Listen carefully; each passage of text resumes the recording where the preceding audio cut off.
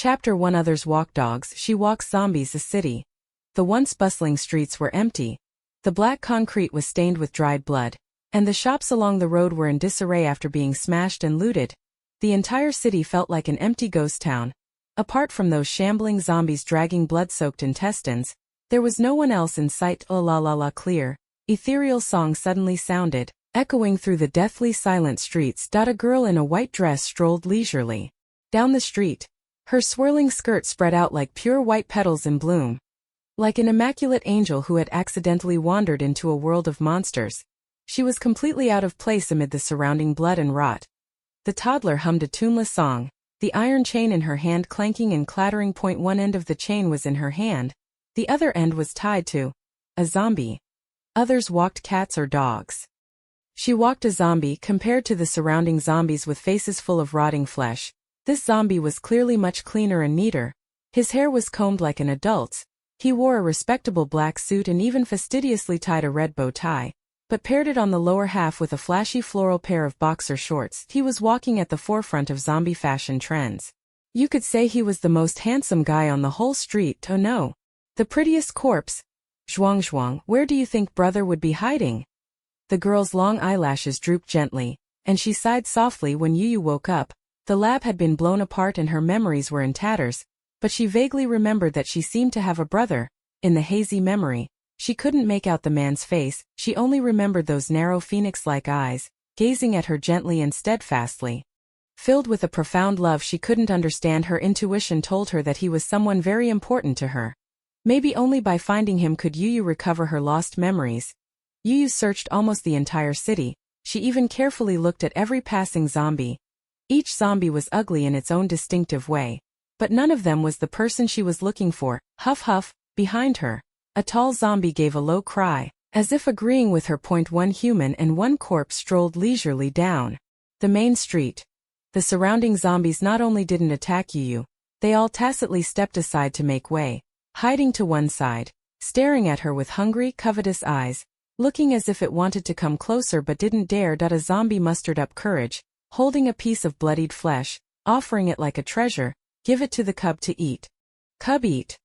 There was a large hole torn open in that zombie's chest where its heart should have been was empty. Obviously, what it was holding in its hands was that blood-soaked heart. Miu furrowed her brow, covering her little nose, suddenly in a dilemma. She didn't want to eat something so disgusting, but the zombie in front of her was looking at her expectantly. After all, it was someone's sincere heart. The girl frowned in distress. How should she refuse? Huff huff. The heart-bereft zombie, seeing she hadn't taken it, anxiously urged, holding the heart forward. Baby, eat quickly, just dug up, eat it hot, fresh. A strong metallic stench hit her nostrils. The little toddler's face instantly went green. She covered her red lips and turned away. Ugh. Seeing the kid retch in disgust, the tall zombie roared angrily. Huff huff. All of you get the hell out of here. The pressure of a second-tier zombie descended, and the heart-piercing zombie was frightened and bolted. The other onlooking zombies all scattered like birds and beasts. Couldn't win, not worth provoking, let's get out of here. Heh. The towering zombies gathered around the girl, seemingly concerned for her. Those crimson eyes, utterly devoid of human emotion, actually showed a trace of anxiety. I am fine, thank you, Zhuang Zhuang. The girl's red lips curved, revealing a reassuring smile. If only we could find a human, maybe they would know where brother is, the little one murmured. But she hadn't seen a human in a very long time. Instead, the number of zombies in the city kept growing. Where was she supposed to find humans? Just then, gunshot rang out. The girl's eyes brightened slightly as she looked up in a certain direction. Zhuang Zhuang, it seems like humans have arrived. Inside the mall. A bespectacled man suddenly looked up, his voice grave. Boss, there are zombies coming. Let them come. In this damned place, are there any fewer zombies? If they dare come, I'll make sure they don't come back. Chan Lang sneered contemptuously, his tone full of arrogance. The glasses-wearing man's ability was perception. He could sense zombies within a few hundred meters. Oh, it's not just one zombie, that's a zombie horde. The man with glasses turned white with fear and cried out in panic. Boss, let's run. The whole city was overrun by zombies.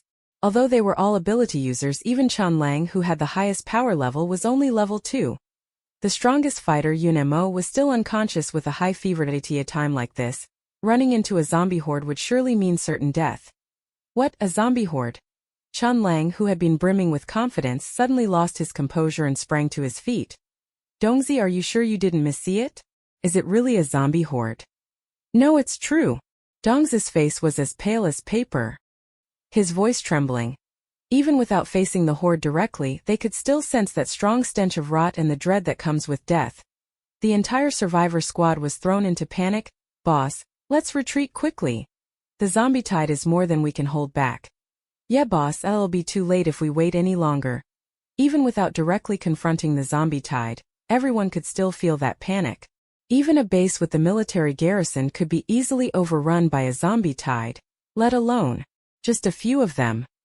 Retreat, quickly retreat. Chun Lang decided immediately. But boss, what about Yunemo? The others asked. He's still unconscious and can't walk on his own. Chun Lang's face was sullen, his tone harsh. He's just a useless person without any powers. Why care whether he lives or dies? Leave him behind and let's go. But they were a squad of powered individuals from a nearby survivors' base. This time they had teamed up with the military, taking a desperate risk to venture into the zombie-ridden city center in search of supplies. Although Yunemo had no powers, he was a special forces veteran and highly skilled.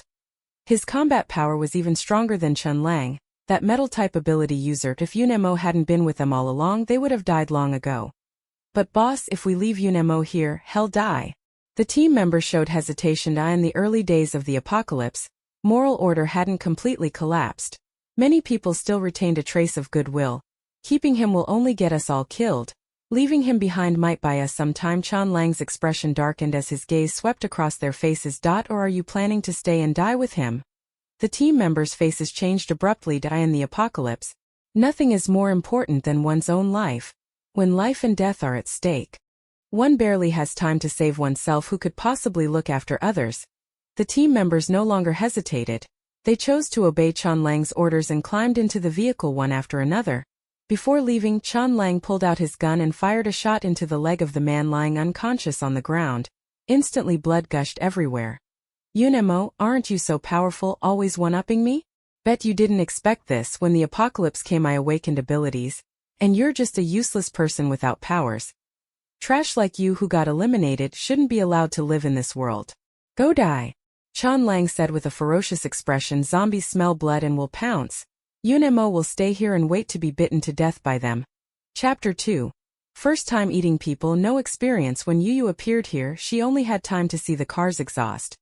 Huh, where did it go? The little girl pouted unhappily. She still wanted to catch a human to guide her to find her brother. Heh. The mall was packed with zombies.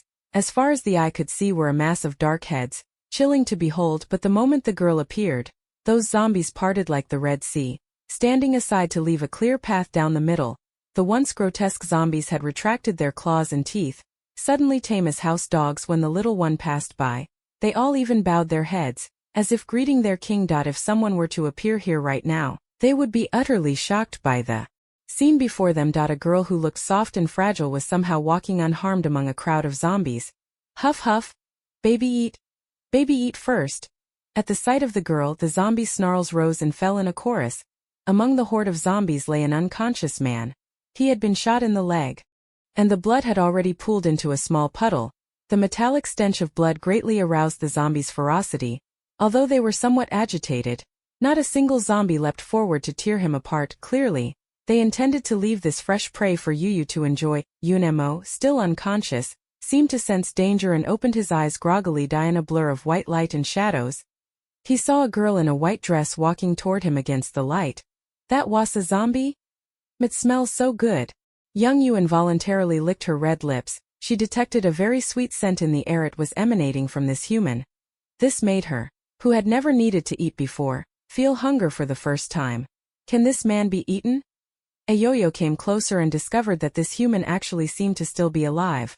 The girl crouched down, her delicate fingers lifting his chin as she leaned in a little, studying the man with a curious face. The man wore a black outdoor jacket and sported a neat crew cut, but that didn't detract from his handsome looks. Light and shadow traced his smooth jawline.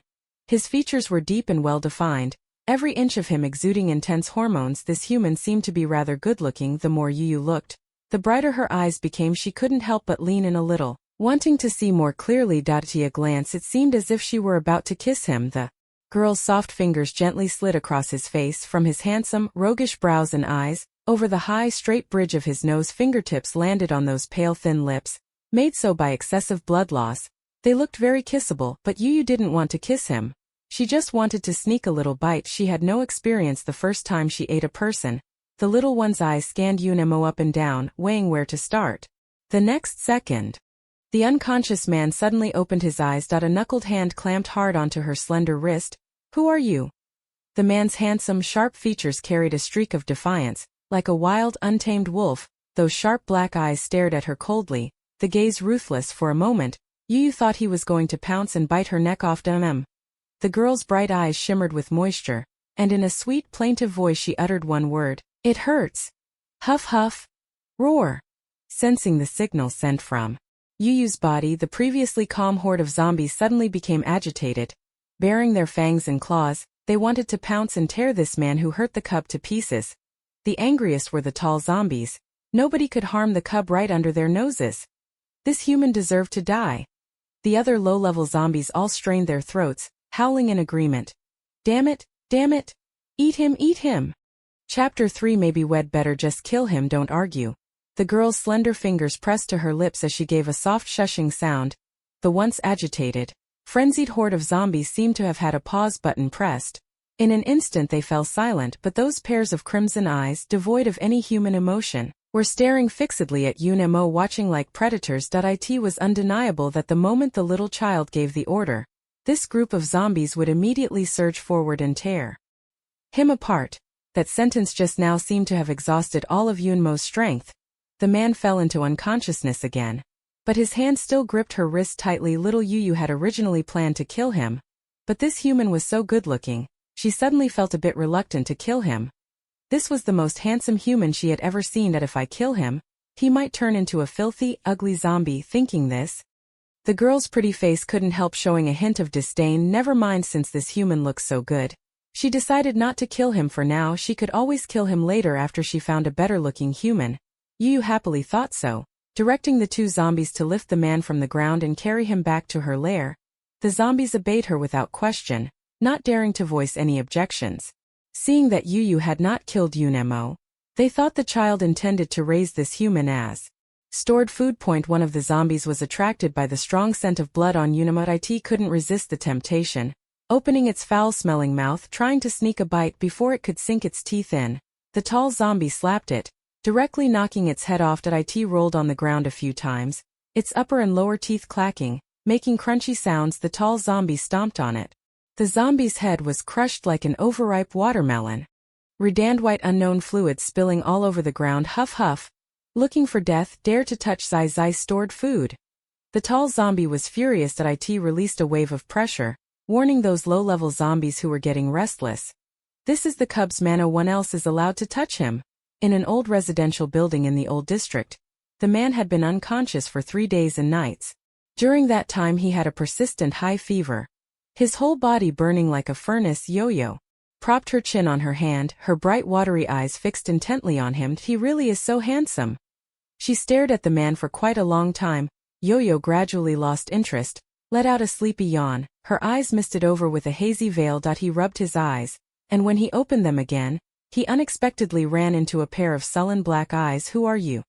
The moment Yunemo regained consciousness, he sensed something was wrong. He clearly had used up all his strength, even willing to self-destruct to take the researchers down with him.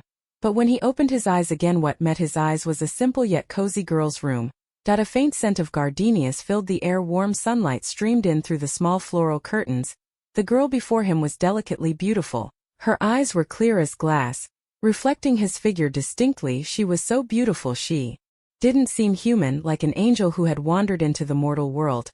Out of place in this cruel dark apocalypse, for someone tormented in the research institute, who hadn't seen sunlight in 10 years.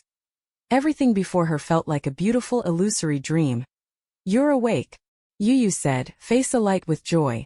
She almost thought this human was going to be razed to death by her. Yunemo was not fooled by the scene at all. His dark eyes were cold and wary. Who sent you? Research institute? Or a base? What? The girl tilted her head, looking at him with a puzzled gaze. What is this human talking about? What are your intentions? The man's movements were as swift as a leopard. In an instant he rolled over and sat up, one hand gripping her fair, slender neck. The pale back of his hand showed bulging veins, exuding a powerful aesthetic. Talk. The man's patience exhausted, his tone carrying a sinister chill as both hands gripped her fair, slender neck with just a little force from him. He could snap her fragile neck in an instant. Yu paused, and those soft, watery eyes of hers immediately grew cold. She was angry. This human was simply too disobedient. How dare he threaten her? She doesn't want a disobedient human. Little Yu changed her mind. She doesn't want to keep this human anymore. She's going to eat him now. The little girl, fuming, turned and bit his arm like a cute but ferocious little beast. It bit down hard on its prey and wouldn't let go. But a fierce move like a tiger. Yet the damage read 0.5. The muscles in the man's arm tensed. Even with all her little strength, she only left a faint shallow tooth mark on itm. Yu pressed her cheek with a face of toothache, her dewy eyes glaring at him in anger. You meanie. That wronged little look seemed to accuse him. Why was the meat so tough? Her teeth were all painfully chipped. Yunemo. Strangely, a vague sense of guilt suddenly rose in his heart. Something was very wrong. Yunemo frowned, slowly withdrawing his hand. The hatred that had occupied his mind cleared enough to bring a glimmer of clarity. Reason gradually returned. Yunemo pressed his forehead, and amid a tangle of chaotic memories, he gradually came to realize he had been reborn. Remembering that dark period from her past life, hatred swept through her heart like an overwhelming tide. The man's eyes darkened obscenely, his expression turning instantly grim and terrifying. That in her previous life, the people he trusted betrayed him, selling him to the research institute. For 10 years he endured a life worse than death. Since he was living his life over again, he wouldn't spare a single one of those enemies, especially Jing Ryu, that crazed woman who would stop at nothing to achieve her research goals. Yunemo could never forget the agony of being tied to the dissecting table. Helpless as the zombies chewed him alive, he possessed a regenerative ability. As long as his heart wasn't destroyed and his brain didn't die, he would keep living. Each time he could only watch helplessly as the zombies gnawed at his flesh, his limbs severed and regrown again and again, eaten over and over, living in hell. Worse than death. That he thought he was dead. But unexpectedly heaven opened its eyes and let him be reborn. Yunemo slowly curled his lips, revealing a grim, bloodthirsty smile. Very good. That in this life, he would repay the pain they had inflicted on him 1,000-fold, 10,000-fold. Only the blood of his enemies could quell the hatred that filled him. What are you laughing at? Yu tilted her head, looking at the man with a suspicious expression. This human was so strange. He said a bunch of words she couldn't understand. That he even suddenly smiled so frighteningly. Could he be thinking of something naughty? Nothing, I just thought of something amusing. Yunemo curled his thin lips, a chill in his eyes. For a moment Yu sensed a dangerous aura from this man like never before. Yu instantly became alert. What a hassle, maybe it's better to just kill him. Chapter 4 aroused her appetite. Did you save me? The sudden question interrupted Yu's sneak attack behind Yunemo. A green vine slunk stealthily, about to coil around his neck. He paused for a moment when he heard that. The man, lost in thought, didn't notice. His focus was on something else. In his previous life, this girl simply hadn't existed. After he was reborn, all the trajectories seemed to run contrary to his previous life. Everything had undergone a tremendous change. Was it the effect of his rebirth? Yunemo looked pensive. Hearing the man's words, the little girl nodded lightly. Actually, she didn't intend to save him. She just thought he was handsome, so on a whim she decided to take him in. Little Yu has always done things as she pleased, entirely guided by her own moods. That included saving Yunemo as well. If she were unhappy, she could kill him again. Yunmo's gaze fell on the soft, innocent-looking girl before him.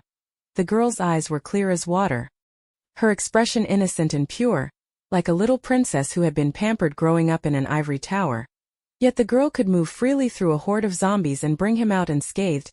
That strange ability she possessed made people unwilling to underestimate her.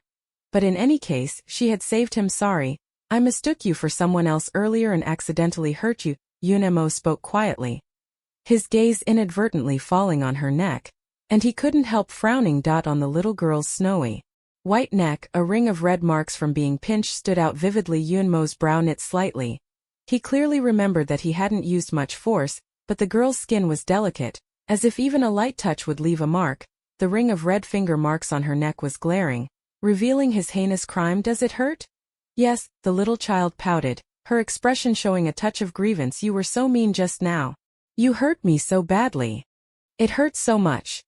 The girl's voice was soft and saccharine, full of strong grievance, and those moist eyes looked at him accusingly. Sorry that it was my fault. Seeing the girl's moist eyes, Yunemo suddenly felt a strong sense of guilt welling up inside him. As if he had committed some unforgivable crime. Yunemo, that's my name. I owe you my life. If you have any requests, feel free to make the mask for anything you want. The little child's eyes brightened slightly, and she looked at him with hopeful anticipation. Really, anything is okay? In the apocalypse, supplies were the most precious thing. Whatever she wanted, Yunemo could give her. However, the little girl's reply surprised him greatly. Did I want you to so can Yunemo give himself to her? What? Yunemo was taken aback. Staring at her in astonishment, little you didn't realize she had said such fierce words. The little girl looked at him with a naive expression and innocent eyes. Yo-Yo doesn't want anything, only wants you. This bold, straightforward statement made Yunmo's brow twitch sharply. Do you know what you're saying? I know. The little girl looked at him with pleading eyes, her expression seeming as if she really wanted to pounce and take a bite.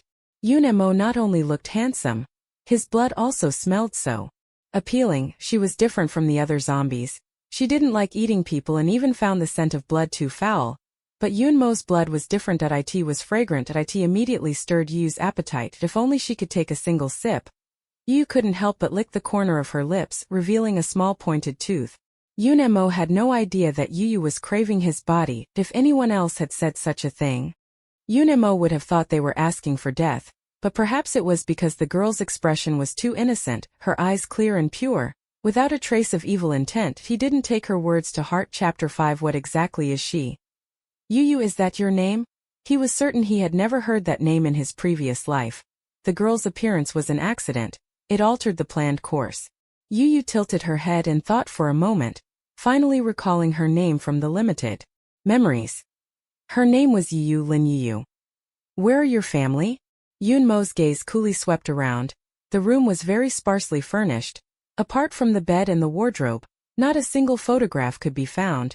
The girl seemed to be living alone. I don't know. Yu froze for a moment, then shook her head dazedly. When she woke up, the research institute had already been blown to pieces. Her memories fragmented and unable to be pieced together into anything useful. She only remembered that name, and the man she had called brother. Little Yu constantly felt that she seemed to have forgotten something very important. Perhaps only by finding brother would she remember. After regaining his strength, Yunemo sat up and rolled up his pant leg. That he had been shot in the leg. The bullet still hadn't been removed, and the wound had long since become gangrenous. Fortunately, he had awakened a self-healing ability. Otherwise that leg would probably have been ruined. Chan Lang. Muttering the name, Yunmo's gaze was as cold and sharp as a blade. Then let's start by using his blood to perform the first cut. What are you doing? The little one squatted in front of him, propping her chin up, watching him with a curious expression. Dig out the bullet, Yunemo said tersely. He took out the combat knife he always carried.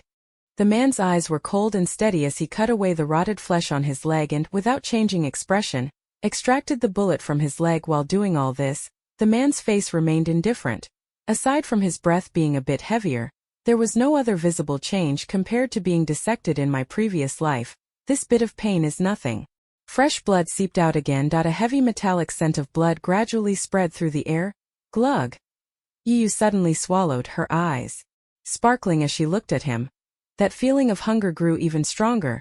Yunemo paused for a moment, then turned his head to look over. Yu looked at him with an innocent expression. At that moment, her stomach obligingly gave a loud growl. Gurgle gurgle. Are you hungry? Mum. Little Yu clutched her belly and nodded hard. Looks unbearably well behaved. Who would have thought that what her little mind was planning was how to eat him? Yunemo briefly bandaged the wound, rose and walked out, leaving only 2 words: wait. The girl didn't understand why, but she obediently waited where she was. Yu was a mutated little zombie. Aside from her icy body temperature and lack of a heartbeat, her appearance was indistinguishable from a human. She wasn't like other zombies who liked to eat flesh and drink blood. Before Yunemo appeared, Yu never needed to eat. She thought the smell of human blood was disgusting. Only Yunemo aroused her appetite. Unfortunately she could only look, not eat. The girl sat on the sofa with her knees hugged to her chest, looking dejected. Couldn't eat it? Not happy. Eat. A bowl of steaming noodles was placed in front of her. Yunemo searched the whole house and only found a few packets of leftover instant noodles in the kitchen. She simply cooked her a bowl of noodles. What is this? Yu sniffed. She smelled a rich aroma. Although it couldn't compare to Yunemo's yang. Aren't you hungry? Why aren't you eating? Eat. On Yunmo's silent cue, Yu tentatively reached out her hand. Her fingertip hadn't even touched the bowl of noodles before someone grabbed her hand. Careful, it's hot. The moment he grasped the girl's wrist, Yunmo's brow furrowed slightly to so cold.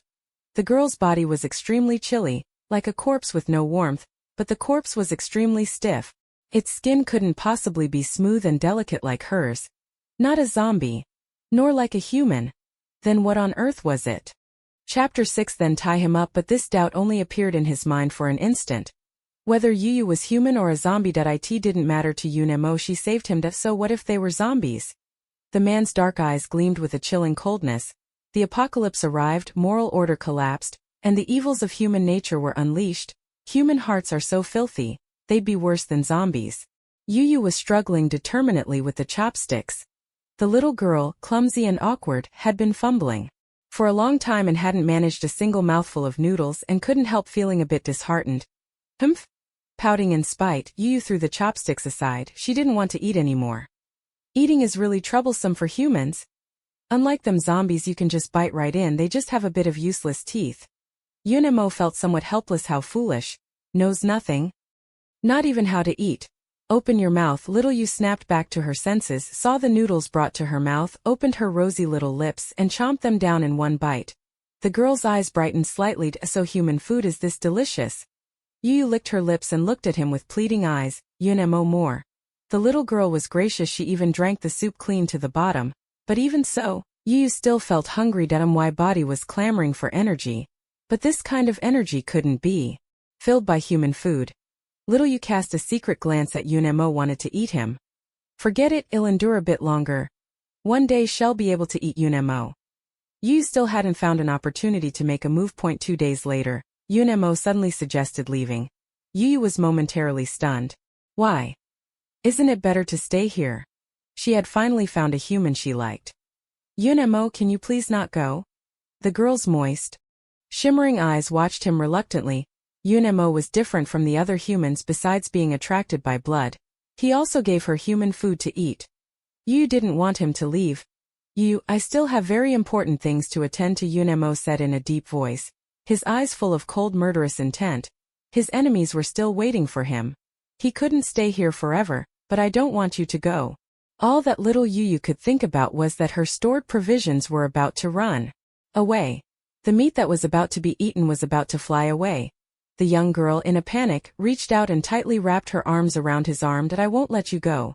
The girl's curves pressed closely against his arm. He could feel that soft touch and the faint sweet scent emanating from her. Yunemo went rigid all over. His normally steady heartbeat sped up for no reason. No, Yunemo yanked his arm back forcefully. His tone stiffed. I am leaving first. Take care of yourself. The man strode off with long legs, walking straight out without looking back. Why did Yunemo suddenly turn fierce again? Humans are really strange. The girl pouted unhappily, and a green vine appeared at her fair fingertips. If Yunemo were disobedient and insisted on leaving, then tie him up. In the stairwell, Cloudemo suddenly pictured the girl's eyes, full of reluctance. The little girl had lost all her family and lived alone in the world because of her own special nature. She could only keep company with zombies. Cloudmo's steps faltered slightly. But Yu isn't a zombie. She has her own thoughts, can reason and has feelings. Having lost her memory, she was as pure as a blank sheet of paper. If she encounters someone with malicious intent in the future, would she be coaxed into doing something disgusting and depraved? The thought of that possibility filled her with a surge of violent rage. She wanted to kill. Chapter 7. How long have you been waiting for him? Little Yu stood by the window, looking down at the teeming horde of zombies below, issuing orders to them. Stop him. The nearby zombies all obeyed her orders without her command. Yunemo couldn't leave here at all. Lin Yu. At that moment, a man's low voice suddenly came from behind. Yu was taken aback and turned around with some delight. She saw the man who had come back. Yunemo. She hadn't expected Yunemo to come back to find her. The little girl was overjoyed. Like a jubilant bird she swiftly flew into his arms. Yunemo, why did you come back? The sweet fragrance of the girl in his arms lingered around his nose, her soft body pressed closely against his chest. The man was rigid as if carved from stone.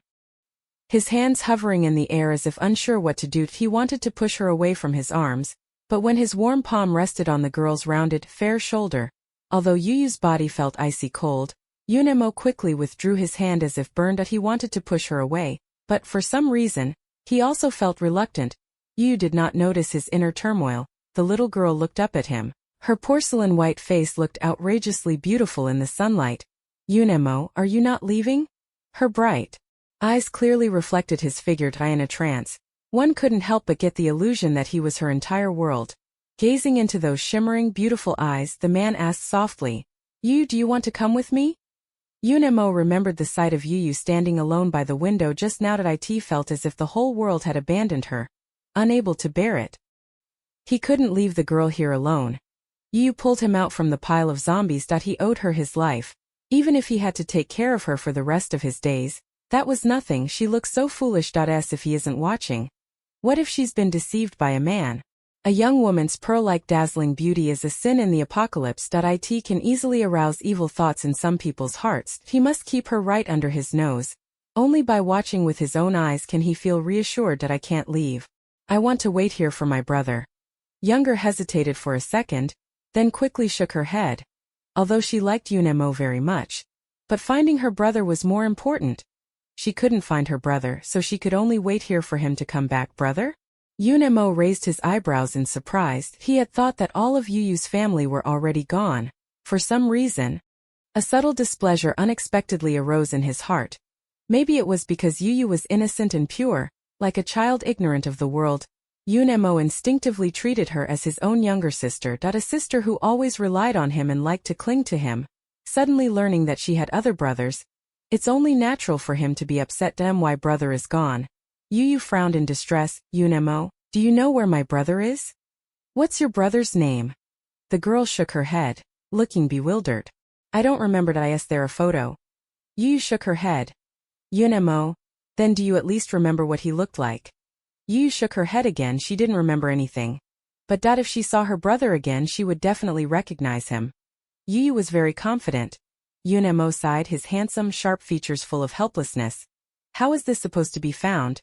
After the apocalypse, all information systems collapsed. Even with a name and a photo, finding someone was extremely difficult. Moreover, having no clues at all is like looking for a needle in the ocean. How long have you been waiting for him here? The girl just stood here foolishly waiting like that. What if her brother never showed up? Then does that mean she has to wait forever? Chapter 8. Maybe she won't be able to wait for brother. I don't remember. First there were still living people in this city. Later those people either died or fled. But Yuyu still never found her brother. Yunemo could probably guess. Yuyu probably has been waiting here since the apocalypse first arrived. What a fool. What Yuyu doesn't know is that she might not get to wait for her brother. The dangers in the apocalypse aren't limited to zombies. Yo-Yo's older brother might have turned into a zombie. He might also have been killed by mutated animals or plants. Yo-Yo, come with me. Yunemo promised, I can help you find your brother. If your brother were still alive, if he couldn't find you he would definitely go to the survivors' base. We can issue a mission and have others look together. Little Yuyu thought for a moment and felt Yunemo might have a point. All right then. The little girl nodded lightly, her voice soft and obedient. Yunemo, I'll do whatever you say. That obedient, soft look was like a cute little bunny. Yunemo couldn't help reaching out and gently ruffling her head. Let's go. After leaving the apartment building, there were noticeably more zombies outside. Those corpses had been wandering aimlessly. Suddenly they noticed something and stiffly turned their heads to look over. Pairs of bloodshot eyes stared fixedly at them. Yunemo could actually see a hint of longing in those zombie eyes. Baby, baby. Cuddle. An old zombie dragged its mangled leg and shuffled over. Before it was even half a meter from Yuyu, an invisible spatial blade sliced off its head, and the foul-smelling blood sprayed out. Yuyu instinctively took a step back. That was close it almost stained her dress.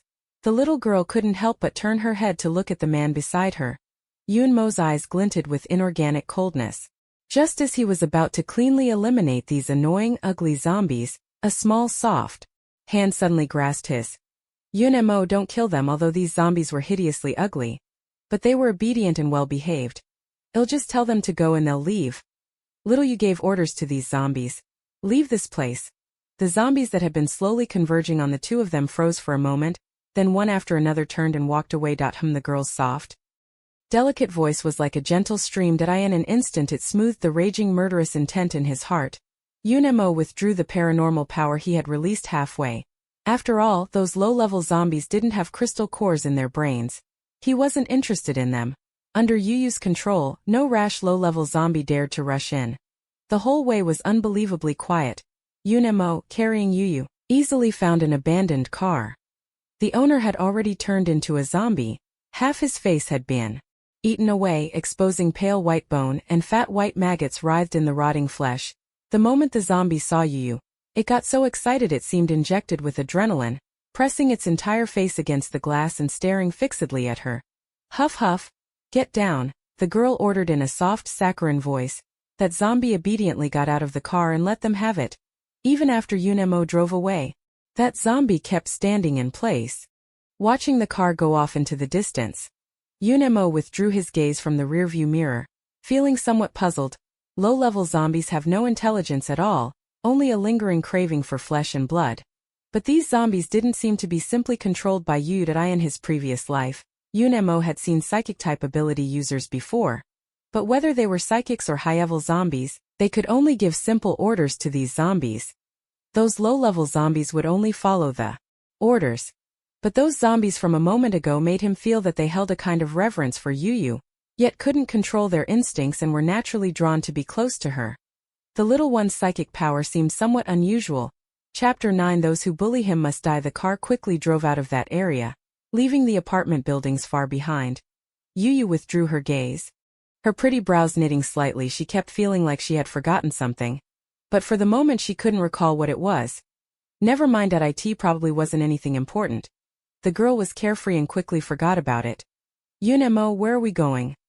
First, let's go to the city center to collect some supplies. S city is a first-tier city with a dense population. Less than a month after the apocalypse began, the city center had already completely fallen. The city center is now overrun by zombies. No humans dare go deep inside, which has left behind a lot of supplies. For others, the city center at this time is extremely dangerous.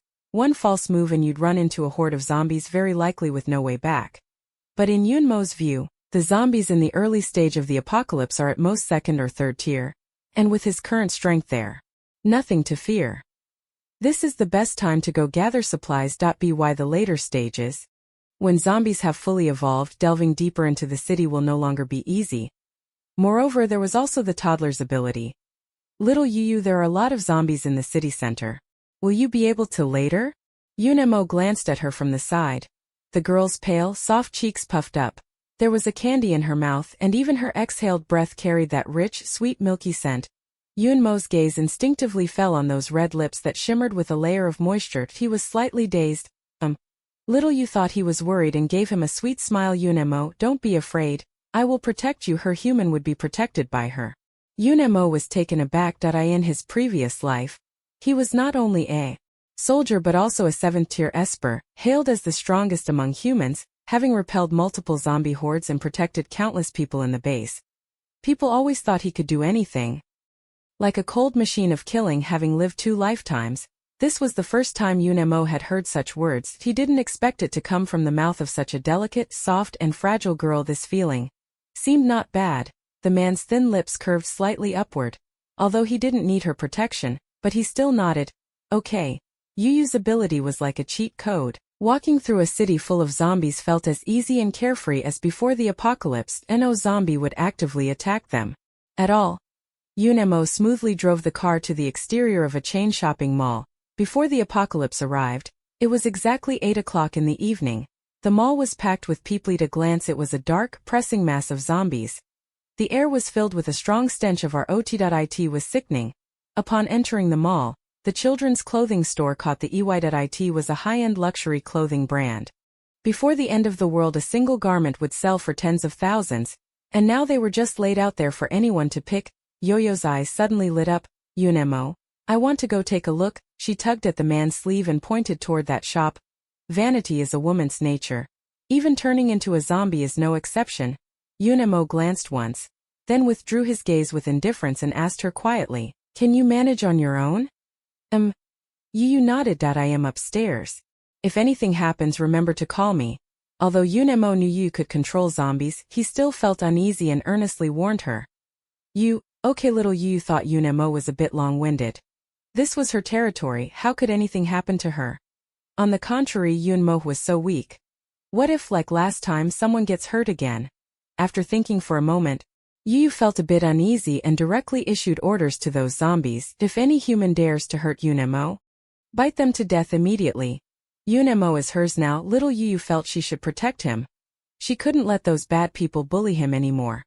Anyone who dared to bully him had to die. The girl walked ahead with light, brisk steps. Behind her followed two sales assistants who had already turned into zombies, like faithful servants, one pushing and one following a shopping cart that was already piled high with clothes. The little child picked out a dress and held it up against herself. The young girl bowed her head slightly, revealing the slender, snow-white nape of her neck, completely unaware of the danger behind her. At that moment, the zombie behind her suddenly lurched, opening its fetid jaws and lunging forward with a snarling cry. Chapter 10. She shouldn't be left alone. Bang!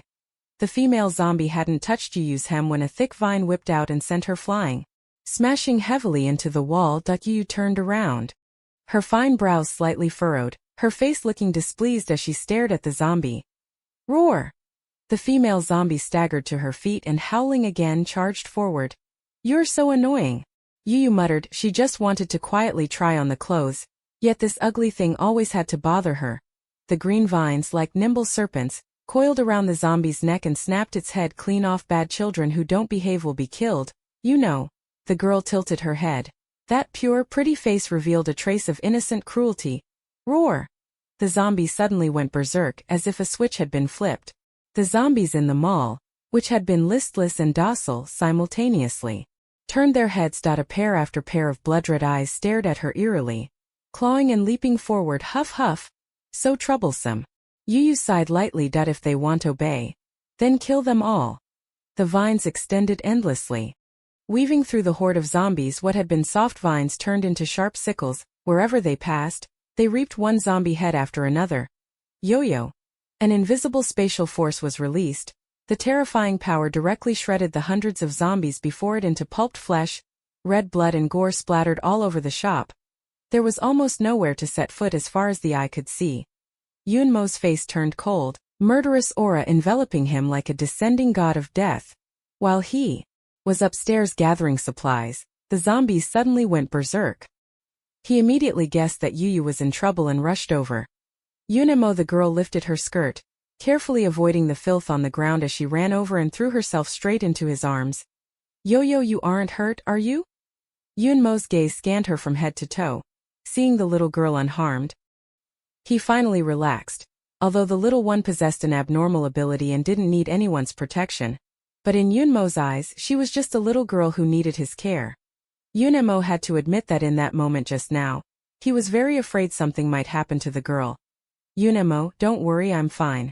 The child's voice was soft and sweet, clutching his arm and swaying as if acting cute, as if afraid the man wouldn't believe her. She even gave a carefree little twirl. See, I'm really fine. It was his negligence. He shouldn't have left her alone. The man didn't say anything, but inwardly he made up his mind. Next time I'll keep the girl by my side. That will be less troublesome. Why did those zombies suddenly attack you? Yunemo frowned. Yuyu shook her head slightly. I don't know either. Before, Yuyu could still understand what those zombies were trying to express. But just now this group of zombies had only one thought: to kill her. The zombie horde suddenly erupted, as if they had received some kind of command, and the only ones who can control a horde of zombies are high-level zombies. Suddenly little Yuyu sensed a chilling gaze falling upon her. She seemed to feel it and lifted her head. Through the huge floor-to-ceiling window, she saw on the top floor of the building opposite a twisted, eerie figure standing. The moment Yuyu noticed it, an invisible psychic force surged aggressively. It felt like a needle being plunged deep into her brain. Yuyu clutched her head as her body suddenly swayed. Damn zombies, no honor in combat, how dare they sneak attack? A mental barrier immediately sprang up in Yu Yu's mind, warding off that sudden psychic assault. Invisible strands of mental energy flowed out, forming an unseen attack, charged toward the rooftop zombie with overwhelming force. Two streams of mental energy clashed fiercely, evenly matched. Neither able to gain the upper hand for the moment, Yunmo's eyes darkened as he vaguely sensed the supernatural fluctuations in the air. He followed the girl's slightly cold gaze and looked over. He likewise noticed that strange figure on the rooftop. A fierce murderous intent surged up in the man's heart. However, before Yunmo could make a move, the silhouette of that zombie quickly disappeared. Chapter 11. But I like you. You know, that zombie's spiritual power was on par with you's. Seeing it couldn't defeat her at the moment, it turned and fled immediately without waiting for Yunmo to join the fray. Damn, he got away. Yu puckered her red lips, her face full of displeasure. That damn zombie running away when it couldn't win, truly pathetic. Yu, are you okay? Are you hurt? Seeing the girl's face pale slightly, Yunmo's eyes showed concern. Yu shook her head, about to say she was fine, but perhaps it was because she had used too much psychic power just now. Her body felt unusually empty, urgently needing an energy replenishment. This kind of energy cannot be provided by human food. Only, little Yu couldn't help swallowing, and the look she gave Yunmo held a trace of longing. As if she were looking at a slab of succulent pork belly. So hungry, want to eat. The hunger came on fiercely, stronger than any time before. What do you want to eat? I'll make it for you. Yunmo did not notice Yu's longing for him. Thought the little girl was starving. That I want to eat. You. The little child secretly sucked her lips once. Hold on a bit longer, can't scare Yunmo away. Let's fill our stomachs first. Yunmo took a piece of chocolate out of the space, tore off the wrapper, and stuffed it into Yu's hand. I'll make you a proper meal later. Yu munched on the chocolate while sneaking glances at Yunmo. Glance at him, take a bite. Glance at him again, take another bite. Smells so good. 5:00 p.m. As the sun was setting, Yunmo finally found a hotel. The hotel was small. Its business had probably been poor even before the end of the world. It was quiet inside with hardly any zombies. Yunmo disposed of them casually. He found 2 relatively clean rooms and planned to stay the night there with Yu, leaving tomorrow. Only, that zombie today made him a bit concerned. Yu's ability level is roughly tier 3. That psychic zombie's strength was on par with hers, which means it was also tier 3. All one can say is, city truly deserves its title as the fastest city to be overrun by zombies, in a situation where most zombies are first or second level. A third level zombie had appeared so quickly. Yunmo's black eyes narrowed slightly, his gaze fierce. It seemed he had to deal with it quickly before it had a chance to grow. Yunmo, can I sleep with you? The little one looked at him with pleading eyes. Her mind busily ran through tiny calculations. She waited until Yunmo fell asleep, then secretly took a bite. No. Yunmo refused without hesitation. You need to know, Yu, that I'm a man. Although he knew the girl didn't understand these things, Yunmo still told her earnestly men and women can't sleep together. Why not? The girl looked at him in puzzlement. You have to like each other to sleep in the same bed. But I like you. Yu said as if it were obvious. Yunmo, don't you like me? The girl's eyes were moist and luminous, her voice soft and sweet. It could almost steal a person's soul. The man was momentarily at a loss for words, staring at those shimmering watery eyes. He couldn't bring himself to say the words I don't like you. Her thin lips slowly formed 2 words. I do. The girl was innocent and naive, both obedient and gentle like a bright, beautiful full moon. Who wouldn't like it? But not that kind of liking. His fondness for Yu was purely appreciation, without any impure thoughts mixed in. Besides, the little girl knew nothing. He certainly couldn't take advantage of her. Otherwise, what would he become? A beast? Chapter 12. Your heart is beating so fast, but Yunmo never expected it. That night, he had a dream. An indescribable dream. In the dream, the girl in a white dress was pure and flawless, provoking in him a desire to stain her black. She obediently and softly nestled in his arms, tilting her head back to reveal a stunningly beautiful face, her eyes shimmering enticingly. Yunmo, do you like me? Will you kiss me, please? Okay. He heard himself say it. His voice was so hoarse it was almost unintelligible. The next second, Yunmo suddenly woke up. The man rose like a lion awoken from slumber, black eyes bursting with a cold, murderous intent. Someone, however, when he looked down, he was completely stunned. In the bright moonlight, the girl lay on his chest like a fairy, her smooth black hair, like silk, slid off her rounded, fair shoulder. exuding an unwitting allure. Both pure and enticing. A soft, damp touch came at the base of his neck. Like a small animal gently licking and nibbling his neck. It didn't hurt, but it was very itchy. He could even feel the tingle of teeth pricking his skin. A numb, tingling sensation traveled from her neck all the way to her heart. Lin Yu, what are you doing? Yunemo gripped her wrist. His dark eyes were like cold stars, gazing at her with a heavy look. Yunemo? I didn't expect him to wake up suddenly. Yu was startled, her expression showing slight panic. Oh no, how did he wake up? Nothing, I didn't do anything. The girl lowered her eyes, too guilty to look at him. Her long eyelashes trembled continuously. You waited for a long time. It was finally hard to wait until Yunemo fell asleep, and you just wanted to come over and take a secret little bite. Maybe you could get a bit of blood to drink. Unexpectedly, you were caught red-handed by Yunemo. The girl's pretty face showed a trace of guilt. Point 2. Just came to see if you were asleep. Liar. What a little deceiver. Yunemo saw through it at a glance. Then why did you bite me? Yunemo pinched her chin with one hand, forcing Yu to open her mouth. Point 2. Off-white little fangs appeared, her pink tongue flickering in and out. The man asked in a hoarse voice, his fingertip gently pressing her little fong. Did you enjoy the bite? Woo. The little one couldn't speak. Her tongue accidentally licked his finger. A strange astringent sensation surfaced. Yunmo's eyes dimmed. The little girl was naturally pure. She might not understand the meaning behind such actions, but Yunemo was a man. Still a normal man. He also has desires. I'm scared. In a sudden flash of inspiration, Yu acted quickly. Afraid? Yunmo's brow knit tightly. It was unclear whether she believed it or not. If it had been someone else daring to do such a thing, Yunemo would have killed her on the spot. But this person was Yu. The little girl was naturally innocent, not at all like those seductive vixens outside who plotted against him. So what was her purpose for climbing into bed in the middle of the night? Just to bite him? Yes, I'm afraid. Yu nodded heavily. Yunemo, I'm scared. I don't want to sleep alone. I want to sleep with you. The girl's beautiful eyes welled with tears. She looked at him as if about to cry. Don't make me leave. As she spoke, the little one tightened her arms around his waist, their bodies pressed tightly together. She could feel the man's burning body heat and the powerful, strong beat of his heart. Yu pressed her face against his chest, tilting her ear to listen to the intense thumping heartbeat beneath, beat after beat, deafeningly loud. Yunemo, your heart is beating so fast. The girl looked up and smiled at him foolishly, like she had found a new toy, her face full of wonder. Her soft, boneless little hand wandered over his chest. Yu curiously reached out and pressed on his heart. Why is it beating so fast? Is it going to jump out? Lin Yu, stop, don't touch. Yunemo hurriedly pushed her away and fled awkwardly into the bathroom. Yu looked regretful. If only Yunemo had woken up a bit later. Almost tasted his blood. Chapter 13. Treating him as emergency food. When Yunemo came out of the bathroom, Yu had already fallen asleep. The girl's sleeping face was serene, angelically beautiful, though her sleeping posture was not very graceful.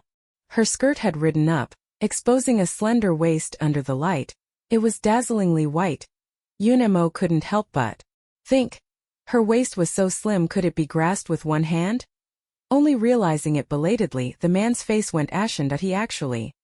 He had that kind of reaction to baby young. Yunmo's gaze pulled back as if it had been scalded. This is wrong. Very wrong. In 2 lifetimes he had never touched a woman. The first time he felt desire, the object turned out to be Lin Yu, whom he had always regarded as a sister, beast. The man couldn't help but secretly curse himself in his heart. What's even more infuriating? Yu flirted a little and then went to sleep, heartless and carefree. But poor Yunemo couldn't sleep all night.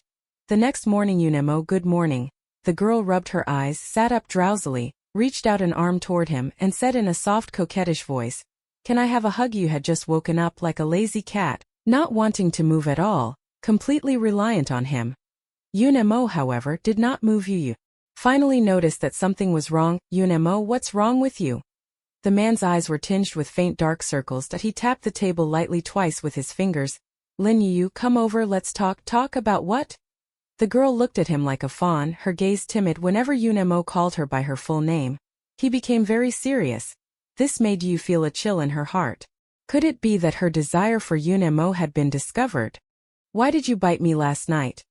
Yunemo asked bluntly. "I didn't." Yu's eyes flickered slightly. "That was what Yo-Yo did last night. What does it have to do with today's yo-yo? As long as she didn't admit it, Yunemo couldn't do anything. Thinking this way, Yo-Yo immediately felt emboldened despite knowing she wasn't entirely in the right. It wasn't me, don't talk nonsense, triple denial. Then tell me, what is this? Yunemo slightly turned his head, revealing a red strawberry-shaped mark on his neck. It was the mark she had bitten there last night. That if it wasn't you, could it possibly have been a zombie who bit me? Yunmo's eyes looked at her with a half-smile.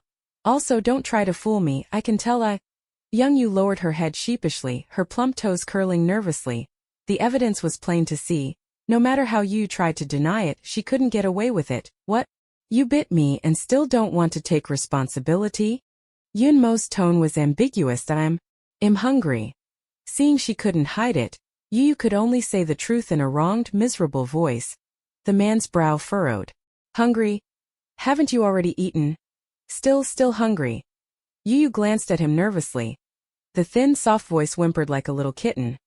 Yunemo, I don't want to eat you, I just want to drink a tiny bit of blood. Yo-Yo spoke as she made a small gesture with her finger. I am not lying to you, it's really only a teeny tiny bit. Little you didn't want to eat, Yunemo, she couldn't bear to. She just wanted to sneak a little sip of blood each time. She's not greedy at all, da. After hearing the girl's words, Yunemo nearly laughed in anger. So she all along had only treated him as emergency rations.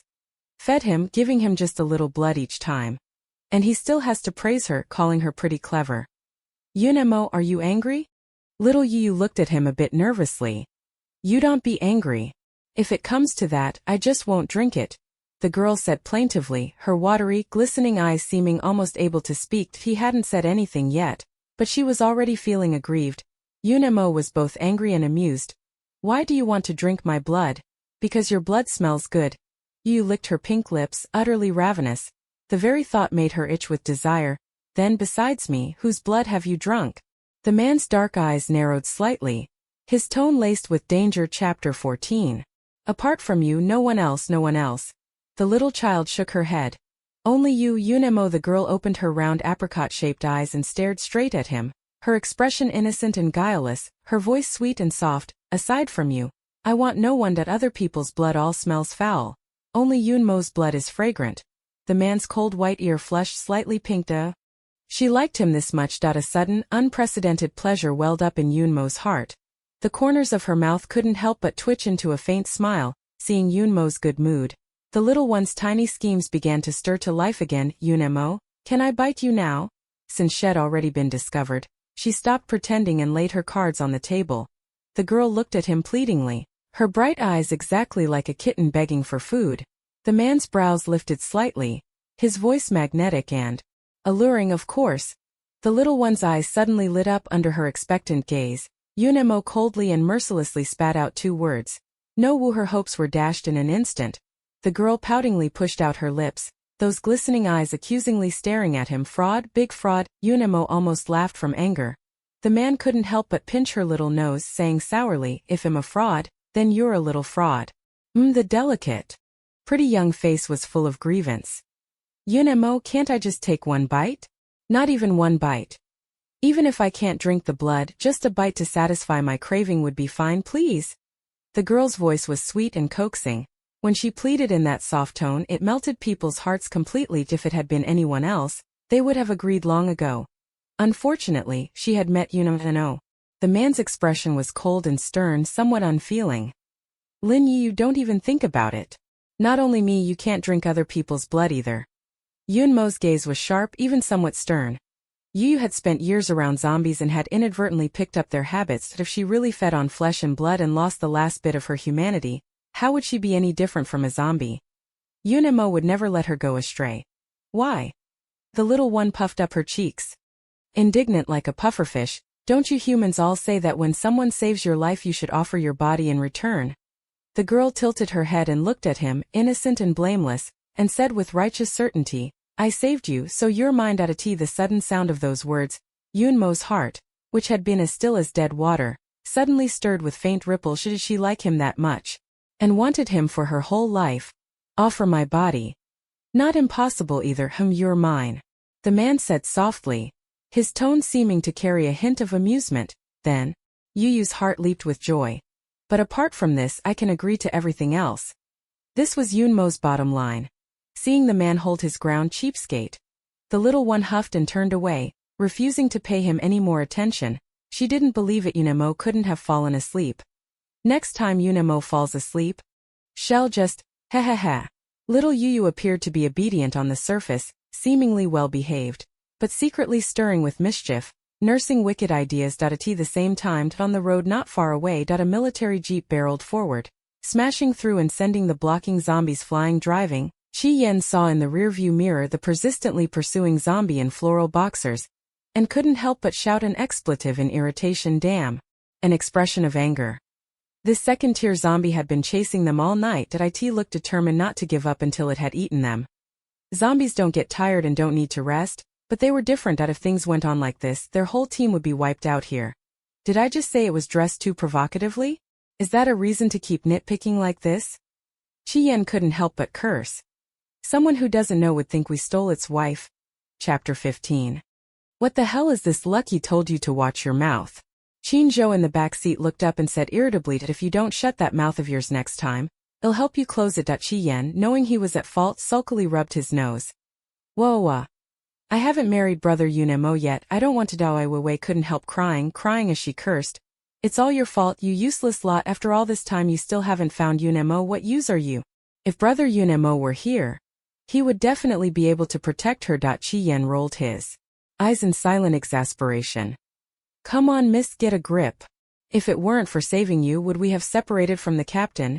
He was really tired of this brainless young lady, useless at helping, only good at being a burden, and yet she had the nerve to call them trash. If it hadn't been for them along the way, she had no idea how many times she'd have died in the horde of zombies. I don't care. It's your fault. If brother Yunemo gets hurt, you won't have an easy time. Yu Weiwei cried and made a scene. Impossible. Bai Yu, usually silent, suddenly opened his eyes and looked at her with cold black irises. The captain can't be harmed. Under that icy stare, Yu Weiwei felt a momentary chill in her heart. When she finally registered what had happened, she was instantly furious and humiliated. You, how dare you be so fierce? Do you even know who my father is? How dare you talk to me like that? Shut up. Bai Yes' eyes were icy. She suddenly raised her hand, the black muzzle of the gun aimed at her, and pulled the trigger without hesitation. Bang! Yu Weiwei screamed in terror. The zombie outside the car window was shot in the head and dropped stiffly. Shut up if you don't want to die. Bai Yes' voice was full of coldness. Yu Weiwei was so frightened that her eyes rolled back and she fainted. Finally some peace. Chi Yen exhaled, looked up, and suddenly froze. That zombie seems to have stopped chasing us. The SUV had already driven 2 blocks and entered the city center, but the zombie that had been relentlessly pursuing them suddenly came to a halt, standing in place. It raged and howled at them as if furious and helpless, yet it never advanced another step, seemed to be fearing something. Roar, damn humans. They stole its cub. If little Young were here, she would definitely recognize it. This floral underwear zombie is exactly Zhuang, whom she accidentally abandoned. Zhuang went out to forage, but when he returned home he found the cub missing. It must have been taken by those cunning humans. Therefore, the moment Zhuang saw that group of humans, he frantically chased after them. He wanted them to hand the cub back. Something's not right, Qin Zhou said gravely. It's really strange. The city center should have the most zombies. But now you can't see a single person. Even honest, simple Shirley noticed something was wrong. Even the second-tier zombies are wary. Could it be high-tier zombies? Chi Yan's expression changed instantly. He slammed on the brakes. Damn. I just got out of the tiger's den and walked straight into the wolf's nest. It's still in time to turn back now? Rumble. The ground suddenly began to shake violently. Before they had even figured out what was happening, 2 figures came sprinting out from around the corner. The man was dressed in black combat gear, holding a girl in a white dress in his arms like a swift leopard. He ran quickly in this direction. That is... Shit! Captain! Holy shit! A horde of corpses! 2 voices rang out in unison, one full of delight, the other full of panic. What damned luck is this? Yunemo recognized the familiar SUV at a glance and shouted, Move! Glancing at the dark press of zombies behind him, the man hurriedly unleashed his psychic power, briefly halting their advance.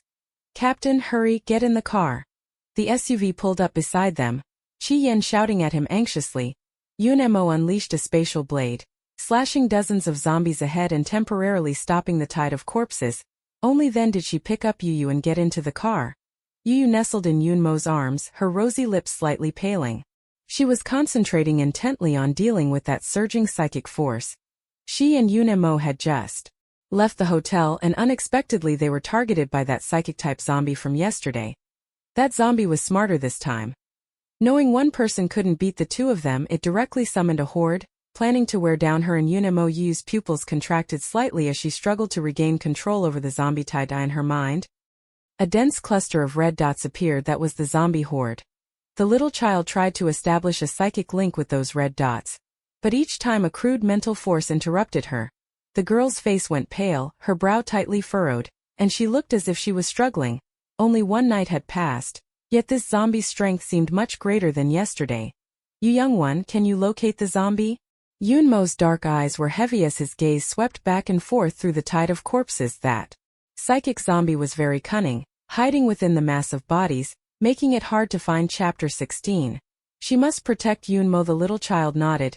That glowing orb of the psychic zombie was larger than the others. It could be spotted at a glance. It's at 3 o'clock. The next second, Yunmo's sharp gaze immediately fixed on a zombie in the horde. That zombie was a middle-aged man wearing a black suit. As if sensing his stare, the psychic zombie raised its head, its crimson eyes locking onto him. Yunmo's expression turned cold, instantly unleashed his supernatural power. That psychic-type zombie was very cunning and immediately summoned several low-level zombies to block in front of it. By the time Yunmo looked over again, the zombie had already vanished into the dark tide of corpses. That psychic-type zombie was extremely sly, using the corpse tide as cover, hiding like a rat. Yunmo really couldn't kill it for the moment. This zombie was deliberately draining their psychic powers. If this continued, it wouldn't work. They would all be slaughtered here. Yunmo's face darkened. Damn! Qian quickly spun the steering wheel. The SUV made an emergency turn, tires grinding against the ground with a shrill screech. Captain, we're surrounded. What do we do now? Zombies appeared on the street from all directions, numbering roughly in the thousands. Behind them, a dark, endless tide of undead stretched as far as the eye could see, slowly closing in. A heavy stench of rot drifted in on the wind. A wave of deathly despair gradually enveloped their hearts. So many zombies, we can't kill them all. If each one takes just one bite, there won't be enough of them to go around. Beside that, there's also a psychic zombie lurking in the shadows watching hungrily. It's been so long since the apocalypse began, and this is the first time they faced a survival crisis like this. The squad couldn't help but feel a wave of despair. What else can we do? Fight our way out. A crisp click. The sound of bullets being chambered. Yunmo held the submachine gun, his expression calm and composed. The team members felt as if they'd been given a reassuring pill. Their previously restless moods instantly settled. That's right, the captain is right, let's fight them to the end. Shirley spat in disgust. These damned beasts, kill as many as you can. I say. Qian looking at you, is that all you've got? Don't tell me you're scared? Qinzhou sneered coldly. Qian's face instantly flushed bright red. Alright, he admitted he'd been a little scared just now. But he absolutely could not say that out loud, lest that bastard Qinzhou mock him. T worst ill die, since when have I ever been afraid of death? Qian said stubbornly. Heh. Qinzhou's laugh was full of ridicule. Then don't die in front of me. Qian was so angry he wanted to turn and bite him. Damn it, that mutt couldn't spit out a single kind word. Drive. Yunmo ordered coldly. For a moment they opened fire with everything they had, showing no restraint with their bullets. They carved a path through the horde ahead. But everyone knew clearly that these zombies couldn't be wiped out completely, and their ammunition probably wouldn't last long either. Yu's pupils suddenly constricted, and her mind went blank for an instant. Her mental power did not hold back at all. It was released entirely. Even though waves of sharp pain that were hard to ignore pulsed through her head, she didn't care about the consequences at all. Only one thought filled Yu's mind. She had to protect Yunmo. The zombies that had originally intended to leap forward and tear them apart. It was as if someone had suddenly pressed a pause button. They all froze in place like soldiers standing at the ready. Huh? Qian exclaimed in surprise. Why have they all stopped moving? A murderous intent appeared in Yu's eyes, and she immediately issued the command, kill it. The zombie horde moved like a well-trained army. Upon receiving her order, they all turned in unison and launched an attack on that psychic zombie. Huff huff. The psychic zombie sensed something was wrong and immediately turned to run. But Yunemo had already set his sights on it. How could he possibly let it escape? The spatial blade sliced clean through its head. Exactly at the moment the psychic zombie died, in a dim room, a pair of crimson, sinister eyes suddenly opened. Yunemo? Young Yu's face was pale. She only managed to softly call his name once. The next second she fainted. Yu. Yunmo's face changed abruptly. The usually calm and reserved man at this moment had rare signs of panic on his handsome features. Chapter 17. I saved him. And he offers himself to repay me. When Yu woke up again, she was no longer in the zombie-infested city center. Yunemo? The girl propped herself up on her elbow, sat up, looked around, and realized this was a guest house. There was no sign of the man's tall figure in her sight. Yu felt a little panicked. Could her stockpile of food have secretly run away? At the thought of it, Yu immediately couldn't sit still. Just as she reached the stairwell, she heard voices coming from downstairs. Brother Yunma, who is that woman? Why did you bring her with you? The woman's coquettish voice sounded spoiled and willful as she complained, I don't care, I'm your fiancé. You drive her away and don't let her follow us anymore. After waking up, Yu Weiwei found that Yunemo had actually returned before she had time to be happy. She saw the man bring back a pure, pretty young girl. Seeing Yunmo's nervous attitude toward that girl, alarms immediately rang in Yu Weiwei's heart. Eager to drive that girl away. You saved my life. If it weren't for her, I would have died at the hands of the zombies long ago. Yunemo directed these words at his teammates. No matter what they thought, he could never abandon you. He had promised the little girl he would help her find her brother. Only after finding her relatives could he feel at ease handing Yu over to someone else. So that's how it is. Shirley scratched the back of his head and gave a goofy smile. His voice cheerful and loud. Since you're the team leader's lifesaver, you're one of us. The others also voiced no objections. They respected all of the leader's decisions. Only Yu Weiwei felt deeply unwilling. Brother Yunemo, give her some money and send her away, okay? I don't want to see her. Yu Weiwei hugged Yunmo's arm tightly, deliberately rubbing him with her ample, soft bosom. Her voice sweet and coquettish. Impossible. Yunmo's expression was cold. He quickly withdrew his arm and immediately put distance between himself and Yu Weiwei. His evasive attitude was as if he feared getting tainted by something filthy. Yu Weiwei's expression stiffened. Yu Weiwei, I think I've made it clear to you long ago.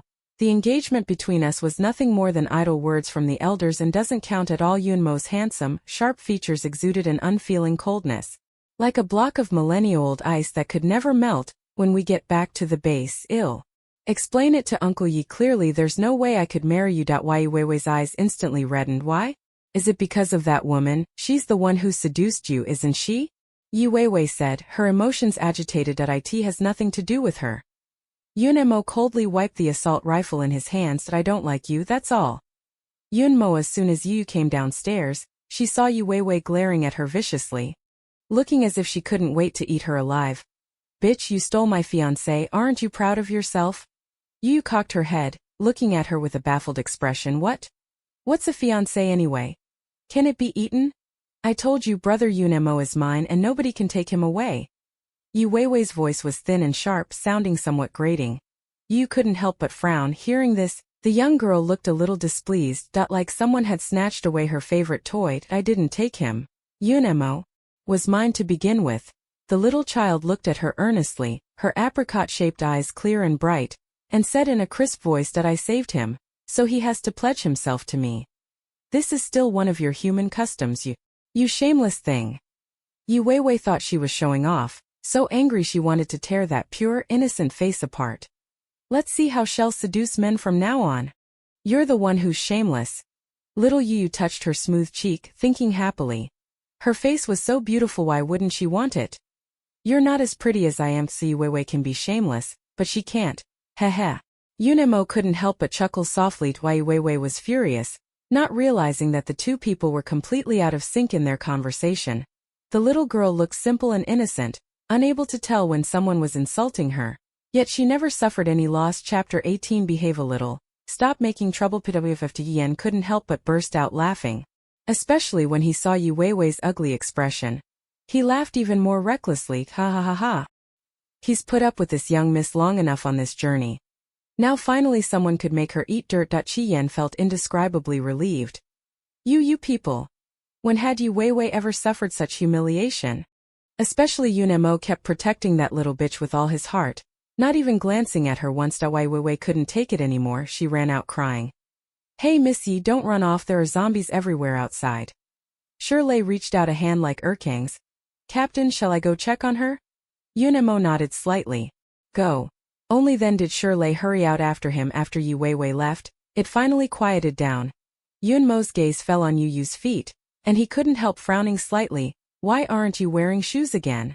The man's expressionless look actually seemed rather intimidating, but Yu wasn't at all afraid of Yunmo's cold face, too lazy to walk anymore.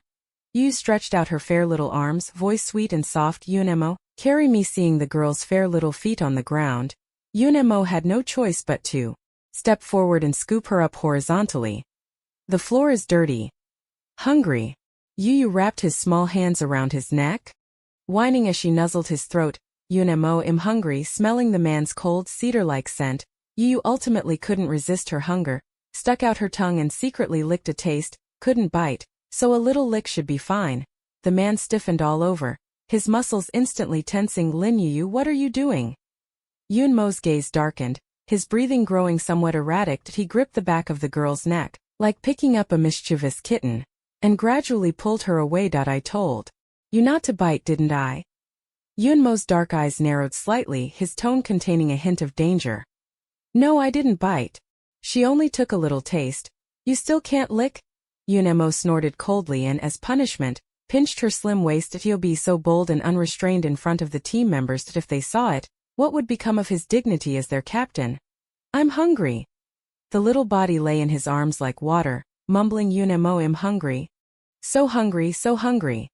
The soft, languid voice sounded a bit weak. She seemed so hungry she was weak and listless, thinking of how Yu had suddenly fainted before. Yunmo's heart clenched instantly. Why are you hungry? Although Yu had been clamoring that she was hungry before, she didn't seem as weak as she looked now. Yu shook her head and said aggrievedly, I don't know. After expending all her powers and passing out, when Yu woke up her body felt completely empty. Weak and powerless, she couldn't even release her abilities. Her brain screamed with hunger. If it weren't for the sliver of reason still left in Yu, she would have pounced and bitten him the moment she saw Yunemo. Yu tilted her head back, her gaze turning green as she kept swallowing tea. This moment Yunemo looked to her like a juicy slab of pork belly, tempting her to take a bite. Seeing Yu's predatory gaze, eager and frank, Yunmo's ears gradually flushed a shade of crimson, his expression somewhat awkward. He noticed her restless little thoughts. The man immediately reached out to cover her reddened lips, his eyes filled with warning, don't bite. The girl looked at him with innocent eyes, her tongue lightly sweeping across his palm. Hiss, Lin Yu. Yunmo's gaze was heavy, as if he were desperately trying to suppress something. The hand on her waist couldn't help but grip a little tighter, his voice deep, as he said, behave yourself, don't make trouble. Chapter 19. He wants both the crystal core and Yunmo hungry. The little one's apricot-shaped eyes were wet. She looked at him accusingly. As if she were blaming him for not letting her eat, deliberately mistreating her like a villain. Yunemo felt rather troubled. Captain? Chi Yen stared dumbfounded, looking as if he'd seen a ghost. Are you still our captain? He was about to no longer recognize the man in front of him.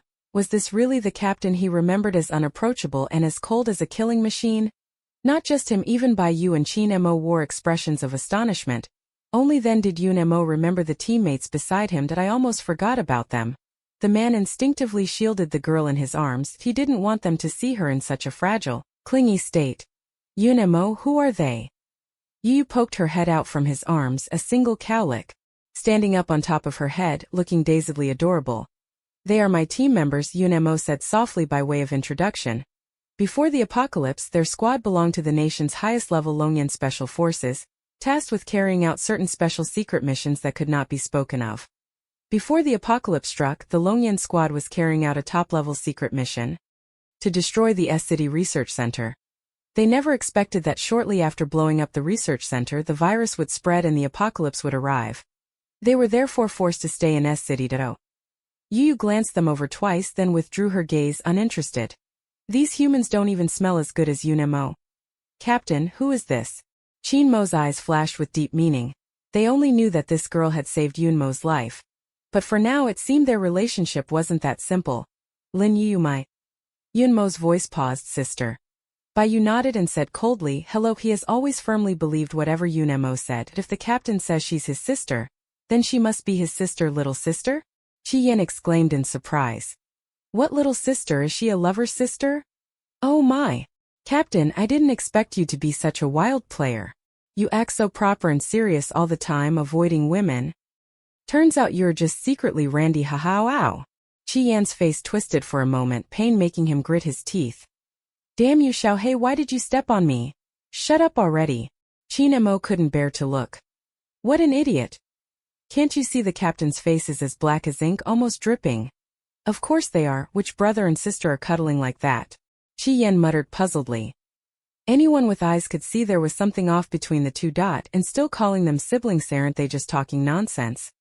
Hearing that, Chinemo couldn't help but think of his own sister and sighed inwardly. Sigh. Yunemo ignored his teasing and saw the girl in his arms looking pale and weak. A look of deep thought flashed across Yunmo's eyes. Zombies eat human flesh and blood in order to evolve. This is also why the superpowered are more attractive to zombies than ordinary people, because the energy in their crystal cores is precisely the power zombies need to advance. Yunemo thought for a moment, took a transparent rhombus-shaped crystal core from his space and placed it into Yuyu's palm. What is this? Yuyu asked curiously, holding the crystal core up to her eyes. In the sunlight, the transparent crystal core shimmered with iridescent light, as clear and bright as crystal, extremely beautiful. Yuyu was immediately captivated. She just loved these kinds of sparkly stones. This crystal core was taken from the brain of that psychic-type zombie, Yunemo explained. Clench it, close your eyes, and use your psychic power to feel the energy inside. The man's deep voice coaxed her patiently. Yo-Yo instinctively followed his instructions. A warm current surged from her palm into her body, the soothing power nourishing her limbs and every bone. When Yuyu opened her eyes again, they sparkled brilliantly. The crystal core in her hand had already turned to powder. How is she? Yunemo kept watching the girl's expression, seeing Yuyu regain her spirit. He knew his guess had been right. It seems the girl needs not only flesh and blood, but a crystal core. Still hungry? Baby Yo-Yo shook her head, then nodded again. That crystal core did temporarily ease her hunger, but it wasn't enough, far from enough. She needed more and more. Hunger was unleashed like a ravenous beast freed from its cage. Yuyu felt her body was like a bottomless pit. It might take many crystal cores to fill it. Yunemo, I want more. The girl looked at him with eager eyes. Using a soft voice to act coquettish, I'll take care of it for you in a few days. Yunemo gently patted her head to reassure her, then looked up at the blazing sun, his gaze growing increasingly somber. The apocalypse had only begun a month ago. This was the most suitable time for human survival and for scavenging supplies, because most of them were first-tier zombies. And crystal cores only exist in the brains of second-tier zombies. If he remembered correctly, in his previous life the acid rain arrived around this same time. That downpour lasted a week and claimed many lives. But after the torrential rain ended, the zombies and mutated flora and fauna fully evolved, and humanity's living space was gradually being squeezed. By the time the rain stopped, second-tier zombies would emerge like bamboo shoots after the rain. By then I could dig up more crystal cores for you. Yunemo. As long as you behave and stay put, I'll get you lots of crystal cores. With the crystal core, she probably wouldn't be coveting his body anymore. The child replied softly, like a gentle, adorable kitten. But in her heart she thought, only kids make choices. She wanted both the crystal core and Yunemo. A sharp gunshot suddenly rang out. The team members, who had been grinning only moments before, all turned serious. Yunmo's eyes narrowed. Something happened over by Shirley. Chapter 20. I owe you another life. At the sound of gunfire, Yunemo immediately gathered people and rushed over. Although Yuyu didn't understand why they were in such a hurry, when she saw Yunemo leave, she followed after him. The girl was like a little tail, unable to leave him for even a moment. Wherever Yunemo went, she followed as if afraid that if she looked away for a moment, that chunk of fat would fly away. The gunshot came from the east. When the few of them hurried over, they saw Shirley lying on his back at the alley entrance. The earlier gunshot had attracted the nearby zombies. Now all those zombies were shambling around him. Sure too. Several people shouted anxiously, running while pulling out guns and firing at the zombies. Yunmo's expression instantly darkened. Shirley's situation was probably not good, however. They were still a step too late. A zombie with both legs crushed was crawling twistedly on the ground, propping itself up with its arms, and had already dragged itself to Shirley's side. The legless zombie, drawn by the smell of blood, opened its foul-smelling mouth intending to bite down. Sure too. You fucking. Get the hell out of the way. Seeing this scene, Chi-Yan's eyes went bloodshot as he screamed with all his might to end the apocalypse, let alone ordinary people like them. Even an Esper bitten by a zombie would be infected with the zombie virus. If Shirley were bitten by a zombie, then there would basically be no saving him.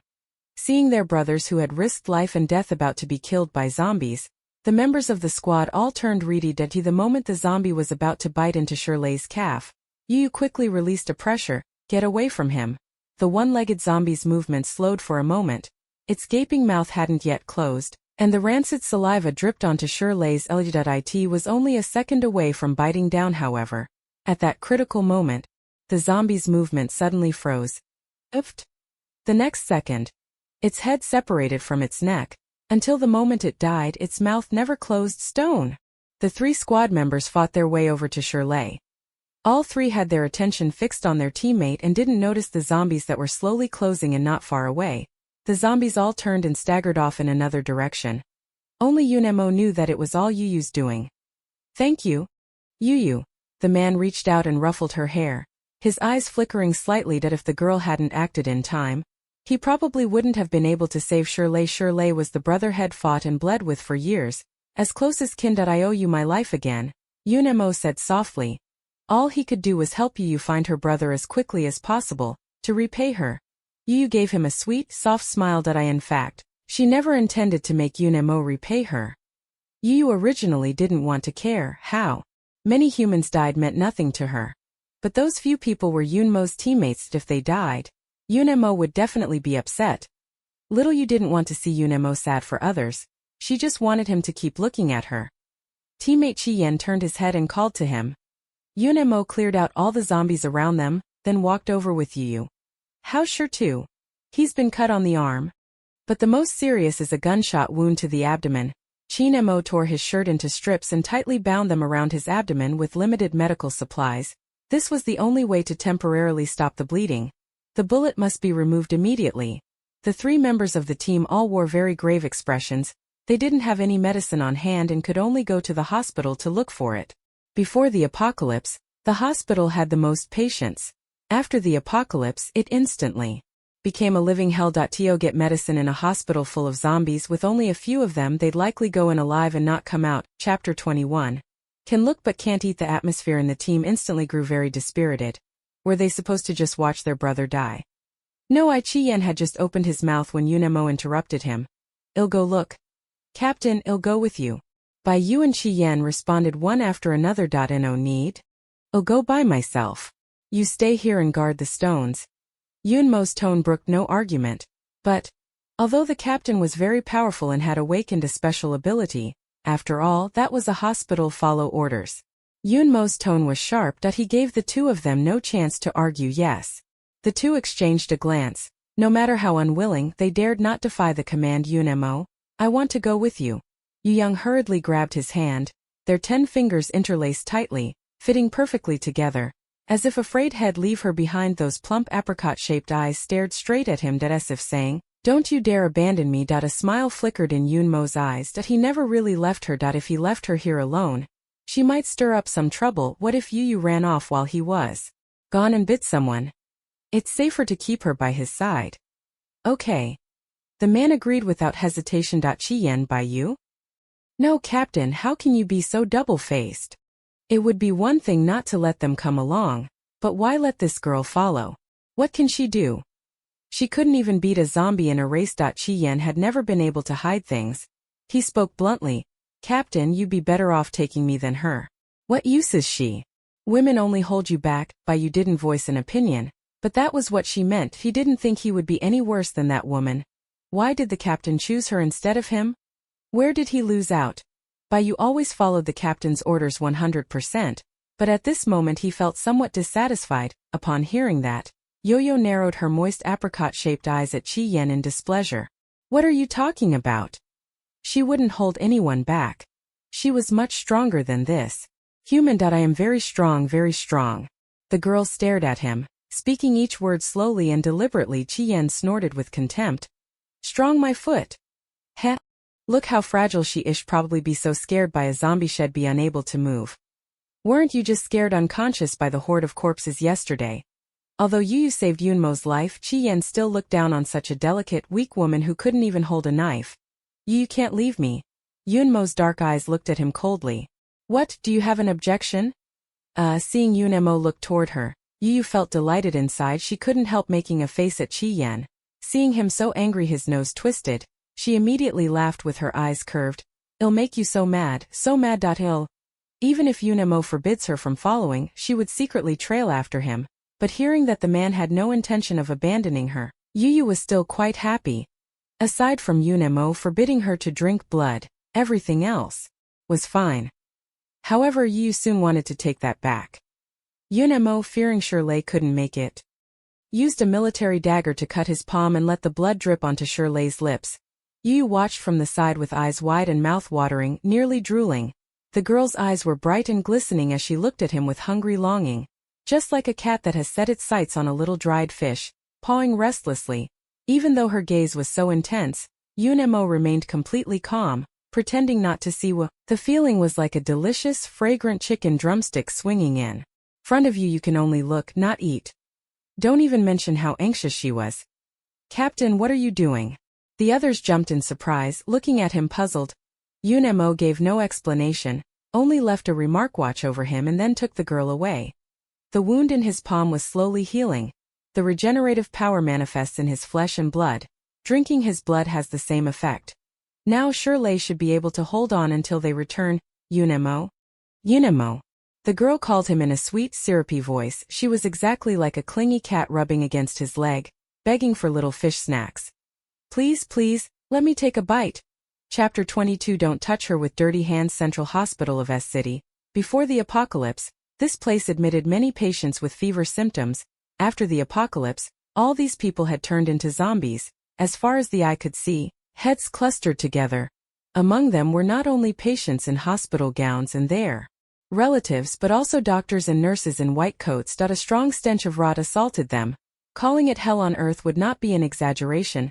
Yunmo stored the SUV in his space and led Yu by the hand as they walked in. Staring at the familiar yet strange hospital building before her, Yu froze all at once. Faint fragments of memory flickered through her mind. Brother, I want to go home. I don't like the hospital. Yo-yo, be good. Don't be afraid. Brother will definitely cure you.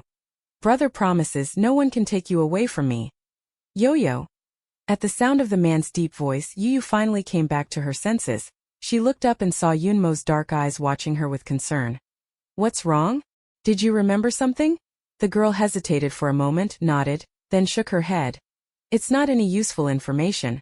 Although there were many zombies in the hospital, having you by my side meant we didn't face any real danger.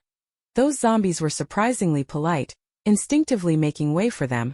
Except for getting excited and letting out a couple of yelps whenever you passed by, it didn't actively attack them. Ho ho! Kid, look at me, kid! Yu wrinkled her nose in disgust. They seem so noisy. The girl's presence was like a pure white flower blossoming from fetid, bloody sludge, attracting countless zombies to approach her. It was exactly like the feverish fangirls before the end of the world seeing their idol. A female zombie in a nurse's uniform couldn't help reaching out toward her. Unfortunately, before she could touch Yu, her hand was chopped off by a spatial blade.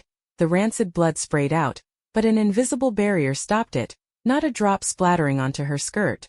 Yunmo wrapped his arm around Yu's waist and pulled her into his embrace.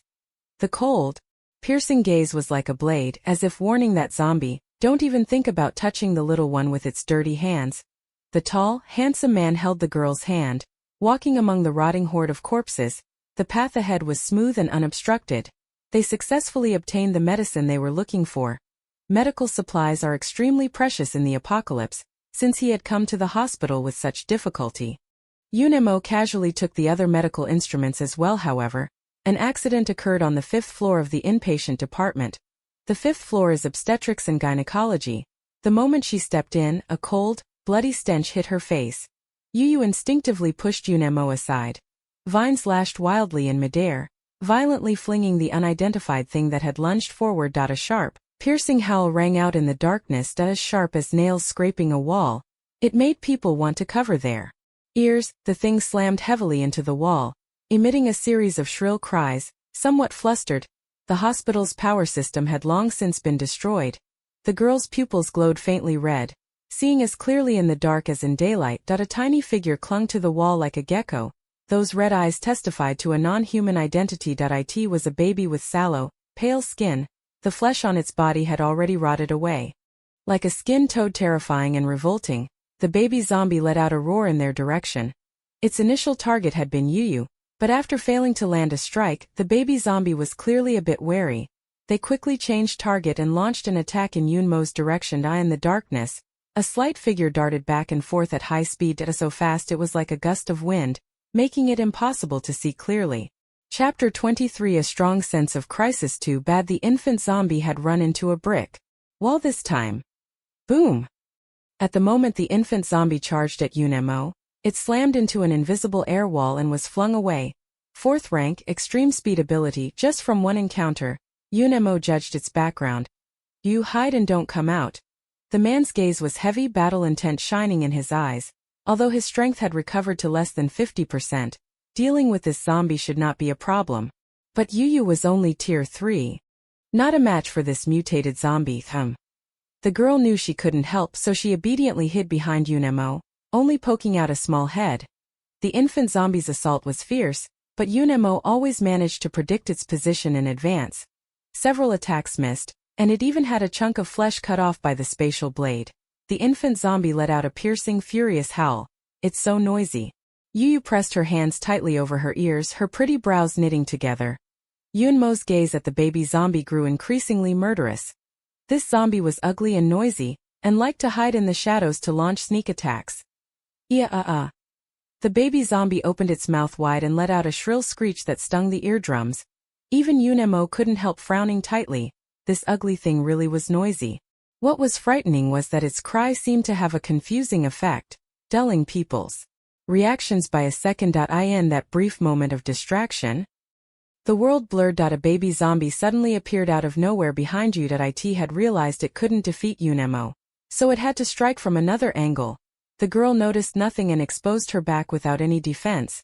The baby zombie stretched its withered, sharp claws toward Yuyu's back, groping at her body. In the blink of an eye, a vine as thick as an arm shot through the air and drove straight into its body, pinning the infant zombie firmly to the wall.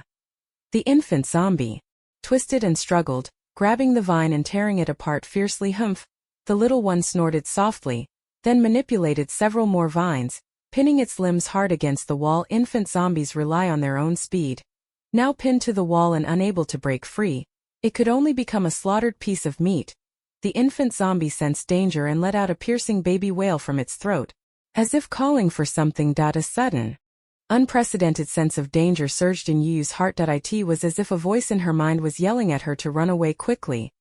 Yunmo couldn't help but grab Yunmo's arm, feeling momentarily flustered. Let's go quickly. She could sense something approaching in the void. It wasn't something she and Yunmo could handle. Yunmo seemed to notice her unease and quickly dealt with the baby zombie. A thin vine slipped into the baby zombie's basketball-sized head and kept churning. Among a pile of red and white objects, she pulled out a transparent, slightly milky crystal core. After finishing all this, Yuyu grabbed Yunmo's hand and quickly left the place. Let's go. No one knew exactly what the infant zombie had summoned. An instinctive sense of danger told her she had to leave quickly. Yunmo didn't ask anything. He bent down and picked the girl up around the waist. Moving with the speed of a leopard, he ran all the way to the hospital entrance. Only then did the crisis in Yuyu's heart gradually subside. They had only just left when a tall, slender figure appeared in the same spot. The man wore a white coat, its chest already stained a broad swath of fresh blood. In the darkness, those crimson eyes were like a bloodthirsty beast devoid of humanity, filled with a cold, violent savagery. Staring at the infant zombie whose head had been destroyed, the red zombie suddenly reached out, and searing flames materialized out of nowhere. Wrapped the baby zombie inside and burned it to ashes. In the bright flames, the man's face was revealed. The left side strikingly handsome, the right side horribly rotted, half like a deity, half like a demon. Chapter 24. Let's see if she still dares to act recklessly. Only after the SUV had driven a fair distance did Yu finally exhale in relief. She was a little worried that dangerous thing might catch up. Fortunately not, Yunemo. Give it to me, I want it. The girl remembered the crystal core from just now and couldn't help looking at him expectantly. Her watery eyes stared at him intently, like a little greedy kitten begging for food. Yunmo's thin lips slowly curved. Of course he knew what the girl wanted. He just couldn't help teasing her a bit. What do you want? I want that. Little Yu couldn't remember what that shiny thing was called and was beside herself with worry. Which one? The man pretended to be clueless. You know, that shiny thing. Yu grew frantic and started searching him with her hands. She just saw Yunemo hide it. It must be on him. Stop! Yunemo inhaled sharply, one hand on the steering wheel, the other hand reaching over to grasp her wrist. The thing isn't here. You're lying. The girl pouted her red lips unhappily, her watery eyes accusingly staring at him. Villain, are you trying to hog her shiny thing all to yourself? That won't do. That's her food. Even if Yunemo won't let her eat, the shiny thing absolutely has to be hers. Younger Young's gaze fell into Yunmo's trouser pocket. Could it be in there? The girl, always willful, slipped her other hand directly into his pocket. Squeak! The SUV made an emergency stop, directly sending a granny zombie crossing the street flying. He came to a halt just before crashing into the flower bed. Found it. Yu grinned triumphantly like a cat that had stolen a morsel. Lin Yu, stop messing around. Yunemo took a deep breath. His black eyes were filled with a rich, profound inkiness. That I told you. I'm not there. His voice was hoarse beyond belief. Yunemo grabbed her struggling little hand forcefully.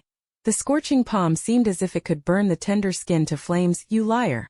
Yu looked at him with a mournful gaze. She had clearly already found it. It must be her shiny little treasure. Give it back to me. That's mine. In a panic, the young girl lunged straight onto the man. Hiss!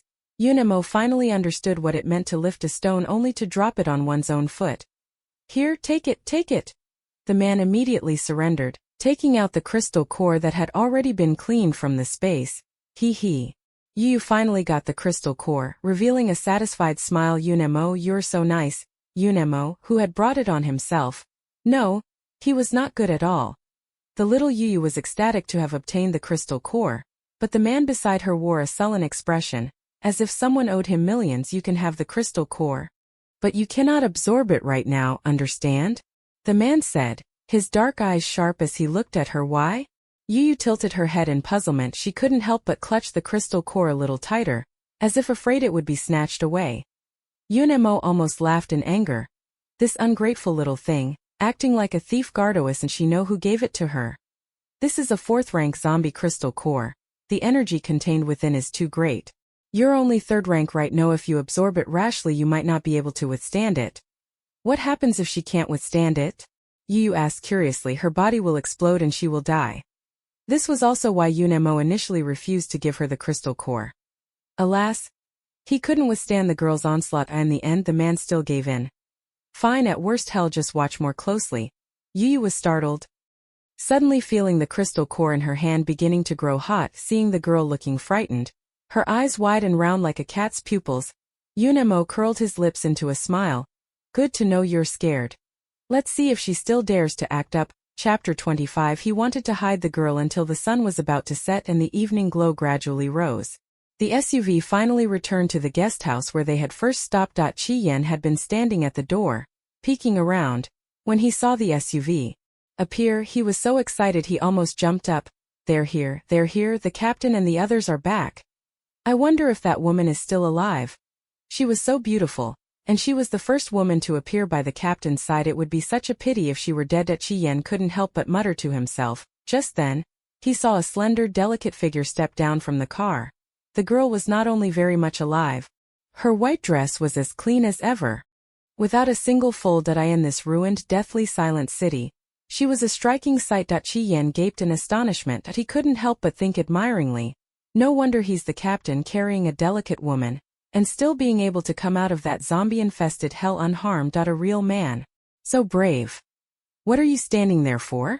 Yunemo really couldn't stand his stupid look. Like a husky, shaking his head speechlessly, he hurried forward to meet him. Captain, you're back? Yunmo's expression was cold, composed and steady.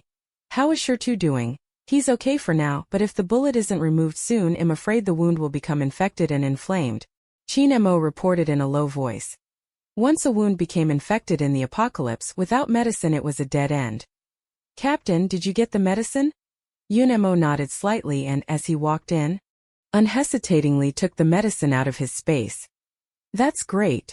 Chinemo finally showed a relieved smile. Even normally taciturn by yes tightly furrowed brow had smoothed out. Shirley had lost a lot of blood. The room was filled with a strong metallic scent of blood. Yunemo tilted his head slightly and deliberately glanced at Yuyu. The girl's pale fingertips twined a lock of black hair. Bored and listless, she seemed unable to care about anything. Little Yuyu wasn't interested in Shirley. The only one she wanted was him. This realization filled Yunemo with an unprecedented sense of joy. The man's cold, sharp gaze had softened, his features like a spring breeze. This showed that, in Yuyu's heart, he was unique. Not just anyone could take his place. Sensing the man's stare, Yuyu looked up in puzzlement, her eyes studying him oddly. Yunemo, what's wrong with you? Nothing, I just thought of something that made me happy. Yunemo lowered his gaze slightly. A smile flickering and then gone from his eyes. What is it? The girl asked softly. His wife is about to give birth. The man's eyes were pleased. Chi Yen looked puzzled. But what does it have to do with you that his wife is about to give birth? As if seeing his question, Yunmo explained calmly that in that case, Shirley will also work hard to live for his wife and children, so that's how it is.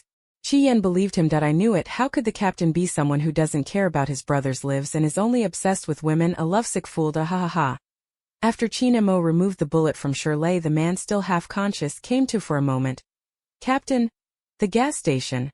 They were all gifted. They took my gun and took Yi Weiwei with them. Go save her. After leaving those few words, Shirley soon became disoriented and fainted again. Yu showed an expression of sudden understanding and a wonder. She always felt something was missing. So it was because that human girl was gone at a gas station? Chi Yen scratched his head. There's a gas station nearby, but isn't that empty? You wait here, I'll go bring her back, Yunemo said in a low voice. He had promised Uncle Yi that he would bring Yi Weiwei back to the base safely, so I have to go this time no matter what. Unfortunately, as soon as Yu opened her mouth this time, Yunemo refused. You stay here and wait for me to come back. Yunemo had seen all kinds of people in his past life and could judge just from Shirley's few words. What kind of scum were they? They only took one woman. Yi Weiwei in the apocalypse, women had only one use. Especially those without powers who were pretty, and Yu was so pure and beautiful. If those trash saw her. Whenever he thought of those obscene gazes falling on the little one, Yunemo couldn't control the viciousness in his heart. He wanted to hide the girl away. Tio cut off those covetous, lecherous looks. Chapter 26. Fragile but ferocious. No. Yu shook her head, those clear, clean eyes fixed steadily on him. That I want to go with you. What can you do if you go? You'll just be a burden. Chi Yen muttered to himself. Yu puffed up in anger, clenching Yunmo's sleeve tightly with both hands. That I want to follow you. Don't even think about abandoning her. The man's deep, sharp features looked somewhat helpless. She thought to herself, he's really clingy. He truly couldn't be apart from her for even a moment. Inside the little convenience store at the gas station. Get away, don't touch me. You scum. Do you even know who my father is? My father is the director of the third base. If any of you dare lay a hand on me, my father will have you killed. Yi Weiwei's voice was shrill and piercing during the struggle. Her long nails raked several bloody scratches across the bald man's face. Smack! The bald man angrily raised his hand and slapped the woman who was struggling wildly beneath him. Damn you stinking bitch, it's your luck that I fancy you. Don't you dare disrespect me. I don't care who your father is. Am God here? The bald man cursed under his breath as he reached for his belt. The pants were only halfway down when a kid with dyed blonde hair suddenly burst in a panic. Bad news, boss, get out. Their fun interrupted for the umpteenth time. The bald man roared and hurled a fireball straight in. The blonde scrambled to dodge. The fireball skimmed past his scalp, nearly singeing his straw-like yellow hair. It wasn't the boss. It was those soldiers who came looking for us, and they injured several of our brothers. Go check it out. Huang Mao stomped his feet in anxiety. The bald man narrowed his eyes, his tone vicious. How many of them came? Just one. The blonde scratched his head. Oh right, he brought a woman too. That woman seems to have some kind of ability, and she looks like a fairy. Remembering that unrealistically beautiful girl. A look of stunned admiration appeared in the blonde's eyes. Not to mention after the apocalypse. He hadn't even seen such a beautiful woman before the apocalypse. She was more attractive than the actresses on TV. Hearing that, The bald man immediately showed a lecherous grin. Since he came looking for death himself, then go take a look. If they killed that soldier, the women would naturally be his. The bald man ordered others to watch the women. Then took Yellowhair and went outside the gas station. The little goons under the bald man's command were all knocked to the ground by Unemo. Deal with these small-time thugs. Unemo, who was trained in special forces, didn't even need to use his supernatural powers. He could leave several of them half-paralyzed. While those people lay on the ground screaming, you used vines to tie them all up. Each was hogtied, bound like a zongzi. The bald man saw this and his expression completely darkened. Useless trash. The bald man glared at Unemo with a vicious look. Did I think you're looking for death? Unemo stood there expressionless, his whole being like a blade drawn from its sheath, his aura extremely fierce. Either hand the person over. Or die, damn it. The bald man spat forcefully onto the ground. Kid, you're too cocky, daring to speak to me like that. Who knows who'll end up dead? As he spoke, the bald man's gaze fell on Yu, who stood behind Unemo. Unemo's tall figure blocked most of the girl from view, but you could still tell that half-visible face looked pure and pretty, especially those eyes glistening with moisture. It stirred in people the urge to defile her, to stain her purity.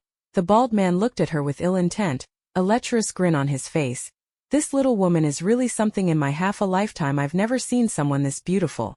Playing with her would be a real thrill. Just imagining pinning this girl beneath him made the bald man's breathing falter, his blood boiling all over.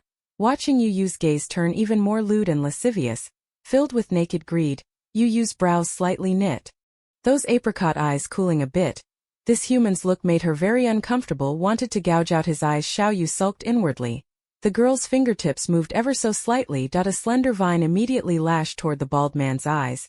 The bald man caught a flash of green before his eyes. He didn't have time to think and immediately unleashed his powers. A fist-sized fireball reduced the vines before her to ash. The bald man's face darkened. He had indeed underestimated this woman, but so what? Fire naturally overcomes wood. Even if her supernatural ability was strong, it wouldn't be of much use. The bald man couldn't help but show a smug smile. I advise you not to make any useless resistance. There had been others with powers who tried to kill him before, but those people were all dead, each one dying more horribly than the last. Therefore, the bald man didn't take these too seriously at all. What could a wood-type ability possibly do? As for Unemo, he looked down on him even more. This man never showed any powers from start to finish. He should be like that soldier before. Another powerless nobody without abilities with the apocalypse upon them. Now is the age of the gifted. No matter how skilled an ordinary person is, what good does it do? Can a bullet really be faster than his power? The bald man smiled confidently, flashing a mouth of rotten yellow-black teeth. Disgusting. Come here, little darling. Come to your brother. Let brother spoil you. If you're willing to follow me, you'll be the happiest woman in this apocalypse. Otherwise, the bald man's tone shifted, becoming vicious. When I kill this man, you'll still end up under me. I won't be so gentle then. Yunmo's eyes darkened, a murderous chill flickering in their depths. At that moment, a fierce urge to kill surged in the man's heart. Yu frowned. She didn't like this human. This human gave her the same feeling as a filthy zombie. Just want to crush him to death. Even one more look is painful to the eyes. Something this ugly doesn't deserve to live. It might as well die. The girl suddenly laughed, and that laugh was like a blooming epiphyllum, unbearably beautiful. The bald man's eyes went wide in an instant. However, the next second he felt a sharp pain in his brain, as if an invisible giant hammer had struck his crown with great force. The bald man clutched his head and rolled on the ground in pain. Yu gave a light hum, like a child pleased with a successful prank. So what if he burned her vines? She had more than one ability. Hearing the bald man's painful wail, the girl seemed in a great mood, smiling with crescent eyes, looking simple and beautiful. However, in contrast to that was her ruthless method. The bald man hadn't yet recovered from that bout of pain when two slender vines had already slid into his eye sockets. Stirring wildly in his eye sockets. You make me very unhappy. The childish, delicate voice sounded like a gentle breeze, but at this moment, falling on the ears of the bald man and the blonde, it was as terrifying as a demon. So I'm going to punish you. Things that the little one doesn't like, destroy them. The bald man's piercing scream echoed through the sky as blood continuously gushed from his eyes. Boss Yellowhaired fell to the ground with a thud in terror. His gaze toward Yu filled with dread. This girl is so terrifying. No matter what, Yellow-haired never expected that this seemingly fragile and innocent girl would strike so ruthlessly and cruelly. What's even more terrifying is a bald second-tier esper who relied on his fire powers to run rampant in the apocalypse, had killed countless people, among them other espers, but in front of the girl, he didn't even have the slightest ability to resist. Chapter 27. Yunma's Minu's eyes shifted, her gaze falling on the blonde standing beside her. She hadn't finished speaking when the blonde kid went pale, his knees gave out, and he dropped to his knees, sobbing and begging for mercy. Don't kill me, don't kill me. It's not my fault, I didn't do anything. Auntie, please spare my life, I'll do anything, I'll be your beast of burden, whatever you want. The blonde kid cried and begged while banging his head on the ground. She didn't stop until her head was battered and bleeding. All right, Yuyu. Yunemo suddenly held her hand. Yuyu's beautiful eyes were full of confusion. Yunemo, what's wrong? Seeing the man with a stern face, the girl asked cautiously. Are you angry? No, just let me handle this kind of thing next time. Yunemo held the girl's soft little hand, his voice low as he spoke. Don't dirty your hands. This kind of trash doesn't deserve the blood on his little girl's hands. The little one nodded lightly, like an obedient, well-behaved kitten. Yunemo reached out and covered her pretty eyes. At the same time he used the spatial blade to sever the bald man's tendons in his hands and feet. First, he hadn't intended to kill Baldy, but he shouldn't have looked at Yuyu with that disgusting expression. As for yellow hair, he aided the wicked, following Baldy and committing many evil deeds. Yunemo didn't kill these two outright, but he did cut off their hands and feet. The few people stationed at the small supermarket heard the noise and all rushed out. Boss! Those men saw the bald man's miserable state and immediately turned and ran. They were never very capable. They rode roughshod around the bald man, now that their biggest backer had fallen and they couldn't even guarantee their own safety. Of course they prioritized fleeing to save their lives. In the blink of an eye, the ragtag group under the bald man's command, some wounded, some running scattered, even he, this lone commander, became half dead and listless. After dealing with those people, Yuyu followed Yunemo into the small supermarket. Brother Yunemo Yuweiwei had her hands tied to the supermarket's metal shelves. The moment she saw Yunemo appear, she was so excited she was almost in tears. Brother Yunem, I knew you wouldn't abandon me, please save me. In the supermarket besides Yuweiwei, there were 3 other women, all scantily clad, their exposed skin mottled blue and purple, and marked with deep bite marks. It was not hard to imagine what kind of torture these women had endured at the hands of the bald man. Before the end of the world, the bald man was a thug and rogue. After the apocalypse, he awakened a supernatural power, gathered a few underlings and began to run rampant, ruling and dominating in the end times. Relying on his supernatural ability, he robbed many people along the way. The men he killed outright, and the women who were pretty he kept as tools for relieving his desires. All 3 of these women had been taken by him to prevent them from escaping. The bald man put ropes around their necks and tied them up like dogs. After enduring this period of life worse than death, they had long since lost hope for the future. Their expressions blank and numb. They still couldn't quite come to terms with it until the moment Yunemo and Yu rescued them. They couldn't believe it. The bald man who had tormented them for so long and those nightmare-like days were really over just like that. Woo! They didn't know who started crying first. The other 2 women broke down and cried along with her. If only something had happened to you a little earlier, if you had shown up sooner. Maybe my husband wouldn't have had to die. A short-haired woman choked on her words. She especially stared at the girl beside Yunemo, who was being very well protected and still looked radiant and immaculate despite living in the apocalypse. That woman felt even more furious and resentful. Why do they have to suffer this kind of thing?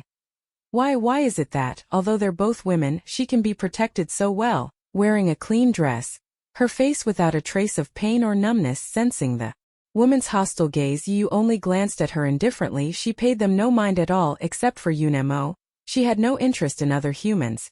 Even if their suffering was extreme, it could not move her. The girl was born emotionally deficient and simply could not empathize. Yunemo had encountered people like this many times in his past life. The man looked at that woman with cold, sharp eyes. A single look from him completely shut that woman up, leaving her inwardly a little fearful. Ooh, brother Yunemo, I knew you still care about me, otherwise you wouldn't have come to save me. The moment Yu Weiwei broke free from her restraints, she threw herself into Yunmo's arms. You have feelings for me, don't you? Yu Weiwei hugged Yunmo's waist tightly. She had been doted on since childhood and had nearly everything she wanted. She had never been wronged. That Yunmo had treated her like that before brought her immense humiliation. With Yu Weiwei's proud nature, she originally didn't want to see him again. But this trip out made Yu Weiwei realize a harsh reality that it wasn't the old world anymore. Her family background counted for nothing. For an ordinary person like her without any special abilities, if she couldn't find someone powerful enough to protect her, what would she do in the future?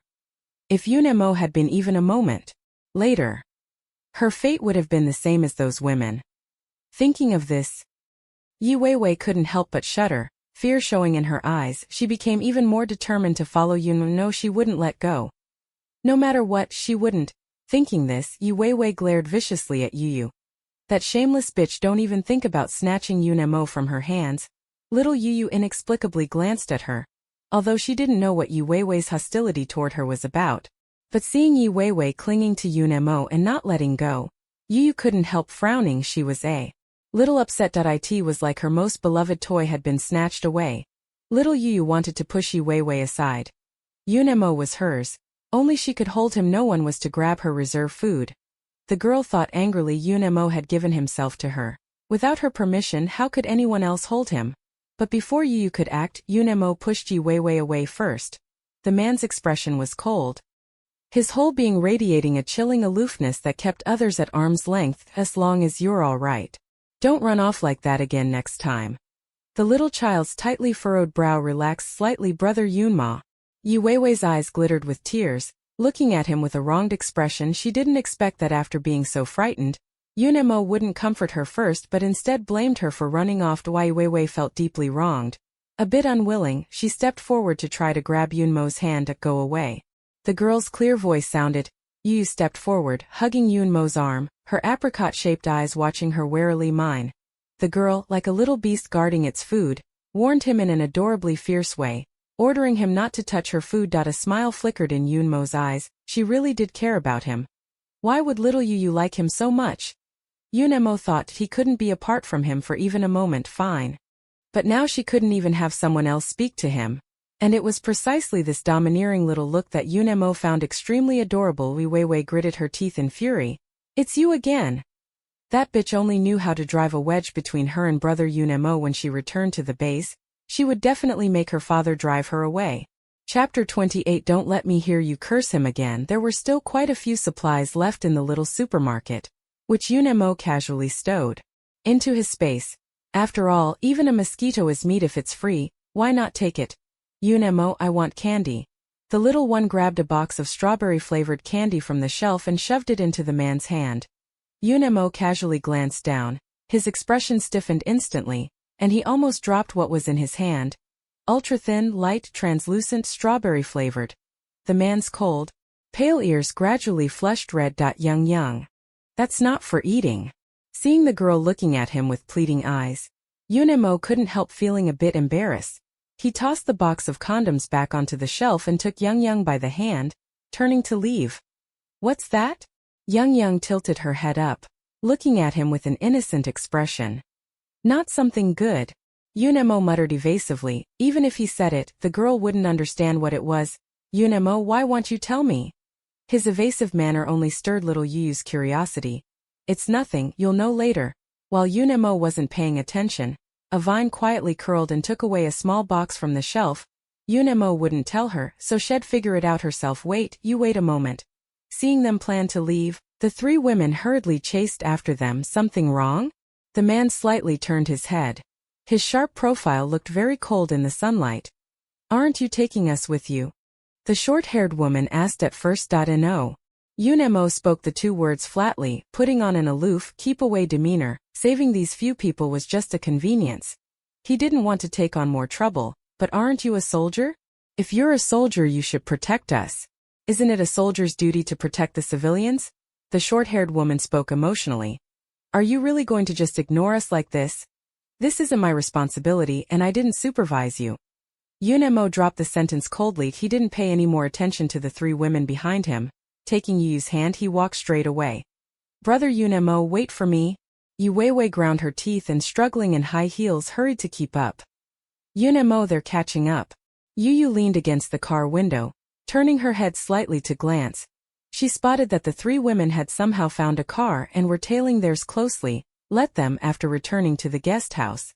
The moment the car stopped, the three women came over. They sent over a woman with a delicate, pretty face to talk. "Hello, I'm Gu Yun." Yun first introduced herself and the other two women. The short-haired woman was called Huang Ying, and the remaining timid, cowardly woman was Su Yu. After the introductions, she finally told them their purpose. "I heard you came from the third base. Could you take us with you? Don't worry, we'll pay." The payment Gu Yun mentioned was a box of instant noodles and bottled water they had taken from the small shop. After speaking, the woman looked toward Yun Mo with some nervousness. She felt a bit unconfident. She wasn't sure whether Yun Mo would agree after all. He was powerful and didn't lack supplies like these. And besides, these items were picked over by Yun Mo. They were just following behind to grab the leftovers. Probably because they were afraid Huang Ying would offend Yun Mo if she spoke up. The two had instructed her in advance. When she heard Gu Yun intended to bring out so many supplies, her expression only changed slightly. Although she was impulsive, she wasn't stupid. She knew this man was hard to reason with. If they offended him, then they would truly have no way out. After all, the three of them were ordinary people who couldn't even kill a zombie. If they didn't find a protector, they certainly wouldn't be able to get out of this damned place. Under Gu Yun's anxious gaze, Yun Mo spoke coldly. "That if you want to come with us, fine, but you're responsible for your own safety. I won't protect you." Hearing this, Gu Yun felt a little disappointed but still nodded. Okay, she had already realized that this man, though he seemed cold, wasn't entirely heartless. Otherwise, he wouldn't have left any supplies for them just now. He could have taken everything. Unfortunately, although Gu Yun could see things clearly, he had a muddled pig of a teammate. On what grounds? Having been given so many supplies, Huang Ying was already dissatisfied. The moment she heard that, she immediately began to shout.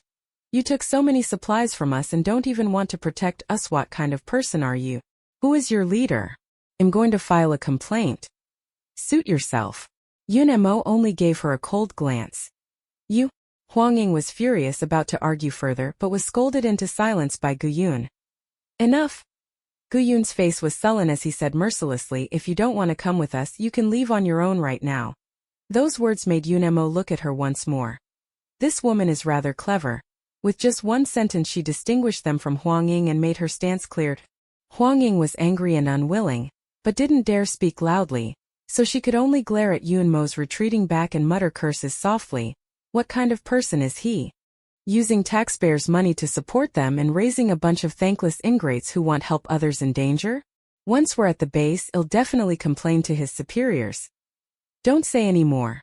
Gu Yun's face was sullen, wishing he could shut her up. What an idiot! If she really offended someone, let's see who would still take her along. Huang Ying shouldn't think she could outrun the zombies, right? Am I wrong?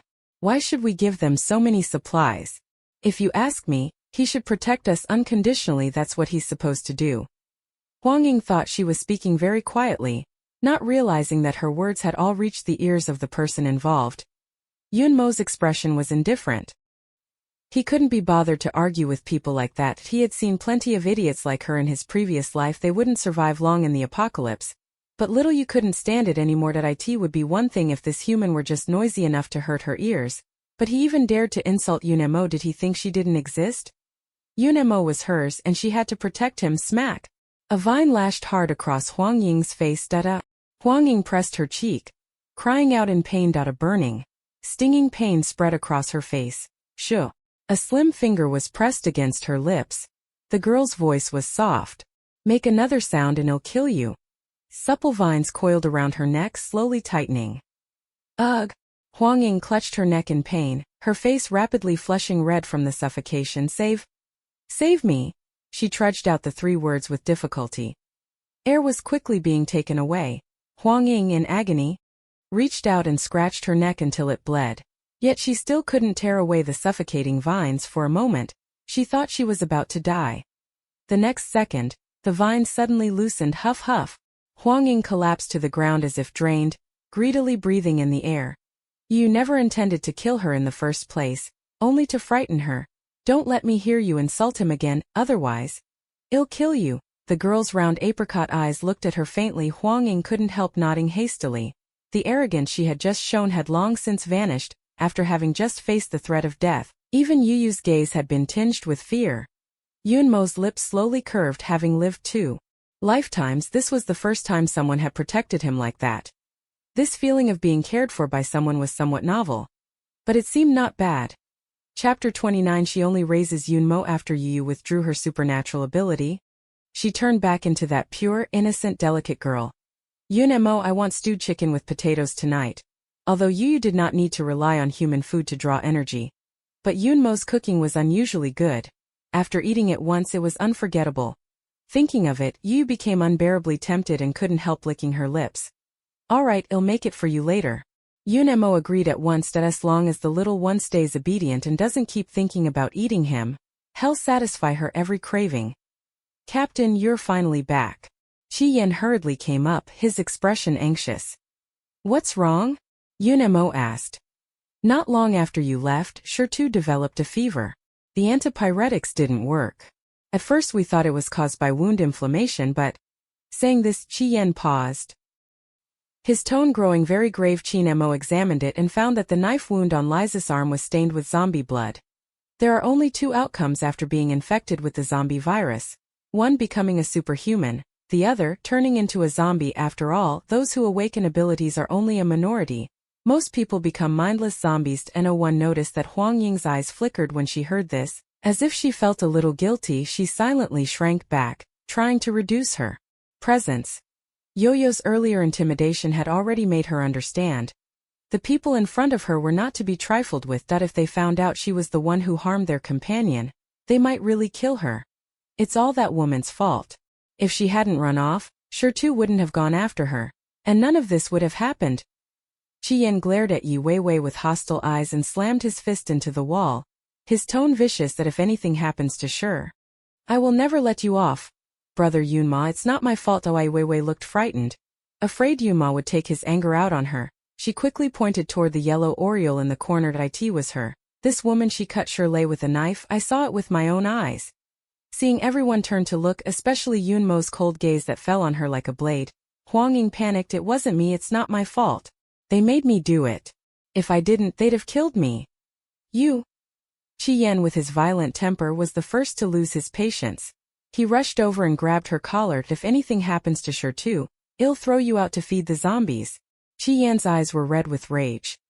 Please spare me, I really had nothing to do with it. It was Baldy and the others who threatened me. I had no choice. Huang Ying's legs went weak with fear. She couldn't help but sob uncontrollably. She was trying to arouse even a shred of their pity. If I don't do it that way, hell, kill me. Damn it. Chi Yen slammed his fist hard against the wall behind her, glaring at her in fury. Frightened, Huang Ying kept screaming, clutching her head and crouching down, crying with snot and tears.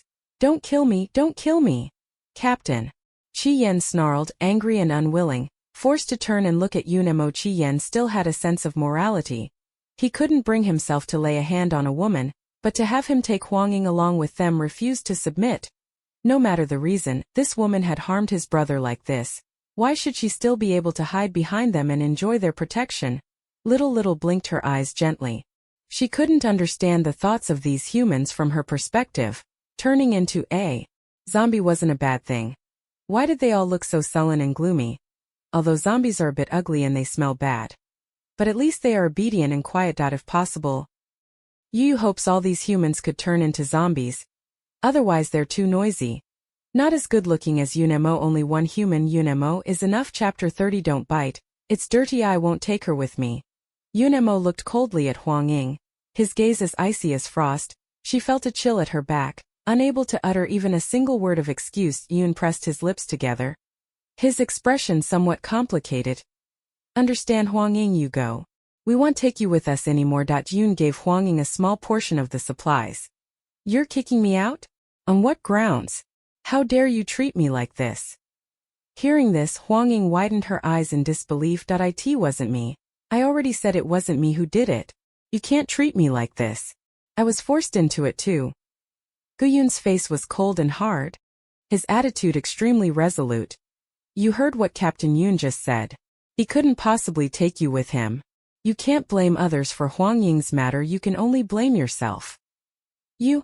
Huang Ying glared at her, then turned to look at Su Yu. I asked that what you think too. So you opened her mouth as if to say something, but in the end she dismissed the thought. People are selfish. They could never offend Yunemo just for Huang Ying. Only by relying on Yunemo could they get to the city base. I'm not leaving. Why should I leave? If I'm going to die, we'll all die together. Don't you dare abandon me. Huang Ying gave up, smashed the pot and threw a tantrum, plopping down on the ground and kicking up a fuss. Qi Yan was so furious he laughed instead. Does she take him for dead?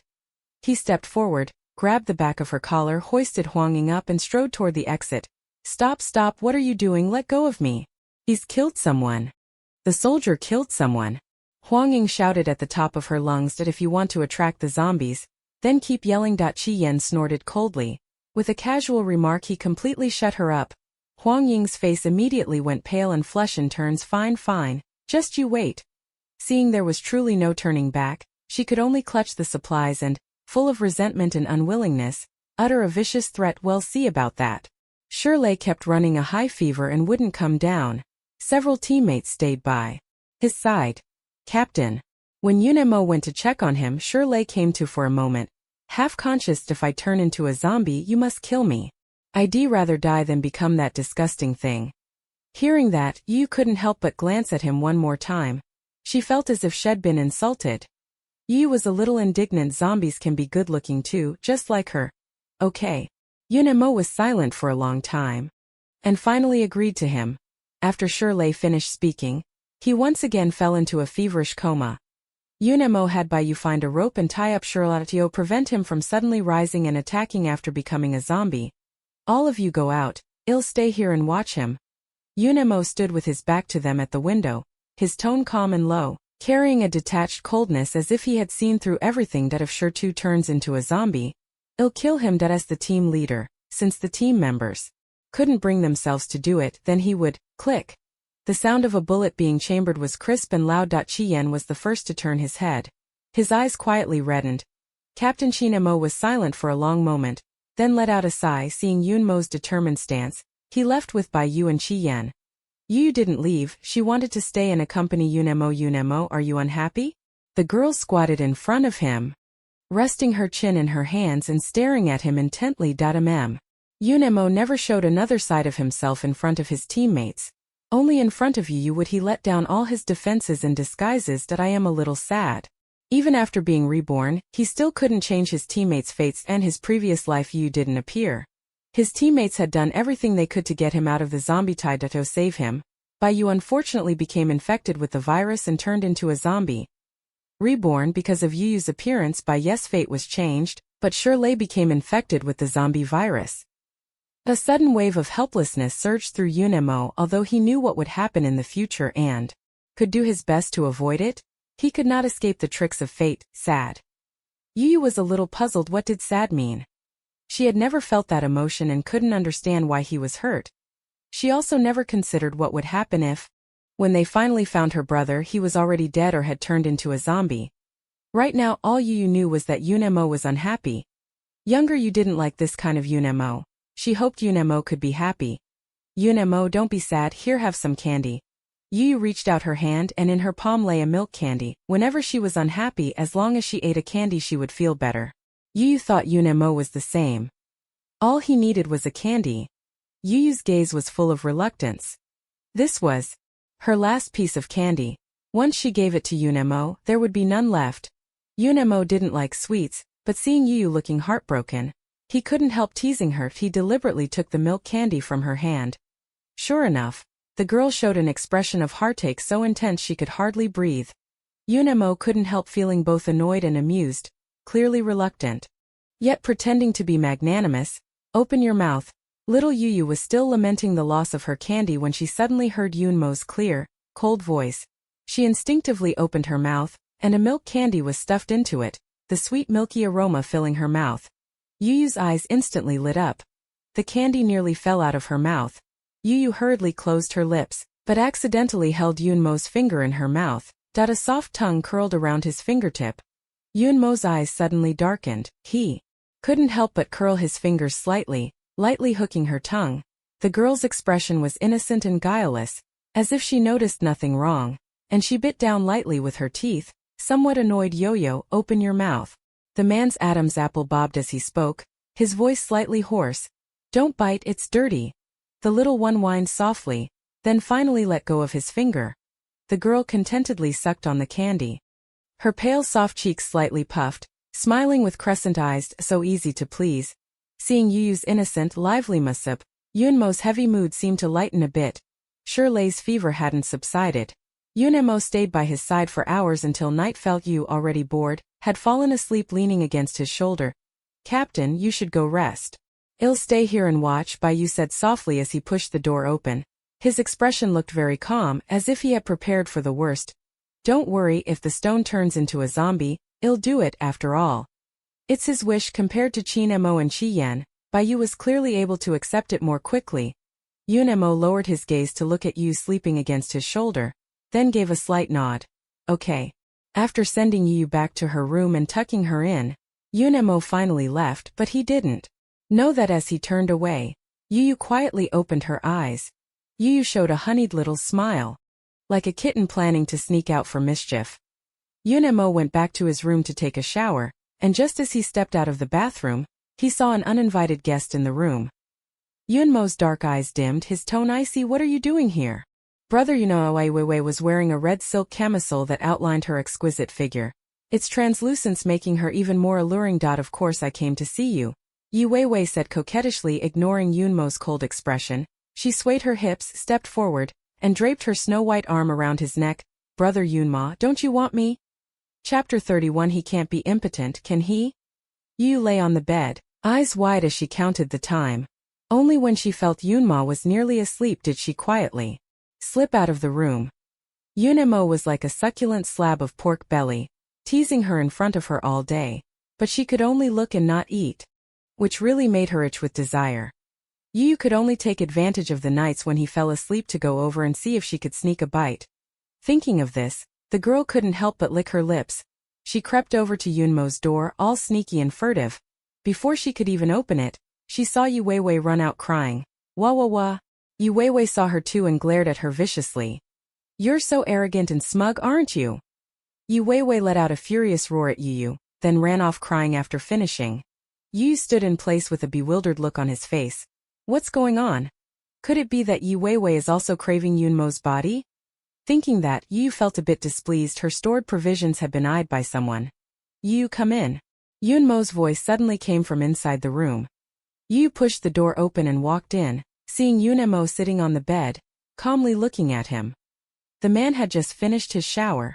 Wearing a white bathrobe with the collar slightly open, revealing well-defined pectoral muscles, Yo-Yo's gaze fell on his chest and she couldn't look away for a moment. The girl stared at him intently, her look so direct it was as if she wanted to devour him. Yunmo suspected that if he didn't stop her, Yo-Yo might pounce on him in the next second. The man's ears warmed slightly. He hurriedly drew his collar closed, covering himself tightly so not a scrap of skin showed. What are you doing at the door? Yunmo narrowed his dark eyes. Could it be she was planning to sneak into bed again? Yu showed no guilt at all. Yunmo stared at her, and she stared right back, speaking with complete confidence that I came to sleep with you. The girl's eyes were clear and pure, which only made Yunmo feel that his thoughts were filthy. Men and women should not have physical contact. Go back to your own room and sleep. I want to sleep with you. Yu pouted her red lips in displeasure, her apricot-like eyes gazing at him softly. You don't want to sleep with me? Are you going to sleep with someone else? No. When has he ever slept with someone else? I just saw Yu Weiwei came to sleep with you too. Yu snorted heavily. She stayed behind to watch the stored food. Otherwise, what if the dogs gnawed it? It's not what you think, Yunmo said with a hint of amusement. Yu Weiwei's way of sleeping is not the same as hers. That I don't care. I'm going to sleep with you. Yunmo pressed his brow with a slight headache. For the first time he felt the headache that comes with taking care of a child. But seeing the young girl's pouty, jealous look was quite pleasing to him. That if you drive me away, I'll go sleep with someone else. The little one huffed. You dare. Yunmo's gaze instantly turned dangerous. Lin Yu, you dare try it with someone else. The girl was enticing without realizing it. Yunmo could restrain himself, but that didn't mean others had no impure thoughts. The thought that Yu might be groped by some other pig. Yunmo was so angry he wanted to kill. Not even the brothers who risked life and death with him were allowed. Then you sleep with me. The girl's voice was soft and sweet as she spoke. The man seemed somewhat helpless but still agreed, all right. Outside the door. Chi-Yen was about to raise his hand to knock on the door, and when he heard that, his hand froze in midair. Holy shit! Chi-Yen widened his eyes in terror. Could it be that their captain's chastity of many years won't be preserved tonight? He couldn't help pressing his ear to the door, trying to eavesdrop on the situation. Maybe he misunderstood. Yunemo. Then you have to promise me only sleep and nothing else. The little one's voice sounded very disappointed. Really nothing else can be done? No. The man said firmly. Not even a little lick? Yu asked. Not giving up to no. Yunemo looked like a chaste husband determined to defend his purity to the death. If you dare grope me, I want sleep with you next time. Chi-Yen, eavesdropping outside, changed color again, his face flushing red and white in turns. A lone man and woman, deep in the night and all is quiet. Would it be normal for something to happen? There's no way they're just covering up and sleeping. Any man would be unable to resist. Unless the captain can't perform. Chi-Yan's expression was subtle. Frog. Fun. Could it be that the captain really can't do it? Chapter 32. Just treating her as a sister. Yang had no idea how big a misunderstanding her actions had caused. She just felt that Chi-Yen was looking at her oddly today, as if there was a trace of silent grievance, as if she had stolen his man. Yu tilted her head, voice thick and sweet as she asked, what are you staring at? I'm asking you. Chi-Yen looked around furtively and like a thief asked, did you sleep with the captain last night? Yu nodded, yeah. Then didn't you two do anything else? Like the things lovers do. What are the things lovers do? Yu asked, puzzled. She thought this human was really strange. What else could he do besides not sleeping at night? What she loved to do was eat Yunemo, but Yunemo wouldn't allow it. Even licking is not allowed. Yo-Yo felt a bit wronged. Stingy cloud emo, you don't know? Chi-Yen asked her suspiciously. You guys didn't do anything last night, just covered yourselves with blankets and slept, did you? When Yu nodded, Chi-Yen immediately sucked in a breath. Oh no. It turned out the captain really was useless. Chi-Yen. Yunmo's cold voice was tinged with chill. What are you talking about? Chi-Yen felt a chill down his back, stiffly turned around. Ahaha, captain. Now whenever he saw Yunemo, his gaze couldn't help but linger on a certain spot. Frog fun. Who would have thought the captain would be all looks and no use?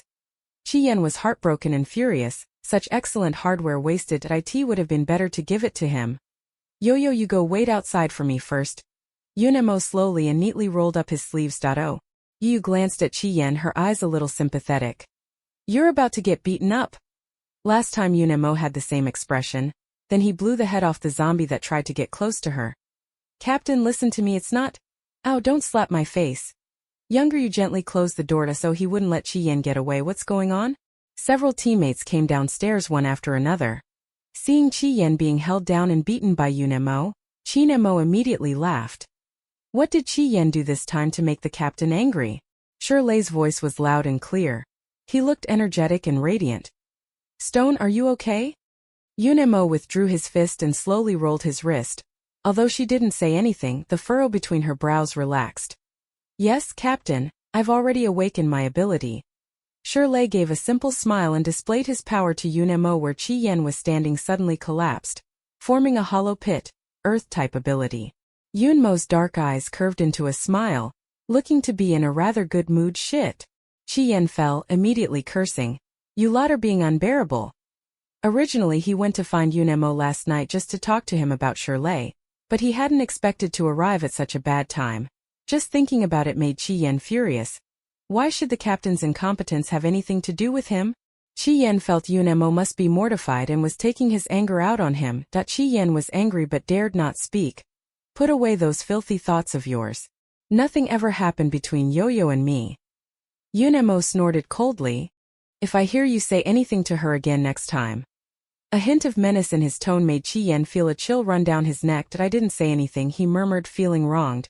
You were the one who dragged her onto the bed. And now you won't even let people ask about it. What? Shirley was so frightened his eyes popped wide like copper bells. Captain, you already have a girlfriend? Even Chi-Nemo and Bai-Yu looked toward Yunemo. This news was even more shocking than the arrival of the apocalypse. Their team captain was pure and ascetic, guarding his virtue like jade for many years. Captain, didn't you say women only slow you down when you draw your sword? Could it be that this cold-faced Yama had finally had a change of heart? Little Yu won't. Yunemo answered without hesitation. Seeing his teammates' strange expressions, Yunemo only then realized what Head said and hurriedly explained. Don't read too much into it. I just treat you like a little sister. The first human the girl came into contact with was him. It's only natural that she is so dependent on him. She can't do without me, so I have to take care of her. Yunemo didn't want his teammates to misunderstand the nature of his relationship with Yu. The girl's mind was innocent. How could he possibly take advantage of her? Huh. Qi Yan burst out laughing. Come on, whose brother and sister end up taking care of each other in bed? Qi Yan was rough and careless, remembered the food but not the beatings. He said aloud what everyone was thinking, without fear of death. The end result, of course, was that he got beaten again. Now the looks the teammates gave Yunemo were all very strange. I didn't expect you to be this kind of captain. Jing City Research Institute, basement level 1. Researchers in white lab coats hurriedly walked between the experimental chambers, recording every piece of experimental data. Professor Jing, it seems there's been an accident with subject 05 over there. Professor? Professor Jing? After the assistant called several times, Jing Ruyue only then slowly came back to her senses. None of that matters. Jing Ruyu's voice was urgent and rapid. Put these experiments aside. Right now, send someone to Yuntian base to find a person named Yunemo, and make sure you bring him back to me. The assistant nodded, then looked a bit puzzled. But Professor, what's the use of finding this person? That would be incredibly useful. Jing Ruyue smiled meaningfully, a sharp gleam flashing in her eyes. He can be a great help to our experiment. He might even unravel the mystery of the apocalypse, and no matter how many zombies are dissected here, none are as valuable for experiments as a single Yunemo. That's right. Jing Ruyue was reborn. Yunemo didn't hesitate to blow himself up, taking the entire research institute with him. But what she hadn't expected was that when she opened her eyes she had returned to the early days of the apocalypse. Since she's back now, the most important thing, of course, is to find Yunemo. Can this catastrophe be ended, and humanity's future saved? Hope rests with Yunemo. If she is given just a little more time, she will surely find a way to end the apocalypse. And also go find another zombie. Jing Ruyue remembered that the zombie king who nearly wiped out humanity in her previous life was first reported from S City. We must kill it before it has a chance to grow up. If not, that zombie king will become humanity's doom in the future. Professor Jing, does that zombie have any distinguishing features? The assistant asked again. After all, there are thousands upon thousands of zombies in S City. Without a target, how would we find it? Jing Ruyue pondered for a moment. That zombie displayed a very strange behavior. It hunted exclusively 17 or 18-year-old girls. Keep a close eye out. If you find any zombies showing this behavior, kill them immediately. In the previous life, the zombie king always hunted 17 and 18-year-old women, but it would capture them and not eat them. This purposeful hunting seemed as if it were searching for someone. At first, no one paid attention until later, for reasons unknown. The zombie king, like a lonely male lion that had lost its mate, suddenly began to rampage and go amok. It ordered the zombie horde to besiege the human bases at all costs, refusing to spare a single human. The final result was that humanity was nearly wiped out, with only a few survivors left. Even now, Jing Ruyue still recalls it with lingering dread. Remember, at all costs you must kill that zombie. And no matter what, bring Yunemo back. The assistant's expression turned stern. Yes. Chapter 33. Should he have killed her? Sure lay this time gained from misfortune. Not only did he not turn into a zombie, he also awakened Earth-based supernatural powers. This made Qi Yan extremely envious. Do you think if I let a zombie bite me once, I might awaken powers too? Qi Yan looked eager and restless. Before the apocalypse they were the fittest special forces soldiers. After it, even ordinary people awakened abilities, yet only they had none. The survival environment after the apocalypse was brutal. Zombies still had room to evolve, and ordinary people faced enormous survival pressure. Only those with abilities could live on. Qi Yan, of course, was unwilling to be just an ordinary person. Not just him. He was sure the other teammates felt the same. Qi Yan stroked his chin, pondering the feasibility of the matter. Yunemo snorted coldly while driving, mocking his fanciful notion. You can try it. Don't worry if you turn into a zombie. I'll personally blow your brains out. It wasn't that he meant to rain on his parade. After infection there was only a 5% chance of becoming an ability user. It's not that no one thought about doing that. It's just that most people had already become part of the zombie horde. I just think about it sometimes. Qi Yan completely abandoned the idea. but still felt somewhat unwilling. Heaven is really unfair. Even that little fool Lin Yu has a supernatural ability, why don't I? Qi Yan said bitterly. Hearing that, Yu suddenly lifted her head and looked at him with a distant gaze. Yun Mo, he insulted me. The girl's soft, syrupy voice was full of grievance. Yu is not a little fool. Yun Mo held the steering wheel with one hand and used his free hand to gently pat her head in comfort. Qi Yan, if I hear those 3 words from you again, you can get off the car. The man's voice was cold, yet carried a powerful sense of intimidation. Not saying any more, not saying any more. Qi Yan sulkily rubbed his nose, his survival instinct strong as he clamped his mouth shut. After all, the team leader never joked what he said. He meant to do. Yu huffed in a childish way, thinking that next time she'd make sure a zombie bit Qi Yan's, but first. For some reason, Qi Yan suddenly shivered. The convoy moved at full speed, only stopping for mealtimes and otherwise pressing on. Yun Mo wanted to return to the base before the storm hit. But as it turned out, man plans are no match for heavens. The storm arrived earlier than expected. The once clear sky suddenly darkened, thick, heavy clouds obscured the sun and filled the sky, not a sliver of light piercing through. Although it was daytime, the whole world felt as gloomy as night. Huff huff. The growls of zombies echoed from afar. Adding to the desolate terror. A storm is coming. Yun Mo's expression darkened. They had already driven out of City's downtown and were now in the countryside. Yun Mo immediately told the team to stop and found a 3-story self-built villa in the village.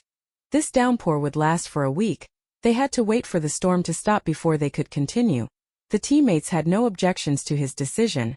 Yun Mo's choices never went wrong. Only, looking at the suddenly raging downpour, it carried an oppressive atmosphere as if it could destroy heaven and earth. Everyone felt a heaviness in their hearts. At this moment they still did not know that the heavy rain was only the beginning. The weather in the end times would become increasingly extreme, and humanity's living conditions would grow ever more difficult. Yu stood by the window, lifted her head, and stared at the gloomy sky for a few seconds. For some reason, her emotions grew increasingly restless. She didn't even know what she was anxious about. The moment the torrential rain began, Yu suddenly felt an urge to run outside. That downpour seemed to carry some kind of power. Not only her, even the zombies in the village kept stumbling into the rain one after another, their hissing and roaring rising and falling. Yu, what are you doing? Her wrist was suddenly grabbed. Yun Mo's cold voice rang out abruptly. Only then did Yu slowly come to her senses and realize she had walked to the door without any awareness. Just one more step and she would step into the curtain of rain. Yun Mo, I want to go out.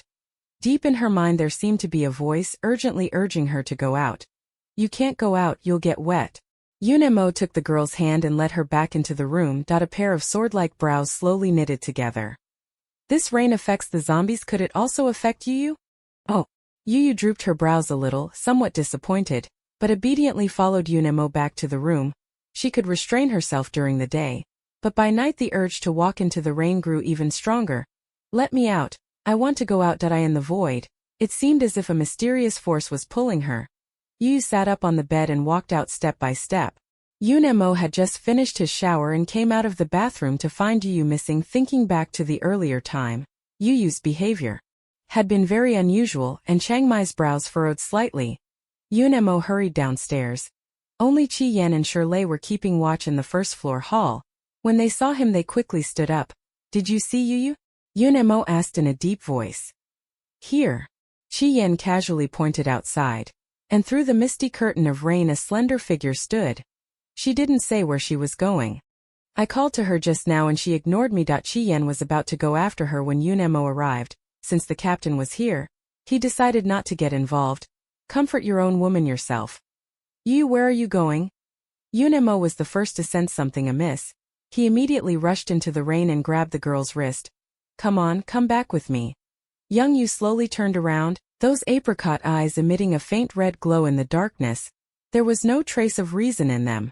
Instead, a hint of madness appeared. Yun Mo felt a chill in his heart. Crash!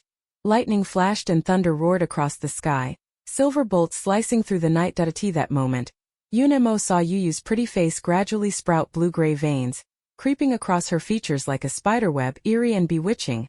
The girl's eyes were blood-red, gleaming like 2 rubies in the darkness. Yet there was not a trace of humanity in them. Instead, it was full of savagery. A word surfaced in Yunmo's mind. Zombification indeed. The girl's current appearance was no different from that of a zombie. Yunmo's dark eyes grew heavy as his hand gradually moved to the gun at his waist. The next second, Yu suddenly lunged forward. It was as if a tremendous force erupted from her body, pinning Yunmo to the ground with a thunderous thump. Those blood-red eyes stared fixedly at him, without a trace of clarity. The girl let out a broken, hoarse, beast-like roar from her throat. Ha! And now the only thought in Yu's mind was to walk into the rain. Everyone who tried to stop her had to die. She couldn't make out who the person in front of her was at all. Her mind was filled with the thought of killing this human before her, tearing him apart. Yu Young, don't you remember me? Yunmo's gaze tightened as he tried to rouse the last sliver of the girl's consciousness. He hadn't expected that this rain would affect Yu so much. Yunmo's heart sank heavily. Yu has turned into a zombie. Can she ever change back? Yunmo was unclear after all. He had never seen a second case like this besides Yu. If Yu couldn't recover the memories and sanity belonging to a human, what would they do? Kill her? Roar. The girl opened her mouth at him. Her pale teeth were sharper than before. She lowered her head and bit toward his neck. Yo-yo. Yunmo caught her by the throat with one hand, stopping the girl's action. Yu's emotions became wildly agitated. She turned her head and bit down on his arm. Her sharp fangs pierced his skin, tearing fiercely like a frenzied, crazed beast. The strong metallic smell of blood gradually spread. This seemed to further provoke the girl, who was turning into a zombie. This moment Yu couldn't remember anything. Only her bloodthirsty nature remained. Chapter 34. Wanting to melt her into his body, Yu almost tore a piece of flesh off Cloud Mo's arm with sheer force. Heh. The girl's throat emitted an off-key hiss. Xiaoyao, look carefully at who I am, Yunmo said in a deep voice, his black eyes solemn. Reason told him that he should kill Xiaoyao right now. After all, she could no longer be called human. She had completely become a zombie. But, seeing the girl's beautiful crimson eyes, Yunmo really couldn't bring himself to do it. Yunmo pinched the back of her neck with 2 fingers, took out a bundle of hemp rope from the space, intending to bind her for the time being. But the next second, Yu suddenly let go of him, turned, and ran into the pitch-black curtain of rain. The girl's slender figure vanished into the darkness in the blink of an eye. Captain Chi Yan's shout rang out from behind, stay here. Yunmo left only these words, then immediately chased after Yu. Yu had now completely turned into a zombie.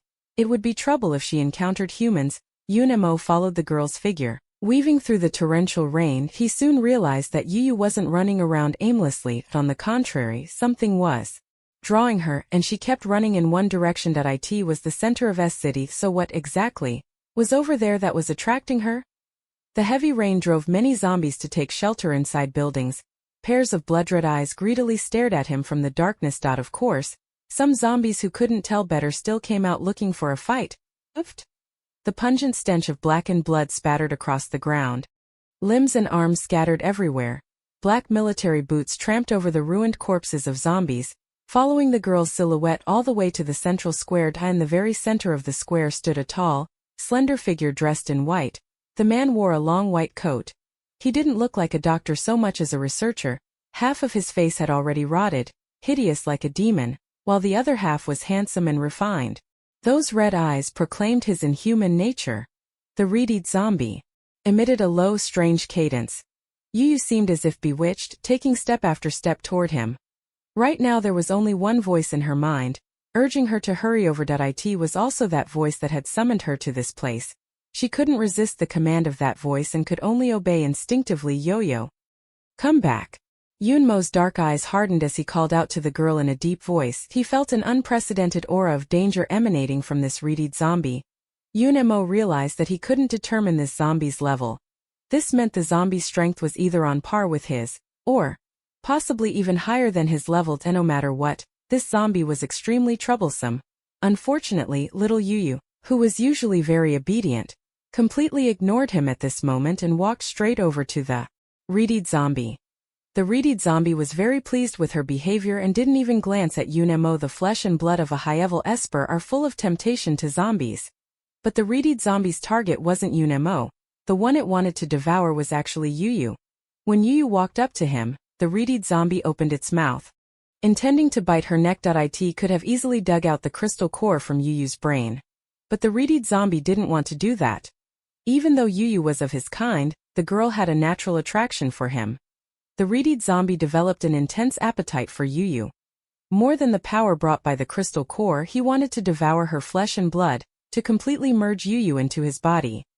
Yunmo's dark eyes suddenly narrowed sharply, and he immediately launched an attack. The reedied zombie sensed danger, immediately released the girl in his arms, and darted aside to avoid his attack, but he was still a step too slow. An invisible spatial blade cut open his chest, exposing the organs inside. Roar his feeding interrupted. The reedied zombie was thoroughly enraged, let go of the little one, and turned his attention to Yunmo. However, the next moment something strange happened. The reedied zombie's chest wound slowly closed at a rate visible to the naked eye. It soon returned to its original state. As if it had never been injured, Yunmo's pupils contracted slightly, his heart sinking heavily. The zombie in front of him, astonishingly, had the same ability as he did: infinite regeneration. Unless the crystal core in his brain was destroyed, it was impossible to kill him. Yunmo's earlier attack had completely enraged him. The reedied zombie immediately dropped Yu and launched an attack on him. The searing flame surged forward with intense heat. Next came another bitter, soundless wind blade. Yunmo raised his psychic barrier to block his psychic attack. Dual-type psychic ability. No, that's not right. When the reedied zombie produced a space blade identical to his, Yunmo understood immediately how unbelievably overpowered the zombie's ability was. Ability copying. Yunmo suddenly remembered that in his previous life at the research institute, just before dying, he had overheard Jingruyue and the others talking. That happened 10 years after the apocalypse began. The Zombie King summoned all the high-level zombies to besiege the base. It was the most serious crisis the Light Base had ever faced, and no one could kill the Zombie King. Because he not only had infinite regenerative abilities, but also the power to replicate. Even the strongest human every attack was useless against him. It seemed humanity was left with only one fate, waiting to die. Later he detonated his own power. The massive energy wave swept through the entire research facility and base.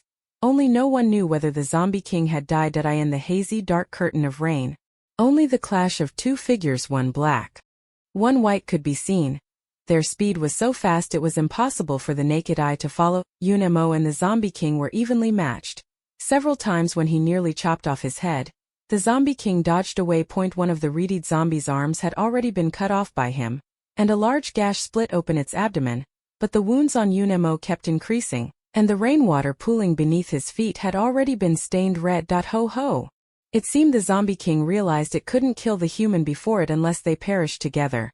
The Zombie King immediately changed its objective and issued an order to Yu. Kill this human. He is the Zombie King, able to command all the zombies in the world. The already zombified Yu could not possibly disobey his orders.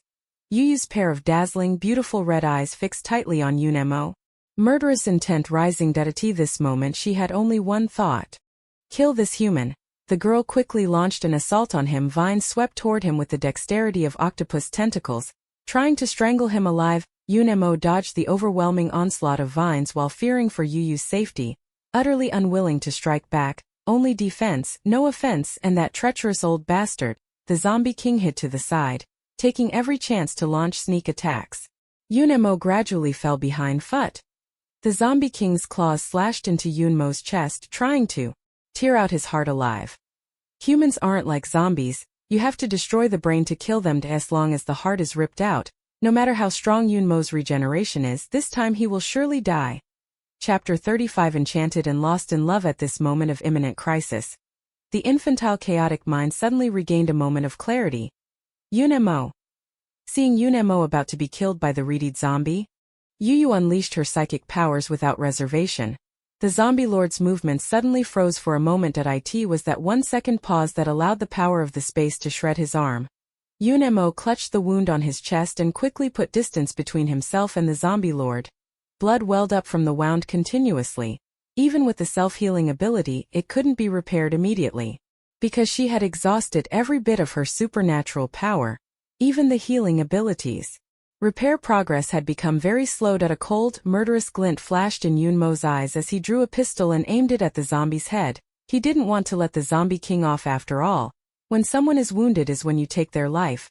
Unfortunately, the Zombie King was still the Zombie King.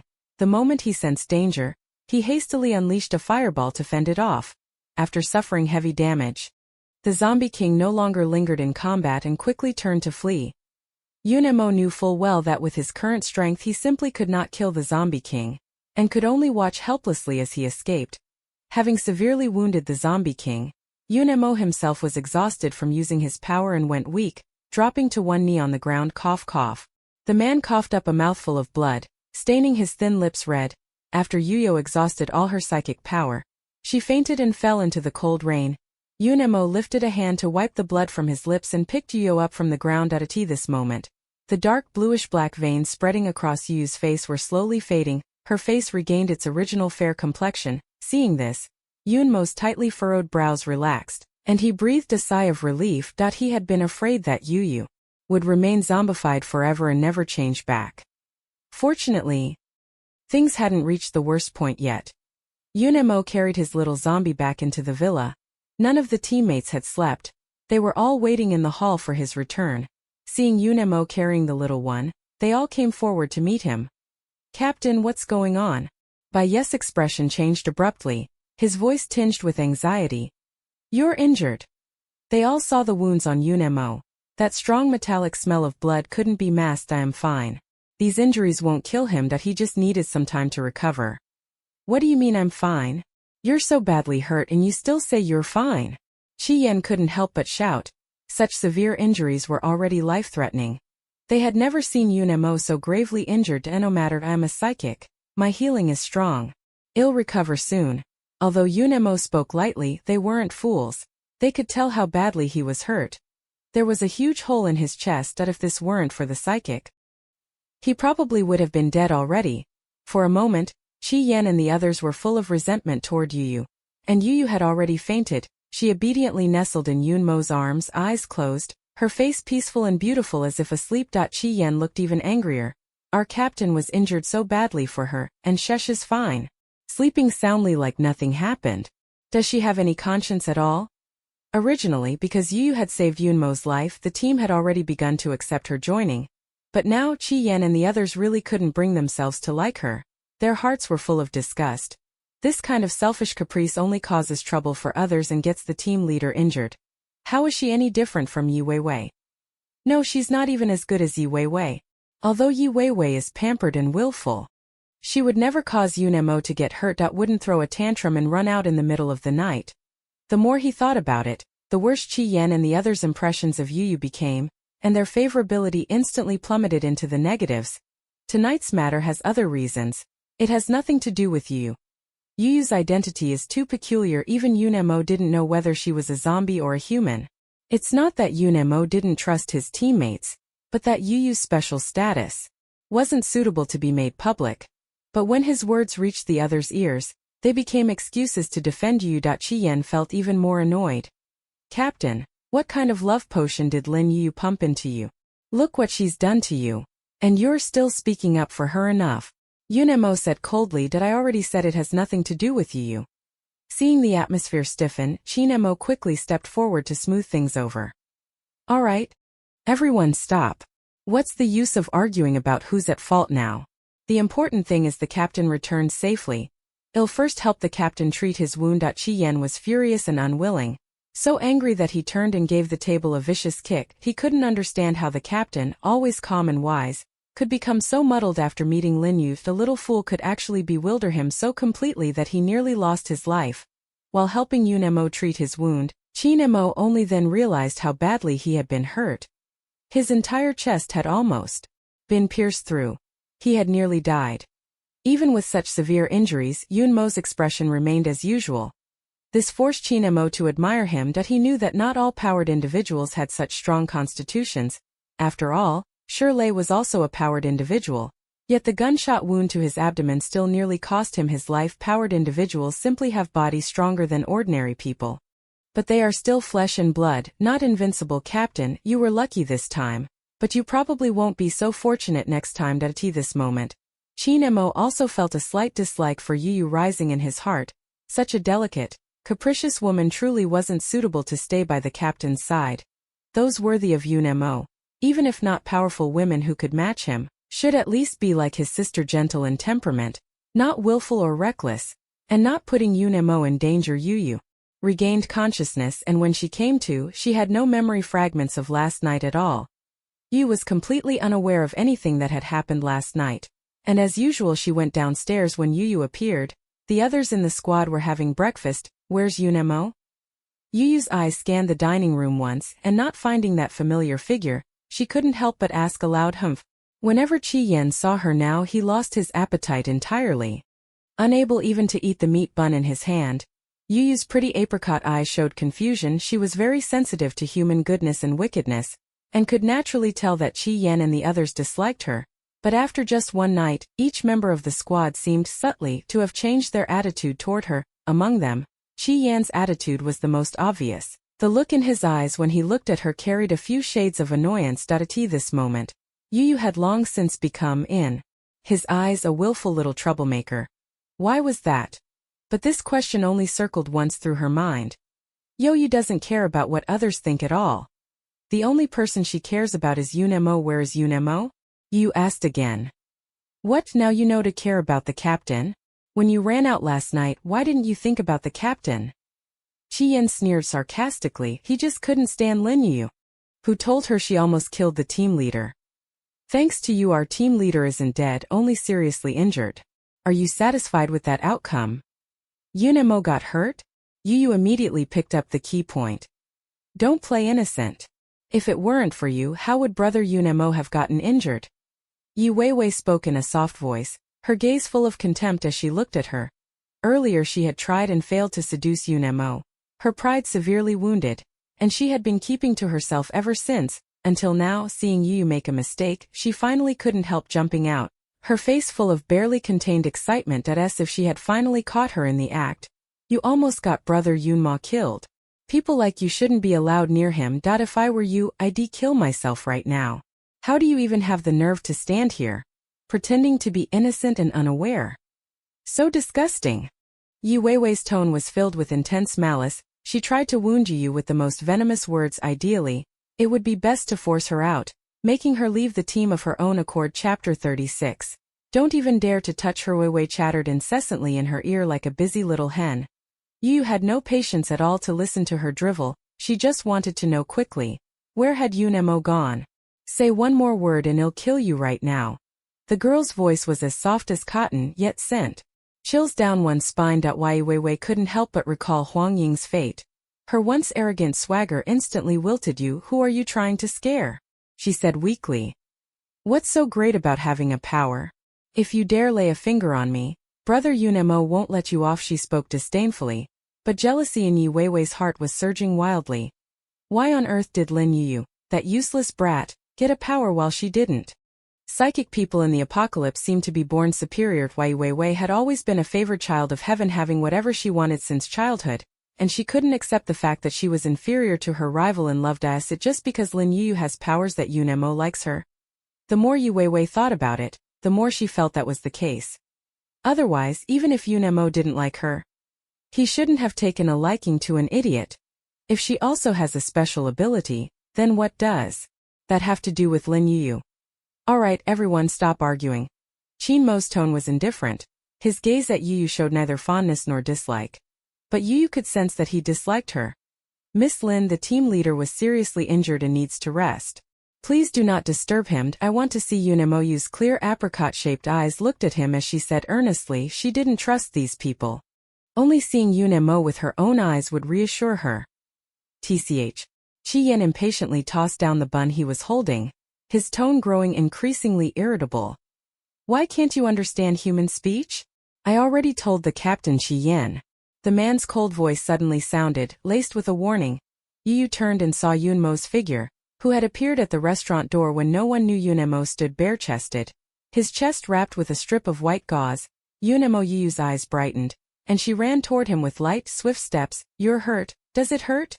Yu reached out her fingertip and gently poked the gauze on his chest. The white gauze slowly seeped red. It's bleeding. Yu was so frightened her eyes went wide and round. With a swoosh she pulled her hand back, like a child who had done something wrong. looking at him helplessly. At this moment Yunemo had, in Yuyu's mind, become a delicate little man. She didn't even dare to touch him again. I am fine, Yunemo said in a deep voice.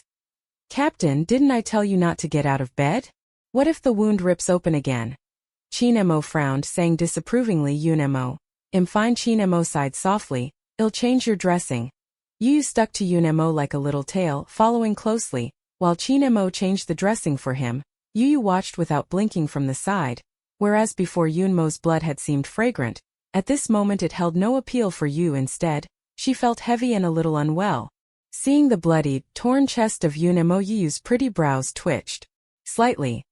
Once again she realized how fragile humans are. One careless moment and you could die. Yunemo, did I cause you to get hurt? Little Yuyu's mood suddenly sank. She hadn't protected her human. Almost killed him. These words made Chinemo look at her again, his gaze as if to say, who else could it be if not you? No, it has nothing to do with you. Yunemo gave a light laugh, his tone without the slightest hint of reproach. The one who injured me was that zombie. How can I blame you for it? As for the young child turning into a zombie and attacking him, Yunemo said nothing. He didn't want the little girl to blame herself. Speaking of which, I should thank you. If you hadn't helped, I might have already been killed by that zombie. Yunmo's words were not only to comfort Yuyu, but also directed at Chinemo. He had seen the teammates' opinions of Yuyu and naturally didn't want such a thing to happen. Chinemo said nothing. After changing his bandages, he picked up the medical kit and left. Although Yunemo said it had nothing to do with her, Yuyu was still very unhappy that a zombie had actually hurt a human she knew without her knowing. Truly unforgivable. If it weren't for Yunmo's strength, he'd probably have been eaten by now. The thought of it, Yuyu bristled in anger like a cat whose tail had been stepped on. She didn't get to eat Yunemo, and no other zombie would get a bite. Yunemo, don't be afraid, I will help you get revenge. A faint smile flickered in the man's eyes. I'm not afraid. Speaking of which, this matter felt odd. Zombies eating people is instinct. Only when there's no food would they turn on their own kind and cannibalize. Yet a high-level psychic was just standing there. The zombie king happened to have no interest in him at all. Instead it went after you. Why is that? Yunemo frowned slightly, sinking into thought. Could it be that there was something about Yuyu that attracted it? Yunemo was utterly baffled. The only certainty was that the zombie king wouldn't give up so easily. He would surely make a comeback. Yuyu said she would avenge Yunemo, and she wasn't joking. While Yunemo was resting, Yuyu secretly left the villa. The torrential rain never stopped. The whole world had slipped into darkness. If not for the clock, it would have been almost impossible to tell day from night. Going out in such conditions was undoubtedly an extremely dangerous move. After all, this kind of weather didn't affect the zombies. It actually made them more active. What is she trying to do now, looking for death by going out at a time like this? Chi-Yen said impatiently, I'll go check. Shirley, worried, stood up and walked toward the door. Although Yuyu is a psychic, the impression the girl gave them was too strong, delicate and weak, needing others to protect her. Does it matter what she does? Chi-Yen reached out and stopped him. Your wound hasn't healed yet, don't end up like the captain. Chi-Yen snapped, if she wants to die, who can stop her? Let her go. You can save her for a moment, but you can't save her for life. Don't blame him for being heartless. After all, Lin Yuyu had only been known to them for less than a week, and Chi-Yen naturally cared more about his teammates. Even the captain, so powerful, returned gravely injured. That shows how dangerous it is out there now. It's one thing for Lin Yuyu to court death on her own, but don't drag his brothers down with her. But, Shirley hesitated for a moment. But what? Is your superpower stronger than the captain's? Now Shirley had nothing to say. Because of that single hesitation, by the time he thought to pursue, Yuyu's small figure had already vanished into the torrential rain. What if something happens to her? How will Captain explain that? Shirley asked, a little worried. Big brother, sure, don't worry about her. We've already tried to persuade her. If she won't listen, what can we do? Yu Weiwei said hypocritically. In her heart she thought viciously that it would be all the better if Lin Yu died out there. Yun and Suyu remained silent. They are not members of this team, so they have no say in matters like this. But Gu Yun thought that Yu didn't seem like someone so willful and reckless. Chapter 37. Don't raise zombies. Just raise Yunemo. You're awake. Yunemo opened his eyes and saw Yuyu cupping her cheek, her glazed, beautiful eyes staring straight at him. Seeing that he had finally woken up, Yu was very happy and couldn't wait to say, Yunemo, I brought you a gift. A gift? Yunemo casually turned his head and unexpectedly met a pair of eyes that refused to close in death. Rows of zombie heads were neatly arranged on the bedside. Do you like it? Yu's eyes sparkled as she looked at him. She didn't know which zombie had injured Yunemo, so she grabbed a few zombies at random, cut off their heads, and brought them back to him. Facing those grim, distorted heads one after another, Yunemo couldn't possibly utter the word like, "You don't like it?" Seeing Yunmo's expression of being at a loss, Yu already knew the answer and couldn't help feeling a little disappointed. Yunmo's mouth twitched, unwilling to disappoint the girl. He was about to say those two words against his will. At this moment, Yu suddenly held out a large handful of sparkling, beautiful crystal cores. On closer inspection, besides transparent ones, there were red, blue, green. They looked exactly like a bunch of dazzling, beautiful gems. They were all second and third tier zombie crystal cores. Before the heavy rain ended, second and third tier zombies were not common. Out of 100 zombies, there might be only one. No one knew how far Yu had run to find so many crystal cores. Do you like these? Little Yu acted like a wealthy patron, spending lavishly just to win a bowtie smile. Yunemo, all of this is for you. Yu knew Yunemo had been injured, but she couldn't give him anything good, so she could only fetch more crystal cores for him. I like it. Yunmo's dark eyes twinkled with amusement. A warmth surged in his heart. All of his powers had been drained. These crystal cores were exactly what he needed right now. Thank you. I really like them. To the words, the girl smiled with crescent eyes, looking extremely happy. Although Yunemo didn't blame her, Yu still felt it was her fault. It was all her negligence that caused his human to get hurt. The only thing Yu could do was bring Yunemo more crystal cores to make up for it. I'll give you this. 1-2.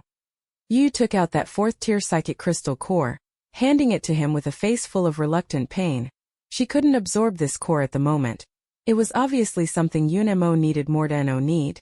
These are enough for me, Yunemo said, feeling somewhat amused. After all, he had given it to Yu in the first place. There was no reason to take it back. No, take it. Yo-Yo forcefully shoved the crystal core into his hand, striking the imposing demeanor of a domineering CEO as she declared with conviction, keep my crystal core, and from now on you're mine. If you're hers, you must behave obediently and not refuse her. She was his. For some reason, Yunemo suddenly thought of the betrothal gifts. The man's ears gradually turned red. Ahem. Did he just sell himself? The heavy rain had continued for a week, and finally that morning the clouds dispersed and the rain ceased. After a week of rest, Yunmo's injuries had mostly healed. After absorbing that 4th rank primary crystal core, Yunmo's supernatural ability had already reached the late 4th rank. However, the former Zombie King's strength still lingered slightly above his. After a heavy storm, the Zombie King's strength had certainly increased considerably. Zombies evolve far faster than humans. With only him alone, it would probably be very difficult to kill the Zombie King.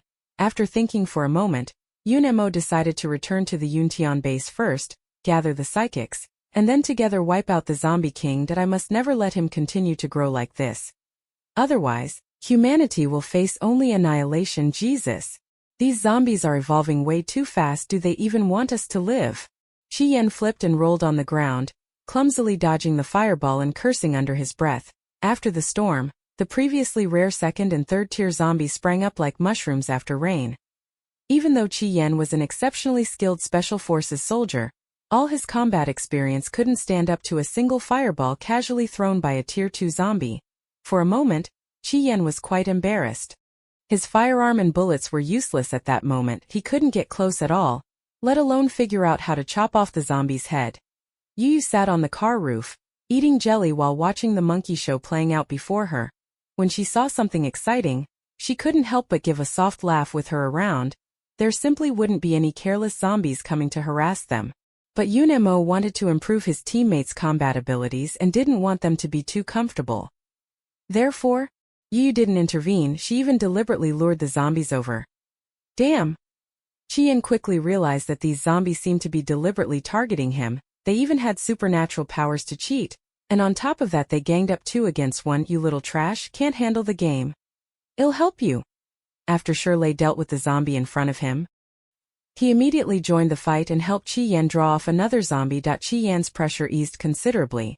He focused intently and seriously on dealing with this single mutated zombie. Second-tier zombies may have abilities, but they're not that powerful, just a bit faster than ordinary zombies. After spitting out several fireballs and missing each time, the second-tier zombie's power was instantly drained. It couldn't even produce a single spark. Chi Yan had been wearing it down up to this point, waiting for exactly this moment. When he chopped off the second-tier zombie's head, his teammates' taut nerves finally relaxed. Only Young yawned boredly, her apricot eyes filling with watery light. These humans are so weak, not even as strong as her Zhuang. Huh, that's not right. Where's Zhuang? Yu stared blankly for a moment, her fawn-like innocent eyes showing confusion. Only then did Yu belatedly realize something was wrong. It seemed like she lost Zhuang. What are we going to do? Little Yu instinctively sought help from Yunemo. Zhuang is gone. Seeing the girl's anxious expression, Yunemo patiently asked, who is Zhuang? It is the zombie I raised. Yunmo's brow twitched heavily. Zombies? Yu nodded heavily. Is it important to you? Yunemo helplessly pressed his forehead. I never would have imagined that Yu would even come with a family in tow. They were almost at Yuntian base. Going back to City S now to look for a single zombie was obviously unrealistic. There are so many zombies across the city, or should we even start looking? Moreover, S City still has the potential threat of a zombie king. Going back now would obviously be an unwise decision. But when he saw Yu looking at him with hopeful eyes, Yunemo couldn't bear to disappoint her. Shall we raise another zombie? Okay? The man's tone was exactly like someone coaxing an innocent child. Or Yunemo cleared his throat twice, his expression a little awkward. Don't raise a zombie, raise me instead. Yunemo never would have imagined that one day he'd fall so low as to be compared to a zombie. But to dissuade Yu of that idea, Yunemo could only sell himself hard. Am I worse than a zombie, Yu? What it can give you I can give too.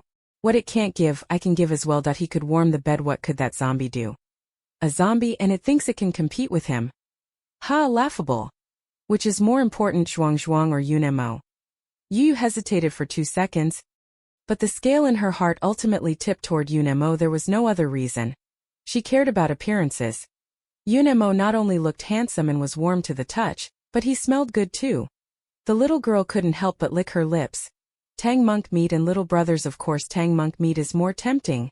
Little did they know at this moment, a zombie wearing floral boxer shorts followed the scent left by Yu and chased all the way out of S City. After leaving S City, Zhuang looked up and looked around, feeling lost. Baby, where are you? Zhuang stupidly and dazed chose a direction. Like an old father who'd lost his daughter, he once again set off on the long road to search for his child. Find the baby? He wants to find the baby? Chapter 38. How should I sleep tonight? Yuntian base is located on the border between S City and A City, with 100-li-long Yangtze River in front and continuous mountains at its back. Easy to defend and hard to attack, it enjoys a natural geographical advantage. The closer they got to the base, the more private cars they saw along the way. The convoy stretched into a long line, extending all the way to the base gate. Yu pressed her face to the window and looked out. Hearing the noisy commotion outside, she couldn't help but exclaim, so many people. Since she could remember, Yu had always been with zombies. This was the first time she had seen so many humans gathered together. But Yu was different from those zombies who would eat anything out of hunger. She was a picky little zombie, and no matter how many people were here, none of them were her type. She still liked Yunemo the most.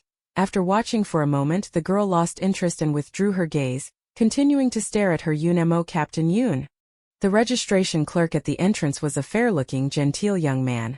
The moment he saw Yunemo, he jumped up in delight. That's great, Captain Yunyu, you're not dead. Yunemo nodded slightly. Xiao Zhao, long time no see. When Chun Lang's squad returned, they said you had fallen. We all thought you. Anyway, it's really wonderful that you're okay.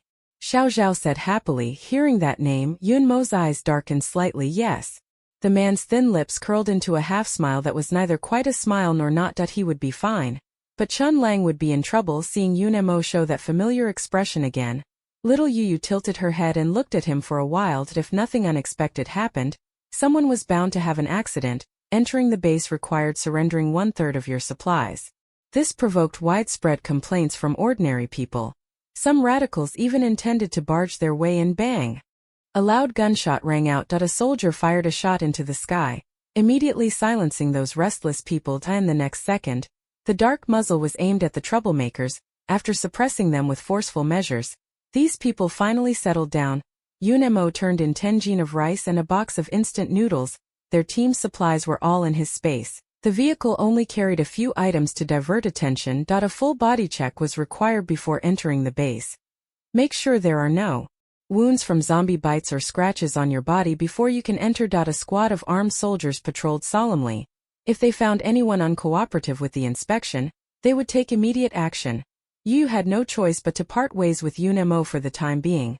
The person examining her was a middle-aged woman, which left the other party inwardly puzzled. Why is this young girl so cold to the touch at such a young age? Cold as if dead. Thinking this, the woman couldn't help but shudder. A chill rose from the depths of her heart, but when she looked up, the girl was exquisitely pretty, her almond-shaped eyes glistening like pools, looking at her with an innocent expression appearing both pure and well-behaved. It must be said, good-looking people do make it easier for others to let down their guard. The woman immediately ignored the strange feeling in her heart. How could such a pretty little girl possibly be a zombie? And so, little Yu the small zombie used her looks to get by. She successfully sneaked into the human base. Mr. Yun, Miss Lin, thank you for bringing us to the Yuntian base. Yun was a smart, considerate man. After entering the base, he took the initiative to say goodbye instead of lingering. If there is a chance in the future, we will certainly repay you. After thanking them gratefully, Gu Yun and Siyu left. Yunmo's team had their own quarters at the base. Staying in the military dormitory building as a family member, Yu naturally followed Yun back to his single-room dorm. The girl looked around curiously. The dorm was very simple, and everything could be seen at a glance. A single bed and a wardrobe and a desk. Nothing else besides that. Just like Yun himself, he exudes a cold, icy aura. But little Yu really liked it here. Because this place was filled everywhere with Yunmo's presence. Yonyang buried her face in the quilt and took a deep breath. It smells so good. For some reason Yunmo's face felt slightly flushed. This single bed can barely accommodate Yunmo, who is over 1.8 meters tall, and with Yu added it becomes somewhat crowded. The two of them could only stay pressed tightly together. Even turning over was somewhat difficult. But Yu still couldn't bear to leave Yunmo's side, so he raised the question, how should I sleep tonight? Before Yunmo could figure this out, he was summoned away by the base leadership. Yo-Yo, stay here and wait for me. Before leaving, Yunmo, like an old father, gave anxious, repeated admonitions. He wasn't worried that Yu would hurt the survivors in the base. He was afraid that someone with ill intent would set their sights on his little zombie. If you want to go out, take Shirley with you. Okay. Yu nodded obediently with a sweet face. But no sooner had Yunmo left than she couldn't resist slipping out the door. Miss Lin, where are you going? Shirley stayed close beside her. He was the only one in the group who had no objections to Yu. Shirley. Yu was just an immature child who naturally deserved a little extra care. Besides, she was someone the captain cared about. Their captain had finally taken a shine to a girl. Whether as a sister or a lover, he was determined to help Yunmo keep Yu. Actually, Yu didn't know. She just wanted to wander around aimlessly, new to human society. The girl was full of curiosity about everything. At that moment, a commotion up the street caught Yu's attention. Let's go take a look, Yu said as she walked over with light steps. A group of burly men had surrounded a ragged little boy, beating him with fists and feet. The boy's body was curled up like a shrimp, his arms shielding his head, taking the blows like rain while biting his lip and not making a sound. A pair of eyes, filled with stubbornness and unwillingness, glared viciously at the man not far away, looking exactly like a defiant little calf that refused to give in. Damn it. That filthy brat dared to ambush me. Beat him to death. The well-dressed man clutched his bleeding arm. His face contorted with fury as he roared his words. The other men struck even more mercilessly, showing a ruthlessness as if they wouldn't stop until he was dead. The passers-by only cast a hurried glance at the scene, their expressions cold and numb. They were so used to this kind of brutality that no one would step forward to stop it. In the apocalypse, human life was worth less than a packet of cookies. Just surviving had already drained all their strength. Who had the energy to meddle in anything else? There were, however, some onlookers standing at a distance, pointing and gossiping. What's wrong with that kid? Has he grown tired of living? He actually dared to provoke Zhao Zicheng. Zhao Zicheng is a powered member of the Thunderstrike squad. Picking a fight with him is just asking for death, isn't it? I've seen that child. I heard his mother was toyed to death by Zhao Ziqing, leaving behind this half-grown kid. It's pitiable, sigh. Hearing this, everyone around sighed with sympathy, but at most they only expressed a few words of regret. No one actually stood up for him after all. Nobody wanted to invite trouble. Except for Shirley. Stop. A loud voice rang out. When Yu looked up, she saw Shirley already charging over to those people. As a soldier, protecting civilians was a sense of duty engraved in his bones. Seeing this scene of the strong bullying the weak, Shirley simply couldn't stand idly by. That voice made the men stop moving. They hesitated and looked at Zhao Ziqing, waiting for his instructions. You want to meddle? Zhao Ziqing glared at him with a vicious look. Shirley. Let that child go. You dare order me? Zhao Ziqing scoffed. If I don't let go today, what can you do about it? Chapter 39. This is Yun Mo's woman. After saying this, Zhao Ziqing suddenly noticed the girl behind Shirley, so astonishingly beautiful. The girl wore a pure white dress, spotless and immaculate. Her features were delicate and pretty. Completely unaware of how much she stood out in this grim apocalypse, like a lotus blooming in the mud, pure and beautiful, to be admired from afar and not to be desecrated. Lin Yu, the heavily made-up woman beside Zhao Ziqing, couldn't help but exclaim in surprise. It's you. How are you here? Yu merely cast them a fleeting glance, then turned her head disinterestedly. Who is this? Don't know them. Yun Mo said that you can't talk to people you don't know. But someone insisted on looking for trouble. What, you don't recognize me after half a month? Huang Ying ground her teeth in anger, glaring at her fiercely, her expression very hostile. Did I remember perfectly well what you did to me back then? You didn't expect it, did you? Not only did I not die at the hands of the zombies, I'm living just fine. She chattered on and on. But the little one didn't hear a word. She found these humans very strange. Why did they always like saying a bunch of nonsense she couldn't understand in front of her? Yi Weiwei was like this and Huang Ying was like this too. Even noisier than those screaming, howling zombies. Little Yu suddenly missed Yun Mo a bit. Shirley, let's go. Yu suddenly lost interest, not even wanting to watch the commotion anymore. She just wanted to go back and find Yun Mo. She realized that of all these humans it was still Yun Moshing who had captured her heart. Yu seeing her this contemptuous look, Huang Ying's anger flared, and she reached out to grab her. Did I tell you to leave? You are not allowed to go. Huang Ying still held a grudge now, remembering how Yu had almost killed her back then. Having finally found an opportunity, how could she let her go so easily? Relying on her current backing, Huang Ying grew arrogant and fearless, forgetting the terror Yu had once caused her. She only wanted to reclaim the humiliation she had suffered from Yu back then. However, before her hand could touch Yu, it was grabbed by Shirley. Miss, please show some respect. Let go. Huang Ying struggled but couldn't break free, her face flushed with anger. Seeing Shirley defend Yu like this, she felt even more indignant.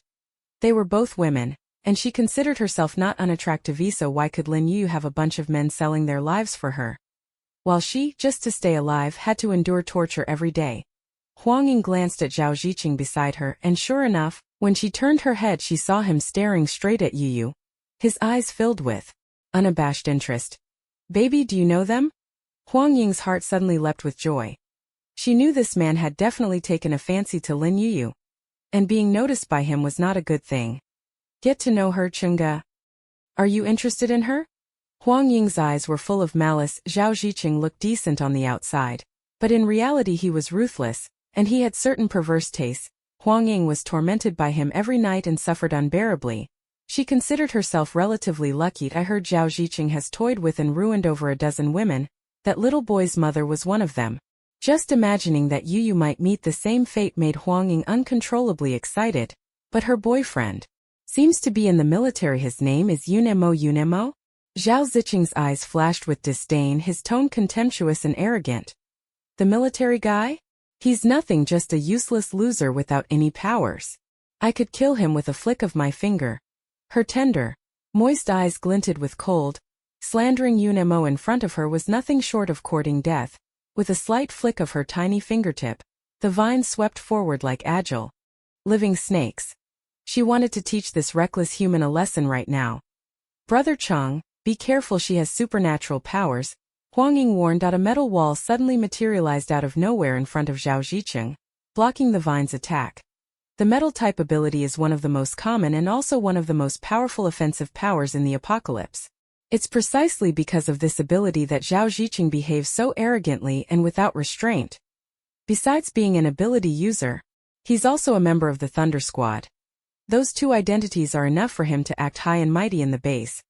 Didn't expect she's a little firecracker. Zhao Zicheng looked at Yu with a disgustingly blatant stare, full of undisguised lecherous thoughts.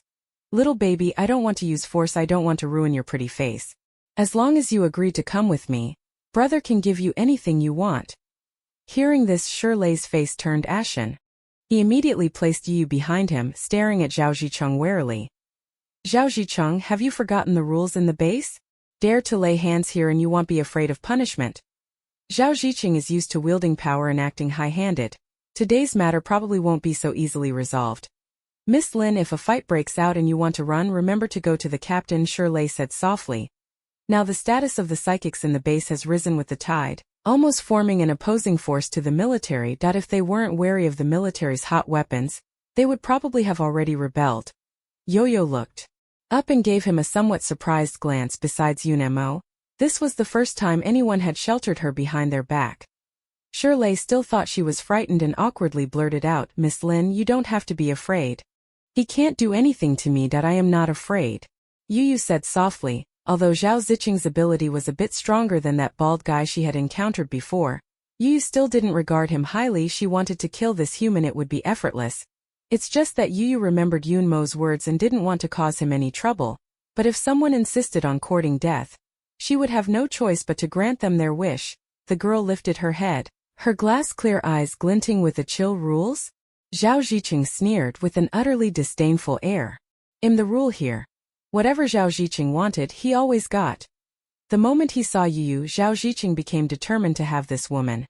After all, no matter how many women had been with, none compared to the one in front of him. Moreover, she was Yun Mo's woman.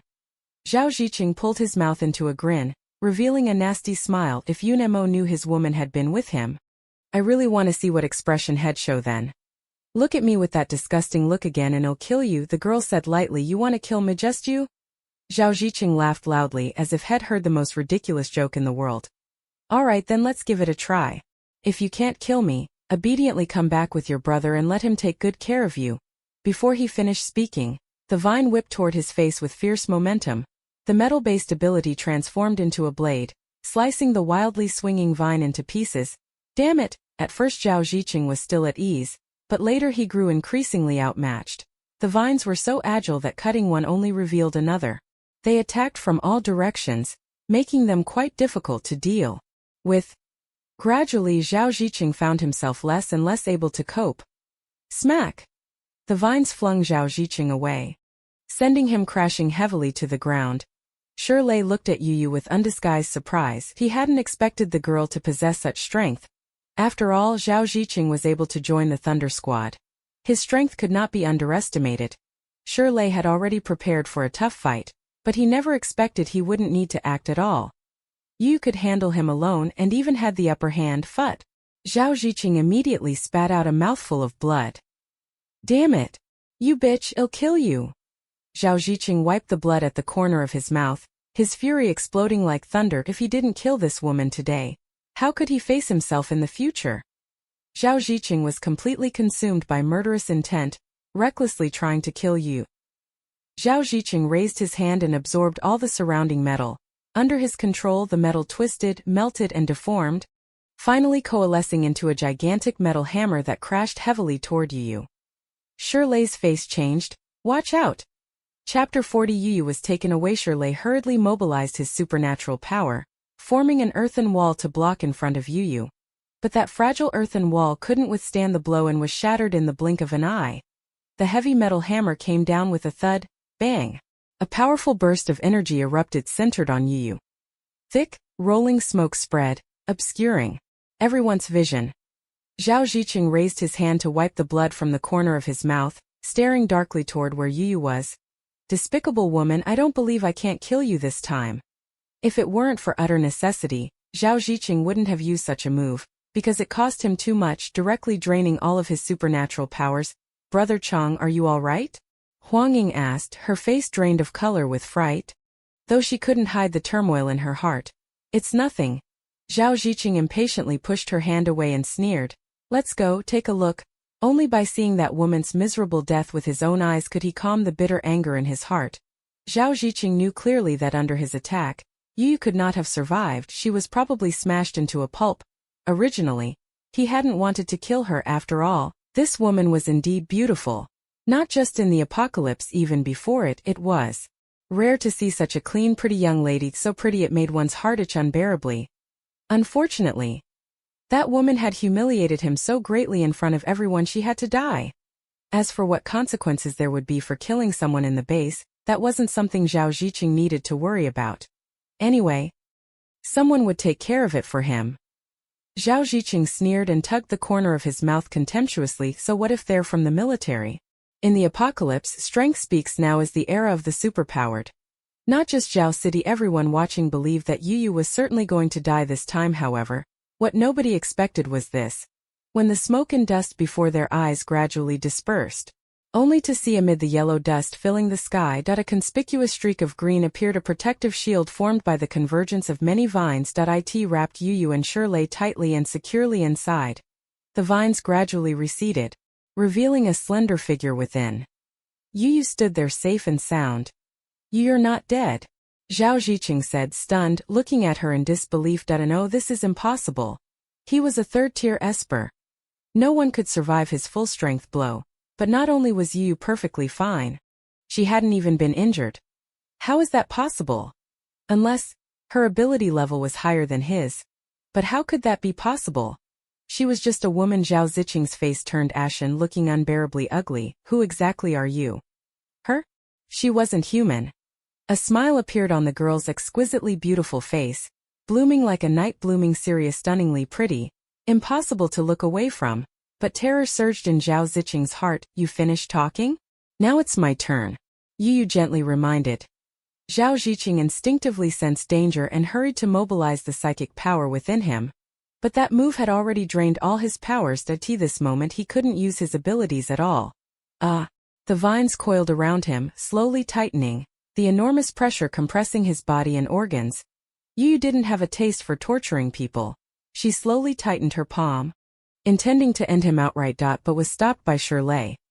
Miss Lin, you can't kill someone inside the base. If you kill him, it will likely cause a lot of trouble, Shirley said in a low voice, casting a glance at Zhao Ziqing. After all, the Thunder team is not to be trifled with. That if Zhao Ziqing were actually killed publicly, this matter would probably blow up. Will it bring trouble to Yunemo? Hearing this, Yu hesitated immediately. Shirley nodded, yes. The superpowered and the military are on opposing sides. If they killed Zhao Ziqing now, it would certainly give the other side leverage.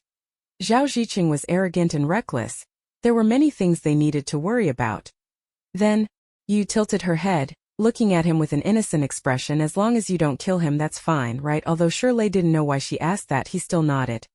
Yes, that's correct. That's good then. Yu slowly smiled. Her voice as pleasant and melodious as a silver bell. I know what to do. Chapter 41 confirmed by a glance. Someone you can't beat. I know what to do now, Yu said cheerfully. Originally she wanted to kill Zhao Ziqing outright, but Shirley said it would bring trouble to Yunemo. The little one immediately gave up on that idea. However, this human made her very unhappy, so she decided to punish him a little. What did you learn? Before Shirley could finish asking, he saw Zhao Ziqing clutch his head and scream in pain. His face was contorted and twisted, breathing heavily as if in great pain. What's going on? Shirley's expression was both surprised and puzzled. He instinctively glanced at the girl beside him. Yong looked pure and innocent, as if she knew nothing. But instinct told Shirley that Zhao Ziqing's odd behavior was connected to her. It was just that no one knew what methods Yu had used to bring about this situation. Shirley of course had no idea. Psychic attacks are formless and invisible, impossible to guard against completely. Psychic-type power users are the most alarming, and people by any means avoid offending them. A powerful psychic could not only kill without a trace, but even control zombies, walking freely through the apocalypse. It's just that psychics were so rare you might not find one in 10,000 people, so Shirley simply couldn't understand it. Zhao Ziqing let out a scream, his eyes rolled back and he passed out. Brother Chong, what's wrong with you? Don't scare me. Huang Ying hurriedly pushed him, but Zhao Ziqing didn't respond at all. This is dead. Huang Ying turned pale with fright, her eyes looking at Yu Yu in horror. It's you. What did you do to Brother Chung? I didn't do anything. Yu Yu's apricot eyes looked at her innocently and she said lightly, just gave him a little lesson. The girl sighed softly and frowned in distress. Are you humans all this weak? Yu Yu. Huang Ying looked at her in terror as if she had seen a ghost. Even someone as powerful as Zhao Ziqing and Esper had no strength to resist in front of Yu Yu, let alone an ordinary person like her. This moment, Huang Ying deeply felt how terrifying Yu Yu was. She finally realized that offending Yu Yu seemed like a very foolish choice. Guys, I'm sorry. I know I was wrong. I shouldn't have insulted you. You are magnanimous. Don't hold it against me. Please spare me. Huang Ying was so frightened she cried bitterly, quickly kneeling to beg for mercy. She had one redeeming quality. She knew when to be sensible after realizing how terrifying Yu Yu was. Huang Ying's heart was filled only with fear, and she completely forgot the hostility she had felt toward Yu Yu at the beginning. After all, in a situation like this, if she still didn't know when to be sensible, she might be the next one to die. Yu Yu blinked, her expression a little dazed. She didn't know why Huang Ying was suddenly so frightened. Besides, she hadn't meant to kill her. These humans are all too weak.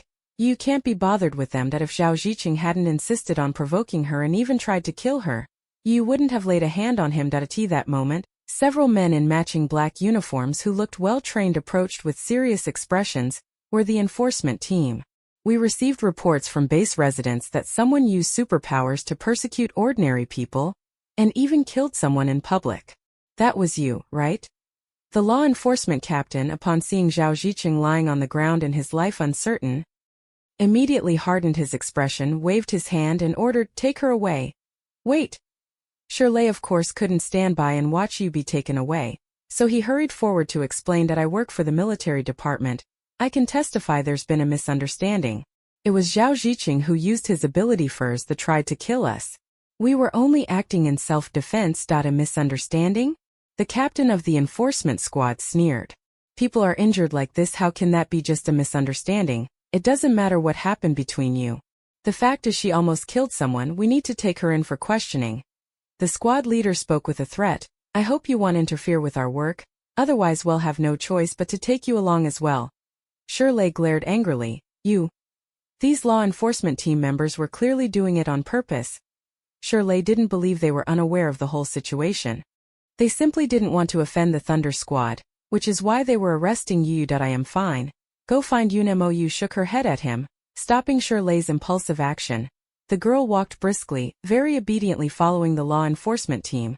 That relaxed demeanor made it seem as if she had been invited to a gathering. For Yu, there really was nothing to worry about. Anyway, these humans aren't a match for her, so she might as well tag along and play with them. It'll be just the right time to wait for Yunemo to come pick her up. If these humans really anger her, at worst she'll just kill them all.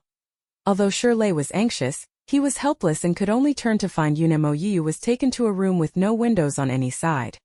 The law enforcement team said they were taking her away for investigation, but they didn't give her any chance to speak.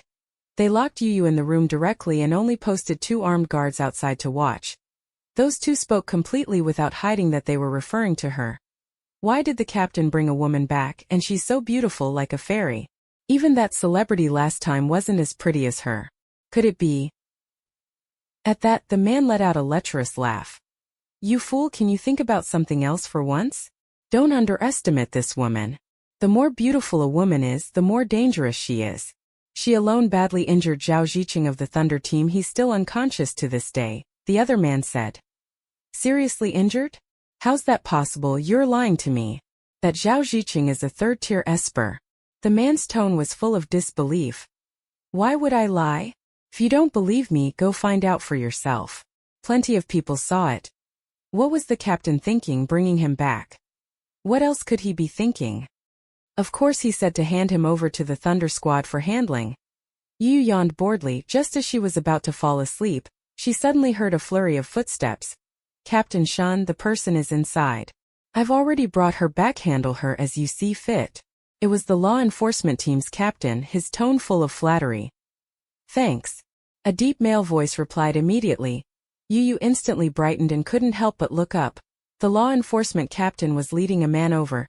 That man had a face that in no way was inferior to Yun Mo's features, sharp as blades, exuding a powerful aura. Yo-Yo vaguely sensed danger from him. The girl tilted her head and stared straight at him. After sizing him up for a while, she reached a conclusion. This man was powerful, stronger than she was. Yu couldn't discern his ability level at all. Like Yun Mo, he was unfathomably deep. From the look in his eyes, he was someone she couldn't beat. However, even if she couldn't beat her, Yun Mo certainly could. Yu simply had that kind of confidence in Yun Mo. Chapter 42. Hates it most when others threaten her. You injured one of my team. Shen Yunting stared sharply at the fragile, innocent-looking girl in front of him. Yeah. Yu nodded. The girl candidly admitted it, not flinching or averting her gaze even under his sharp stare.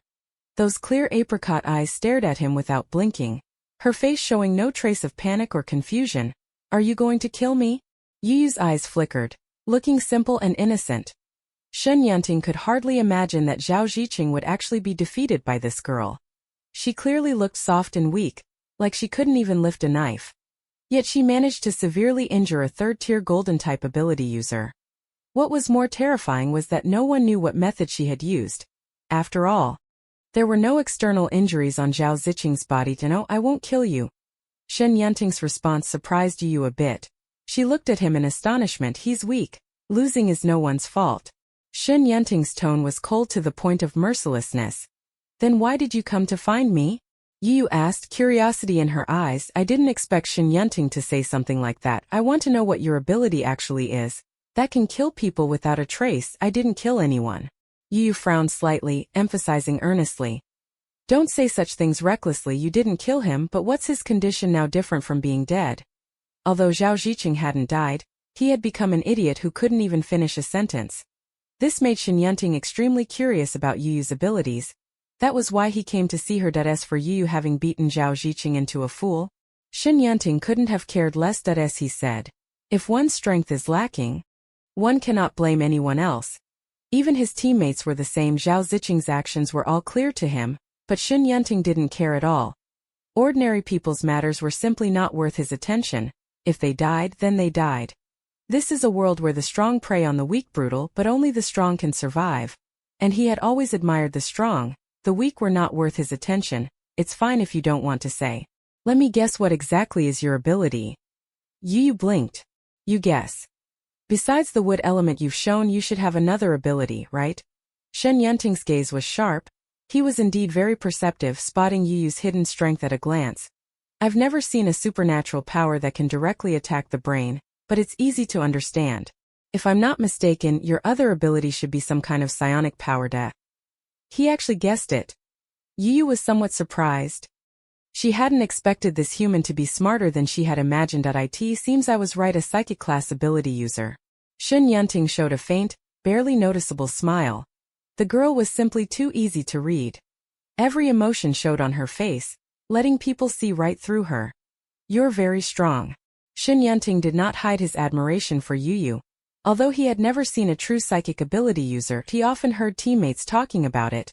In novels, supernatural powers are divided into many types. Among them were psychic-type ability users. Moreover, this was just one of Yu's abilities, dual-type psychic ability. Shen Yunting thought such things only existed in legends. He didn't expect someone to have actually awakened two abilities. Since he had encountered them, he naturally wouldn't let them go. Do you want to join my team? Shen Yunting directly extended the invitation to Yu. Yu didn't even blink. She refused without hesitation. Why? Shen Yunting frowned, looking at her puzzled. He couldn't understand why Yu had refused his invitation. Being able to join the Thunder Squad was something many espers dreamed of. Shen Yunting had never accepted female team members, but for Yu, he was willing to make an exception. He admires the strong. The girl before him is nothing short of very talented. Even though her current level is lower than his, given time, as long as she grows, she will surely reach heights that are hard to attain. If they could recruit Yu into the Thunder Squad, the overall strength of their team would also rise. You must have just arrived at the base and aren't familiar with the strength of Team Thunder. I think I should introduce them to you. Our Team Thunder is the most powerful group of psychics at Yuntian base. Psychics like you can only receive the best help and care by joining our team. If you're willing to join, I can provide you with crystal cores or supplies, whatever you need. Shen Yunting still didn't give up persuading. Don't rush to refuse, you can think it over, that I don't want it. Even if Shen Yunting spoke about the Thunder Squad in glowing terms, Yu wasn't interested. She was only interested in Yun Mo. Wherever Yun Mo was, she would be there. Shen Yunting gave her a long, deep look. Since the girl wouldn't yield to softness, he had to resort to another method. As long as you agree to join my team, I can let the matter of you injuring one of my members slide. In other words, if Yu refused to join the Thunder Squad, the fact that she had injured Zhao Ziqing would not be so easily forgiven. Are you threatening me? Yu was very displeased, looking at him with a faint, icy gaze. She hates it most when others threaten her. Chapter 43. Yun Mo. He bullied when Yun Mo hurried over. He saw Yu and Shen Yunting locked in a fierce fight. Green vines swung everywhere, interspersed with purple lightning. Shen Yunting's lightning wove into a silver electric net. Silver currents flowed through it, and just looking at it you could feel a sense of danger. Shen Yunting waved his hand, and the net woven from lightning fell over Yu, trapping her completely in place. You're no match for me. Are you sure you still want to keep fighting? Seeing this scene, Yun Mo's handsome face instantly darkened. He hadn't expected Shen Yunting to be so shameless to think he would bully little Yu, a frail and delicate girl, while Yun Mo wasn't there.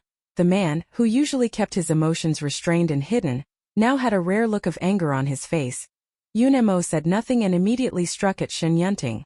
The moment Yun Mo moved, a sense of danger surged in Shen Yunting's heart, and he instinctively turned his head. A gust of wind swept past his ear, cutting off a strand of his loose hair. A deep gouge appeared on the wall behind Shen Yunting. If he hadn't dodged quickly just now, that gouge would have landed on him. Wind-type ability? Shen Yunting turned his head, his eyes sharp as a hawk. Dare harm her, and you deserve to die. Yun Mo's dark eyes flashed with a cold, murderous intent. The two powerful men stared at each other from across the space, the atmosphere growing increasingly tense. Yun Mo, the girl's sweet, soft voice broke the strained, pointed tension. As soon as Yu saw Yun Mo, a smile immediately spread across her face. Yun Mo, he's bullying me. The girl pointed at Shen Yunting, complaining with a face full of grievance. Shen Yunting had already withdrawn his supernatural ability. Seeing the little one standing with him, the handsome boy and beautiful girl looked exceptionally well matched. This scene, as it unfolded before Yun Mo, somehow grated on his eyes intensely. So annoying he wanted Shen Yunting to disappear immediately. Yu, come here. Yun Mo said in a low voice. Yun Mo, help me teach him a lesson. Yu scowled at Shen Yunting in a huff, egging him on like a child who was bullied outside, going home to tattle to their parents. All right. Seeing the girl run toward him without hesitation, Yun Mo's expression eased a little. He even threatened me with someone backing her up. Yu immediately straightened her back, putting on a look of a fox, assuming the tigers might. Okay, I'll teach him a lesson for you. Yun Mo's lips curled slightly, and the gloom in his heart dissipated along with it. Yu looked at Shen Yunting with a proud expression, those adorably fierce little eyes seemingly saying, "You're doomed." Seeing the child's childish look, Shen Yunting couldn't help but smile. Suddenly, a biting gust of wind swept through to help the bullied little friend save face. Yun Mo directly launched an attack on Shen Yunting. Another reason was that he found the smile on his face far too annoying. Rumble, the two fought evenly matched, battling from inside the room all the way outside. They even blasted the entire wall down and still didn't stop. Purple lightning flashed constantly, striking the ground and creating pit after pit. When two high-level psychics duel, the destruction they cause is no ordinary thing. To go Yun Mo. Hit him, Yu excitedly encouraged from the side. At these words, Yun Mo struck even harder. He wished he could beat Shen Yunting into a mere shell. Boss. When members of the Thunderstrike squad arrived and saw the two fighting, they immediately joined the fray, trying to help Shen Yunting. Younger Young of course wouldn't give them that chance. Trying to use superior numbers to bully the few, no way. The flexible vines immediately wrapped around the others, preventing them from getting past to help. Shirley, who had been unable to intervene, now saw two members of the Thunder team and immediately joined Yu in taking action. Things escalated into a chaotic brawl.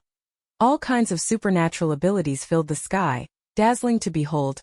Chapter 44. Kidnapping Yu right in front of him. Before Shen Yunting could figure out exactly how he had offended Yu, the girl's more intense assault followed immediately. With no choice, Shen Yunting could only first deal with Yu's attacks. Yunemo withdrew his hand, a hint of a smile flashing deep in his dark eyes. Seeing Yu so angrily defend him, the man's mood brightened at once. A surge of unprecedented joy welled up in his heart. Yunemo looked at Shen Yunting with a provocative gaze. As expected, the one little Yu cares about most is still him. Who do you think you are? Shen Yunting. No, what are you so pleased about? All of you stop right now. A loud baritone suddenly rang out. Yu instinctively turned her head to look.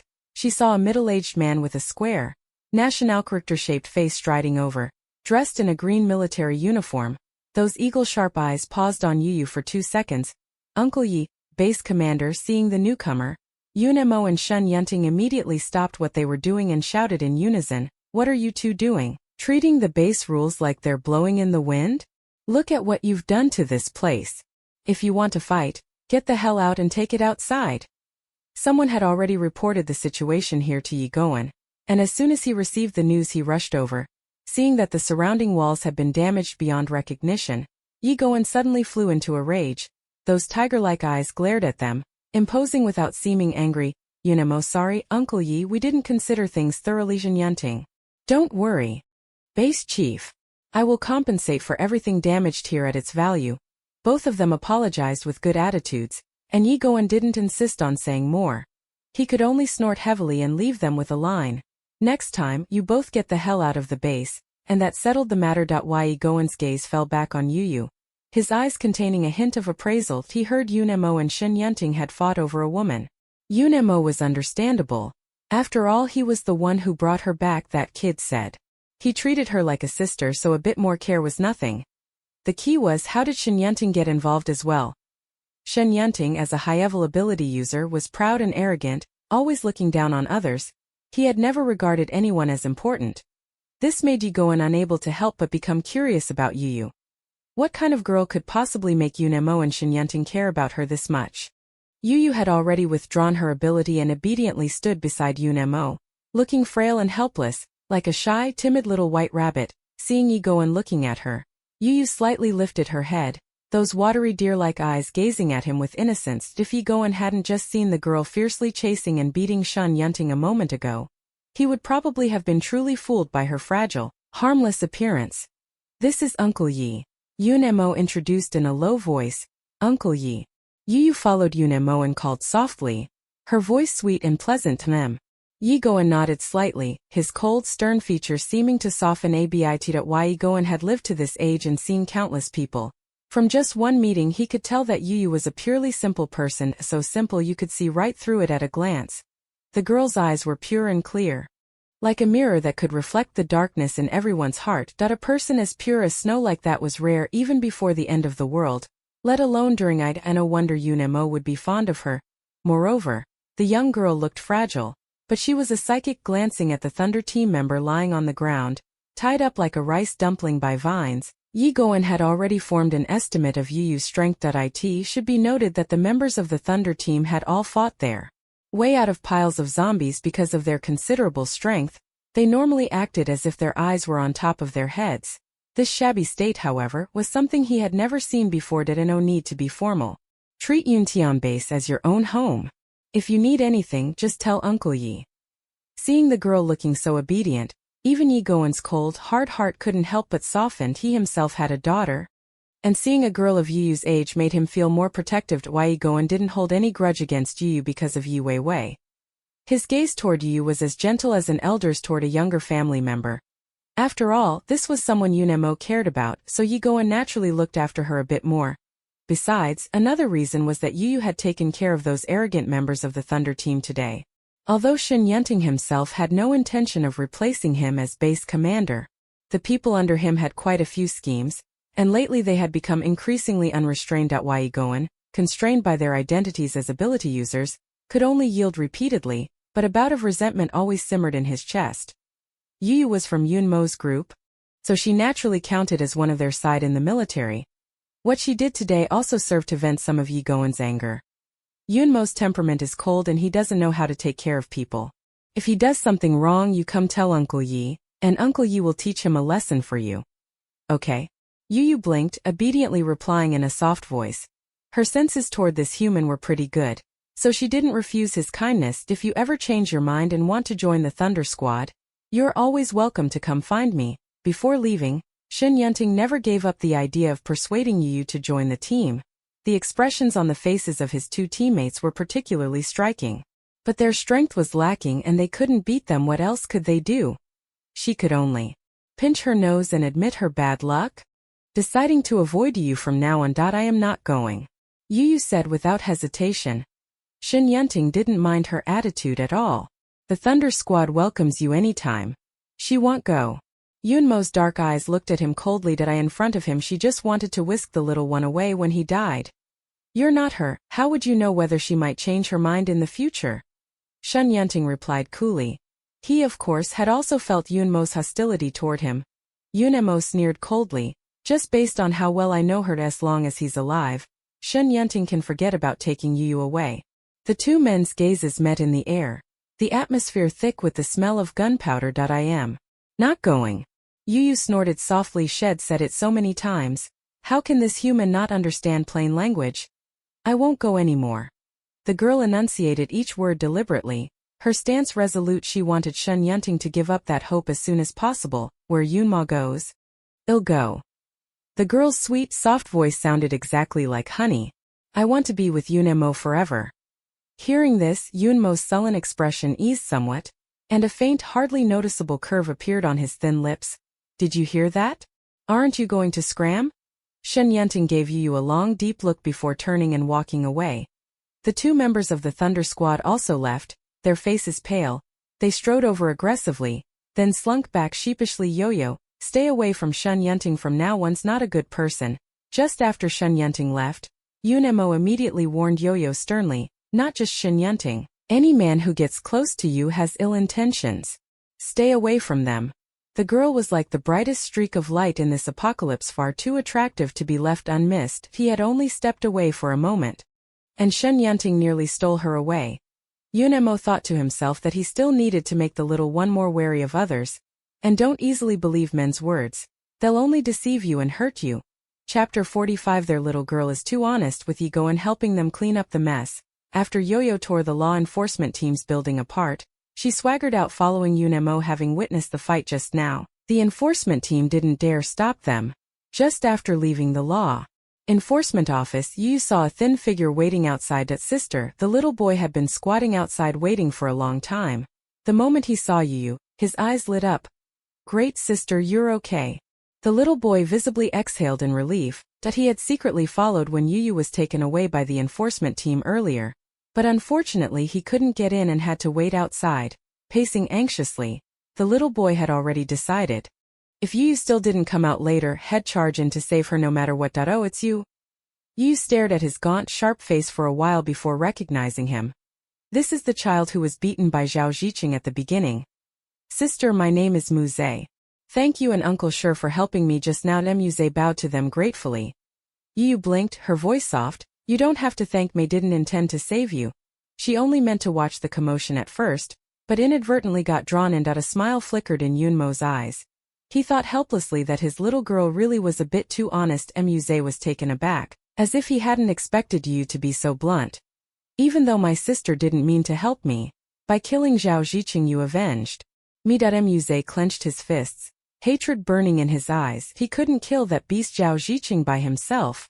After the apocalypse, this 10-year-old boy had no choice but to learn to grow up. He already understood how unfair the world was to ordinary people. Now it belonged to the powered, boasting their abilities to bully the weak and act with impunity. I want to kill him. That beast shouldn't be alive. He killed my mother, but I'm too weak. The little boy's voice choked, his hands hanging at his sides, trembling uncontrollably. Their father died in the mouth of a zombie while escorting the two of them to the survivors' base. Having lost her husband, the fragile and beautiful mother, with a young son, simply could not survive in this place where people were eaten alive without pity. Muze could never forget the desperate, mournful look in his mother's eyes when Zhao Ziqing forcibly took her away. It pierced his heart like a thorn. He threw himself forward desperately, trying to stop Zhao Ziqing from taking his mother away, but all he got in return was a brutal beating. And his mother never came back. He was furious and unwilling to accept it. Risking his life to avenge his mother, he still couldn't hurt Zhao Ziqing at all. and that deep sense of helplessness enveloped his heart from that moment. Muse understood that in the end times the weak could scarcely hope to survive. Only by becoming strong and adapting to this cruel world can one make it to the end. If he wanted to survive, he had to become stronger and follow the powerful brothers and sisters. Muse suddenly looked up. On that face so dirty its original features were obscured, his eyes shone remarkably bright. "Can I come with you?" Seemingly afraid of being rejected by them, Muse hurriedly said. "Although I am weak now, I will strive to become strong, and in the future I will become a powerful esper. I will become strong, very strong, very, very strong." Yu had never encountered this kind of situation and instinctively looked toward Yunemo. "Does Yu want to take him with you?" Yunemo stroked her head and asked in a gentle voice. Yu nodded, then shook her head. She somewhat wanted to take Muse because she found this human rather interesting. Perhaps it was because Muse spoke with such firm confidence. Though this human was young and small, he possessed the courage to face the powerful. Yongyong really wanted to see just how far he could grow. She hesitated because one more person meant one more mouthful of food. In the post-apocalyptic world, food was precious. Little Yu didn't want Yunemo to have to feed one more person and become even more burdened. Chapter 46. Keep any objections to yourself. In the early days of the apocalypse, crystal cores hadn't yet become widespread in use and weren't circulating as a general currency. Most transactions were still conducted by bartering goods. The military district dormitory building had been sparsely furnished at first, to make it a bit more comfortable for the little ones to live in. Yunemo rented a 2-story small villa with an underground garage in the base using 10 jin of rice and 2 boxes of instant noodles.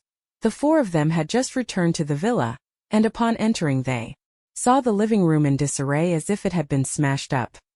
"Sure. Take it easy." Yunemo was treating Qi Yan's facial wounds, making him grit his teeth in pain. "Captain." Bai Yu was the first to notice their return.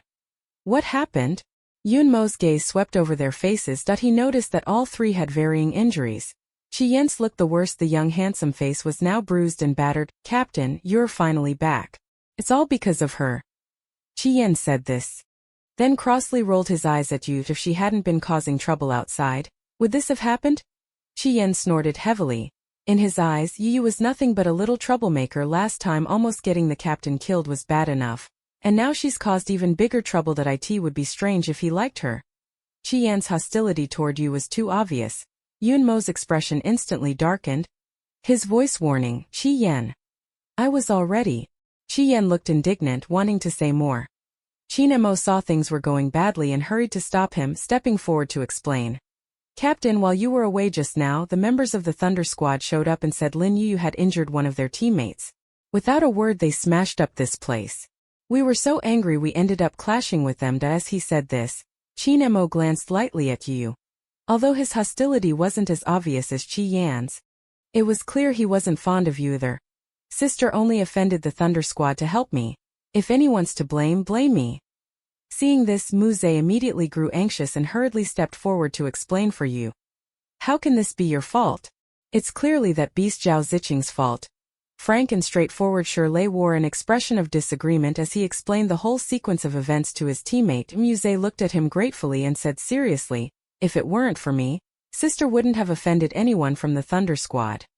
Yo-Yo helped him get revenge and was his savior." Muse didn't want this matter to cause her to be misunderstood by the teammates, so he didn't hesitate to reveal his own wounds to help explain things clearly. After hearing the cause and effect of the matter, Qi Yan looked momentarily embarrassed. He opened his mouth as if to say something, but his face turned red and he couldn't get a single word out. "So that's how it is. We didn't get the facts straight and misunderstood you. Sorry." Qin Mayu said apologetically. "I don't mind you being a bit pampered. Whether they like her or dislike her, it doesn't matter to you at all. As long as Yunemo doesn't hate her, that's all that matters. As for everyone else, she doesn't care. Anyway, Yu doesn't like them either. Qi Yan, I don't care what you're thinking, but I don't want to see this happen again." Yu didn't care, but Yunemo couldn't stand to see his little girl wronged. Yunemo said this directly in front of everyone, not only warning Qi Yan but also admonishing the others. "If you still want to follow me, hold your complaints in. I don't want to see any more of you going after Yu." Yunmo's sharp gaze swept across their faces. The teammates looked at one another and all lowered their heads, saying in unison, "Understood." "Captain," perhaps because he was in the wrong, Chi Yen unusually didn't argue back, only letting out a soft humda. I understand, probably feeling guilty. Chi Yen kept glancing at her from time to time afterward, looking as if he wanted to say something but held back. It seemed like he wanted to apologize, but couldn't bring himself to. Yu naturally noticed his barely there gazes, but the girl didn't care at all, nor was she interested. Hey, taking advantage of the fact that no one else was around, Chi Yen finally found a chance and called after Yu. Yu instinctively glanced back at him, wrinkled her nose in disgust and turned to leave. She couldn't be bothered to listen to this human's nonsense. He was definitely here to cause trouble again. Wait, I have something to tell you. Seeing her leave, Chi Yen immediately became anxious. Chapter 47. Just want to kiss and run. Since returning to the base, Yunemo had been busy non-stop, being summoned to meetings by the base leadership every day. Little Yu hardly saw him during the day. Only at night could she catch a glimpse of him. That night, Yunemo returned from outside with a body chilled by cold. The girl rustled out of his bedding, her hair all sticking up from sleep, like a little kitten with fluffed fur. Yunemo, where did you go? Yu sniffed, catching a faint metallic scent of blood on Yunemo. Went to take care of something. Yunemo immediately suppressed the sharp edge about him, raised a hand and rubbed the little child's head. Good, go back to sleep. He did not tell the girl that he had just gone to take revenge. He had too many enemies, so he had to deal with them one by one. He went after Chanlang first. Chanlang not only left Yunemo in a pile of zombies but also injured his Ella in the previous life. Yunemo wasn't lucky enough to have met Yu. The teammates went through a life-or-death ordeal to carry him out alive. But Bai Yu unfortunately died in the zombie tide. Recalling the painful memories after Bai Yu's death, Yunmo's eyes churned with malice. He didn't plan to take Chanlang's life right away. After all, Chanlang was also one of the top high-level psychics in the base. The psionic squad he formed was, aside from the Thunder team, the second-ranked unit. Now, the conflict between psionics and the military was escalating. If Chanlang were to die in the base at a time like this, it would likely cause a great deal of trouble. It might even prompt the psionics under his command to openly revolt. Once we're out of the base, killing Chanlang won't cause any of these troubles. Therefore, Yunemo spared his life for the time being, only collecting some interest in advance. Seeing that Yunemo didn't want to say more, Yu didn't press further. Yunemo, I want to sleep with you. The girl tilted her head, her almond-shaped eyes looking at him innocently, her expression naively sweet. Yunemo, you sleep first. I'll go take a shower. Then I want a good-night kiss. Yu slightly puckered her red lips, her eyes looking at him expectantly. Good-night kiss? The man listened and his dark eyes narrowed dangerously. With long fingers he pinched the girl's lips. Yunmo's tone was low and perilous. Who taught you that? For a moment, Yunemo suspected every suspicious person the little girl could have come into contact with. That he ultimately fixed on Shen Yunting. Shen Yunting's wicked intentions didn't die down. Had been coming to the villa constantly these past few days. Yunemo wasn't unaware he had specifically told Shirley that when he was away, he must keep a close eye on Yu. He couldn't let Shen Yunting abduct her. Could it be that Shirley failed to watch her, and Shen Yunting lured Yu into doing something indecent? The thought of it filled Yunemo with murderous intent. He wanted nothing more than to grab a knife and go settle the score with Shen Yunting right now. I saw it on TV. Her mouth was being covered. Yu mumbled indistinctly. There was an LCD TV in the villa, and during the 2 days Yunemo had been away, Yu had been passing the time with it. From the television she could learn about the human world, and naturally she also learned many things. Not only did the little one know about goodnight kisses, she also knew that those men and women liked to fight naked. Every time he beat that woman until she was crying. Sometimes she was even hung up and beaten. Watching this made Yu very angry. She hadn't expected human men to be so awful they even commit domestic violence. Fortunately, Yunemo never hit her. Learned that from TV? Hearing this, the deep frown between Yunmo's brows relaxed, and the fierce murderous intent gradually withdrew. Fine. For now, leave Shen Yunting a dog's life under the soft lighting. The girl's eyes were wet as she looked at him, like an adorable little kitten, seeming obedient to a fault. It made one reluctant to refuse. The man's gaze was gentle. He leaned down slightly and left a soft kiss on her forehead. His voice was husky and enticing. Is this okay? No. Yu was a little displeased with his perfunctory effort. A good-night kiss isn't like that. Yunmo's brow lifted slightly. Amused, he asked, then what is it like? It's like this. Yu leaned forward slightly and kissed his thin lips. Yunemo is so clueless, doesn't even know what a goodnight kiss is. She even has to teach him. Yunmo's pupils constricted slightly, his heartbeat instantaneously spiraling out of control. Yu had only intended to give a quick kiss and run, but an untimely scene from the television popped into her mind. The girl bared her small, sharp white teeth and couldn't help but take a bite of his thin lips, soon tasting a hint of blood. Yu's eyes brightened in an instant. It seemed she had found a way to drink blood without hurting Yunemo. Chapter 48. Catching Yunmo's soft spot. Since that night, Yu noticed Yunemo seemed to be deliberately avoiding her these past 2 days. Yu worriedly propped her chin in her hand. Could it be that she scared Yunemo? Hey Lin Yu. Just then, Chi Yan walked over, fidgeting. Do you want to come with us to look for supplies near the base? Since that day when he realized he had misunderstood Yu, Chi Yan's attitude toward her had softened. He no longer treated her coldly as before. No. Yu shook her head. She decided to wait here for Yunemo this time. I have to hold back a bit. I can't scare him away again. Then stay put and behave at the base, and don't cause trouble for the captain anymore. Chi Yan's original intention was to warn Yu to be careful. After all, she had offended members of the Thunder Squad last time, and who knew if they'd retaliate in secret. But as soon as the words left his mouth, their meaning completely changed. Seeing that Yu didn't even glance at him and acted too lazy to pay him any attention, Chi Yan snorted coldly without a hint of goodwill and stalked off with a sullen face. Yu, well, head off first then. Shirley smiled apologetically at her. Yu waved her hand indifferently, and no sooner had Shirley and the others left than trouble came knocking. Bang! The villa gate was suddenly kicked open from the outside. The little child looked up and glanced over. A few men were holding Muze captive as they swaggered in. It was clear they had hostile intentions. Young Yu's pretty brows knit slightly. It seems someone else who can't tell when to keep their eyes to themselves has come looking to die. Are you Yun Mo's woman? Chun Lang dragged his injured leg, limping in.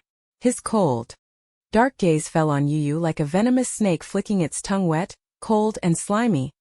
Yunemo crippled one of his legs, and Chun Lang has harbored hatred ever since, like a venomous snake lurking in the shadows waiting for an opportunity. He had people watching the villa's movements. When he learned that Yunemo and the others were all out today, Chun Lang realized the chance for revenge had arrived. He heard that Yunemo regarded this woman as very important. For her, he was even willing to go against the Thunder Squad. Chun Lang revealed a sinister smile. Grabbing this woman was equivalent to seizing Yunmo's soft spot. He would surely make Yunemo taste the flavor of pain. Sister Muze, being grabbed by the nape, struggled desperately. Sister, don't worry about me, don't listen to them. Shut up, kid, you have no right to speak here. The man who was holding him lifted his fist and slammed it straight into his stomach. Ugh! Muze glared at them angrily. Like a little lion unwilling to admit defeat, a short dagger glinting with a cold light suddenly pressed across Muze's neck. This blade is smeared with zombie blood. If you don't want your brother to die, you'd better do as I say, Chun Lang sneered, threatening. Sister, don't interfere. Even with his life threatened, Muze stubbornly shouted at Yu. Even if he would turn into a zombie, he still didn't want Yu to be threatened. Yu's beautiful eyes fell on him, and she suddenly sighed. Let him go now, and I might spare your lives. The girl's voice sounded faintly, although except for Yunemo, Yu really didn't care about others at all.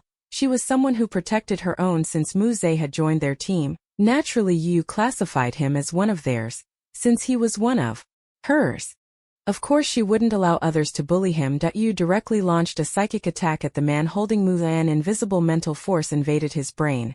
The man's gaze suddenly went blank. Like a puppet on strings, the short knife in his hand clattered to the ground. Muze slipped away like a nimble eel, seized the chance to break free, and ran for the door without looking back. He knew staying here wouldn't help and might even hinder Yu. It would be better to go outside and find reinforcements. Grab her, all of you. Chun Lang didn't send anyone after Muze. Instead, he immediately launched an attack on Yu. He knew Yu was also a superpowered individual, and even Zhao Ziqing wasn't a match for her. So Chun Lang didn't try to act tough and had his powered subordinates join in. Can this woman's ability be so strong that she can fight 10 opponents alone? Chapter 49. Wound 1,000 enemies. Harm oneself. 10,000 base building. Yunemo had just finished a meeting when he saw Muze rush in with a worried expression. Brother Yunemo, something's wrong. Muze ran over out of breath. Yunmo's expression darkened in an instant. Did you get into trouble? The man said as he stepped outside. Yes. Muze let out a heavy breath, finally calming down, and hurriedly explained everything in rapid speech. Muze found a job in the base, helping to build the outer wall and carry cement. Although it was hard and tiring, at least he could get 2 loaves of bread a day. Today he went out as usual, but unexpectedly he was captured halfway by Chan Lang's gang and used to threaten Yu that on hearing Chan Lang lay a hand on Yu. A chill flashed through Yun Mo's eyes. Murder had already risen in his heart. It seemed he shouldn't have held back before. He should have killed Chan Lang outright and ended it all. The man's dark eyes shone with fierce murderous intent. Chan Lang would do well not to seek his own death. If he so much as dared to hurt a single hair on Yu, Yun Mo would make him taste what it's like to be eaten alive by zombies. Inside the villa. By the time Yun Mo arrived upon hearing the news, the fighting here had long since ended. Several corpses lay scattered on the ground in disarray, and the air was thick with the stench of blood. When Yun Mo saw the girl's current condition, his dark eyes suddenly grew cold. The girl was crouched beside a figure, a muffled low growl escaping her throat, like a beast that had lost its mind. Yun Mo's heart sank heavily. Hearing the voice, Yu slowly turned her head, tilting it to look over, blood staining the corner of her mouth. Those glassy, beautiful eyes were now glowing red. Yun Mo immediately understood she had lost control again. Just like that rainy night. Muze closed the door. Yun Mo ordered in a deep voice. This is the base. If Yu loses control and runs away again, the consequences will be unthinkable.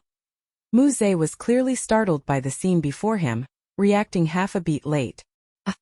Oh, okay. Little Yu, do you still remember who I am? Yun Mo lowered his voice as he spoke and moved closer to her. Fortunately this time, Yu hadn't completely lost her mind. She retained a sliver of clarity.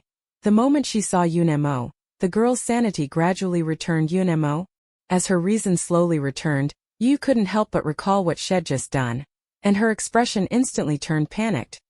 The girl reflexively shielded the person behind her. She had just nearly eaten someone. Yun Mo, don't come any closer. Little Yu's mind went blank. Panicked and not knowing what to do, she did her utmost to conceal the evidence behind her. Only one thought remained in her mind. She must not let Yun Mo see it. Ahem, ahem, ahem. Chan Lang, lying on the ground, suddenly spoke. He clutched his neck with his hand as blood kept welling up. Chan Lang stared fixedly at Yun Mo with both eyes. A zombie, she's a zombie. Chan Lang's face turned ashen, his breathing growing faint before he finished speaking. A wheezing sound came from his throat, his eyes clouding over, veins of purplish blue beginning to creep across his face. This was a sign of zombification. Before Chan Lang could fully transform into a zombie, Yun Mo drew the Nepalese kukri from his waist and cleanly severed his head. Yun Mo? Yu looked at him anxiously, hesitating for a moment. Are you angry? Yun Mo once said that if Yu ever ate a person one day, he would deal with her with his own hands. He absolutely could not allow the girl to become that kind of creature who had lost her humanity, knowing only bloodthirsty flesh eating like a zombie. Yu, come here. Yun Mo's face was stern as he slowly wiped the blood from the blade, an icy murderous aura radiating from him. Yu, like a child who had done something wrong, lowered their head and walked over. The man seemed to sigh, his palm gently resting on her head. Yu, don't be afraid. Tell me what just happened. Hearing no reproach in the man's tone, Yu quietly let out a sigh of relief. They bullied me first. The girl's soft, plaintive voice was full of grievance, and those who bullied her had, by now, all turned into corpses, dead beyond any possibility of being more dead. Perhaps because Yun Mo's attitude was gentle and indulgent, Yu had no more reservations and told him everything that had happened. In full detail, Chan Lang led 10 ability users to attack her together. They were numerous and powerful, ganging up on the FEWT first. Yu was somewhat struggling to deal with them, but fortunately she had a psychic ability that could interfere with them, so she wasn't entirely at risk of being captured. But then Chan Lang took a potion, and his combat power shot up instantly to avoid them capturing and using him to threaten Yun Mo. Yu had no choice but to unleash all her powers without reservation or restraint. Later, she couldn't quite remember what happened afterward. Yu only remembered that after killing a few of them, her body seemed to be hollowed out completely, becoming extraordinarily empty, and a fierce hunger surged up, overwhelming. The increasingly strong metallic scent of blood in the air further stirred her bloodlust. So hungry to them.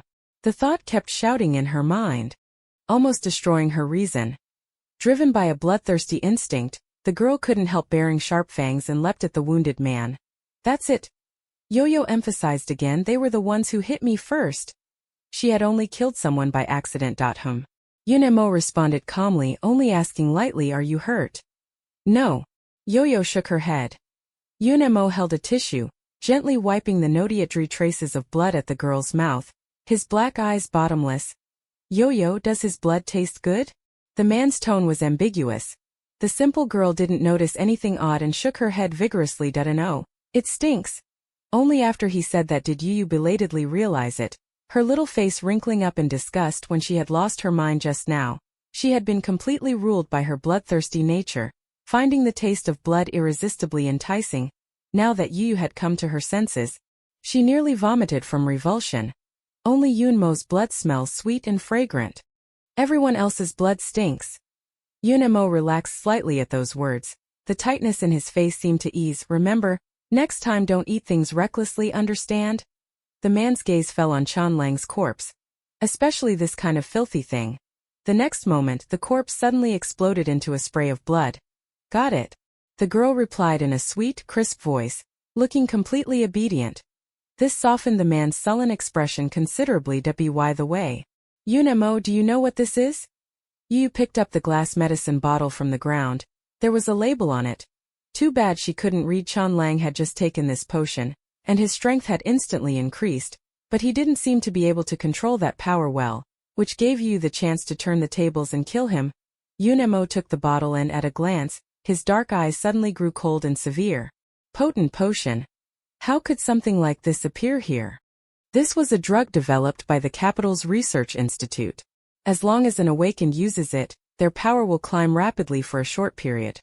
But the side effects of this stuff are also obvious.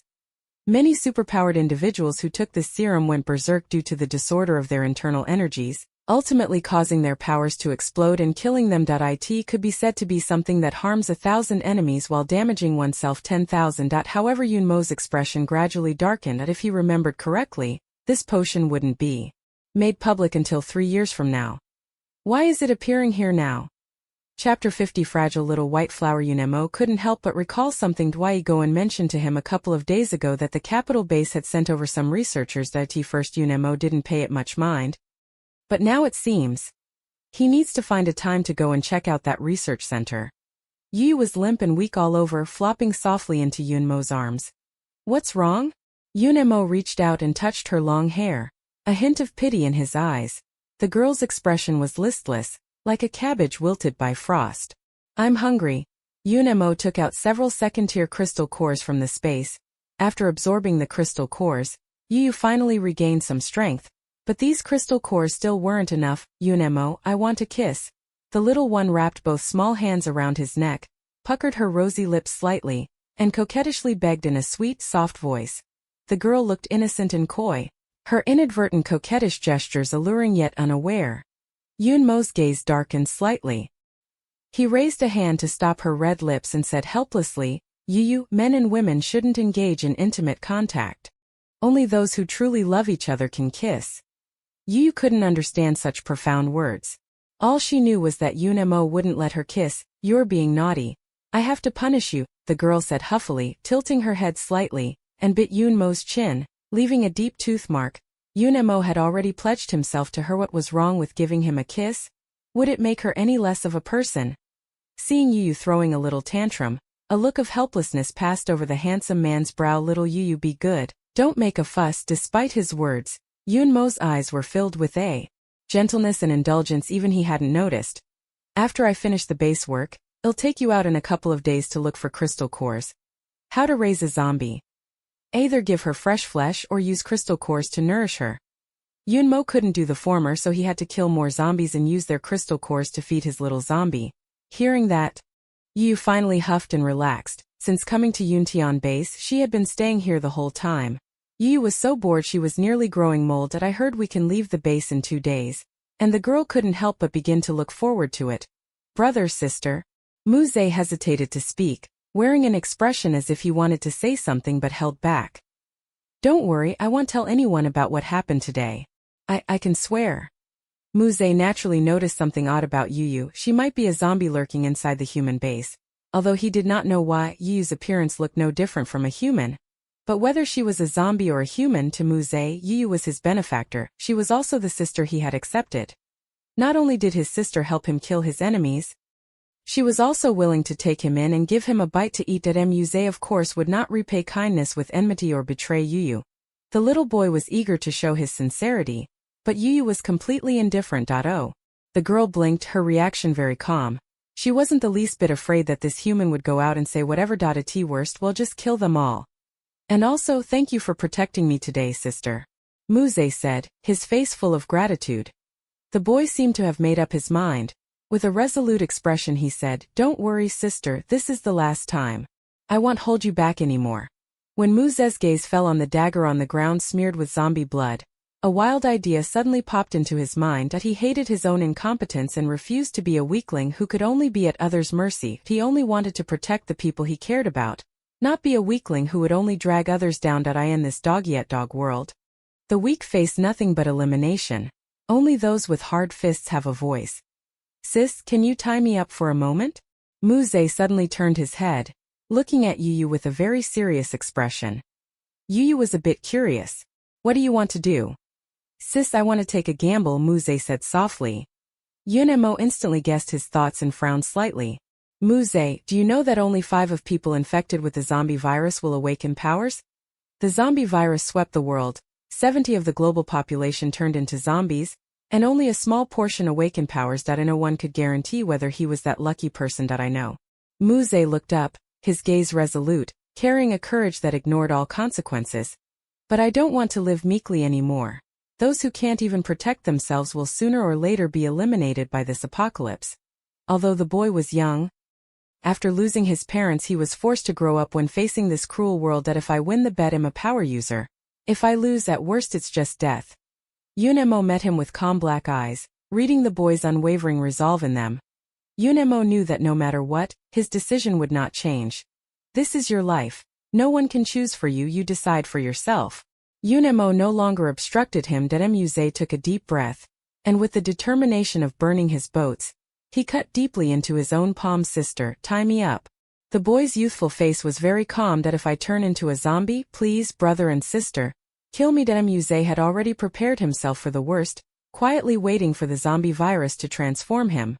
The little one had bound him into a dumpling with vines. She propped her chin on her hand, her pretty apricot-shaped eyes watching him with keen interest. You'll be honest, you didn't want Muze to become a zombie. This little boy was. Aside from Yunemo, the only human that Yu didn't dislike. Humans were indeed much more interesting than zombies. They always had some odd and peculiar ideas that brought her unexpected surprises. 2 hours later, Muze indeed developed a high fever. His breathing grew increasingly labored, his eyes barely holding on to a last thread of clarity, veins bulging on his arms, faintly crawling into ominous bluish-black patterns. Obviously, the zombie virus was running rampant inside his body, altering his constitution. It was just a question of whether he could make it through this. Yunemo threw Muze into the room. These corpses filling the entire hall must be dealt with by someone. He only destroyed Chunlang's body because he didn't want others to notice anything unusual about him and thereby suspect Yu. As for the psychics under Chunlang, Yunemo didn't handle them himself. He contacted the base's enforcement team to deal with them. After all, Chunlang and his group had come looking for revenge with great momentum. Many people had seen it. This matter couldn't be kept secret, and Yunemo didn't want to hide it. It was time to teach those restless people a lesson. Make an example of them. A moment later, the law enforcement team arrived and took the bodies away. Several people looked at Yunemo with deep apprehension in their eyes. After all, the psychics under Chunlang were formidable. To have killed so many psychics at once showed just how powerful Yunemo was. No one believed it was Yu who did it. Perhaps the girl's appearance was simply too deceptive. When she stood beside Yunemo, she looked like a frail little white flower, as if she could only survive by clinging to a man. Who would have thought that this pitiful little white flower was actually a man-eating plant that left no bones behind? Chapter 51. Digging crystal cores for my sister for a lifetime. So many ability users dying inside the base is a matter big enough to cause a sensation. Yunemo soon received a summons from the base's senior leadership. Yunemo, I'll go with you. Little you knew she had caused trouble and worried Yunemo would be bullied, insisted on coming along. With her around, nobody dares bully the person she cares about. Yo-Yo, don't worry, stay here obediently and wait for me. Yunmo's hand settled on the top of her head, gently. Rubbing it, a good girl, okay?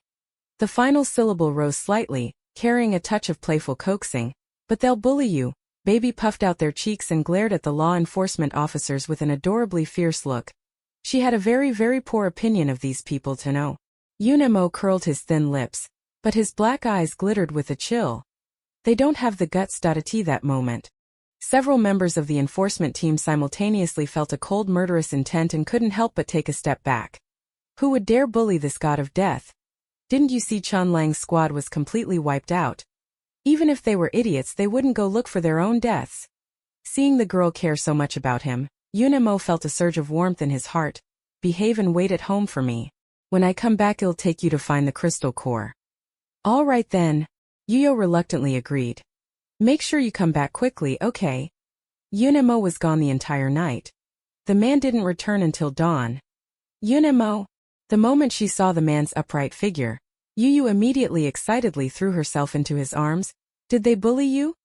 The girl asked anxiously, her watery eyes scanning him up and down. No. Yunemo replied helplessly and amused. In little Yuyu's eyes. How fragile he really was.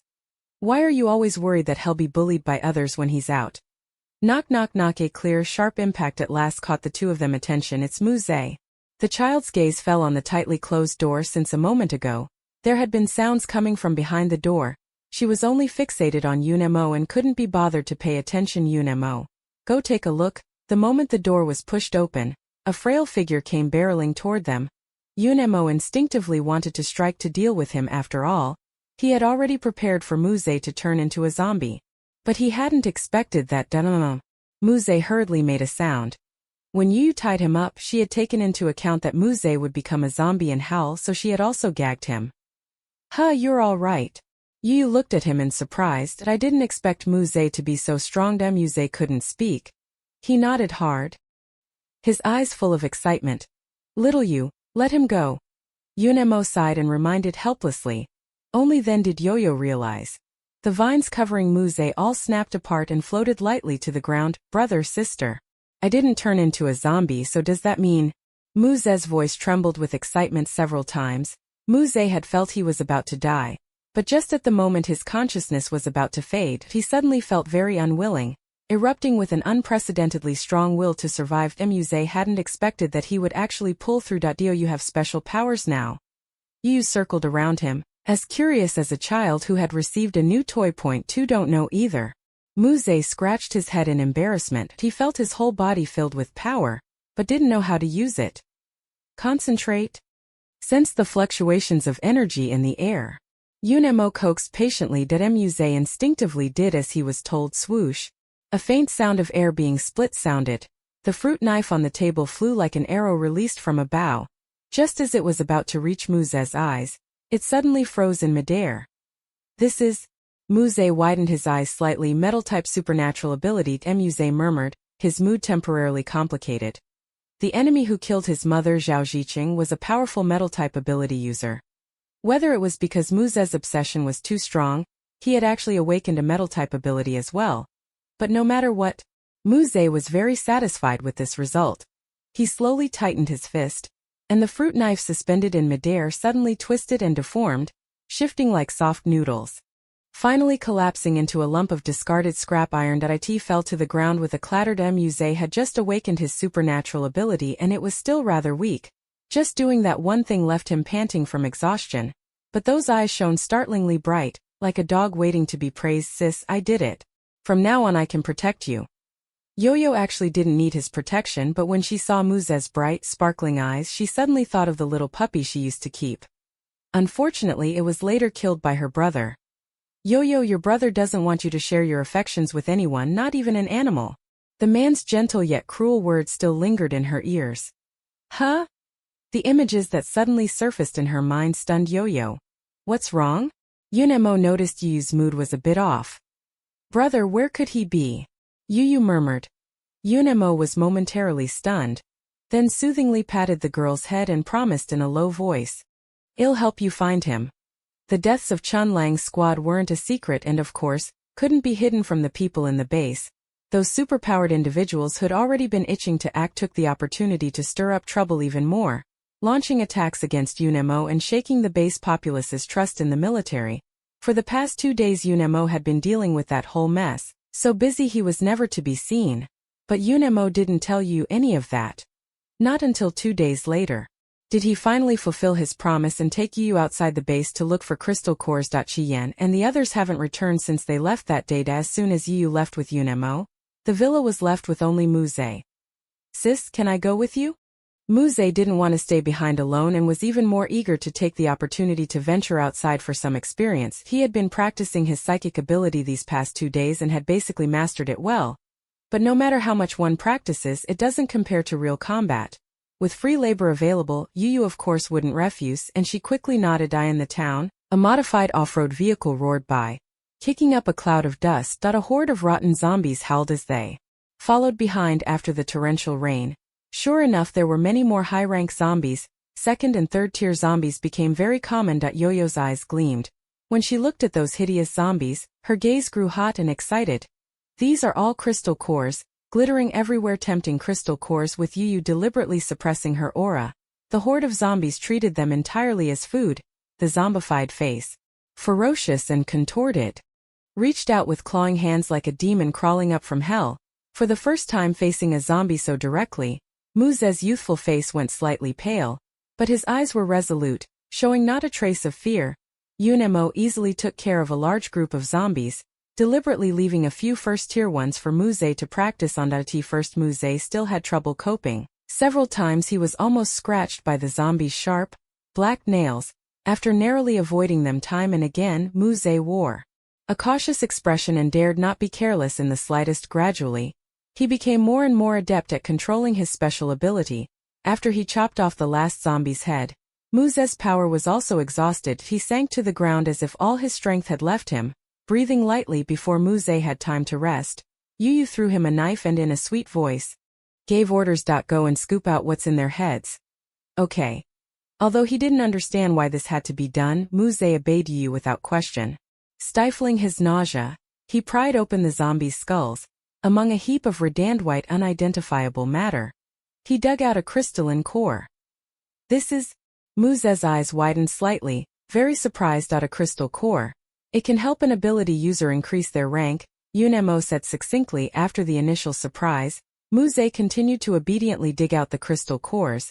Even though he knew these crystal cores could be used to enhance abilities, he had no greedy thought. She handed them all to Yu without taking a single one. As long as sister likes, I can dig crystal cores for you for my whole life, Muze said sweetly, like a gentle, obedient little puppy. This made UNMO involuntarily glance at him once more. Suddenly she found this kid a little annoying. Huh? So young and already this good at coaxing women.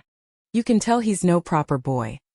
Chapter 52. The domesticated zombie was captured by humans. Huff huff. The zombie's frenzied roar fell into Yu's ears, but it carried another meaning. Looking for cub? Human? Cub?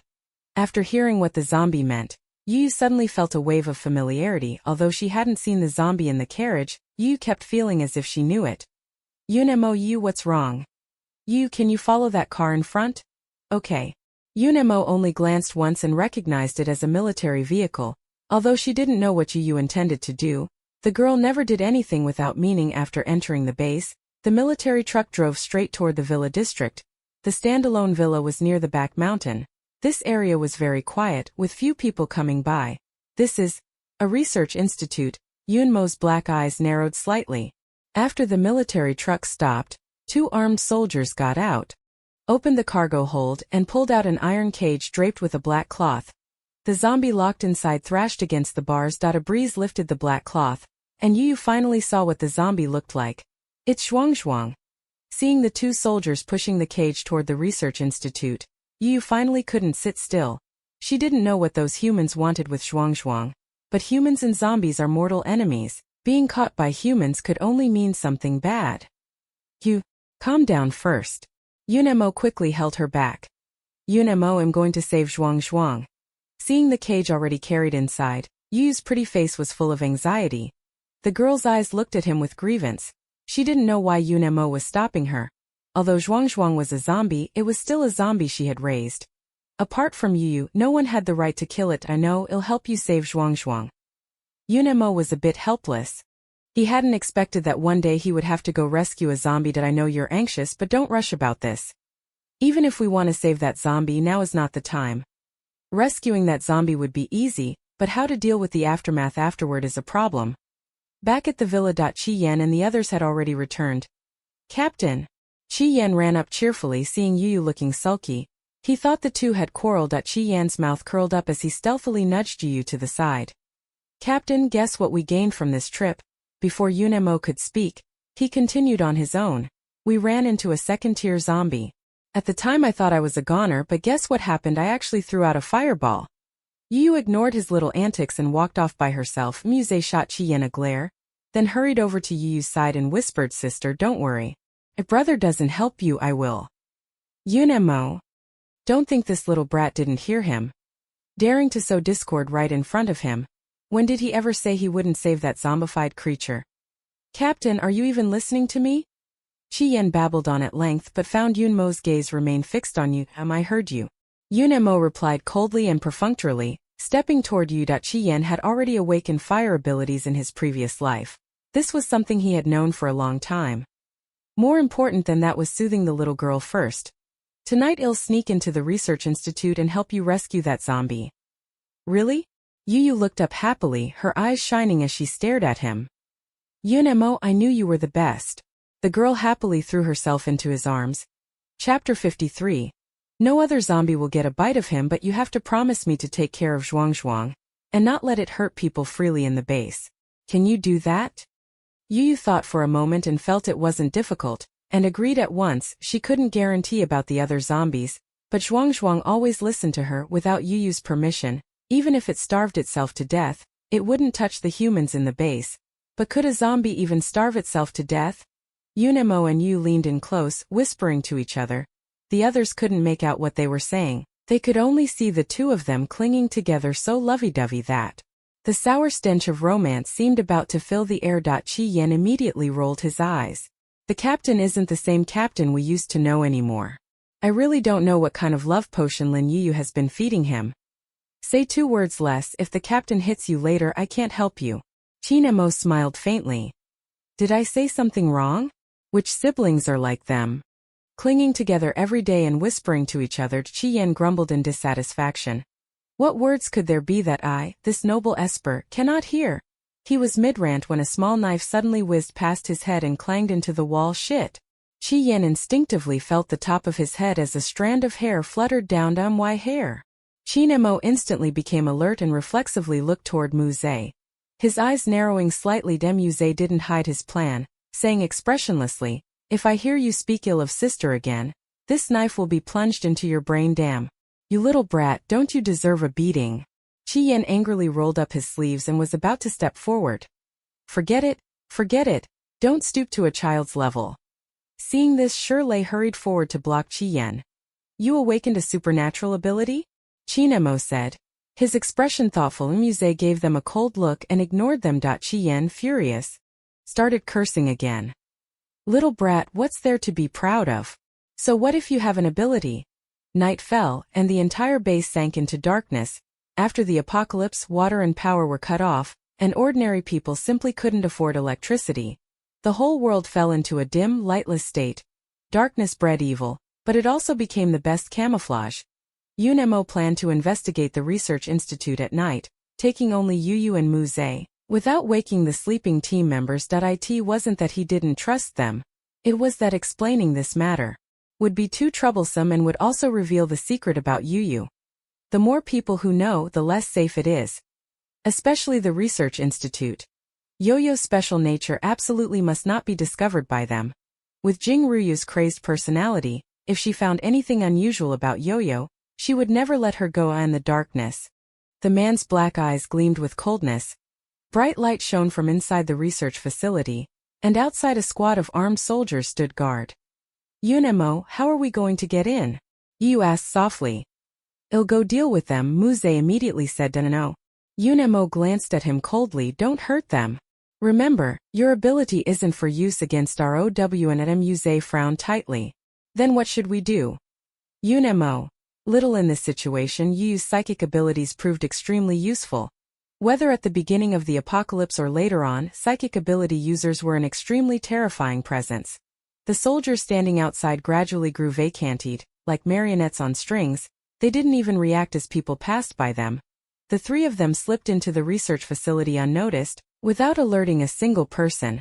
Only a few researchers remained in the institute, recording experimental data on several zombie bodies. Yu invaded their brains with psychic power, and the researchers quickly lost consciousness. Where's Zhuang? The three strode in as if no one else were there, swaggering inside. Several rooms held enormous glass containers floating in the air, almost filling each room. They were filled with a pale green, unknown liquid. Various experimental subjects soaked in the liquid, some zombies, some mutated animals, each contorted in its own twisted posture, looking grotesque. Yu looked from one to another. They'd captured a lot of zombies here. But only Zhuang was missing. Chapter 54. The Research Institute. Blown up by the time Zhuang finished eating, it was about time that if they delayed any longer, Yu would soon be unable to control the people outside, so she hurriedly urged Mo to leave quickly. Wait, there's one last thing. The man's eyes were full of coldness. What is it? Yu asked. Her gaze puzzled as she watched Mo take several buckets of gasoline out of the space. Of course, burn this place down. Mo's gaze turned icy as he threw the lighter in his hand. Boom! The lighter landed in the gasoline. In an instant, flames shot skyward. Yo-yo, go! Mo took Yu's hand while hoisting the unconscious Muse onto his shoulder and strode briskly out. When the fire at the Research Institute was discovered, Mo and Yu had long since evacuated the scene. The blaze spread like wildfire and became uncontrollable. Even with all efforts to save it, much important experimental data was still lost. What happened? Why did it catch fire for no reason? The director of the institute was woken from his sleep in the middle of the night and, upon seeing the raging fire before him, nearly spat blood. Sorry, Professor Tsen. This is our negligence. The officer in charge of guarding the institute furrowed his brow. It was clear the institute had been attacked, yet they had no recollection of the incident, completely missing the memories from that period. This is of course your negligence. Do you know how precious those research materials were? They're all destroyed now, completely destroyed. Professor Tsen cried out in grief and anger. Investigate. Find out. You must find out who burned the research institute and released the test subjects. What is this person's purpose hiding inside the base? That night, to be restless. While the patrol team conducted an extensive search, Yu had long since returned to the villa with Yunam. To everyone's surprise, the team members who had already gone to bed were all waiting for them in the living room. Captain, where did you all go? Qin Mo's gaze fell on Zhuang, pausing for about 2 seconds. Who is this? The person was tall and built, dressed rather oddly. Though it was late at night, he was wrapped up head to toe, fully armored, sunglasses and mask all in place, not a scrap of skin showing. A chill ran through Yu, and she instinctively stepped in front of Zhuang. Mo had instructed her not to let anyone else in the base discover Zhuang's true identity, so that's why Yu was so nervous. He is. The girl had never told a lie. When she got nervous, she couldn't remember anything. He is Yu's distant paternal uncle. Fortunately, Mo quickly rescued her. I see. Welcome.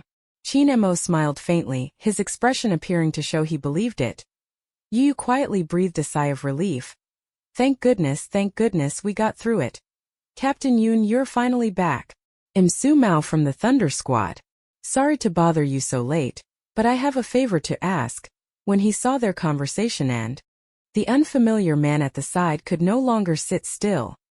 He hurriedly stood up, first stating his identity, then began to explain his request.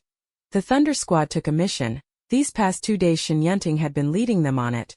They thought it was just a level task, nothing difficult, but unexpectedly they encountered mutated animals on this run. That damned beast not only killed several of our teammates, it even seriously injured the captain. Su Mao wiped his face, feeling exceptionally heavy-hearted. Shen Yunting was badly wounded this time. If they didn't find medicine and treat him in time, there might be a danger to his life. The Thunder team really had no choice and could only turn to Yun Mo for help. Captain Yun, do you have any medicine on hand right now? Could you sell us some? Don't worry, you can set the price whether you want crystal cores or supplies, it's fine. Chapter 55. Do you like Shen Yunting? Hearing that Shen Yunting was gravely injured and fighting for his life, Yu couldn't help but be surprised and stole another glance at Su Mao. What kind of mutated animal was it? Shen Yunting's combat ability was on par with Yun Mo's, yet he was wounded so badly that it was rats. Su Mao hadn't gone along this time. He had heard from the teammates who returned that they had encountered a horde of mutated rats. A rat. Yun Mo's brow furrowed slightly, and he said in a deep voice, "Take me to see your captain to injure Shen Yunting this badly. It must be a high-level mutant animal." But in his previous life, Yun Mo had never heard of such a thing. Could it be that his rebirth caused another butterfly effect? I want to go too. Leaving the unconscious Mu Zhe and Qin Mo and the others' care, Yu only took Zhuangzhuang with her. Zhuangzhuang only listened to her. He had to follow Yu everywhere, never leaving her side. "This way, please." Under Su Mao's lead, the three of them arrived at the Thunderstrike team's residence. "Brother Su, how is it?" The remaining members of the Thunderstrike team were all waiting. When they saw Su Mao return, they immediately crowded around him. "This is Captain Yun." Su Mao briefly introduced Yun Mo and Yu's identities. "How is the captain?" The members of the Thunder Squad shook their heads, their faces extremely grave. Shen Yunting was placed in the master bedroom. He had been severely injured and had fallen into a deep coma. As soon as Yu entered, she caught the strong scent of blood in the air. "That smells so good." The girl's clear cat-like pupils widened slightly. Yun Mo didn't notice Yu's oddness. He only glanced at Shen Yunting and then frowned. Shen Yunting's arms were covered in dense bite marks, and the most severe injuries were 3 deep claw marks across his chest. He almost ripped him open that if it weren't for the resilient constitution of someone with powers, Shen Yunting would have died long ago. There was no way he could have held on until now. "What medicine do you need?" Yun Mo asked in a deep voice. He and Shen Yunting were not close. They even held a grudge because of that previous incident. But he couldn't let Shen Yunting die. Only with Shen Yunting alive could the Yuntian base be held. Antibiotics, anesthetics, and there were doctors in Shen Yunting's team, but they lacked medicines. Yun Mo didn't even blink as he pulled a pile of medicines out of the space. "Thank you. Captain Yun, thank you." The members of the Thunder Squad were all deeply grateful when they saw this. Medicine in the apocalypse is a scarce resource, far more precious than food. They had all been despairing. They hadn't expected that Yun Mo would actually have medicine. Great, with these medicines, Captain should be saved. No matter what grudge the Thunder Squad and Yun Mo's team had before at a time like this, Yun Mo was willing to offer medicine to save Shen Yunting, so he became a benefactor to the entire Thunder Squad at this moment. The members of the Thunder Squad looked at Yun Mo as if they had seen long-lost relatives, filled with excitement. "You all go out first, I need to operate on the captain." After getting the medicine, the doctor immediately kicked everyone out. Yun Mo turned to leave, but found Yu rooted to the spot, unable to move. The girl stood not far away, her pretty eyes fixed on Shen Yunting, swallowing constantly. "Smells so good, so good." Little you didn't expect that Shen Yunting's blood would smell so good too. Although it couldn't compare to Yun Mo, she couldn't get Yun Mo to at least she could have a taste of Shen Yunting, right? The young girl couldn't help but lick her red lips. "You, what are you looking at?" Yun Mo's dark eyes slowly narrowed. He was all too familiar with that look from the girl, because not long ago, Yu had stared at him with that exact expression, and now the target has become Shen Yunting. Chapter 56. Even the zombies aren't spared. The next morning, originally Yun Mo had planned to send Zhuangzhuang out of the base after breakfast, and no matter how obedient this zombie seemed, it was still a soulless zombie. Hiding a zombie inside a human survivor's base was no different from putting a wolf into a sheepfold. Yu had no objections to this. Anyway, Yun Mo said they would leave the Yuntian base after a while. For now it's just a temporary separation. Once they left the Yuntian base, Zhuangzhuang could continue to stay by her side. But when Shirley came back from outside, he brought with him an unexpected piece of bad news. "Captain, when I went to the cafeteria to exchange for steamed buns just now, I heard them say the base gates are sealed. Although crystal cores are now widely known, they haven't become a common currency circulating throughout the base like in the previous life. There's a cafeteria in the base that provides meals, but all the food inside has to be redeemed with points. A few days ago Chien and the others took a mission and earned some points, so they planned to go to the base cafeteria to get some breakfast. Although Yun Mo had gathered a lot of supplies, no matter how many there were, they would eventually be used up. In these times, even a single packet of Biscuits is worth more than a human life, so of course you save wherever you can. Sealed off? Yunemo frowned slightly. It seemed there was no way to get Zhuang out of the base today. Just then, Shirley called out, Yu, come down for dinner. The girl yawned as she came down the stairs. A misty sheen clouded her beautiful eyes. Zhuang followed closely behind her, like a silent shadow. Yu didn't need human food for energy, but she ate to avoid arousing the others' suspicions. Yu always ate with them, but this time, after taking just one bite of the bun, Yu couldn't eat any more. The buns in the base cafeteria were dry and tough. Qi Yan munched while complaining. They charge 10 points for a bun like this, why not just go and steal one? They should know, the level mission they took a couple of days ago only earned them 120 points. Just this one breakfast wiped them out.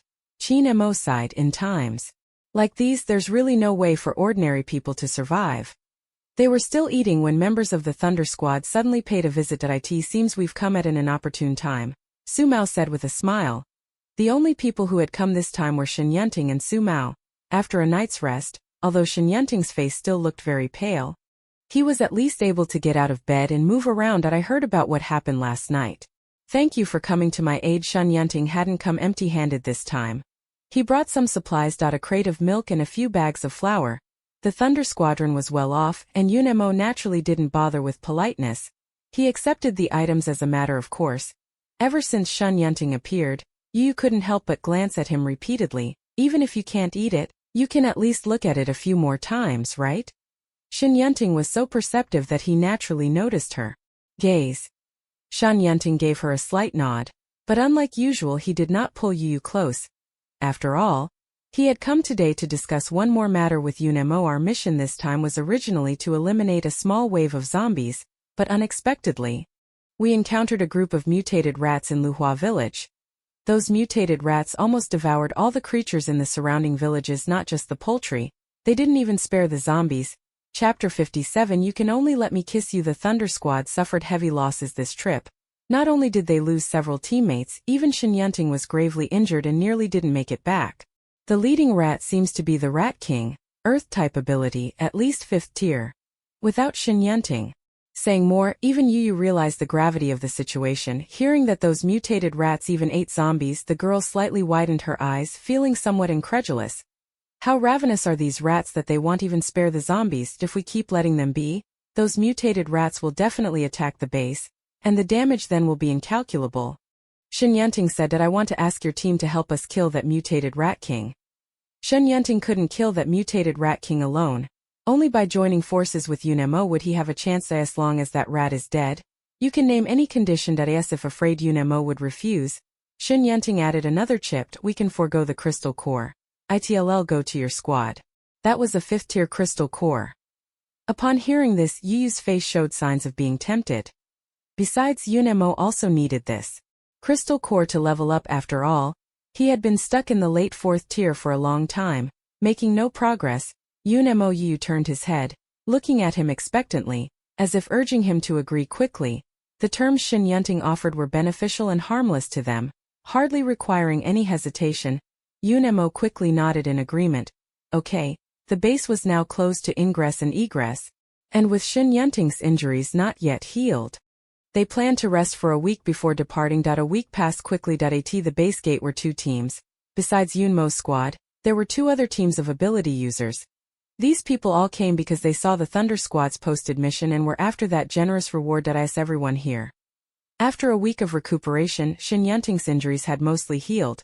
Since everyone's here, let's set out. Just as they were about to get in the car and set off, a military off-road vehicle suddenly drove up. Everyone looked at one another. This mission had been organized privately by their group of powered individuals. The military wasn't involved. So why was it here now? While they were puzzled, the military vehicle stopped in front of them. The door opened, and a soldier wearing green military uniform was the first to step out. Then Yu Weiwei climbed out of the car. Brother Yunemo. Yu Weiwei called out in a sweet voice that I heard you're going on a mission. I want to go with you too. Today Yu Weiwei had changed her usual glamorous style, wearing a white dress. Her original chestnut big waves had turned into long straight black hair. Her face was made up with delicate light makeup, which somehow clashed with those striking features. This look seemed a bit familiar. Qian clicked his tongue and couldn't help glancing at Yu. Yu gradually frowned. She could tell Tu Weiwei was deliberately imitating her. Wu Wei gave Yu a provocative glance. Since Yun Mo liked this style, she would dress like this. She was sure she wouldn't lose to Lin Yu. That fooled Yu Weiwei was full of confidence. Who knew Yun Mo didn't even glance at her, speaking coldly. What are you here for? Yu Weiwei was just an ordinary person. Following them wouldn't help and would only hold them back. Captain Yun. The soldier assigned to escort Yu Weiwei saluted him. I am Zhao Zhenan. By order of the base commander. I'm here to help you kill the mutant rat king. That was what he said, but anyone with eyes could see what was really going on. It was nothing more than Yi Goen being unable to refuse the willful Yu Weiwei, worried, and sending Zhao Zhenan along to protect her. Brother Yun Mo, just let me follow you. I promise I won't cause you any trouble, Yu Weiwei said in a coquettish voice. Chapter 58. The strange village. Don't follow me. I won't protect you. Yun Mo's tone was icy cold, like a piece of ice that could never melt. Brother Yun Ma. Yu Weiwei bit her lip, looking at him with a plaintive expression. Yun Ma, I'm hungry. Yu suddenly spoke, her voice sweet and soft. The man who was as cold and hard as a rock toward Yu Weiwei was now unbelievably gentle with Yu. What do you want to eat? If you don't want to eat, just give me a kiss. Yu pouted her red lips slightly. A faint blush flickered across Yun Mo's face. His expression was a little awkward. Yo-Yo? Someone's here, Ignored? Yo-Yo's fair arm wrapped around his neck. She stood on tiptoe slightly and gave a light peck on Yun Mo's thin lips. After the kiss, Yu turned around, looked at Yu Weiwei with a serious expression and said, see? Yun Mo likes me. Not you. Yu Weiwei's face instantly darkened like a pig's liver. You shameless. Yu snorted lightly. Anyway, Yun Mo only lets me kiss him. And at night he only sleeps with me. Even if Yu Weiwei deliberately dressed like her, it was useless, because Yun Mo loved the person Yu. Yu wore a smug little expression, which looked utterly adorable in Yun Mo's eyes. The man looked at her helplessly, but his eyes were full of doting and indulgence. Listen, Yu, next time you can't kiss me in front of others, understand? Yun Mo had noticed the various looks. Everyone was throwing at them that he didn't want others to misunderstand the relationship between him and the girl. Yun Mo didn't care for himself, but he didn't want others to look at Yu with strange eyes. The girl blinked and obediently agreed. Then, as long as we don't kiss in front of others, it should be fine. It's getting late, let's go. No sooner had Shen Yunting finished speaking than he turned and got into the car. Tsumao. Captain, now I finally understand why you've never been able to win Yu over to? Shen Yunting couldn't help but turn his head to look at him. Obviously, that Yun Mo kept her by selling male charms. Su Mao slapped his palm and exclaimed. What a scheming man, a real schemer. This was a path they had never imagined. Captain, you're not so bad yourself. Su Mao stared at Shen Yunting's handsome face for a long moment, then said suddenly, Heh. A disdainful curve tugged at the corner of Shen Yunting's mouth. Impossible. Not in a million years. Shen Yunting had never understood before his offer was so advantageous that anyone else would have been unable to refuse. Why did Yu always refuse him so resolutely every time? Not even hesitating for a moment. Today Shen Yunting finally understood, so it was because of this. However, even knowing the reason, Shen Yunting still couldn't be like Yun Mo. Something so humiliating. Inside the SUV seen in the rearview mirror, that camouflaged SUV was tailing closely behind the back of their car. Yu, a bit upset, puffed up her cheeks and hugged Yun Mo's arm tightly. The girl's fragrance lingered at his nostrils, her soft body pressed against his arm, the rise and fall of her curves clearly perceptible. Yun Mo seemed to have been scalded, instinctively withdrawing his arm. Yo-Yo? Yu tilted her head, her watery eyes looking at him in puzzlement. Yo-Yo, sit properly. The man wore a cold, handsome face, but his ears were so red they seemed about to bleed. I won't. Yu collapsed into his arms like she had no bones, her body soft and limp. Yun Mo, you mustn't talk to her and you can't look at her. The girl puckered her lips, speaking in a domineering tone. In short, you are not allowed to get close to her. Yu didn't like Yu Weiwei. She always wanted to snatch Yun Mo away from her. Little Yu thought she must keep a close eye on Yun Mo. She couldn't let Yun Mo be taken advantage of by Yu Weiwei. Nor can I let Heronly I can kiss him. Chapter 59. Tricks in the village. Yu covered Yun Mo's mouth with her hand, saying solemnly, seeing the girl looking like she'd fallen into a jar of vinegar. Smile couldn't help flashing in Yun Mo's eyes. Fine. I'll do as you say. However, remembering Shen Yunting's unusually attentive attitude toward you, Yun Mo's expression darkened. You must promise me too. Stay away from Shen Yunting. That guy clearly has ill intentions. He never gave up trying to steal her away before. Yun Mo had no reason to worry. But now that he knew Shen Yunting's blood also attracted the young creatures, Yun Mo had to become vigilant, afraid that if she looked away even once, Yu would be taken away by Shen Yunting. Ahem. Qian, who had been ignored beside them, finally couldn't hold back and cleared his throat loudly twice. I am saying, could you two consider other people's feelings? Qian said, covering his nose in disgust. As soon as they got in the car they started flirting and bickering, and the sour stench of young love filled the entire vehicle. He's almost been suffocated. If you can't stand it, then get down. Yun Mo gave him a cold look. Hey, it's not that. Qian pouted and pulled Mu Zhe over. Captain, there are children here. Be mindful of the impression that if sister is happy. I'm happy. Mu Zhe only glanced at him faintly. That youthful, inexperienced face bore an air of calm maturity. Sister, don't worry. I'll help watch over brother Yun Mo and won't let that woman get close to him. Mu Zhe said with a serious expression. Qian rolled his eyes in silence. Why were they all Lin Yu's die-hard fans? As Lin Yu's only hater, Qian felt somewhat out of place in this car. He turned his head and saw the unusually silent Zhuang beside him, and couldn't help but reach out and poke his arm. Uncle, why are you wearing so much cologne? To cover up Zhuang's rotten smell, Yu sprayed it with a lot of perfume. Although the taste was especially harsh, at least it wouldn't arouse suspicion. Zhuang sat very stiffly and upright, not changing his posture the whole way. He showed no reaction to Qian's words. Qian rubbed his nose and couldn't help muttering, what a strange person.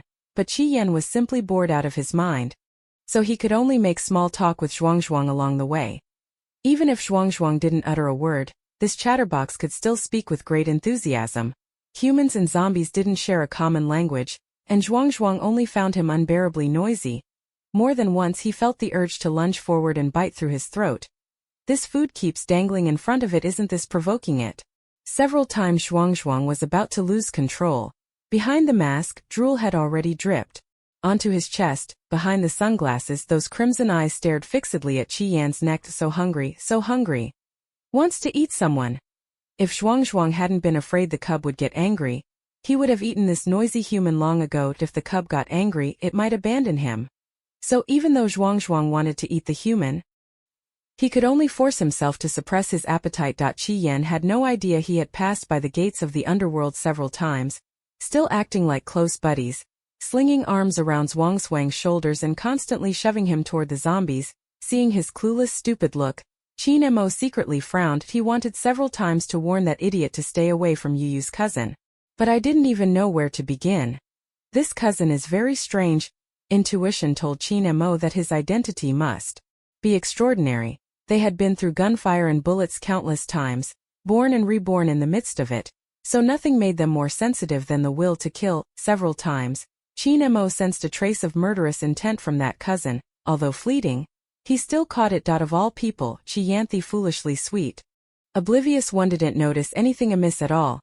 Chapter 60. Treated as zombie rations, the Powered Ability Team squad found several empty houses in the village to stay in. Because there were so many of them, everyone had to spread out. Yun Mo's squad and the Thunder Team occupied a 2-story farmhouse courtyard. Big brother Yun Mo, I want to go with you too. Seeing Yun Mo standing with Yu the whole time, Yu Weiwei reluctantly pushed her way over and deliberately shoved Yu to the side. Humph. Yu Weiwei unceremoniously rolled her eyes at Yu. Brother Yun Mo, I'm scared when you're not by my side. A flash of impatience crossed Yun Mo's eyes. No one can protect you forever. If you're scared, then don't come out. Those words were merciless. Yu Weiwei's eyes instantly reddened. Seeing the mocking looks from the others, she felt even more mortified. Seeing the girl standing quietly to one side, Yun Mo immediately left Yu Weiwei and walked over to her. Come here. He pulled the girl into his arms and saw Yo-Yo's unhappy expression, like a child whose toy had been taken away. Yun Mo's dark eyes brimmed with amusement, and his deep voice held a trace of gentleness. Stay by my side and don't run off. Okay. The girl's voice was soft and sweet, like an obedient, well-behaved kitten. Brother Yun Mo. Yu Weiwei stamped her foot angrily, her eyes slightly reddening. He actually humiliated her like this in public for Lin Yu's sake. Save your energy, Mississippi, don't act up again. Can't you see our captain doesn't like you at all? Chi Yen said with schadenfreude. After Yu Weiwei joined the team, he could already predict how exciting the upcoming journey would be. There's a good show to watch every day, although Chi Yen didn't like Yu either and thought she was a trouble. But compared to Yu Weiwei, Chi Yen still preferred someone younger and more childlike. After all, she was part of their squad and more importantly, the captain's little sister. It was fine if they themselves didn't like her, but nobody else was allowed to bully her. Even the members of the Thunder Squad couldn't help but let out soft laughs when they saw the scene in the eyes of these people. Yunemo and Yu were a pair. Even their team leader couldn't pry her away. Let alone Yu Weiwei, the spoiled, headstrong young lady. This moment, seeing Yu Weiwei get rebuffed by Yunemo and end up looking embarrassed, they all showed expressions of enjoying the show. After all, after the apocalypse, entertainment was in painfully short supply. It's rare to see two women fighting over one man. Such an exciting scene can't be missed. Shut up. Yu Weiwei glared at Chi Yen viciously, her heart full of resentment. She and Yunemo clearly met first. Why should Yu, the latecomer, take the lead? Yu Weiwei glared hatefully at Yu. Ever since Lin Yu appeared, Yunemo no longer saw her. This made Yu Weiwei very unwilling. Especially seeing Yu under Yunmo's care, living even better than her, the base's young miss, she felt even more unbalanced. That should have been hers. Lin Yu, just you wait.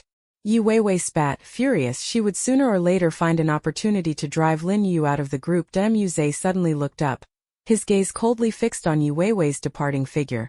This woman had better behave herself if she dares to do anything harmful to my sister. In the apocalypse, making someone disappear without a sound is actually quite easy. Xin Yunting and Yunemo discussed it and decided to have the two teams take turns keeping watch at night. Although the village looked very safe, one couldn't let their guard down. Moreover, even baby Yu noticed something was wrong. Xin Yunting naturally sensed that something was wrong. But they didn't rouse the snakes. Everyone held their positions, wanting to see what the people in the village were really up to. As the only girl in the group, Yu was naturally given special treatment and didn't have to keep watch. The two teams took turns standing guard. The first half of the night was calm and uneventful. However, in the latter half of the night, a white mist gradually began to appear outside the window. Strange, why do I feel increasingly sleepy? The night watch crew's eyelids grew heavier and heavier, and before they could finish speaking they lost consciousness and the master bedroom on the second floor. Yu suddenly opened her eyes and sensed something was wrong. Yunemo, the girl softly called his name. In the darkness, the man's black eyes glinted with a chill. Clearly, he had noticed it too. Let's go take a look. Yunemo and Yu opened the door and walked out, seeing the members of the Thunder Squad emerging from their rooms one by one, as if sleepwalking, their eyes vacant and lifeless as they shuffled outside. Little Yu frowned slightly. What's wrong with them? Is it a psychic type ability? But it didn't quite feel like that. Not sure. Shun Yunting followed behind. I've already tried, I just can't wake them up. Apart from those three, only the zombie Zhuangzhuang remained unaffected. Follow them and see where they're going, Yunemo said. Then was the first to lift his foot and follow. The village at night sank into a death-like silence. The team members moved like the walking dead, mindlessly making their way toward the back mountain. The three little ones followed at the back of the group. Not wanting to alert the snakes, there was a cave in the back mountain, and at this moment a faint light was coming from inside. The unconscious team member stopped outside the cave. Yunemo, there are zombies inside, Yu said in a soft voice. She wondered how it was possible that there weren't a single zombie nearby. It turned out the zombies had all been hidden in the cave. As they were speaking, they saw Chanyut come out of the cave with several elderly people. Detsi, your ability really is useful. With so many ability users sent right to our door, we won't have to worry about their rations for the next half-month. An elderly man with a stooped figure and graying hair, who looked dignified and respected, surveyed the ability users with satisfaction. That look was like choosing merchandise in their eyes. These psychics weren't living people but the zombies' provisions in the cave. It was also then that Yu and the others understood that all of tonight was Chanyut's doing. There weren't no zombies in the village. Those zombies were all kept in the caves. Yunemo? Seeing them begin to lead people into the cave, Yu turned to look at Yunemo, her gaze questioning. Going to make a move? Xin Yunting asked as well. Yunemo had barely finished speaking before he struck first. The two men, as if by agreement, attacked Chanyut. Yu, Chan Yud narrowly dodged a bolt of lightning, staring at them in utter disbelief. How are you both unharmed? He stubbornly tried to use his ability again, but it had no effect whatsoever on Yunemo and Shin Yunting. A cruel look flashed in Chan Yud's eyes as he turned and ordered the bewitched ability users, kill them. The next moment, various kinds of powers were hurled at Yunemo and Shin Yunting. The original team members now all showed no emotion and attacked the two of them together. Chapter 61. Let's play a game. Taking advantage of the moment, Chan Yud hurriedly covered his injured arm and hid behind those superpowered individuals. Even if you two are powerful, so what? These are all your teammates, could you really kill them? Chan Yud's one arm had been scorched black by lightning. It looked completely ruined. At the thought of this, his cold, inverted triangle eyes seemed filled with venom. Kill them, leave none alive except those two women. Chan Yud's sinister gaze fell on Yu, and he let out a series of cackling laughs. There haven't been any women in our village for a long time. Those few women who showed up last time couldn't handle it and died right away. Now by chance 2 more have been delivered to our doorstep. Hearing this, Yunmo's eyes flashed with intense murderous intent, as good as asking for death. Yu is Yunmo's bottom line. Anyone who sets their sights on a young girl cannot escape alive from his hands. This can't go on, Shin Yunting said. His tone grave. No matter how strong he and Yunemo were, their powers could be exhausted, and besides, these were their teammates. They couldn't kill them. For a time they were restrained, completely unable to act freely. Yunemo struck behind Chi Yen with a hand blade, knocking him out cold. I know. Without Yunemo saying more, Yu understood his meaning. Yu released her psychic power, trying to regain control over these people. However, she soon realized that these people were not being controlled at all. Instead, they seemed to be trapped in some kind of illusion. That made things even easier for Yu. With hardly any effort, she calmed the team members who had been raving mad, and one after another caused them to fall to the ground. Detsi, what's going on? Why are they all not moving? A middle-aged woman asked in a panic. These old, weak, sick, and disabled people had no combat ability at all and could only rely on Chan Yud's ability. Chan Yud's face darkened. He tried to continue using his ability, but a sharp pain stabbed through his mind. He immediately clutched his head and screamed. As if an invisible knife were twisting around in his skull, the pain robbed him of the ability to think. In an instant, Chan Yud couldn't use his power anymore. And these people were no longer a threat. Yunemo and Shin Yunting had little trouble and quickly subdued them. Spare our lives, please, I beg you, spare us. This has nothing to do with us. It was all Chan Yud's idea. Seeing the situation had reached a point of no return, the old men all trembled as they knelt down to beg for mercy, crying. Their eyes out were old and muddled. That's why we were bewitched by Chan Yud into doing something wrong. Please, esteemed psychics, have mercy on us. Take pity on our old, infirm bodies and spare us. Before little Yu and the others could ask, the villagers all confessed without being prompted. It turned out that after the apocalypse arrived, many people in this village had become soulless zombies, and only Chan Yud had awakened a supernatural power. Unfortunately, Chan Yud's power was too useless, could only create illusions and had no offensive capability. Moreover, his kind of illusion only worked on humans. These mutated zombies were the villagers' own flesh and blood. They simply couldn't bring themselves to cruelly kill their kin. They even foolishly believed they were merely ill and would someday return to normal. The one who could not accept it most was Chan Yud. Chan Yud had a sister he depended on. After his sister became a zombie, for some reason she retained a trace of reason and did not attack him at all. So, at Chan Yud's suggestion, the villagers moved the zombies to the back mountain and locked them in a cave. Zombies need to eat people. They could only rely on Chan Yud's psychic ability to create illusions for passing survivors, and use them to feed the zombies. My sister isn't a zombie. She still recognizes me. She knows I'm her brother. She's just sick. She'll get better if she eats a few more people. She can turn back. Chan Yud shouted with a crazed look. Don't kill her, you don't kill her. She's not a zombie. Yunemo looked at them with a gaze so cold it was as if he were looking at the dead. These people, though not zombies, had already lost the last bit of conscience. Annoyed by their noise, Yu used vines to tie them all together, effectively gagging them. The villagers could only look at them with terrified eyes. Watch them here. I'll go with you to take a look inside the cave. Okay.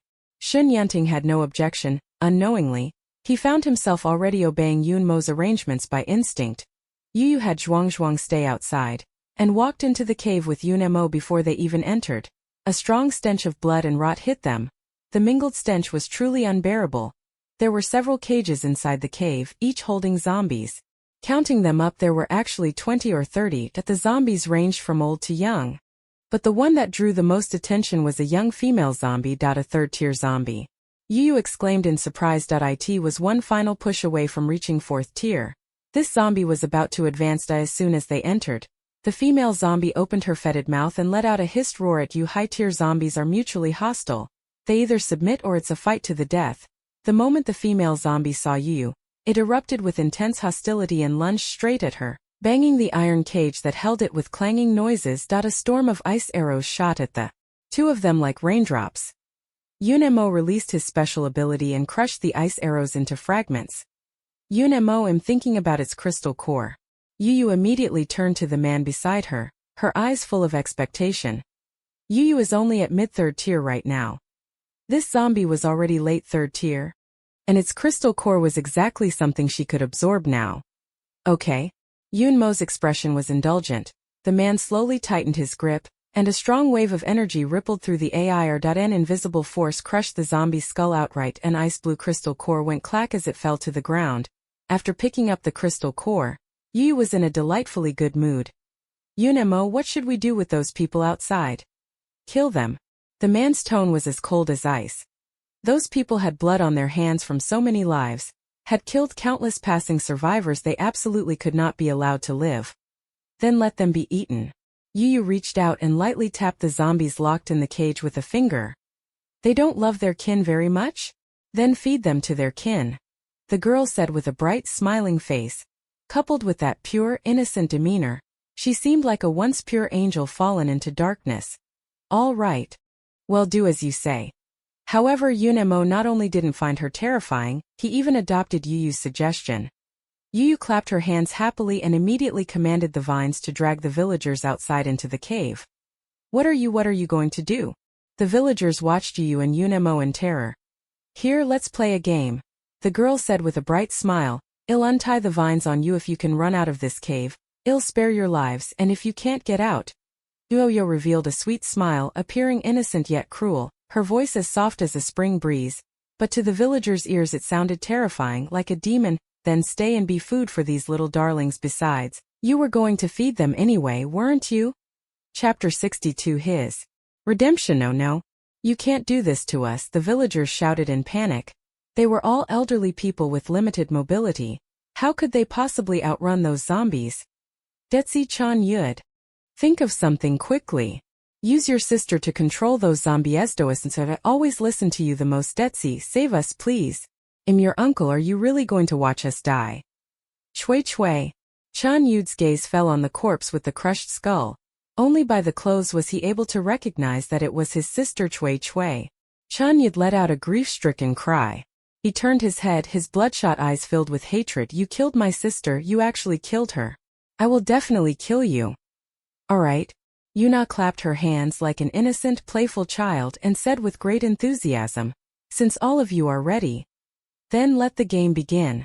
As Yuyu's voice fell, the vines binding the villagers snapped in response. When that female zombie died, the rest were just some insignificant low-level zombies, and those low-level zombies obeyed the child completely to the girl's command. They roared and lunged at the unarmed villagers. Oh, don't. Ah! Go away. Don't eat me, Ingzi, look at me, I'm your father. The elderly, frail villagers could not possibly outrun these ravenous zombies. They were knocked to the ground one after another by the zombies behind them before they even reached the cave exit. The villagers' piercing screams echoed through the night, reverberating throughout this silent mountain forest and the cave. Mingled with bone-chilling chewing sounds, the villagers' screams gradually grew faint until they finally vanished. Fush! A zombie bit through Chan Yud's throat, and a gusher of blood poured out before dying. Chan Yud's hateful gaze kept fixed on Yunemo and Yuyu's direction. He died with his eyes unclosed. Yunemo just watched the scene coldly, feeling not the slightest stir in his heart. In his past life he had gone through the same thing, but he hadn't been as lucky as these people because he possessed a healing ability. As long as his heart and brain remained intact, Yunemo couldn't endure it. He could only keep a clear mind, watching with open eyes as his body was gnawed by those zombies, his limbs repeatedly severed and regenerated. He had endured this living death experience countless times. Recalling the dark experiences of his previous life, Yunmo's normally deathly calm demeanor instantly changed. A strong aura of deadly energy radiated from him, carrying a murderous intent to destroy everything. Yunmo, what's wrong with you? Yu reached out and waved her hand in front of him. Little one. Hearing the girl's tender voice, Yunmo finally broke free from that painful memory. Seeing the girl's concern that she could no longer hide, Yunmo suddenly felt a powerful impulse and directly pulled the girl into his arms, holding her tightly. Yunmo? Yu moved slightly. Soon she felt Yunmo holding her even tighter. Don't move. Let me hold you for a while. The man's hoarse voice sounded above her head, the tone carrying emotions too childish to understand. Cradling the girl's soft body, Yunmo finally felt a real sense of returning from hell to the world of the living. The crazy urge to destroy that had filled his heart gradually waned. Oh. The girl quickly obediently kept still, reaching out to gently pat Yunmo's back. The sweet, soft voice flowed into his heart like syrup. Yunmo, don't be scared, don't be scared, I'll protect you. Yu thought Yunmo was frightened by the hellish scene before him, causing him to recall that bad experience of being abandoned. After all, when Yu first met him, Yunmo had been left among a horde of zombies and was nearly eaten. Yunmo, don't be afraid as long as she's there. There will never be a zombie that can eat Yunmo because Yunmo belongs to her. Whoever dares to eat him shall kill them. Yo-yo, thank you. If he hadn't met the girl, even after being reborn, Yunmo would have gone insane long ago. Not only would he have destroyed the research institute, he would have dragged all of humanity to extinction with him. Fortunately, heaven took pity on him and in this life let him meet Yu. Perhaps it was the moment he first saw that figure while unconscious. Yu was like a bright beam of light shining into Yunmo's dark world. The two of them held each other tightly as the zombie heads behind them burst open one after another. Like fireworks. It was like a bloody, absurd aesthetic of violence.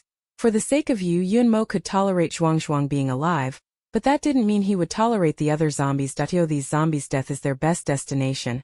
After coming out of the cave, Shen Yunting was standing with his back to them, smoking. Seeing the two of them come out, he blew out a smoke ring and calmly asked, all taken care of? Yunmo. Shen Yunting didn't press the matter further. For him, obtaining the result he wanted was enough. The process wasn't important. How should we deal with them? Shen Yunting asked, nudging the teammates who had fallen to the ground with his foot. All of them had slipped into unconsciousness and wouldn't be waking up anytime soon. Moving each of them would be too troublesome, time-consuming and laborious. Just stay here. After a night of tossing and turning, dawn was nearly breaking, and a faint glimmer of light had begun to appear on the horizon. By 6 in the morning, the team members who had been unconscious were waking up one after another. Or rather, they were being woken up by the cold. Holy crap! Qi Yan rubbed his arms and sneezed several times in succession. Damn it, why is it so cold?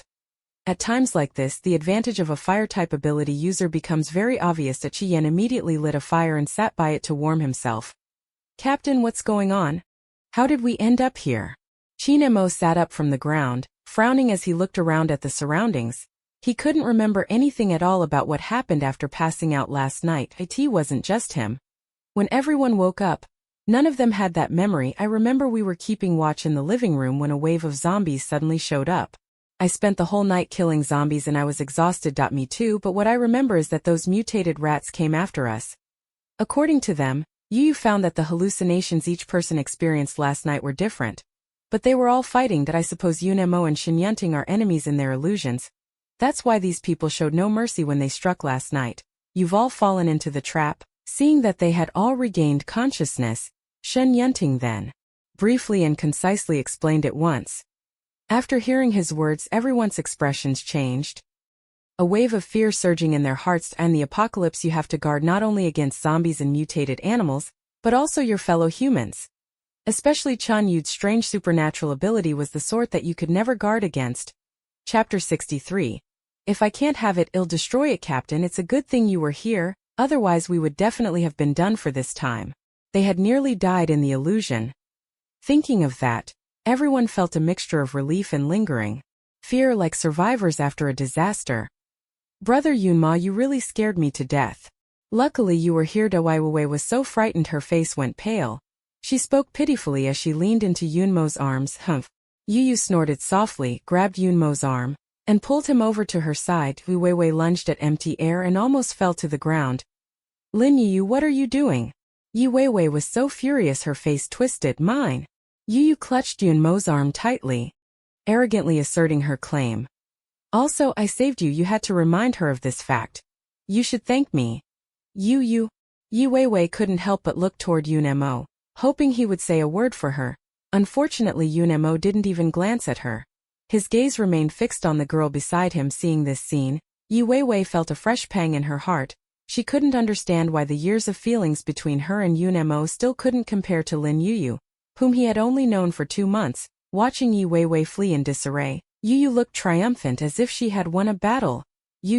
Yunmo helplessly pinched her nose. She wants to take you away from me. Yu hummed that I won't allow it. You can only be mine. The young girl said domineeringly. Yunmo, I like you so much you can only like me. If you dare to like someone else, then Little Yu suddenly paused. Then showed a mouthful of tiny white teeth and threatened in an adorably fierce way. Then I'll eat you. If I can't have it, I'll destroy it. Hearing the girl say that, a surge of unprecedented delight suddenly welled up in Yunmo's heart. Don't worry about her. After we deal with this matter, we'll leave Yuntian base. Yunmo had never taken Yu Weiwei seriously, thinking she was just a spoiled, somewhat pampered girl. For Yi Goen's sake, he couldn't completely drive Yu Weiwei away. He could only try to ignore her and hope she gave up soon. Unfortunately, Yunmo didn't know. Love can sometimes make a person become crazy and blind. Let's go. After a short rest and breakfast, the group set off again. Apart from zombies, they luckily didn't encounter any other mishaps. Along the way by noon they had at last arrived near Luhua village without incident. We've entered the mutated rats' territory. Everyone be careful, don't underestimate them and stay fully alert. Yes. The team members were all on full alert. The situations they had seen along the way had left them deeply alarmed. The mutated rats had truly devoured every living thing around them. They didn't even spare the zombies. That mutated rat king is huge. Vehicles will only become its primary attack target, making them unsuitable for hiding. Shen Yunting's suggestion. Everyone abandoned their vehicles and prepared to enter Luhua village on foot. Wu Wei. Don't go in, Yunmo said coldly. Wu Wei was just an ordinary person. He didn't want to be distracted protecting her at a critical moment. After all, Yu Weiwei is Yi Goen's only daughter. If she died here, Yunmo couldn't answer to Uncle Yi. Of course, if Yu Weiwei refused to be dissuaded and insisted on going in to look for death, then Yunmo would have no choice. Brother Yunmo, I'll wait for you outside. You must be careful. Although Yu Weiwei was a bit willful most of the time, she still cherished her life very much. The mere mention that there were tens of thousands of rats inside. She was so terrified she went weak all over and didn't dare go in. However, seeing Lin Yu's departing figure, Yu Weiwei viciously cursed in her heart that it would be best if Lin Yu died in there. Or have her face gnawed by rats, completely disfigured. By then brother Yunma would abandon her. The whole Luhua village had completely become a den of mutated rats. The moment everyone stepped into the village, they saw pairs of green pea-sized eyes appearing in the corners, flashing a savage red light. Squeak! Countless rats poured out from the houses and fields. This is crazy, even the rats have mutated these days. At that moment they finally understood why the Thunder Squad had marked this mission as its rank task. These mutated swarms of rats were more than twice as large as the ordinary pre-apocalypse rats. Their size was almost up to that of cats. Holy crap! How can these beasts reproduce so much? The scene before them made everyone's scalp go numb. A wave of black surged.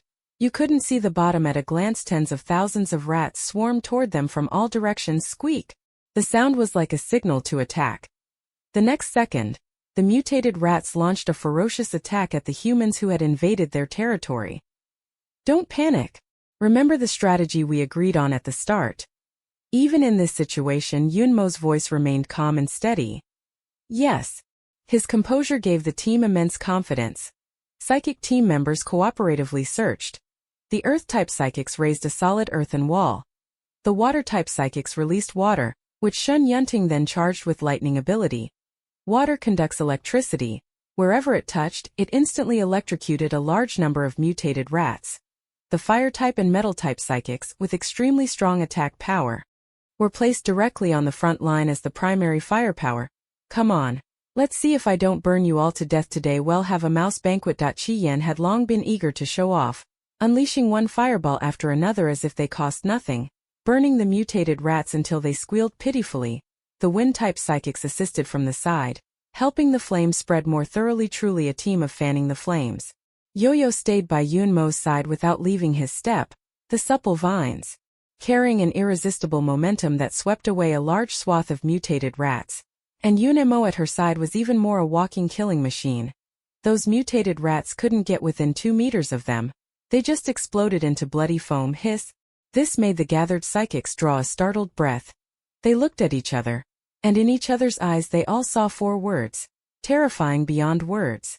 No wonder these two paired up. Just that ferocious aura alone made them a perfect match. Well suited. Zhuang stood quietly behind Yu, like a loyal and silent guardian, because Yu wouldn't let him move. Zhuang's special ability was strength-based. With immense power, he could crush a mutated rat with one hand. With a squelching sound it burst in his palm. Just the thought of that scene made Yu feel unbearable.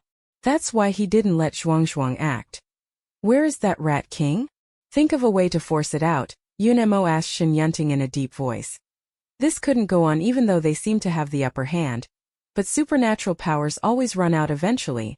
Several ability users were starting to lose physical strength, the outer earthen walls began to weaken, and one section had even been breached. Chapter 64. Cooperatively killing the mutant rats.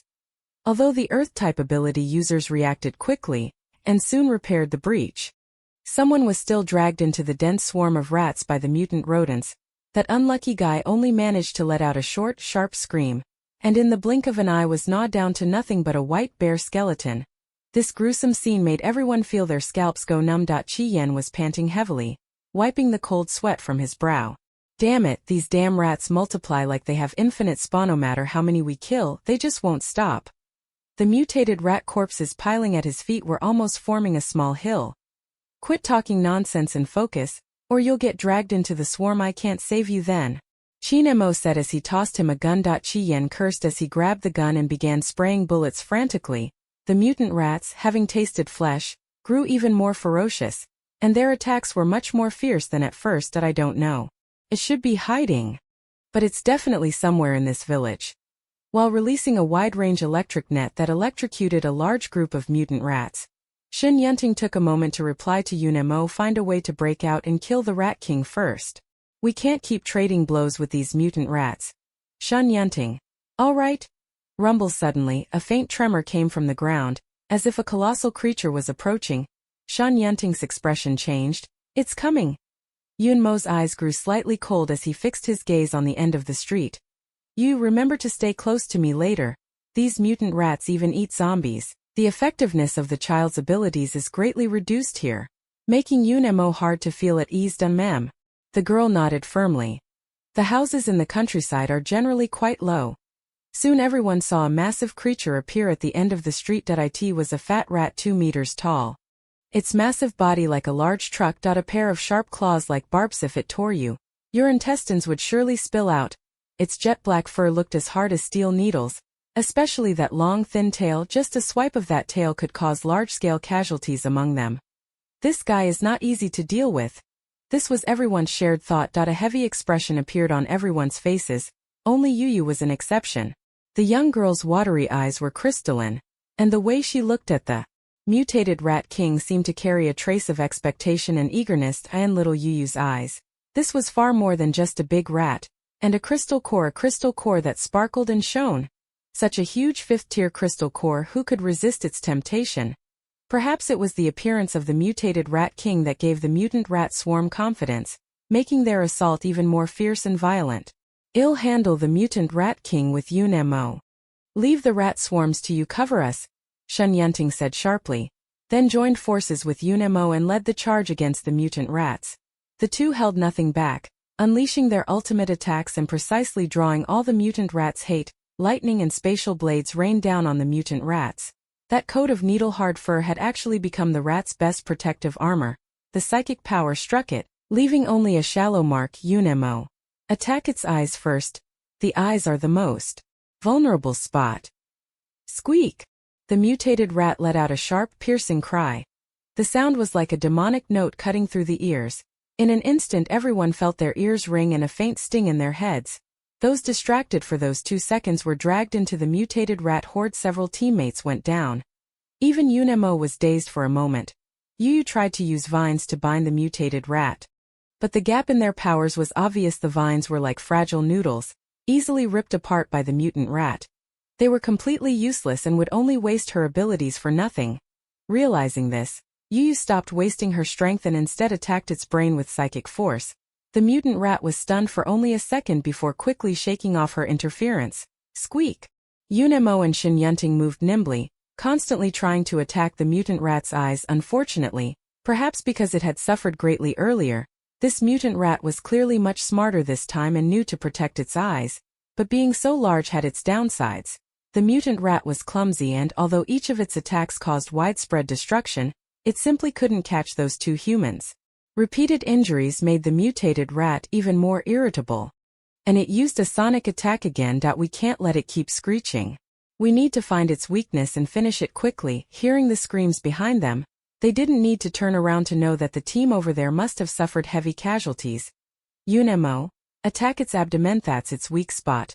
Baby couldn't help, only standing to the side worrying, occasionally interfering with the mutant rat's movements. This also gave her time to observe the enormous rat. It didn't take long to find that the mutant rat kept protecting its belly, so that must be its weak spot.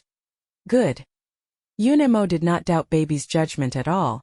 But the mutant rat was very wary, constantly guarding its abdomen, giving them no chance to strike. Younger, hold it for me, give me 10 seconds.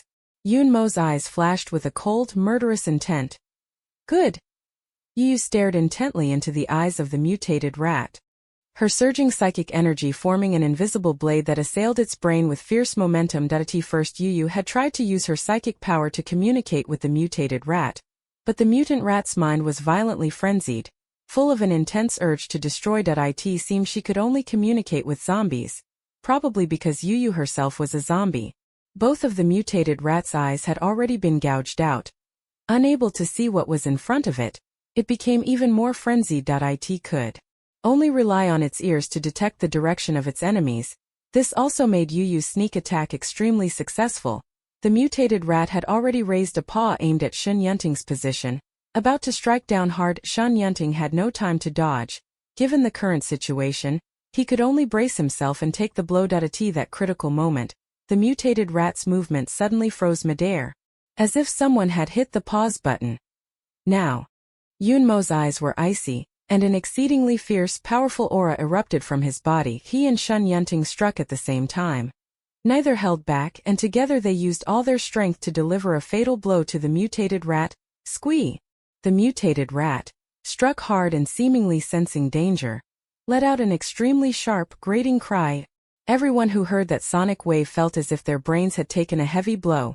The ability users who had been fighting bloodily just now all clapped their hands over their ears, pain etched on their faces. Unemo and Shinyunting, who were closest to the mutated rat, were hit the hardest. Blood flowed from both their noses and mouths, and their eardrums were nearly burst. Unemo forced down a surge of metallic sweetness rising in his throat as a space blade sliced open the mutated rat's belly. Chapter 65. Shinyunting steals the cornerstone rip. The thick fur and skin on the mutant rat's belly were slit open, and blood gushed out continuously. A grisly scene unfolded. Clumps of indistinct flesh mixed with blood fell out. Looking closely, those lumps of flesh turned out to be baby mice that hadn't grown fur yet. The baby mice had already developed legs and tails. As they fell out mixed with blood, they kept writhing on the ground. Counting them revealed there were actually over 100. Ugh, the shock of the scene was so intense that Yu almost vomited from disgust, especially when she saw those little mice, a few even crawling up to her feet. The girl went pale with fright like a delicate little white flower, nearly jumping up. Squish! Zhuang stomped down.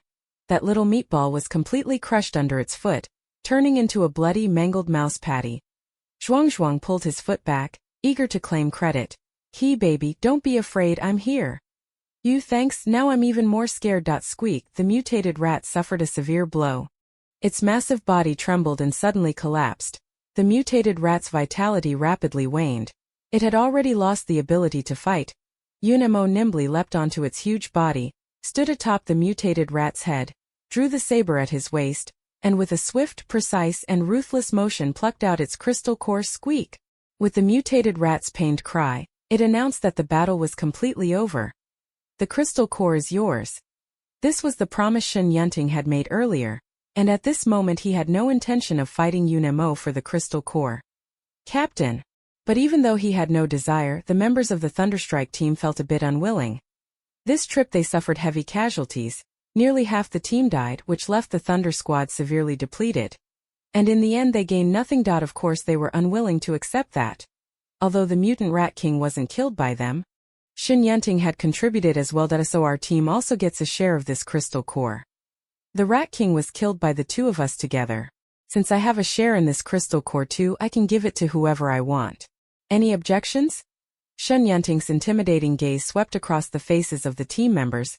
Fifth-rank crystal cores are rare, but they're not the only ones. Compared to this crystal core, Shen Yunting was more inclined to use the opportunity to become friendly with Yunemo. This battle made him understand Yunemo's strength more clearly. Shen Yunting had always admired the strong, and couldn't help feeling a kindred appreciation between powerful people toward him. Becoming friendly with Yunemo would do nothing but good. The team members were unwilling, but could only obey the captain's orders. Yunemo paid no mind to the undercurrents flowing secretly within the Thunder Squad. Since Shen Yunting had spoken, he naturally accepted the crystal core without hesitation. Thank you. Seeing Shen Yunting's intent to make amends, Yunemo nodded slightly to him. I hope we have the opportunity to work together again. Shen Yunting reached out his hand. The two of them were already as close as life and death comrades. Yunemo would of course give him that bit of face, holding his hand. This is natural, Yunemo. After the battle ended, Yu immediately ran over, but she didn't throw herself into his arms like she usually did.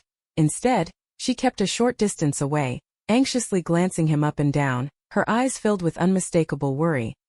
You, I'm fine. You're lying, you're bleeding. It's just a minor wound. Seeing Yu so worried about him, Yunemo felt a rush of warmth in his chest. He couldn't help stepping forward, intending to reach out and pat the girl's head to tell her not to worry. But just as Yunemo stepped forward, Yu instinctively took a step back, seeming to avoid him at all costs. Don't come near me, Stinky. The girl covered her nose and said poutily. Seeing that Yunemo was not seriously injured, Yu let out a sigh of relief. Once she felt relieved, she thought about keeping her distance from him. After all, Yunemo had been the closest to the mutated rat moments ago, and was sprayed with blood before he could react. Seeing Yu's little face full of disgust, Yunemo almost laughed with anger. Usually the girls practically cling to him. This was the first time Yu had shown contempt. This left Yunemo feeling somewhat uneasy. This little ungrateful brat. With the mutated Rat King dead, the remaining rat horde lost its leader and fell into chaos, instantly fleeing in panic. The powers users spent an hour finally annihilating these mutated rat swarms. Not even the tiny mice that fell out of the mutant Rat King's belly were spared. Damn. This beast's reproductive capacity is insane, Qian thought. Alarmed. Good thing we killed it today, otherwise the world would sooner or later be overrun by rats. The massive carcass of the Rat King lay there like a small hill, the stench of blood overpowering. If it wasn't dealt with soon, it would quickly attract hordes of zombies and other mutated animals. Fire element ability users proved extremely useful at this moment. They piled the corpses of the rats together, poured gasoline over them, and then the fire element ability user hurled a fireball. Boom! Flames shot up to the sky as the corpse burned. A meaty aroma gradually began to waft out. Gulp! Some of the powered-up individuals couldn't help but swallow. Do you smell that? It smells so good. This is meat. Damn it, I haven't eaten meat in a long time. If a rat this big were edible, how long would it take to eat it? Are you crazy? These are mutated animals. Who knows what viruses they might carry. Besides, those rats ate so many zombies. Just thinking about it is disgusting. I was just saying that. Hearing their conversation, Yu's expression became somewhat hard to describe. Yunemo, can mice be eaten too? Why do these humans eat everything? Yunemo, edible. In the previous life the Institute had already developed methods. The meat of mutated animals is consumable. Their flesh even contains abundant energy. When powered individuals eat it, their abilities can be strengthened. In the previous life many high-level powered individuals specifically hunted mutated animals to enhance their strength. It's just that for now this research has not been made public. But these mice are an exception. Unmo had seen many mutated animals. They possessed great strength, but they were not invincible and, like humans, could also be infected by the zombie virus. These mutant rats were the only ones that ate zombies and yet remained unaffected. After cleaning up the battlefield, the whole afternoon had passed and the sky was beginning to darken. Today's battle had inflicted heavy casualties on them. Under these circumstances, it was obviously not suitable to continue traveling. After some discussion, they decided to stay in the village for the night and hurry back to the base the next morning. This time, those two teams of powered individuals were almost completely annihilated. Even the seasoned members of the Thunder Squad were badly injured. As for Yunmo's team, surprisingly only Chi Yen emerged unhurt. Mentioning this, Chi Yen couldn't help feeling a bit smug. I wrapped my whole body in flames. Those rats didn't dare come near. Chi Yen bragged loudly about his heroic deeds. Maybe it was the disdainful attitude Xiao Yu had shown earlier that stayed on Yunmo's mind. After settling down, the man immediately went to the bathroom to shower, not wasting a moment. But when Yunmo washed away the blood and filth, came out of the bathroom steaming, he saw Xiao Yu unusually sitting beside Shen Yunting. Shen Yunting's brows and eyes carried a faint smile as he tilted his head to talk to Xiao Yu. The two of them looked very close from Yunmo's angle. Yu was almost about to kiss him. The man's eyes grew colder inch by inch. What are you two talking about? Chapter 66. Just one bite to satisfy a craving. He had only been gone for a little while, and Shen Yunting was already teasing Yu again. This time it actually seemed to be working. If he had come out a bit later, would Yu have run off with Shen Yunting? At the thought of this, Yunmo's handsome face darkened slightly, and the look he gave Shen Yunting was as cold and sharp as a blade. As if he were looking at those sly, ill-intentioned seductresses outside. Shen Yunting was about to speak, but before a word came out, he was hurriedly interrupted by Yu. Didn't say anything. A flash of guilt crossed the girl's eyes. All right, Yu admits she was a little unable to resist temptation. During the fight with the mutated rat, Shen Yunting suffered a severe external injury. Whenever he got close, Yu could smell that enticing scent of blood on him. Gulp. The girl couldn't help but swallow and looked at him with a somewhat feverish gaze. Have you thought about what I said last time? The Thunder team will always welcome you. As long as you want to join us, whatever you want can be granted. Jingha. Shen Yunting had originally given up, but this battle made him see Yu's strength. Psychic ability users are indeed very strong support. If he could recruit her into the team, many dangers could be avoided. Seeing Yu staring straight at him, her gaze as if she could eat him alive, Shen Yunting's tone faltered. An awkward expression flickering across his face, he couldn't help but recall what Su Mao had said. If Yunmo could sell his charms to keep Yu, why can't he? After all, he did like the girl quite a bit. Of course, he admired her personal abilities even more. If he could bring the little one into the team, sacrificing a bit wasn't out of the question. Can I really have anything I want? Yu's face showed a look of infatuation.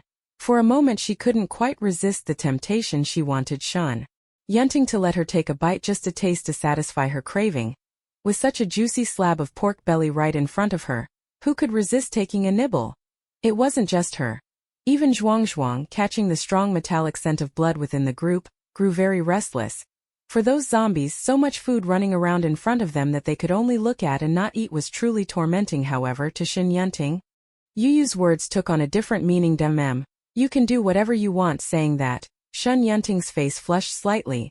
His usually steady heartbeat faltered for the first time. Faced with such temptation, Yu couldn't possibly resist. Unfortunately, before she could act, Yunmo discovered her. Seeing the man's sullen face, Yu knew Yunmo was angry. Brother Yunmo, you don't know, just now Lin Yu almost betrayed you.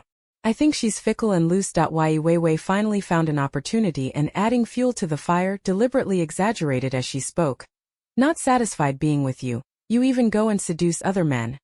Yi Weiwei's malice toward Yu was obvious, and even Zhuang felt it. This human wants to bully the cub. Yi Weiwei was speaking animatedly when she suddenly felt a chilling gaze fall upon her. A wave of cold ran from the soles of her feet to the top of her head. Her sixth sense detected a strong sense of danger. Yi Weiwei's heart quickened, and instinct made her look up. She saw the taciturn cousin standing behind Lin Yu behind the sunglasses. Those eyes were staring at her intently. Yi Weiwei felt a chill run through her. Like a prey being watched by a beast. It seemed as if the next second he would pounce and tear her apart, she was still shaken and couldn't help stepping back. This person. Very dangerous. Yunemo gave Shin Yunting a cold look and turned to leave without a word. Yu saw this and hurriedly chased after him, anxious. Yunemo was afraid that if he stayed any longer, he would be unable to control himself and would lay hands on Shin Yunting. Yunemo, are you angry? Yu followed behind him and asked cautiously. Yu, what were you trying to do to him just now? Yunemo suddenly stopped, and Yu nearly ran into his back. The man's low voice made it impossible to tell whether he was angry or amused. That if I hadn't come out, would you have tried to kiss him, just like you did to me before?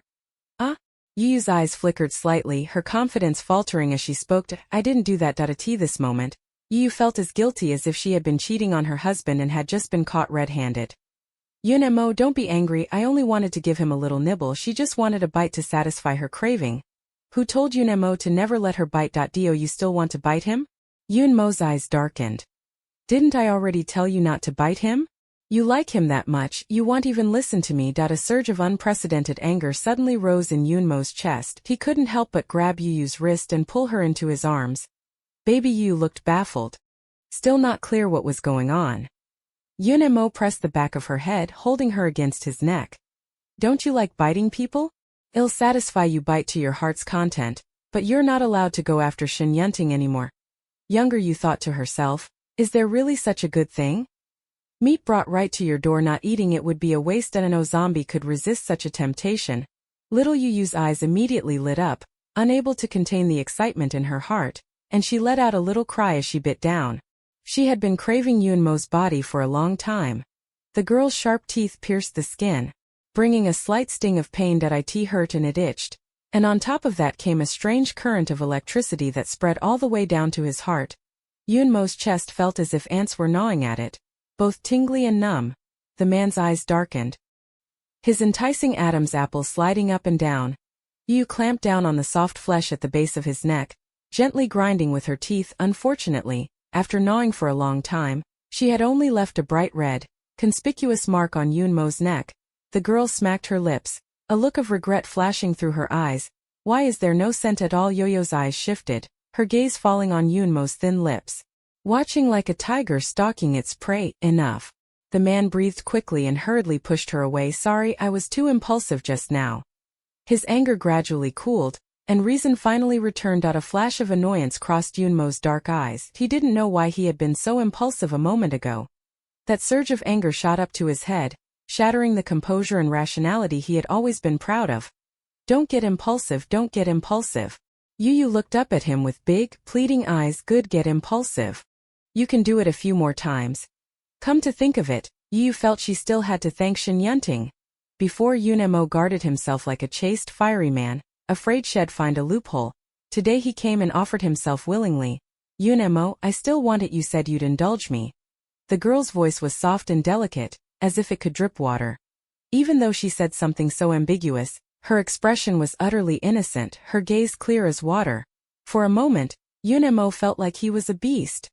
No. After calming down, Yunemo returned to his usual imperturbable, disciplined demeanor. You young one, what you did was wrong. You mustn't do that again next time. Remember?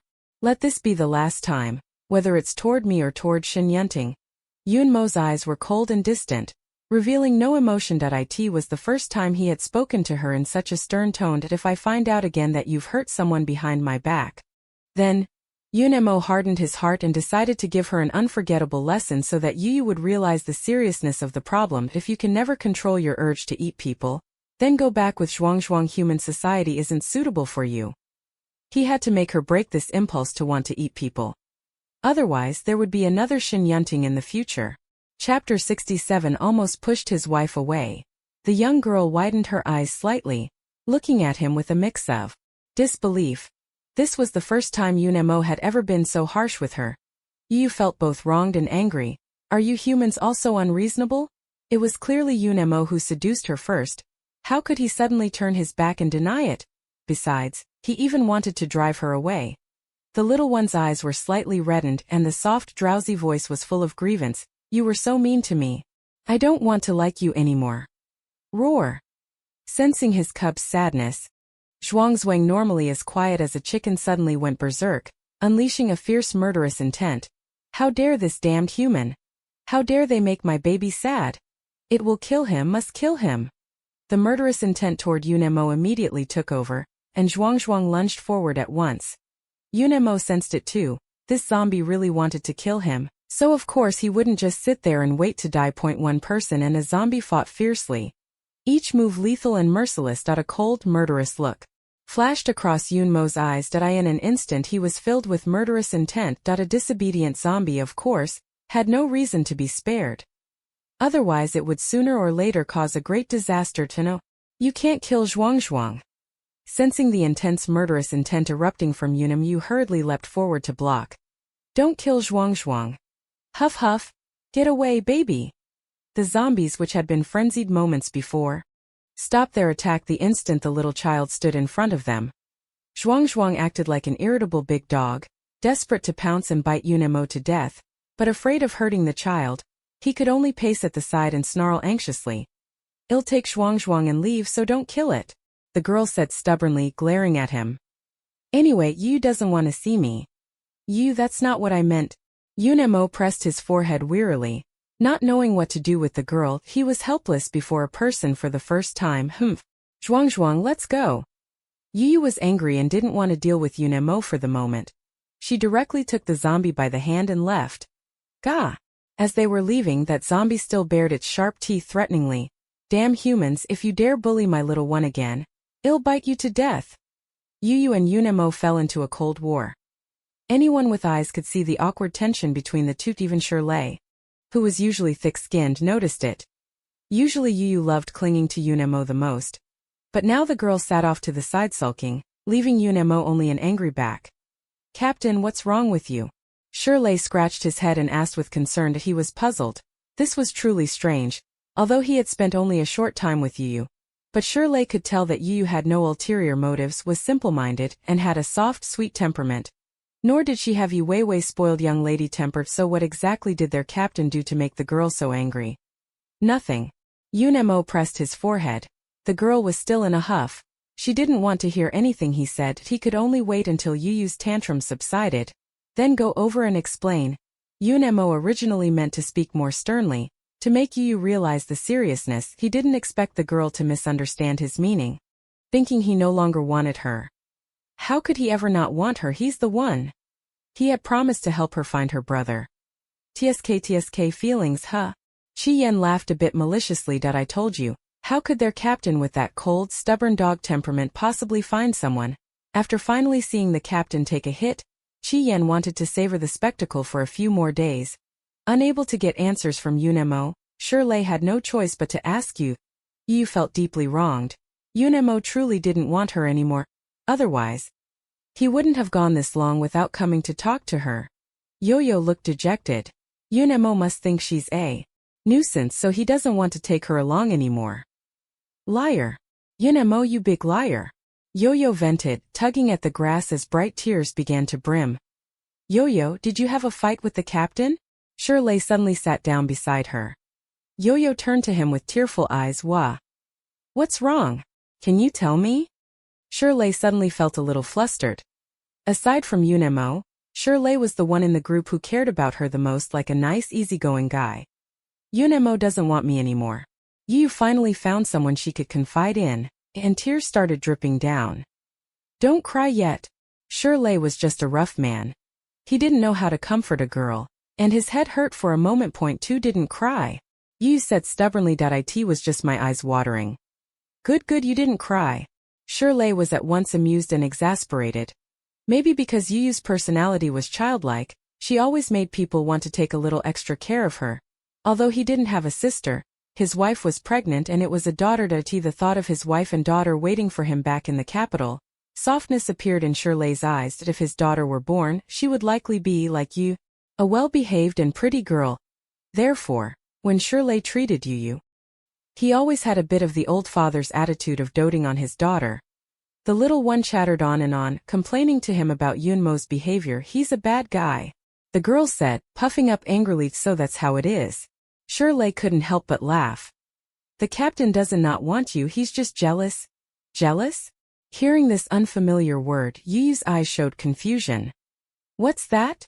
Is it tasty? Yu mentally added another mark against Yunemo, still getting jealous behind her back. You little miser. Jealous is just... Shirley laughed through his tears, and gave her a simple explanation. In short, the captain saw you getting too close to Captain Shun and wasn't happy.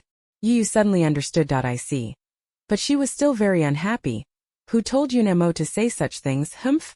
Little Yu decided to give him the cold shoulder for a while. Let's see if he dares to be fierce with her next time. Thank you, brother. Sure.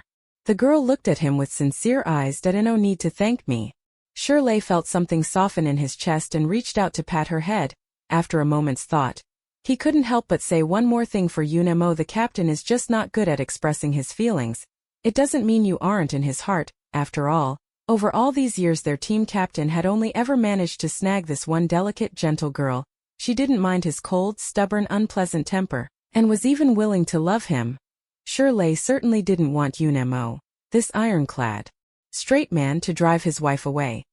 Yunemo and Lin Yu had a quarrel. If it were the usual, Yu Weiwei would certainly be very pleased and would take the opportunity to butt in and try to win favor with Yunemo, but now, her attention was drawn to something else. Yu Weiwei increasingly felt that something was wrong.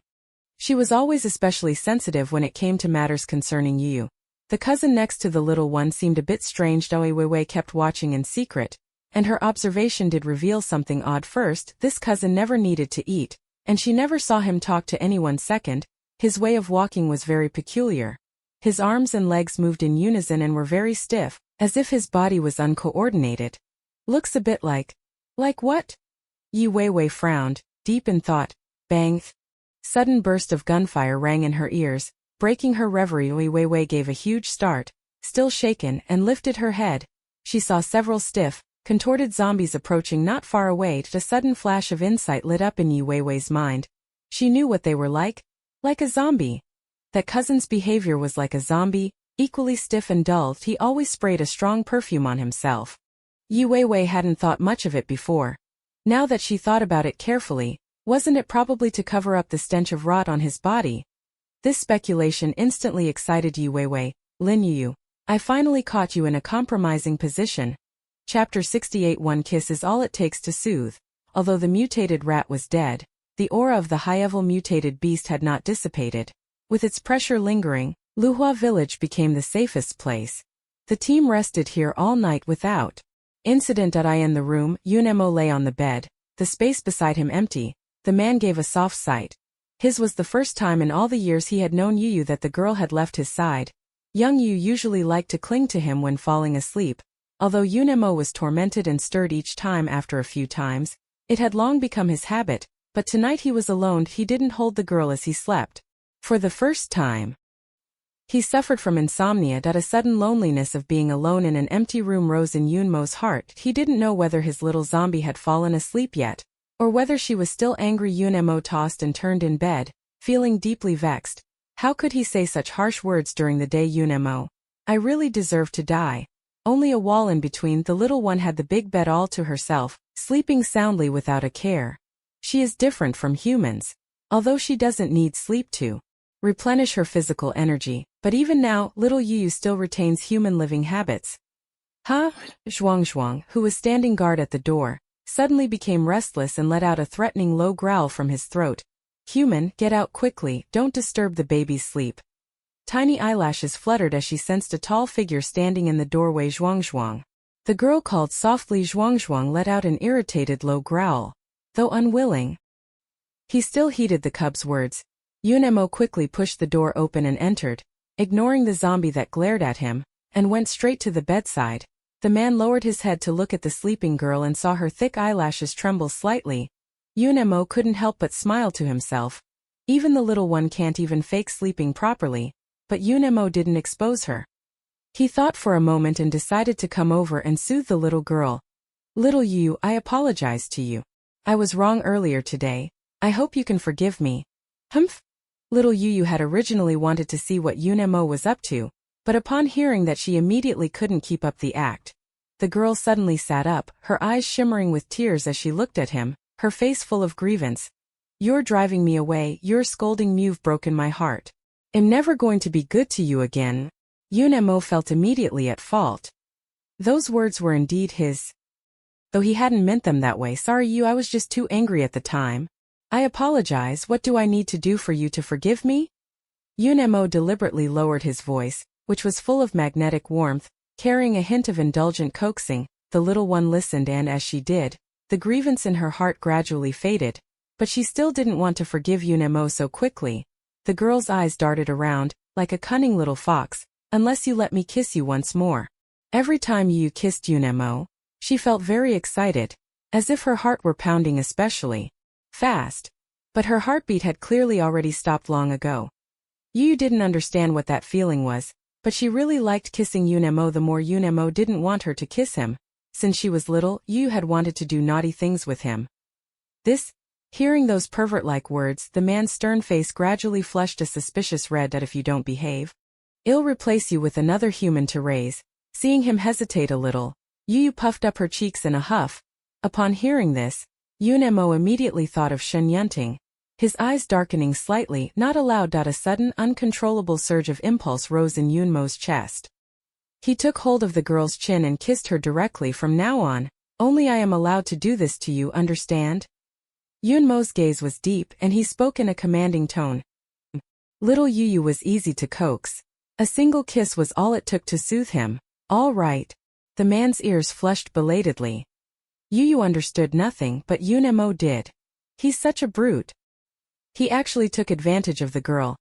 Yun Mo avoided Yu's gaze a little, trying to escape, but rather than let Yu be deceived by another man, it was better for him to make the sacrifice himself. Yun Mo thought to himself that Yu was only curious about human matters. Once she understood, she probably wouldn't bring up such requests again. The man's palm flipped, and in the blink of an eye a soil-brown crystal core the size of an egg appeared in his hand. It's sparkly. Little Yu's eyes lit up instantly. Yun Mo, is this for me? Yun Mo reached out and stroked her head.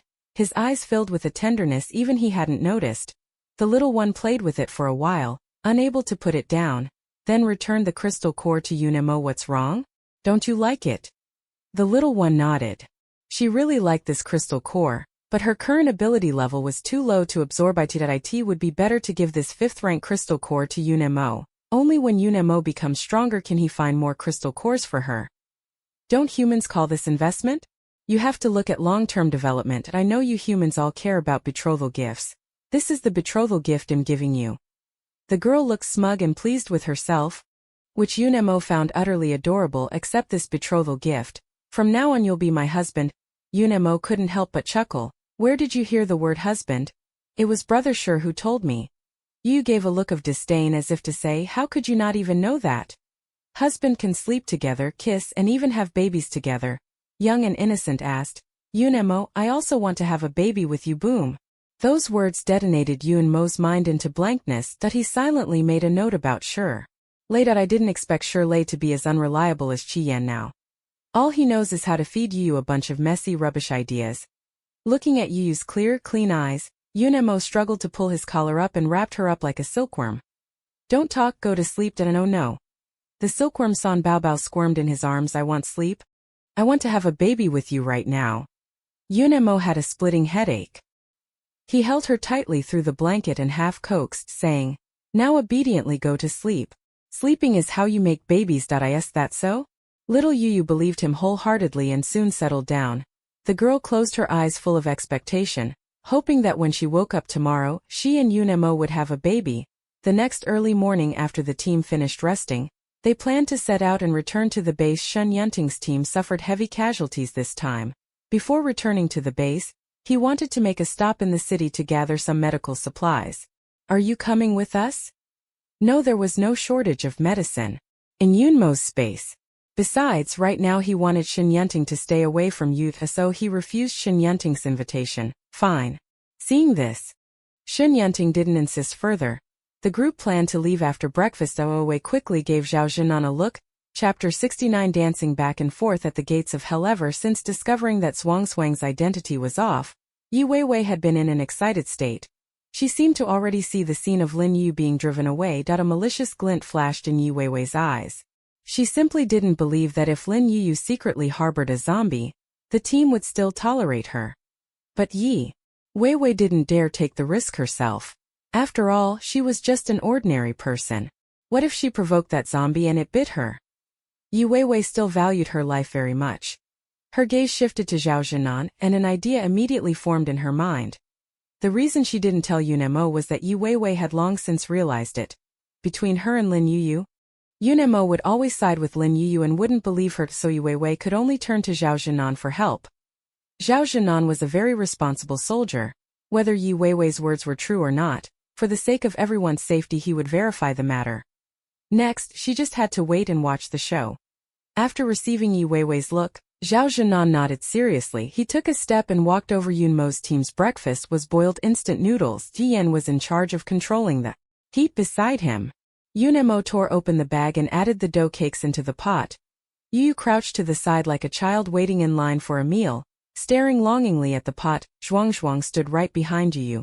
So quiet he seemed almost non-existent. When Zhao Zhinan came closer, Zhuang noticed him too, but it didn't regard this human as worth its attention, still focused intently on staring at its little cub. Suddenly, a gust of wind swept in. Roar.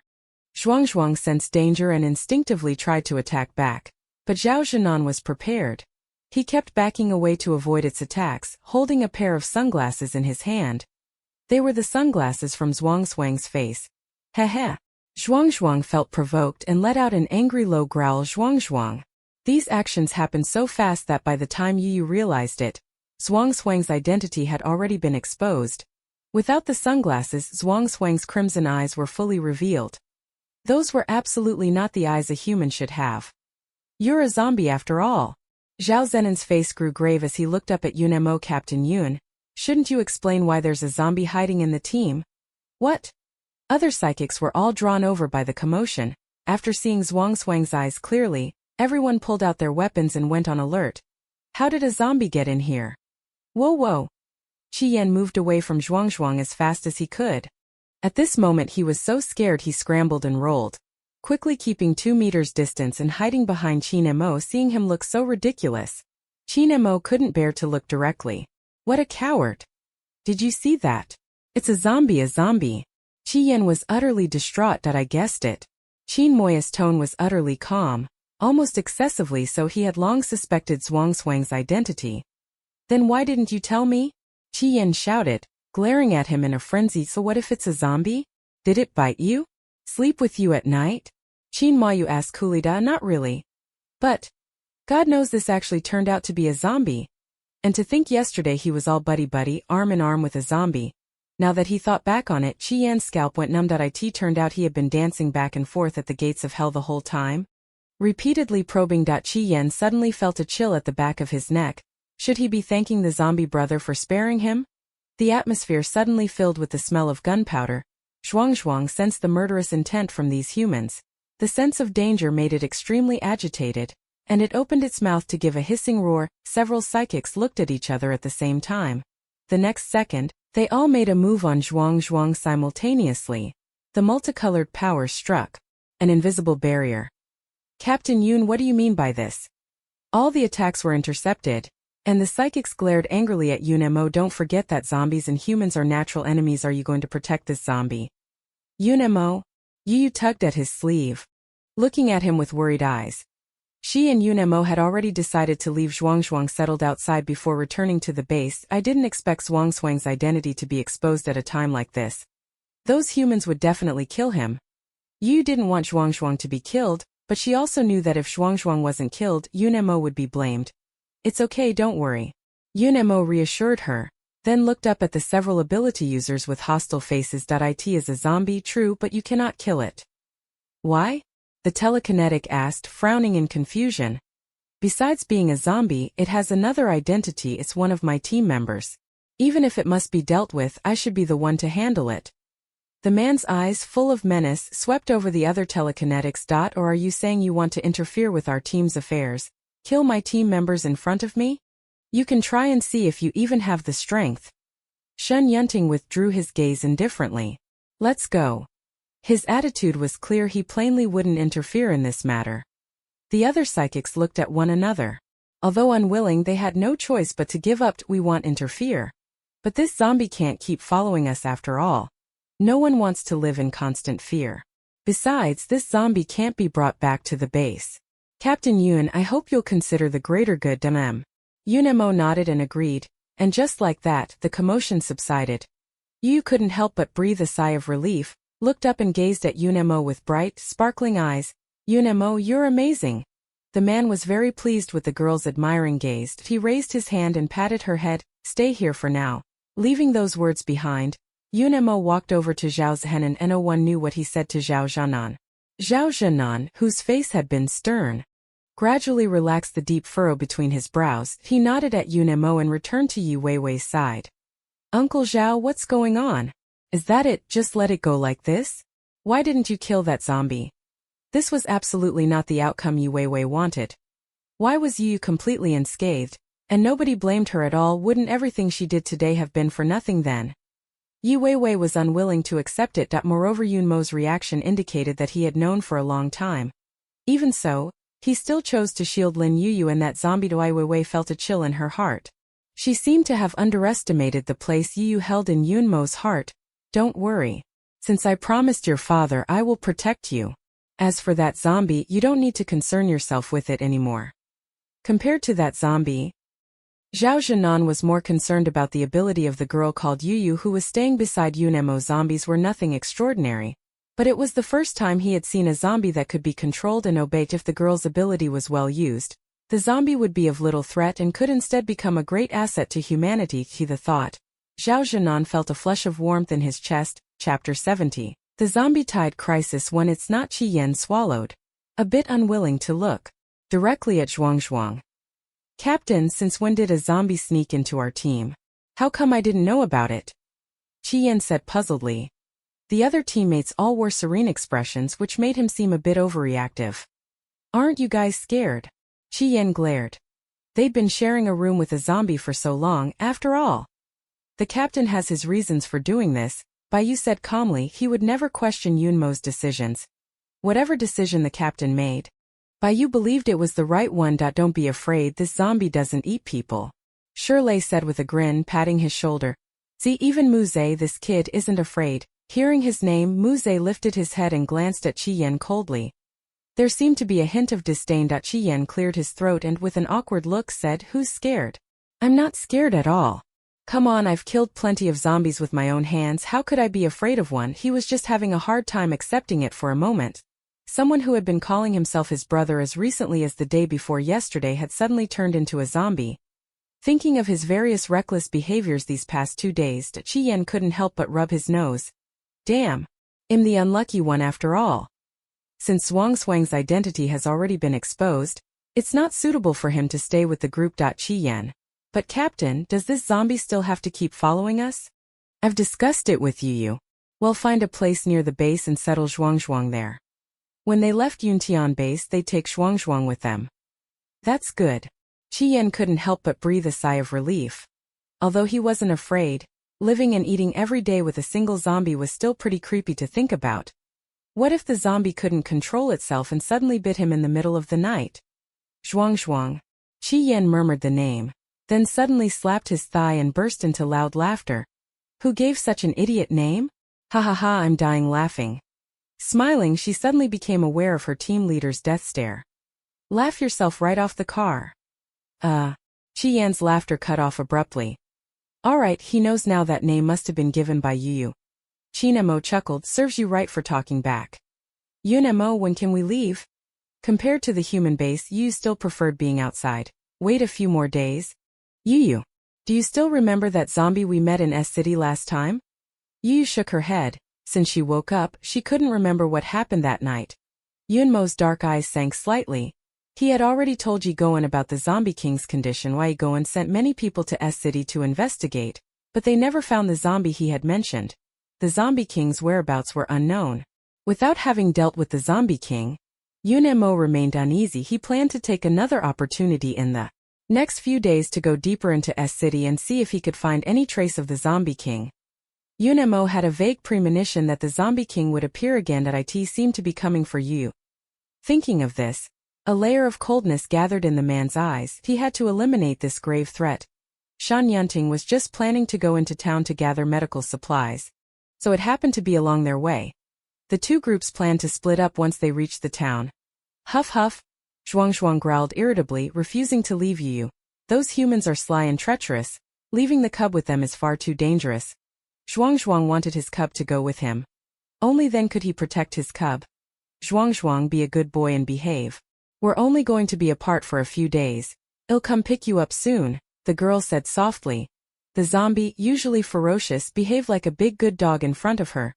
Everyone watched, clicking their tongues in amazement at I never even dreamed humans could coexist peacefully with zombies. Captain, I finally understand why you'd rather stoop to being the other man than not bring Yu over, Su Mao said enviously. Yu's ability is simply overwhelmingly extraordinary that no matter which team she was placed on, she was an incredible cheat. Who wouldn't be tempted by that?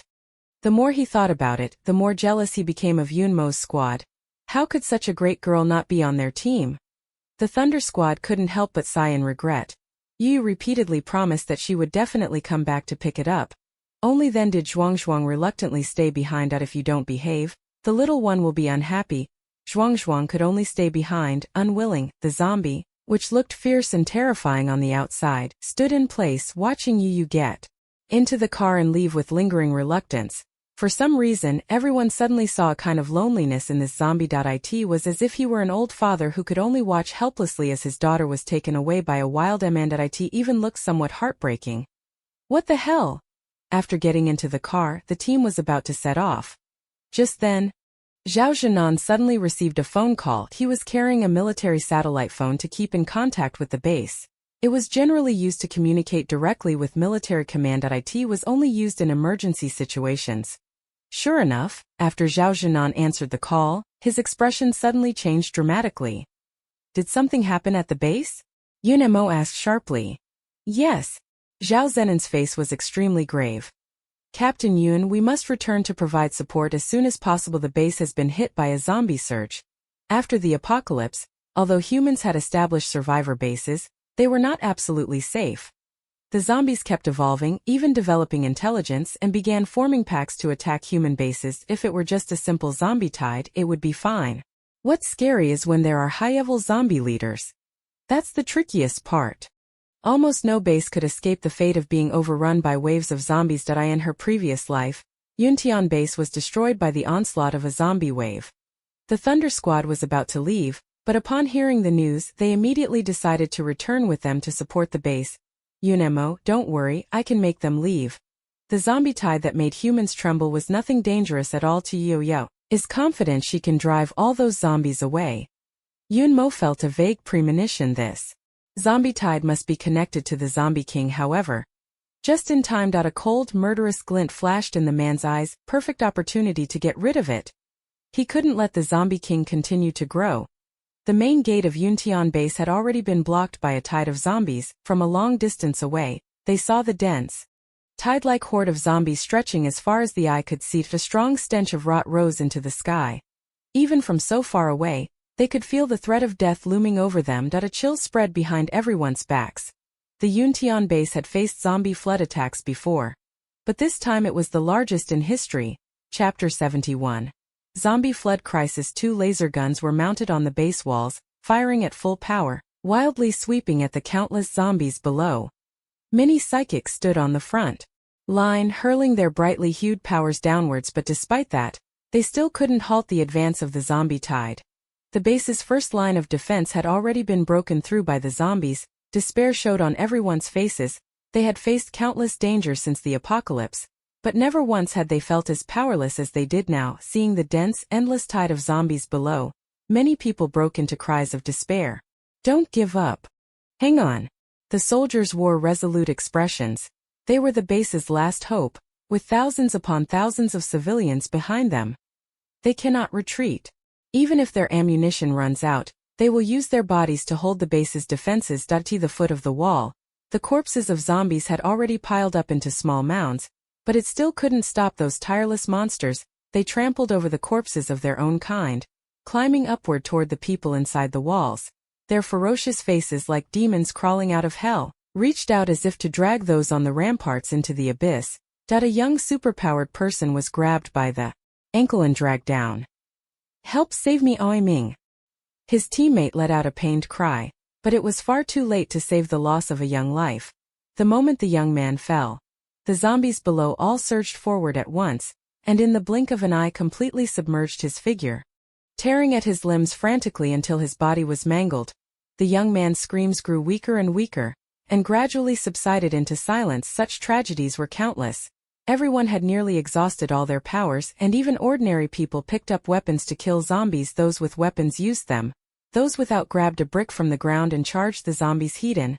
I'll fight you monsters to the death. Even so, it still couldn't stop the second barrier from being breached. The sounds of people crying in despair hung over the sky. Daddy, why don't come closer? Don't come closer. Report, sir, we are running low on ammunition. Sir, the east side has already been breached. One catastrophe after another followed, and a pall of despair settled over everyone's hearts, pressing down so heavily they could hardly breathe. That if we run out of ammunition, take knives. No matter what, we must hold the last defensive line. Even ye goin'. The base commander had taken up a long knife and joined the fight, cutting off zombie heads with every swing. But so many zombies, how could they possibly kill them all? Were they really going to die here today? Unity on base.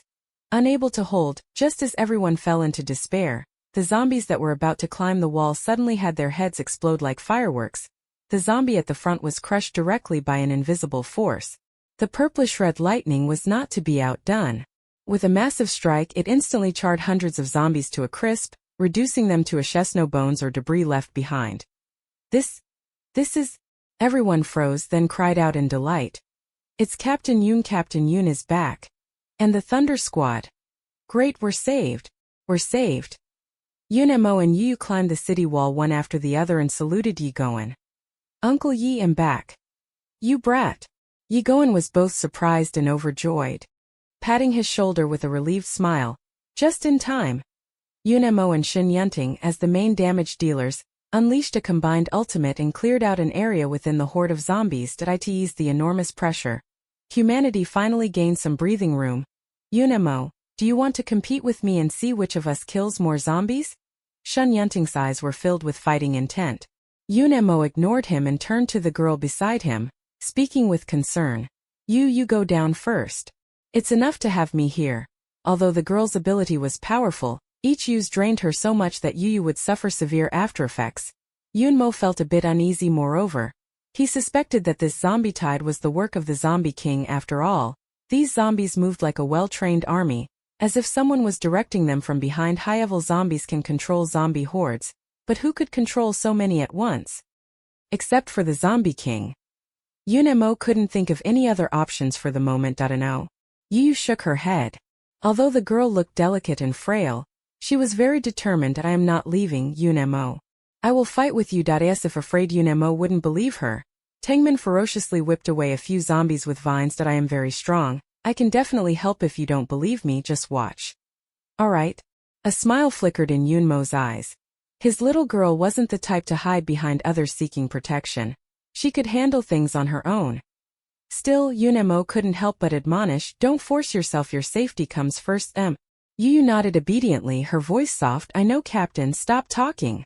The zombies are almost climbing up, and you're still flirting. Chi-Yen barely dodged a zombie's claw, cursing and shouting. Damn it! You ugly thing, almost scratched your father's handsome face. I'll burn you to ashes and send you to meet your birth mother.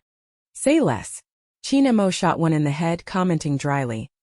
Even if he didn't die at the hands of a zombie, sooner or later he'd be driven mad by Chi-Yen's nagging. Killing a zombie and still whining so much you wouldn't be trying to slack off, would you? Shut your fucking mouth. Who's slacking off? Next, I'll show you how awesome I am. Chi-Yen raised his hand and sent out several fireballs in succession. This trip to wipe out the mutated rats wasn't without gains. The squad's overall strength had improved. Especially Muzek, he could vaguely feel that he was only one step away from leveling up. Sis, I'll protect you. The little boy stayed right by Yu's side, never leaving her. Although his strength was very weak compared to Yoon Mo, he was still protecting his sister in his own way. This can't go on. There are clearly higher-level zombies controlling these ones. No matter how many we kill in a day and night, we won't finish them. We must quickly find the high-level zombie. It's definitely hiding within the horde. Can you find it? Shun Yunting said. "I'll try." Yu closed her eyes and her psychic power swept over the horde of zombies below like an overwhelming blanket. The zombies appeared as gray points of light, with only one unusually bright red point standing out clearly. Yu opened her eyes, and her psychic power locked onto the eastern side of the zombie horde. Her gaze fixed on a particular direction. She raised a hand and pointed. "Found him, Yunemo. He's over there." That area was where the zombies were most concentrated. Countless hideous faces like evil spirits stood guard around a white figure, but none of them made a move as if sensing Yu's gaze. The white figure slowly raised its head, its crimson eyes staring straight in her direction. It was a zombie wearing a white shirt. Even though he had become a zombie, the white shirt remained as pristine as ever. Not a speck of blood staining it. Half of that zombie's face was strikingly handsome, while the other half was completely rotten, hideous as a demon, with pale bones faintly exposed. It's not hard to tell that this zombie must have been a handsome man in life, but that face looks. Why does it feel so familiar? Chapter 72. Zombie Tide Crisis 3. Ugh. The girl clutched her head, knitting her brows tightly as many blurry fragments of memory flashed rapidly through her mind. Those were memories that once belonged to her. This zombie feels strangely familiar. Until the end, the memory froze on the final frame. Yu finally saw the man's face clearly. "Yu, don't be afraid of your brother." The man smiled gently, but his narrow phoenix-like eyes were full of possessive love. "Remember, your brother is the person who loves you most in this world. You look at me. Your eyes must contain only your brother." The man was sometimes gentle, sometimes insane. "Don't call me brother. I don't want to be your brother." "Yo-yo, what's wrong with you?" Yunemo beside her quickly noticed the girl's odd behavior, his dark eyes full of tension and worry. Yunemo immediately unleashed a big move, completely clearing out the zombies in that area, then hurriedly turned to check on Yo-yo's condition. "Yunemo, he is brother." Yo-yo tightly grasped his hand. Even as she spoke the word, she finally remembered. The reason she found that zombie familiar was because it was her brother. Brother? Yunemo followed her line of sight that as far as she could see, there were only hideously deformed zombies. "You mean your brother is among those zombies?" Yu nodded heavily, her tone very certain. "He's my brother." But when Yu looked up again, the figure of the zombie she had pointed out at first was already gone. The girl blinked in surprise. "Huh, where's your brother?" Yu searched through the horde of zombies for a long time with her gaze but couldn't find that white figure again. She wasn't ready to give up and once more released her psychic power to probe. But she found nothing. It seemed that the figure she had seen earlier was just her imagination. How could this be? "Brother, he's gone." "It's okay, don't be anxious. He will appear again. I'll help you find him." Yunemo sighed. He hadn't guessed wrong. Yo-yo's brother had indeed become a zombie, but with so many zombies, finding one zombie is easier said than done. No different from finding a needle in a haystack, unless Yu's brother appears of his own accord. Yu's expression was slightly hesitant. She didn't know whether to tell Yunemo that this zombie surge seemed to be controlled by her brother. She was afraid Yunemo would just kill her brother. Although her brother had already turned into a zombie, Yu still didn't really want him to die. Just as the girl hesitated, Chi Yen suddenly cried out in surprise, "Retreating, it's retreating, the zombie horde is retreating." Yu immediately looked up. Sure enough, the zombie horde that had surged forward like a flood was now gradually withdrawing and no longer charging forward recklessly. Perhaps it was the addition of Yunemo and Shen Yunting, the two strongest fighters, that made that high-level zombie hesitant. In any case, the retreat of the zombie horde was a good thing. An hour later, only a few zombies remained. Yunemo crushed the last zombie skull, finally bringing the war to an end. "Clear the battlefield and count the casualties." After giving all the orders, Yi Goen only then walked over to them, his tiger-like eyes sizing them up. "How are you all? Are you all right?" "Yunemo, Uncle Yi. We're fine, that's good. You two are now the backbone of the base. Nothing must happen to either of you." Yi Goen patted Yunemo and Shin Yunting on the shoulders in turn. These two were both his capable subordinates. That as long as they were here, Yi Goen believed the Yuntian base could not be toppled. "You did the most in this battle.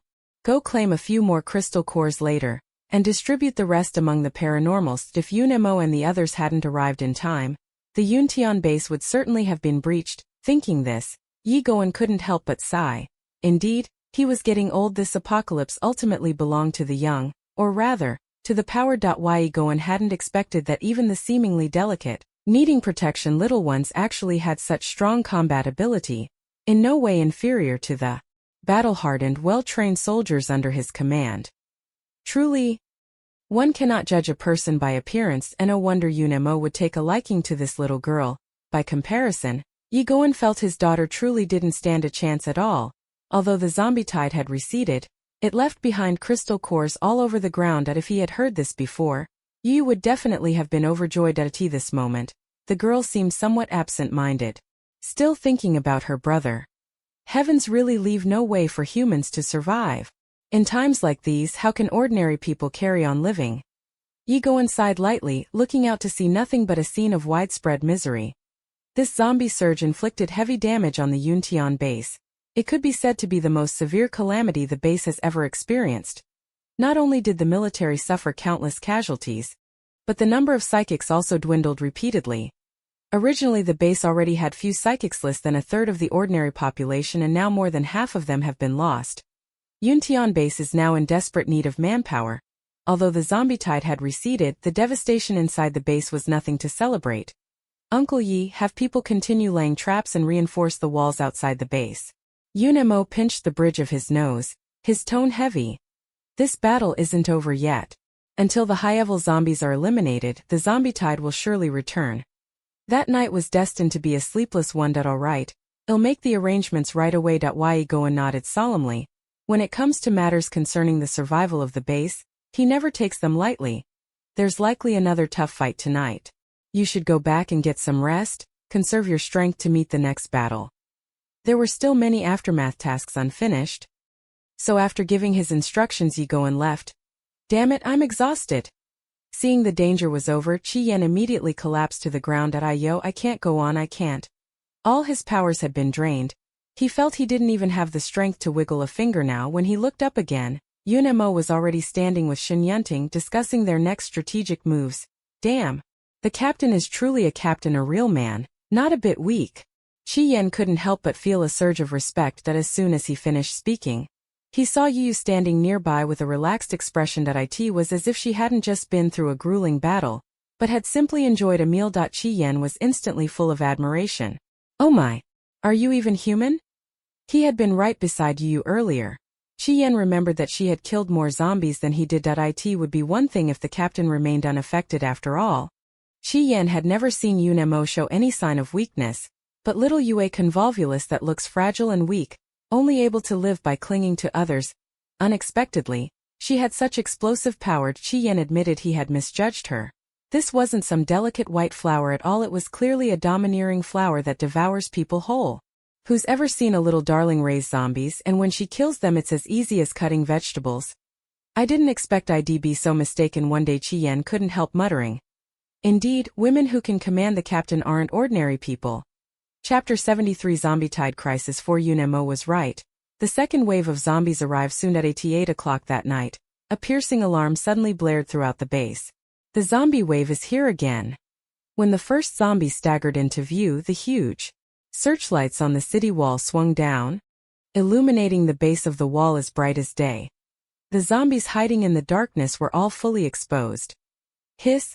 Someone sucked in a breath in shock. In places the searchlights couldn't reach, there were many more zombies, like a heavy dark cloud pressing in. A thick pall settled over everyone at the base. Prepare. The leading soldier's gaze was icy. At the moment his hand fell, the laser guns on the city wall opened fire rapidly. These hot weapons were getting fewer by the minute, but facing such a matter of life and death, there was no time to worry about that. The rocket launchers fired shell after shell, directly bombarding the zombies below. Psychics, get ready. After the brief rest they had just taken, everyone had now readied themselves in their best state to re-enter the battle. Yunemo and Yu naturally also climbed onto the city wall. Yu tried again to use her psychic power to control the zombies, but her mental strength seemed to be cut off by an invisible blade, and she once more lost control over the horde. It seemed they still had to find that high-level zombie hidden within the tide of undead. Only by killing it could everything end. Now Yu knew that the high-level zombie commanding the horde was her brother. Yu didn't want to kill it, but she was even more unwilling to let Yunemo fall into danger. She had to capture it first and see if she could communicate with it. The girl. released her psychic power and finally locked onto a direction in the darkness. The psychic power turned into an invisible rope, rapidly closing in on the position where it had detected the presence. Boom! The psychic power that had been released seemed to have struck a barrier and was completely repelled, and an even more brutal and domineering psychic force assaulted her mind. Youngie couldn't help but cover her head. Quickly withdrawing her mental strength and using all her power to withstand that attack. Daddy Weiwei, what are you doing up here? It's dangerous. What are you doing? Get down right now. Yi Goen was sweeping zombies with a laser gun. He turned and saw Yi Weiwei at his side and immediately scolded her sternly. Dad, I wanted to help. You taught me how to shoot. I can shoot zombies. Yi Weiwei spoke as she glanced toward Yunemo. Unfortunately, Yunemo didn't even give her a look. A flash of resentment crossed Yi Weiwei's eyes. Yi Goen couldn't help feeling a headache. What nonsense, you can't even aim at a zombie's head. How are you going to kill one? The front lines were far too dangerous. Even he might be bitten to death by a zombie that pounced on him the next second. Yi Goen had only this one daughter and truly couldn't bear to let her take such risks. It would be one thing if Yi Weiwei could defend herself, but the problem was she couldn't even aim properly. To put it bluntly, she'd only waste ammunition. Dad, please let me stay. I want to help, and besides, there's brother Yunmo who will definitely protect me. Saying that, Yi Weiwei looked at Yunemo with hopeful eyes. Don't you think so, brother Yunma? Yunmo's tone was cold and harsh. Yi Weiwei, I don't have time to indulge your nonsense. Either leave now, or be responsible for your own life and death. Yi Weiwei said angrily. Lin Yu can follow you to fight the zombies, so can I. When Qi Yan heard that, he couldn't help but snort. This young madam really thinks highly of herself. Just don't cry when the zombies climb up later. Fine then. Seeing she couldn't be persuaded, Yi Go inside and could only agree. It's already the end of the world. He can't protect his daughter forever. Letting Yi Weiwei learn to grow up is a good thing. That way, even if something happens to him later, Yi Weiwei won't be left unable to survive on her own. Thinking this, Yi Goen no longer intervened. While Yi Weiwei held a handgun. Seeing the countless zombies below, her face instantly turned pale and the hand gripping the gun began to tremble. But she couldn't back down at this moment. She didn't climb the city wall to kill zombies. A flash of ruthlessness crossed Yi Weiwei's eyes. At such a critical moment, no one paid any attention to Yi Weiwei. Yu likewise didn't take her seriously. She was still searching for her brother's figure in the dark, pressing tide of zombies. The psychic attack from a moment ago had been reflected back. When Yu looked over again, that zombie had disappeared once more. It was as if it were playing hide and seek with her. The girl's brows knitted tightly. She couldn't help feeling a little agitated. Suddenly, Yu's eyes lit up. She raised her hand, pointed in one direction and said excitedly, Yunemo, I found it. It's over there. Yunemo immediately followed her finger and looked over. This time he finally saw the true face of the high-level zombie hidden among the corpses. The man's expression darkened. He had guessed correctly. It really was the Zombie King. The moment he discovered the Zombie King, Yunemo acted swiftly. The horde of zombies surrounding the Zombie King was utterly crushed into a bloody froth by an invisible spatial force.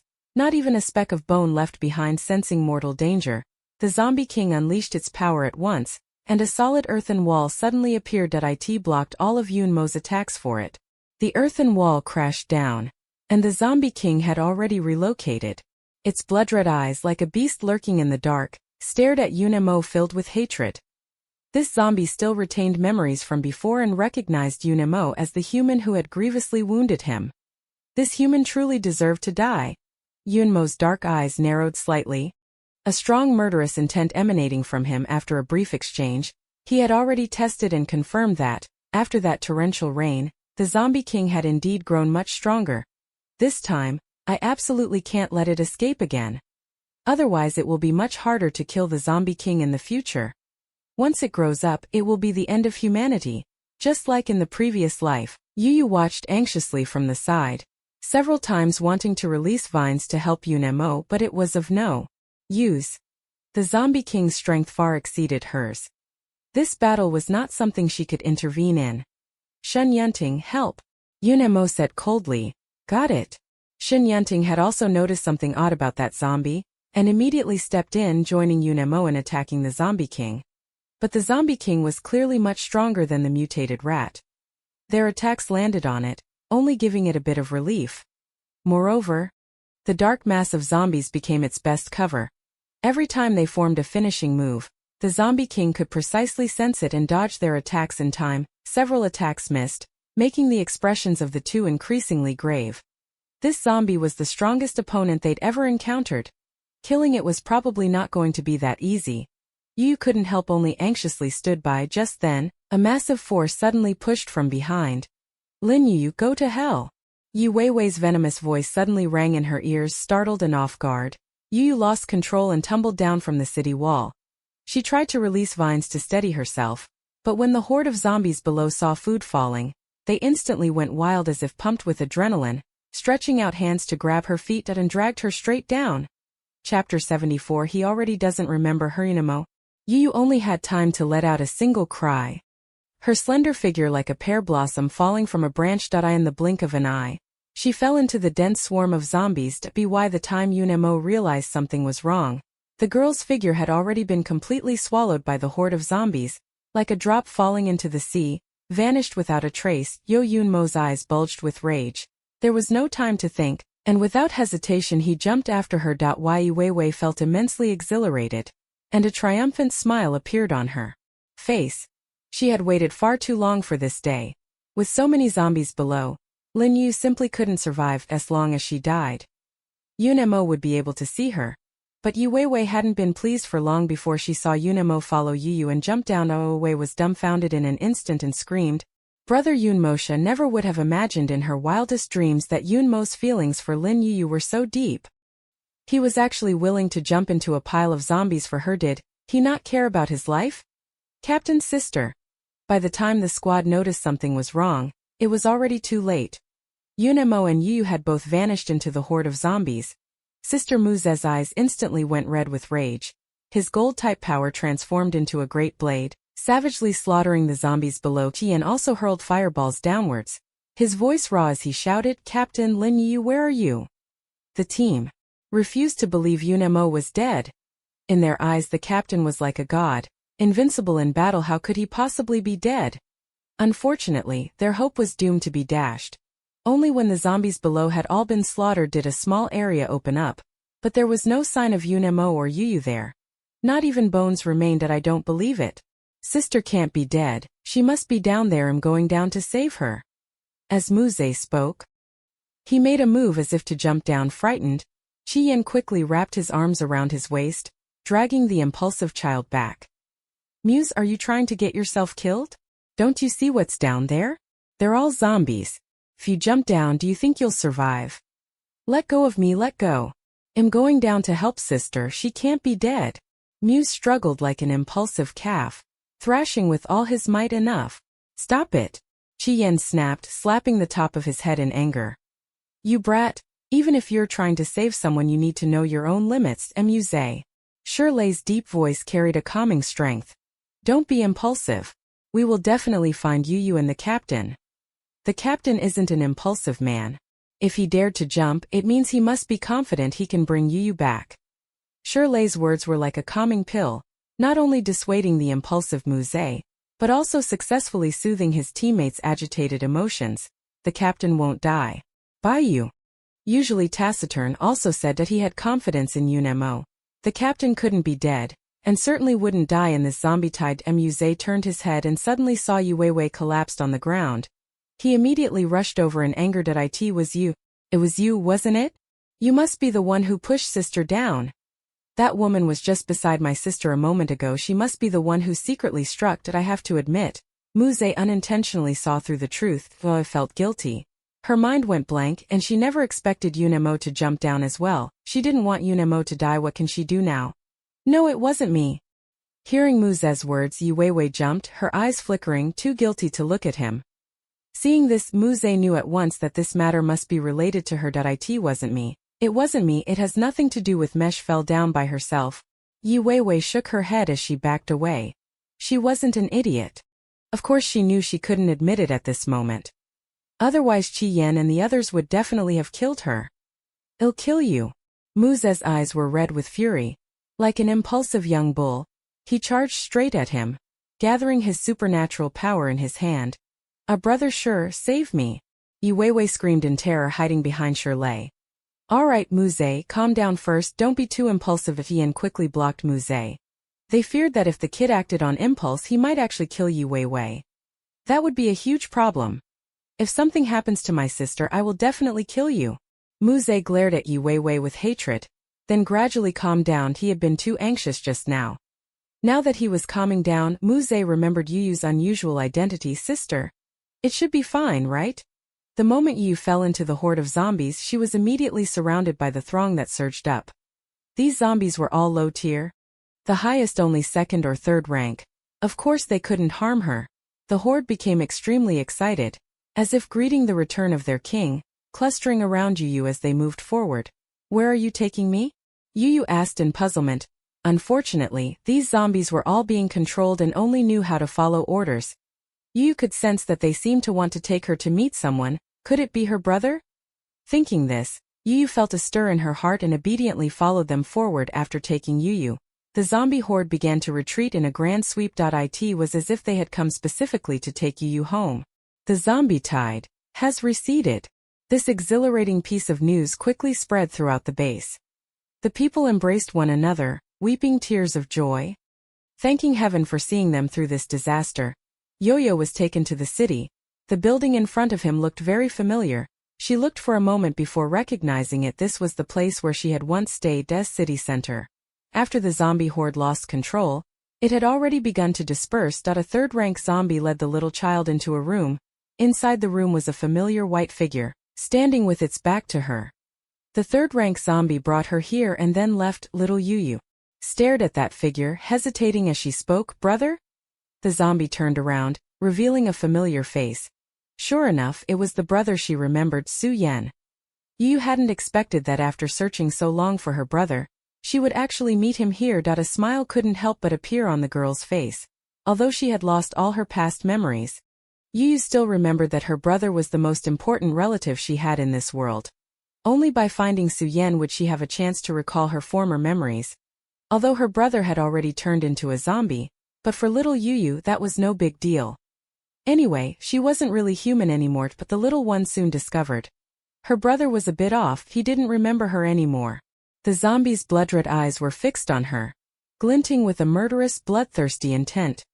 This zombie wanted to eat her. At the first sign of danger, Yu released her vines. Unfortunately, she was still one step too late. Bang! The white figure moved so fast it was impossible to catch. In the blink of an eye it slammed her to the ground. The zombie bared its sharp fangs and bit down hard on the girl's long, fair swan-like neck. Chapter 75, sending you to where you belong. When the first hint of dawn appeared on the horizon, the swarming horde of zombies below had completely retreated, leaving behind a battlefield in utter disarray.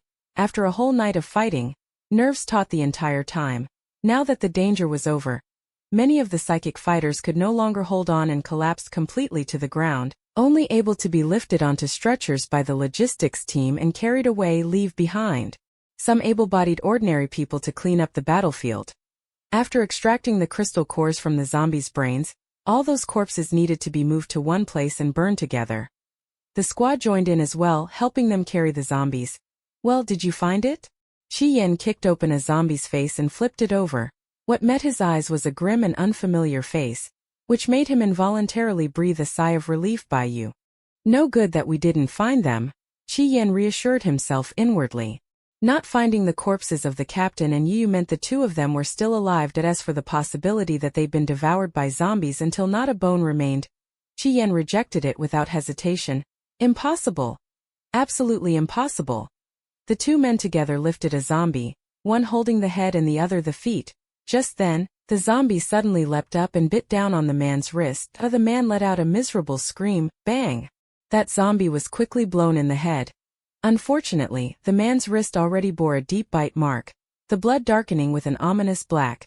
The next second, the dark muzzle suddenly turned toward him. Don't kill me. The man went weak in the knees, collapsing to the ground in tears. Soon someone took the man away to be quarantined. If the man mutated into a zombie 2 hours later, he would be immediately eliminated. Seeing this scene, the few members of the squad looked rather displeased. The captain and the others. Shi Yan paused, unable to continue. Yun Mo is indeed very powerful, but superpowered individuals aren't omnipotent. There is still a risk of being infected and turning into a zombie. There were so many zombies beneath the city walls. What if someone got accidentally scratched? Look suddenly, Shirley shouted excitedly. Captain! The captain has returned. Several people looked up. Sure enough, Yunmo's tall figure slowly appeared in view. Captain! Several people immediately rushed forward. Yunmo's body was covered in the zombie's black blood.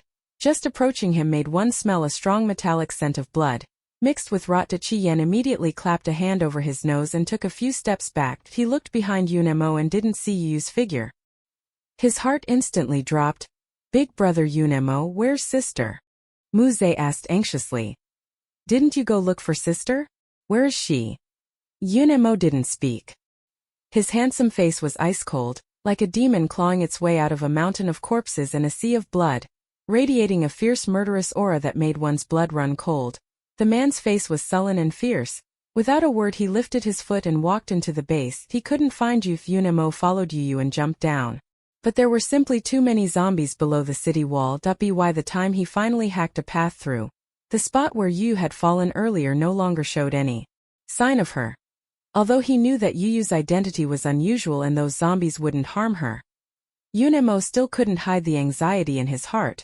That restless emotion filled him with a violent temper. At that moment, he only wanted to kill all the zombies. Zombies by their very nature should never have existed. He searched through the dense swarms of zombies all night, but he still couldn't find any sign of Yu. Shortly after Yu fell, the zombie tide began to retreat. It was all tied to the zombie king.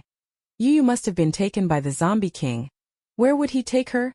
Yunmo already had the answer in his heart. He planned to go to the city center of S City. However, before setting out, he had one more thing to do. I will bring Yu back. Facing his teammates' questions, Yunmo left only these words. Captain, where do you plan to look for Yu? Chinemo asked. City S. The zombie king must be there. Yunmo believed that as long as they found it they could find Yu. This? The teammates looked at each other and Qian secretly gave Chinemo a glance. Hurry and try to persuade her. City S has completely fallen. It's now entirely overrun by zombies. Once you go in, it's a 1 in 9 chance of survival. Everyone thought Yunmo had gone mad with so many zombies down there. How could Yu possibly still be alive? Yunmo was only deceiving himself. Yunmo returned alive. Though he felt surprised, he was even more relieved. With a sense of as expected, he knew that with the captain's strength, he wouldn't die so easily. But Yu, although her ability surpassed his, she was, after all, just a frail woman. Falling into a horde of zombies was no different from a little lamb stumbling into a pack of wolves. In minutes she would be torn apart and eaten by those zombies. Although he felt reluctant, Qian still had to warn Yunmo of this cruel fact. Captain Yu, my condolences. Lin Yu might already be inside a zombie's stomach. Qian felt a heaviness in his chest and couldn't help but sigh. Yu isn't dead, Yunmo said coldly. Unfortunately, no one believed him. Even Shirley thought Yunmo was simply unwilling to accept this cruel fact. Captain Qian wore an expression of wanting to speak but stopping himself, and a trace of regret surfaced in his heart. That if he had known, he shouldn't have treated Lin Yu so badly back then. At first, Yu ran out in the middle of the night, which dragged Yunmo into being gravely injured and almost dying, so Qian had never liked her. I think Yu is just a little troublemaker who only brings Yunmo trouble. Just like Yi Weiwei. But later, after spending this time together, Qian had let go of his initial prejudice against Yu. He thought that although Yu was a bit delicate, she had been behaving herself lately and hadn't caused Yunmo any trouble. Qian didn't say it aloud, but for Yunmo's sake he was already beginning to slowly accept Yu in his heart. I just didn't expect that fate could be so capricious, and that something like this would happen. Seeing Yunmo like this at this moment made her feel even more bitter in her heart. Brother Yunmo, I'll go with you, Muze said with determined eyes. Only he believed Yunmo's words. Sister definitely didn't die. Brother Yunmo. At that moment, Yi Weiwei's excited voice suddenly came out. Yi Weiwei came running over, panting, and looked at Yunmo with excitement. That's great. I knew you weren't dead. Yi Weiwei was overjoyed and didn't notice at all the murderous intent lurking in Yunmo's eyes. Yi Weiwei, come with me to a place. Where are you taking me, brother Yunmo? Immersed in joy, Yi Weiwei had no idea that the scythe of death was already poised at her throat. You'll know soon enough. The man's eyes flashed with a chilling cold. Yunmo didn't let the teammates follow, only bringing Yi Weiwei. After the SUV left the base, it drove straight toward the city center, seeing more and more zombies outside the window. The cold wind carrying the stench of rot blew into the sea air. Wei Wei shivered and finally realized something was wrong. Brother Yunma, where are we going? Of course, to take you to where you belong. The man's eerie voice sounded like a specter. Wei felt utterly strange, a huge sense of danger surging up in her chest. I'm not going. Stop the car, stop. Wei pounded wildly on the car door. She regretted it. Chapter 76. Is that you? Brother, you were the one who pushed you down. Yunmo's words were not a question, but a statement. At the time he was fighting the zombie king, although he did not see it with his own eyes. He heard Yu Weiwei's final words. No, it wasn't me. Yu Weiwei's face was ashen as she shook her head repeatedly. This moment Yunmo exuded a dangerous aura all over his body, an unfamiliar side that Yu Weiwei had never seen before. Wei had a premonition that if she dared to admit it, Yunmo would definitely throw her out of the car. Yu Weiwei looked out the window. The city was full of wandering zombies drawn by the sound of cars staggering closer. If Yunmo abandoned her in a place like this, she would die. She would definitely die.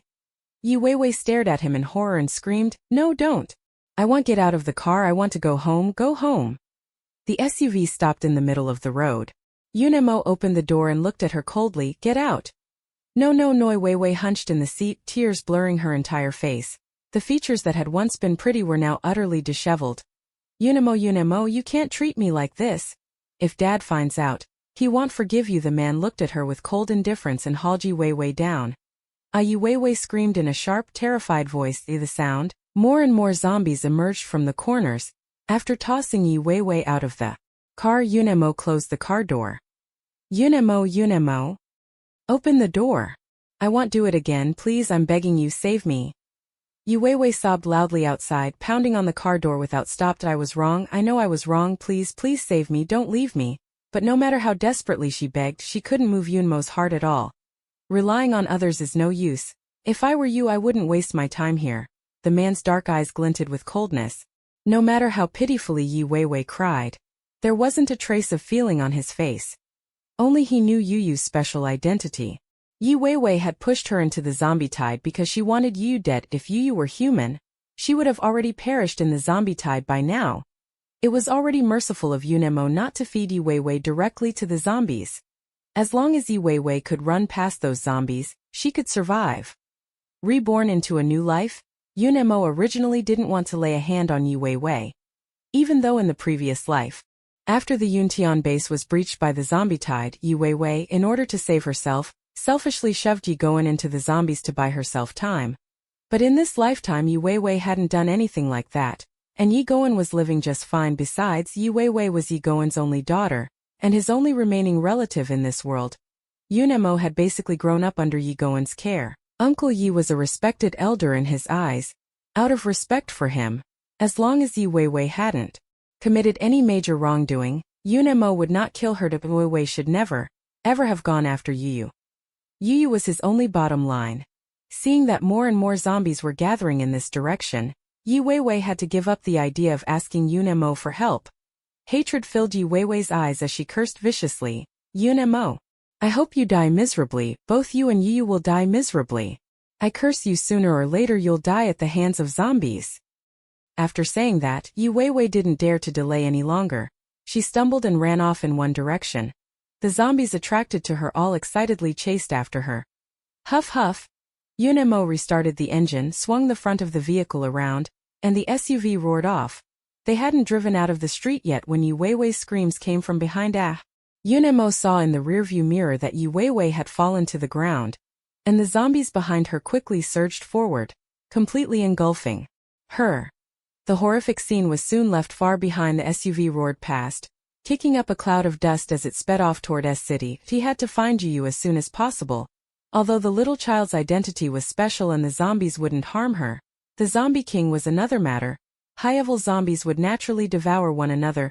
Moreover, last time the Zombie King tried to kill Yu. If he hadn't arrived in time, it would have been terrible. At the thought that the girl might have been in danger where he couldn't see her, Yunmo felt extremely anxious. All day long Yunmo didn't rest, driving non-stop the entire time. That night he slept out in the open. Any zombie that came within 10 meters of him was shredded to pieces by the brutal force of the space. Without little Yu, Unemo was like a lone wolf who had lost its mate, full of fierce resentment. Even zombies had to give him a wide berth. Meanwhile, downtown S City. The moment the zombie bit her neck, Yu condensed an earthen spike in her hand and forcefully thrust it into the Zombie King's brain. Sensing the danger, the Zombie King's figure quickly recoiled. His blood-red eyes stared at Yu ominously, the corners of his mouth still stained with her blood. The little apricot-eyed child watched him warily, one hand pressed tightly against her neck, where blood was continuously welling up. Huff huff. The blood irritated the Zombie King before her, making it even more agitated. The Zombie King's gaze on her was filled with blatant appetite that he desperately wanted to eat her. From the moment he saw the girl, the Zombie King felt his already dead brain screaming madly to eat her. Devour her. That way they would never be apart. The Zombie King did not give up on the idea and quickly attacked Yu again. Yu hurriedly released vines. The green vines wove through the air like nimble tentacles. Unfortunately, each attack was dodged by the Zombie King. Another strike missed, and the Zombie King was already in front of Yu. Bang! The Zombie King reached out, seized her neck and pressed Yu against the wall. Those blood-red eyes flickered with a savage gleam. The Zombie King was like a beast starved for a long time, finally catching a prey that pleased it. Pondering where would be the best place to sink its teeth, the Zombie King reached out and placed his hand on Yu's forehead, his sharp nails gleaming with a pitch-black sheen that it seemed he wanted to extract the crystal core from her brain. Not only do zombies have crystal cores in their brains, humans actually have them too. Before meeting Yu, the Zombie King had already eaten the crystal cores from the brains of several humans. It has no interest in the flesh and blood of those humans at all. Every time it simply digs out the crystal core. But at this moment, the Zombie King suddenly felt a bit reluctant that it didn't want to dig out the crystal core right away. Instead it wanted to cage the girl, keep her and slowly eat her. A huge sense of crisis surged up in Yu's heart. Ever since Yu could remember, she had seen the zombies around her eat people. But those zombies never tried to harm her. Yu knew that she and those zombies were of the same kind. But now the zombie in front of her wanted to eat her. Yu is no match for Su Yan. If this continues, she will truly be devoured by him. Yu isn't afraid of dying, but she doesn't want to die yet. She wants to keep staying with Unemo. She can't die here. Brother. At the critical moment, Yu instinctively cried out that familiar name. The Zombie King's movement suddenly halted. It raised its brutal eyes and stared fiercely at the girl before it. Huff huff. Chapter 77. The Zombie King's home was raided. It seems to work. Yu tentatively spoke again. Brother, is it really you? Heh. The Zombie King suddenly let her go and took 2 steps back. Numerous fragmented memories flashed through his mind. Those were memories from when he was human. Although those memories were blurry, every scene included the girl before him. The Zombie King suddenly became extremely irritable. The overwhelming pressure of a high-level zombie descending like a tidal wave. It felt like it had forgotten something very important. Brother Yu was also somewhat affected. She frowned slightly, feeling a bit unwell. Roar. The Zombie King gave her a low snarl, then quickly turned and ran away. Yu stared dazedly in the direction the Zombie King had gone. For a moment I couldn't figure out what was going on, but one thing was certain. This high-level zombie really was her brother. Only it seemed to have forgotten her and wanted to eat her. Yu suddenly felt a bit wronged. Brothers shouldn't be like this. Just now Yu hadn't exactly not tried to communicate with Su Yan. But the moment Su Yan saw her, he wanted to eat her up. There was no way to have a conversation. The girl sighed softly. She could only look for another chance next time. No? And Unemo? Only now did Yu belatedly remember. Unemo was gone. The girl suddenly couldn't sit still, immediately tossing Su Yan out of her mind and wanting to quickly go back to find Unemo. What, brother or not brother? None of that was as important as Unemo, but as Yu had just stepped out of the room, several high-level zombies blocked her way. Heh. Wang had warned her, you can't leave. Go back quickly. These high-level zombies all had a certain intelligence and didn't dare disobey the Zombie King's orders. Get out of the way. The high-level zombies didn't move. They only obeyed the Zombie King's commands. Little Yu's brow knit tightly, her heart full of anxiety. A night had passed since she was brought here. She wondered how Unemo was doing now. Move aside. I need to get out. These zombies were at most level 4. If there were only one, then Yu might still manage to make a break for it and force her way out. But faced with so many high-level zombies, the girl was completely outmatched. There are also gradations among high-level zombies. Under the pressure of the zombie king, the other zombies would not obey her at all. Hee hee. Go back, little one, go back. Although these high-level zombies obeyed the zombie king, the girl made them feel an inexplicable sense of familiarity, involuntarily wanting to get close to her as if afraid of angering her. These zombies even lowered their voices that it sounded as if he was strangely meekly coaxing her. Humph. Left with no choice, you could only stomp back into the room in a huff. After a while, the zombie missing an arm came in holding a lump of bloodied flesh. Eat baby, eat. Yu stared for a moment before recognizing that the unknown lump in its hand was a human brain. I want eat it. Ugh. A foul stench crawled into her throat. And little Yu gagged reflexively. Go away, go away. Who rejected by the kid. The zombie looked a bit dejected, lowering its head in gloom, cradling the clump of brain matter as it shuffled out. But it wasn't long before the one-armed zombie came back, clutching a panicked person in its hand. Help, help me, let go of me. The moment he saw Yu, the man nearly wept with relief. Please, I beg you, save me. Although it was unclear why, this young girl was mingling with the zombies. But to Yu, only the child looked like a person. Unfortunately, the man's plea for help hadn't finished when, in the next moment, his neck was snapped and he died with his eyes unclosed. Huff huff, the one-armed zombie threw the corpse in front of Yu and let out two urging roars. Younger refused its head. The one-armed zombie thought she liked fresh ones, so it went outside and caught a human, killed on the spot and eaten on the spot. Guaranteed fresh. I am not eating. Younger said helplessly, turning her head away in disgust.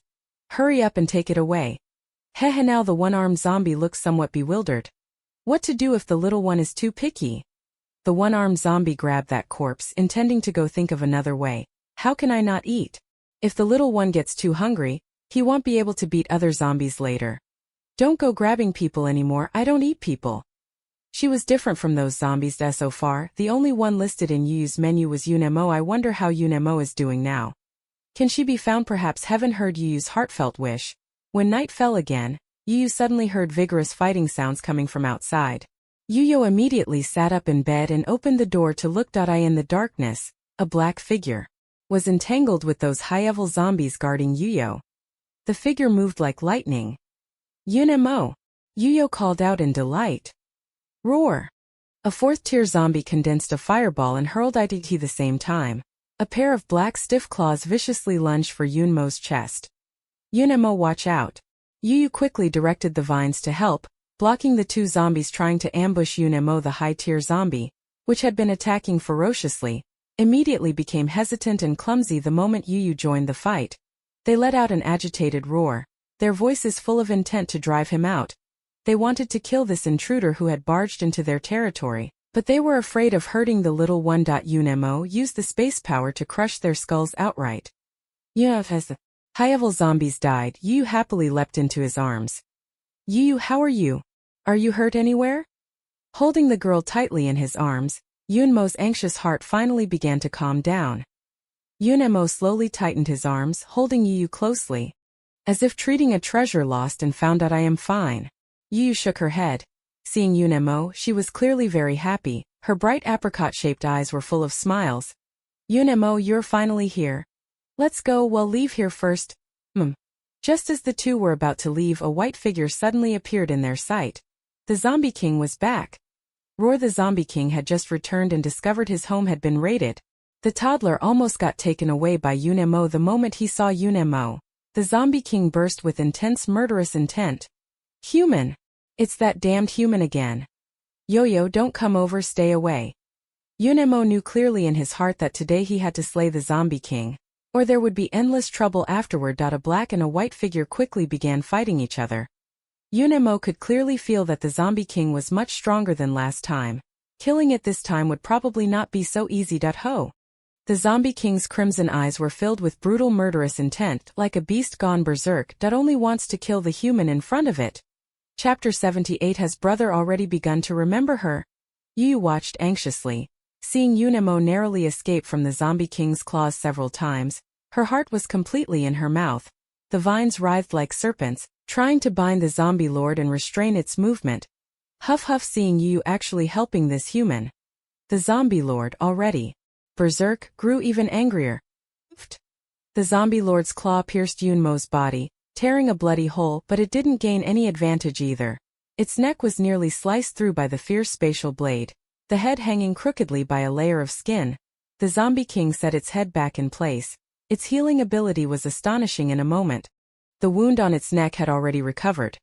What was more terrifying was its unfathomable supernatural power. The zombie king's ability is duplication. Just the supernatural abilities it used were already several different kinds.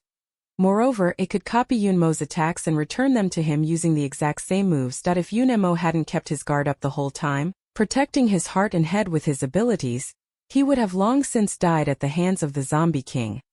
The zombie king was far harder to deal with than that mutated rat. One man and one zombie fought until both were grievously wounded, and no victor was determined. The zombie king backed away a distance, his gaze on Yunmo tinged with apprehension.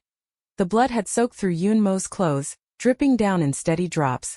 Several times, he nearly managed to sever the zombie king's head. Unfortunately, it still dodged away. Yunmo finally couldn't hold on and dropped to one knee on the ground. He had already realized that he couldn't possibly kill the zombie king, unless he detonated himself, taking the zombie king with him to die together. But reborn once, he hasn't avenged himself yet. His enemies were still waiting for him in the capital. Yunmo refused to die here. Even if he had to die, he would wait until he had avenged himself before dying. The zombie king also sensed how troublesome this human was. Zombies feel no pain and their regenerative abilities are stronger than humans. By contrast, humans feel pain and fear being infected by the zombie virus. Those human superpowered individuals back then, no matter how strong, all ended up dying at its hands. But Yunmo is the only human it cannot kill. And it certainly wouldn't be infected by the zombie virus. The zombie king could sense that this human was the same as it. No matter how much damage the body suffered, it would automatically heal. But humans were still ultimately no match for zombies. After all, humans feel pain. Yunmo had held on until now purely by sheer willpower. The zombie king redoubled its efforts, even exposing its own weaknesses beneath Yunmo's hands. Seizing the chance to kill him, the zombie king's murderous intent toward Yunmo was fiercer than toward anyone else. It had come to the point of kill or be killed. A spurt of blood leaked from Yunmo's mouth, a cold murderous intent gleaming in his eyes. He exhausted his last strength, concentrating his supernatural power in his hand. Using himself as bait, he lured the zombie king closer. Once it came near, he could destroy its head. This time, I absolutely cannot let it escape again, and no matter how strong a zombie is, destroy its head and it will undoubtedly die. Yunmo suddenly ran over. Seeing Yunmo about to meet his end at Su Yan's hands, Yu finally couldn't sit still. Although she knew she was no match for Su Yan, Yu still threw caution to the wind and unleashed all her psychic powers, trying to stop the zombie king's attack. Although Yu did not attack it, only prevented the zombie king from killing Yunmo, but her act of protecting Yunmo still greatly provoked the zombie king's ferocity. Those beast-like, bloodthirsty red eyes instantly locked onto Yu. In an instant, Yu felt a strong murderous intent emanating from the zombie king. Soon, the zombie king gave up on Yunmo and directly struck at Yu. Every move was fierce, filled with killing intent. Yu was a bit puzzled. Not understanding why her brother had suddenly become so angry, she just didn't want it to kill Yunmo, but the zombie king was furious. As if someone had stolen its food. It seemed brother had his eye on Yunmo too, wanting the zombie to have all the prey to itself. Yo-Yo, get away. The zombie king suddenly leapt up, and it was obvious it was attacking Yo-Yo with murderous intent. Yunmo's dark pupils suddenly constricted, and in an instant a powerful psychic fluctuation erupted. The next second, Yunmo's figure vanished from where he stood. When he reappeared, he was already holding Yu's waist, standing in a different place. Yunmo, you've leveled up. Yu blinked, her voice full of delight. After absorbing the mutated rat's crystal core earlier, Yunmo had faintly felt he was about to advance, only to be stuck at the final barrier. Today's battle with the zombie king finally shattered that barrier that had been holding Yunmo back. The zombie king could clearly feel that the human who had already grown weak was now erupting with powerful energy once more.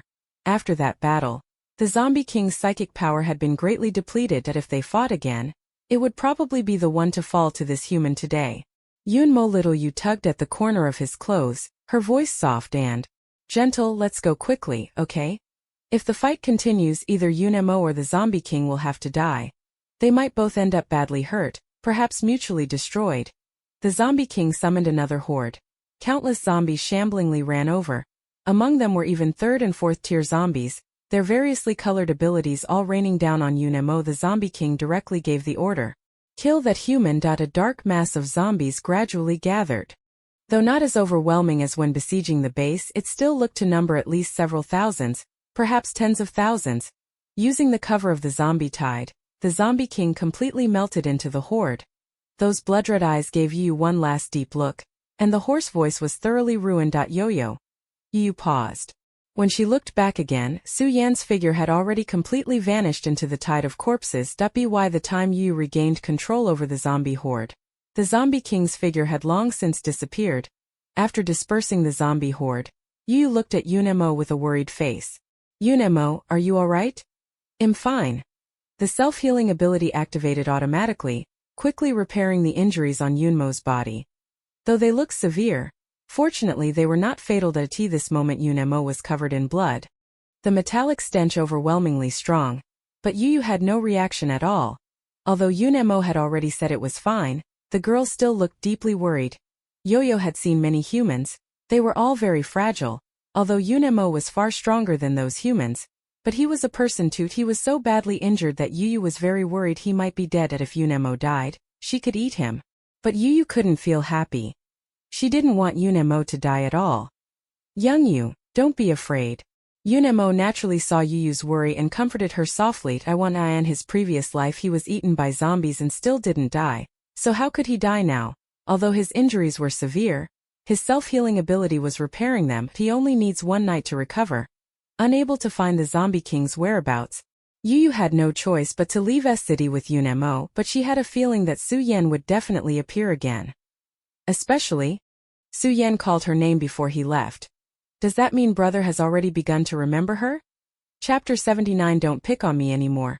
Okay, thinking of this, Yu was filled with expectation. Perhaps once Su Yan recalled human memories, he would no longer want to kill her and Yunemo. More importantly, Yu knew she had lost a very important memory. She seemed to forgot a very important person. This person is not Su Yan. Maybe only Su Yan can tell her the answer.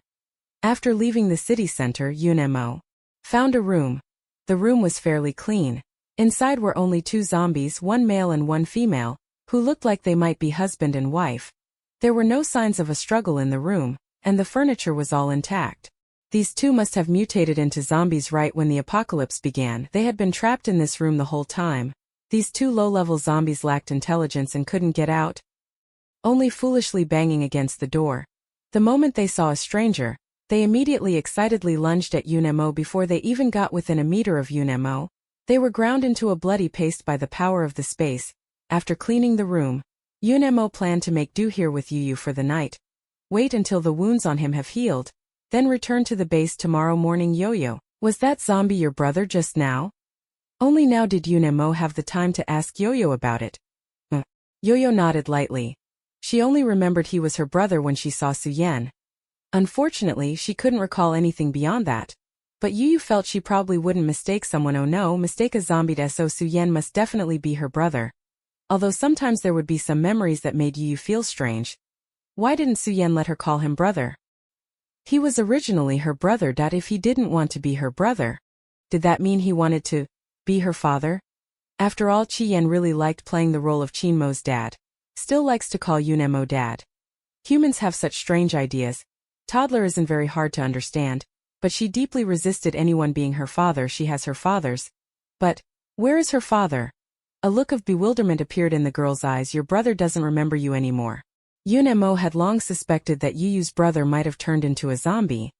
But he hadn't expected that Yu's brother would be the Zombie King. The Zombie King who, in a past life, slaughtered all humans and brought humanity to the brink of extinction. Clearly the Zombie King not only didn't remember Yu, he wanted to kill her like this. Do you still want to go back to your brother? Yunmo's eyes darkened. He had promised Yu before that he would help her find her brother. Now that Yu had found her brother, would she choose to return to the Zombie King? Humans and zombies are destined not to coexist. It's either you die or I live. If Yu chose the Zombie King, she would inevitably abandon Yunemo. She would even stand on the opposite side of humanity. Yunemo had thought about this day before. But when the day truly arrived, he realized didn't seem willing to accept it. Yu had just started to speak, her sentence unfinished, but Yunemo no longer wanted to listen. What if her choice wasn't him? Suddenly, Yunmo's eyes sharpened as his gaze fell on Yu's neck. What's going on here? Did it bite you? On the girl's snow-white neck was a deep bite mark. Already darkened and seeping blood, it looked like some kind of beast had left a special mark on its prey. The bite mark was so deep it almost tore off a chunk of flesh. The scent about the man instantly turned extremely dark and terrifying. Little Yu's apricot-like eyes filled with grievance. She didn't know why Suyen wanted to eat her. Zombies like to eat human flesh and blood, but Yu was no longer considered human. She and Suyen were of the same kind. Where have you ever seen a zombie eat another zombie? Does it still hurt? Yunmo's desire to kill the zombie king grew another degree. Now he was even less willing to let Yu return to the zombie king's side. After all, the zombie king no longer considered her his sister. Yunmo's regenerative ability only worked on himself.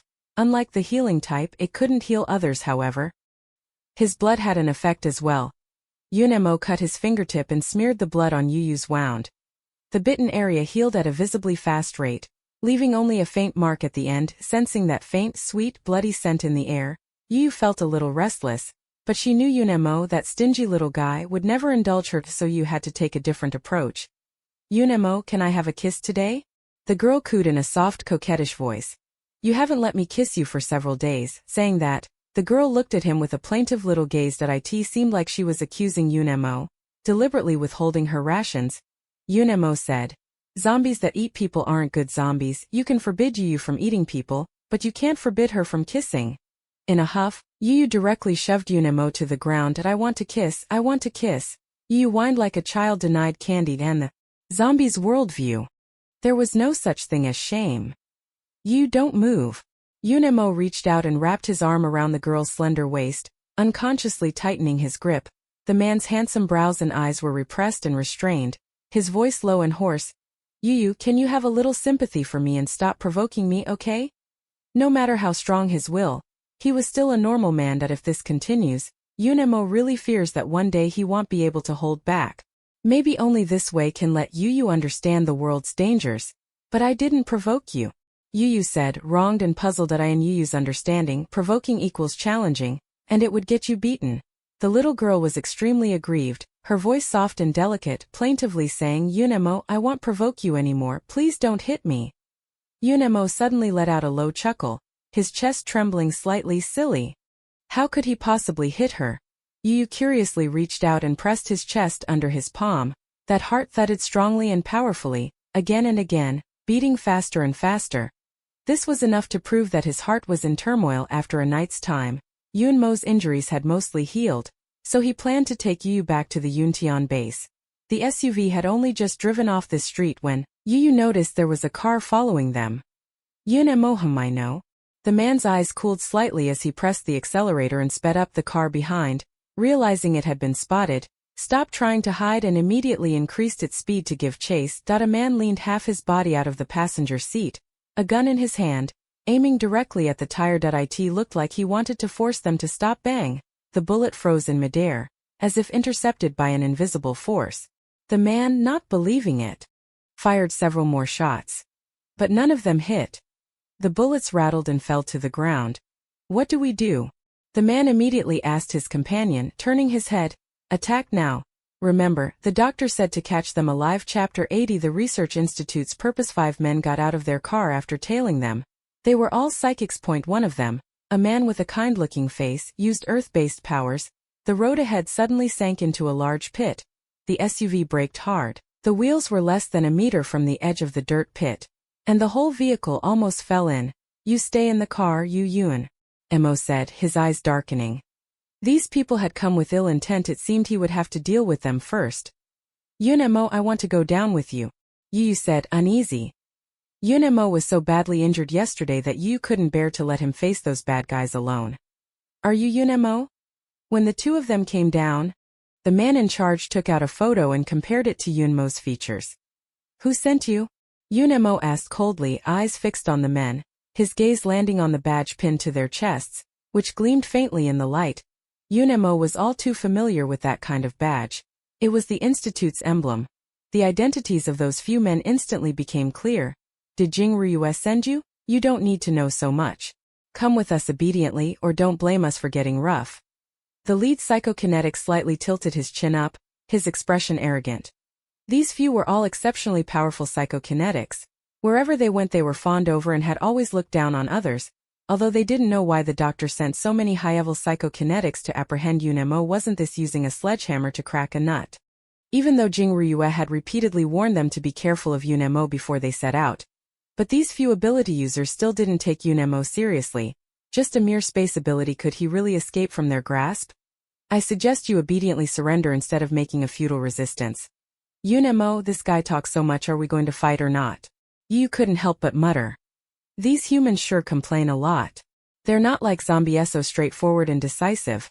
Indifferent to life and death if they don't accept it, they just fight. A smile flickered in Yunmo's eyes. Yu's grumbling wasn't loud, but those few people were all ability users, so of course their hearing was excellent. Go get him. The leading man's face darkened. He waved his hand, and several psychics launched an immediate attack at them. The Research Institute had indeed gone all out to capture Yunemo. The psychics they sent were all 3rd or 4th tier. Unfortunately for them, they had run into Yunemo, who had just recently been promoted. They soon discovered that no matter how much psychic power they unleashed, none of it could harm Yunemo. Every attack that neared Yunemo suddenly stalled, as if blocked by an invisible force. Damn it! Isn't he a space ability user? One of the powered individuals couldn't help but curse. It wasn't that they hadn't seen space abilities before. But apart from being able to store supplies, space ability users were basically useless fighters. Yet Yunemo completely overturned their perception of space ability users. At first, Yu wanted to come down to help, but she quickly realized that she couldn't get involved at all when dealing with these humans, so the girl stood leisurely to one side. A lollipop still in her mouth, watching Yunemo play with those ability users like a monkey trainer. Yunemo didn't rush to deal with them. He wanted to squeeze more information about the Research Institute out of their mouths. Unfortunately, although these few ability users didn't look very clever, their mouths were sealed tight like gourds with their necks sawed off.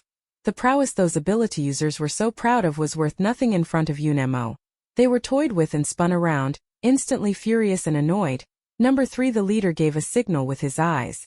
Third brother nodded, and the next second he suddenly vanished from where he stood. Huh? Yu blinked in surprise. What kind of ability is this? Just as she was puzzled, the vanished third brother suddenly reappeared beside Yu, holding a gun to her head.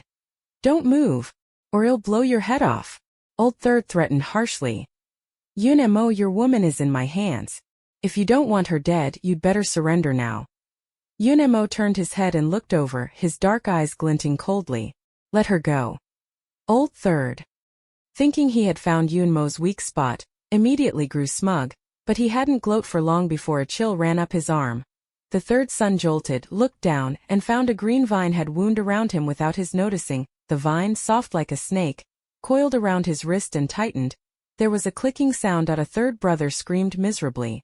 His wrist went limp, and the gun in his hand slipped from his grasp and fell to the ground. I told you all not to mess with me.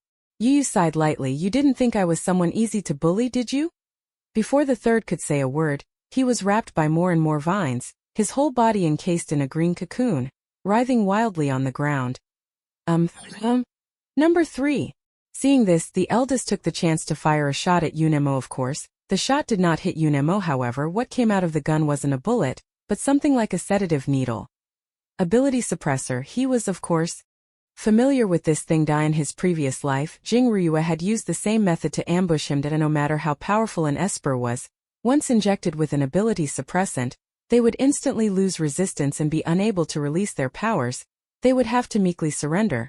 But the ability suppressant simply did not appear in this time frame.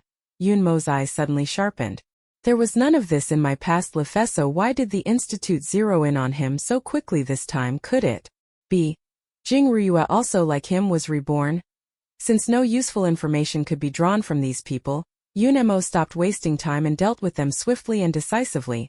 When the inhibitor had no effect on Yunemo, boss already knew they were probably done for today. Who would have thought that the woman beside Unemo, who looked delicate and useless except for her beauty, was actually also a psychic?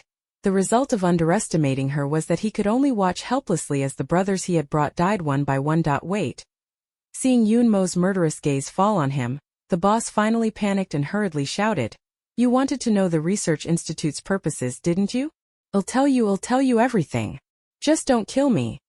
He was indeed working for the Research Institute, but compared to the benefits the Institute offered, life was of course more important. In the apocalypse, there are very few people who wouldn't risk their lives to stay alive until now. Wise, Dr. Jing Sentush told us to capture you alive and bring you back.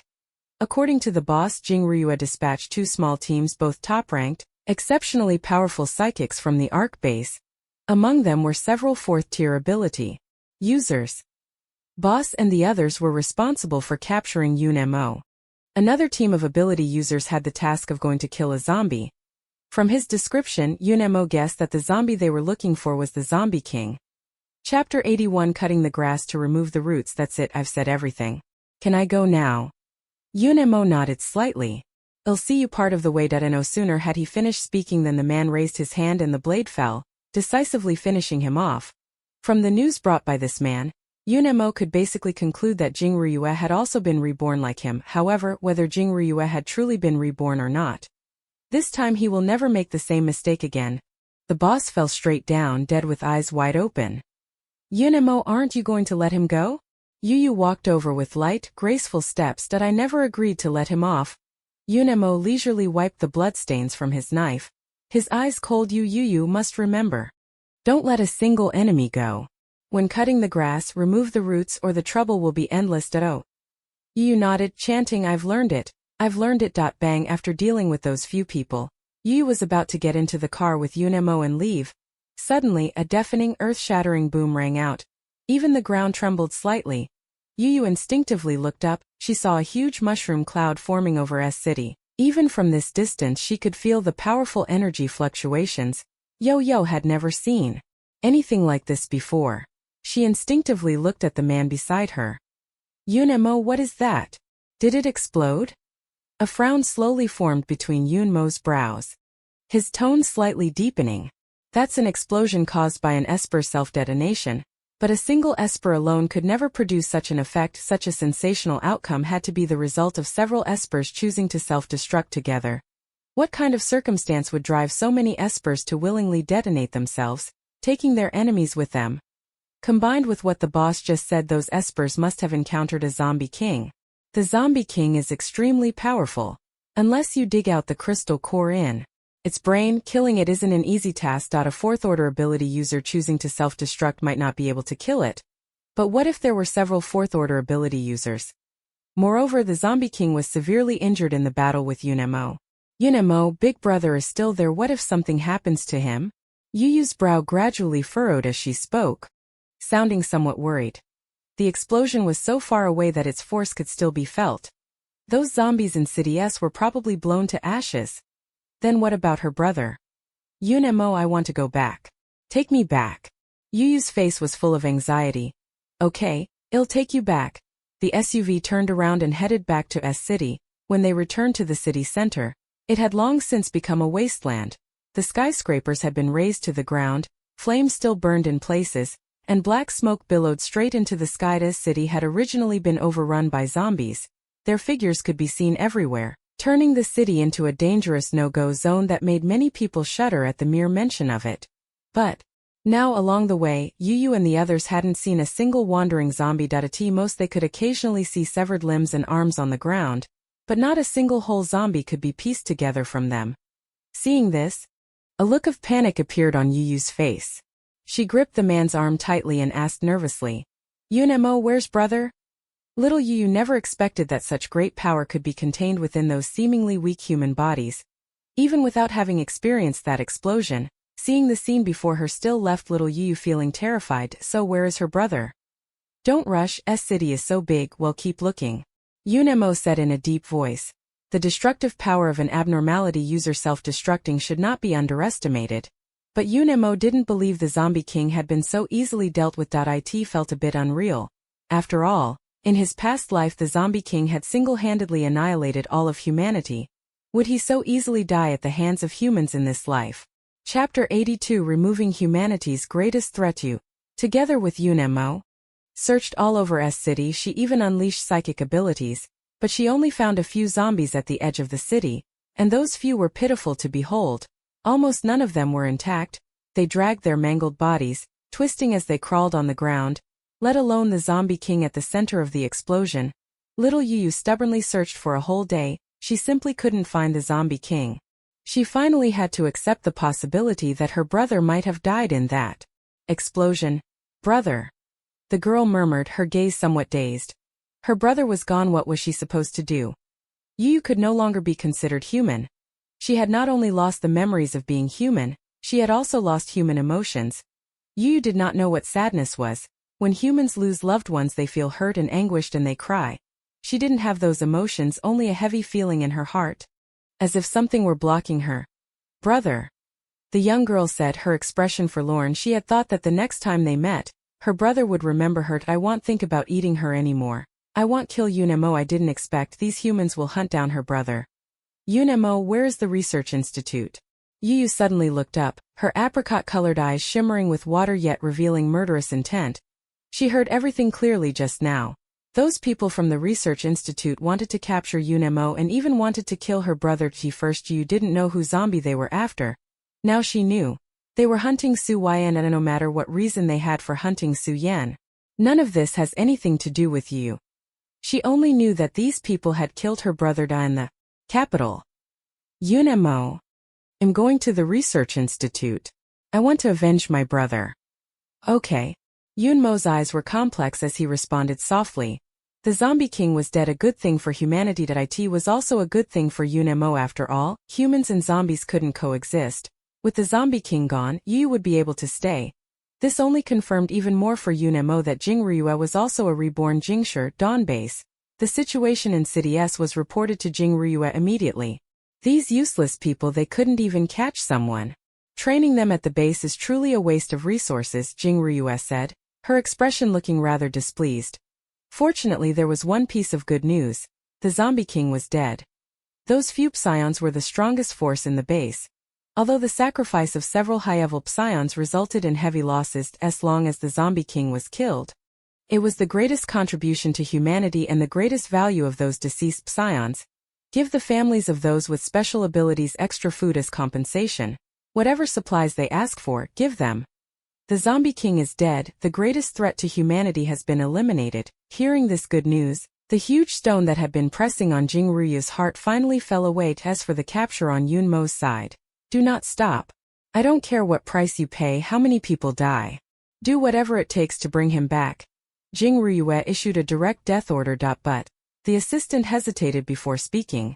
Doctor, the base already has very few psychics. If we send those several high-level psychics and they all die, is such a loss really worth it? Of course it's worth it. Jingryue pushed up her glasses. A cold light flickered in the eyes behind the lenses. They're just espers. We can make them ourselves. Once the second batch of serum is deployed, the number of espers will no longer be a problem. Mo's value was far greater than those espers. In City S, amid a field of rubble, a pale hand suddenly reached out. A pair of crimson eyes slowly opened. You have you pale-faced, sullenly handsome zombie king croaked that familiar name hoarsely. First his pronunciation was labored and indistinct, not very clear, and only later did the name become increasingly clear. Yo-yo. The zombie king's cruel red eyes flickered with a trace of human-like bewilderment. He had long since lost his memories of being human, yet he always remembered that name. The name seemed carved into his heart, fused into his bones and blood, impossible to forget from the very first moment he saw Yu.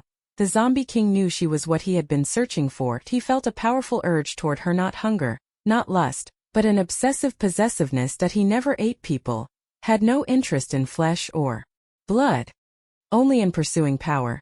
But he wanted to eat her whole, as if that would keep them from ever parting. The zombie king had no idea why he had such a strange thought. Perhaps before he became a zombie, he was a human who deeply loved her. That obsession could not be changed even after he became a zombie. But zombies don't understand feelings, they only want to eat her, consume her flesh and blood, completely merge it into his body, so she can never leave. Especially when he saw her shielding that Human. In that instant his murderous intent reached its peak. He not only wanted to kill that human man, he wanted to kill her too. Yo-Yo. The Zombie King muttered that name with only one purpose, which was to find her. Chapter 83. Nobody believes the truth. Captain, you're finally back. Just returned to the Yuntian base. The teammates ran over with excited expressions. Captain, you're finally back? I almost thought you before Chi Yen finished. He suddenly widened his eyes and blurted out reflexively, holy shit! I couldn't see her clearly from afar. The petite girl's figure had been hidden behind Yunemo, and only now that I stepped closer did I notice her. You. Chi Yen looked as if he'd seen a ghost, his voice suddenly rising, how are you still alive? Yu stepped out from behind Yunemo, seeing the strange reactions of these few humans. She thought it was rather amusing. Are you a ghost? Chi Yen asked, dazed. No. Yu shook her head, eyes full of mischief, deliberately making a funny face to scare him. I'm a zombie. Unfortunately, Chi Yen wasn't frightened at all. Instead he actually breathed a sigh of relief. The girl puffed out her cheeks, a little disappointed. This human is way too calm, not fun at all. Little you didn't expect that no one would believe her even when she told the truth. Come on. Chi Yen waved his hand, saying disdainfully, if all zombies were like you, would I still be single by now? Just go to the street, pick up a beautiful zombie and bring her home as a wife. Wouldn't that be wonderful? Young, it's good that you're alright. Shirley stepped forward and examined her from head to toe. Seeing the girl uninjured, his heart finally settled. Sister, I knew you couldn't be dead.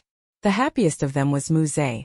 Before Yu Young returned, the child had kept a solemn face, like a time bomb ready to explode at any moment. At this moment, seeing Yu return, Muze reverted to that obedient, well-behaved little puppy, rushing up to Yu and wagging his tail. Chi Yen looked at them and scolded him for being spineless. That's not right. Chi Yen rubbed his chin, his gaze suspiciously fixed on the two of them. Captain, where did you find Yu? Besides, how could Yu still be alive? The chance of surviving after falling into a zombie horde is 1%. Yunemo was that 1%. How was it that Yu was completely fine, not even a scratch, looking as relaxed as if she had just come home from a meal? Enough, don't ask so many questions about things you shouldn't know. Chinemo stepped forward and cut him off, nodded toward Yu, the usually insincere smile gaining a touch of sincerity. As long as Yu is alright, that's what matters. This time he truly meant it. After all, after this incident, everyone could see how important Yu was to Yunemo just based on the way Yunemo had without hesitation leapt down with Yu. It was obvious he had risked his life. Therefore, the best news was simply that Yu had come back alive. As for why she survived and remained unscathed, who doesn't have a few secrets? Since the captain kept it hidden, he must have his reasons. However, no matter what, they never expected it. Little Yu had long ago told them the truth, but not a single person believed her. The girl looked meek and gentle, exquisitely pretty, her apricot eyes bright and clear. Who would believe she was a hideous, snarling zombie? It's already good if the zombies didn't make her cry. Captain, it seems the situation over at the base commander's place isn't looking good. You should go and take a look. Chinemo said in a low voice. Okay, I know. Yunemo brought the little one along to Yigoan's residence. Shun Yunting was here too. When he saw them approach, Shun Yunting's gaze fell on Yu. A few hints of surprise flashing in his eyes. He had already heard about Yu falling into the zombie horde. It was said that Yunemo had acted like a madman, recklessly jumping in after her and still failing to bring her back. Everyone assumed she must be dead. Shun Yunting thought so too. He hadn't expected to see her here now. Moreover, the girl seemed completely unaffected. Are you okay? Shun Yunting instinctively stepped forward. Thank you for Captain Shan's concern. Yu is doing well. Yunemo slightly turned his body, shielding the girl's figure. His black eyes flickered with faint cold light. Shun Yunting naturally saw his hostility and merely smiled at as long as there's nothing wrong. I hope next time Captain Yun won't be so careless. A man who can't even protect his own woman is good for nothing. Provocation. This is blatant provocation. Sumao sharply inhaled. It's over, it's over. Just when he thought the two of them were about to fight, Zhao Zhenan, the adjutant beside Yigoan, opened the door and came out. Zhao Zhenan, a hard, iron-blooded man, now had slightly reddened eyes, as if he had already cried. He didn't cry when he lost an arm in that battle. Soldiers bleed but don't shed tears. But now, facing Yigoan, who was about to die, he couldn't help feeling grief. Captain Yuan, the Admiral has ordered you in. Although Yu didn't understand what was happening, seeing how tense the atmosphere was, she obediently said, Yunemo, I'll wait for you here. Okay. Yunemo ruffled her hair, glanced at Shin Yunting out of the corner of his eye and said in a low voice, You be good and wait for me to come back. Don't talk to him. Okay, the girl blinked her eyes, her voice soft and gentle. Hurry and go. Inside the room, Wai Goen lay on the bed, eyes lifelessly staring at the ceiling, the exposed arm already crawling with bluish-black veins. His complexion had taken on an abnormal bluish-gray hue. Uncle Yi, am here. Yunemo lifted his foot and walked over. Seeing Yi Goen look like that, she guessed what had happened. Yunemo, you're here. Yi Goen sighed lightly. He revealed the wound on his arm and said with a bitter smile, I never thought that after surviving bullets and explosions my whole life not dying in blasts, nor at the hands of ruthless criminals I'd end up taken down by zombies. Although Yi Goen was the base commander, unlike other base leaders, he did not abandon the base's people and run before the zombie tide arrived. He remained on the front lines, defending against the zombies alongside everyone else. Besides being the base leader, he was also a soldier who defended his country and people that as long as the civilians behind him remained, he could not retreat. Yet, humanity was ultimately still too fragile, but just having the skin accidentally cut by a zombie would cause infection. Those who could withstand the zombie virus and transform into powered individuals were exceedingly FEWT first. They still held on to hope maybe Yi Goen could pull through, but after a night passed, Yi Goen's condition did not improve. On the contrary, signs of zombification had already appeared. Yunmo's thin lips pressed tight. He fell into silence. Uncle Yi Thung. I know I can't hold on much longer. Why Yi Goen's slightly clouded eyes fell on him. When I turn into a zombie, you kill me. Tell Wei Wei I'm sorry, it's her father who failed her. Her mother left early, I've always been busy on missions, never there for her. And now I'm going to abandon her again. The only thing Yi Goen couldn't let go of was this daughter. He didn't know how Yi Wei Wei with her personality would survive in the brutal end times without anyone to protect her. Uncle Yi. Yunemo had to interrupt him, his voice low. Yi Wei Wei is already dead.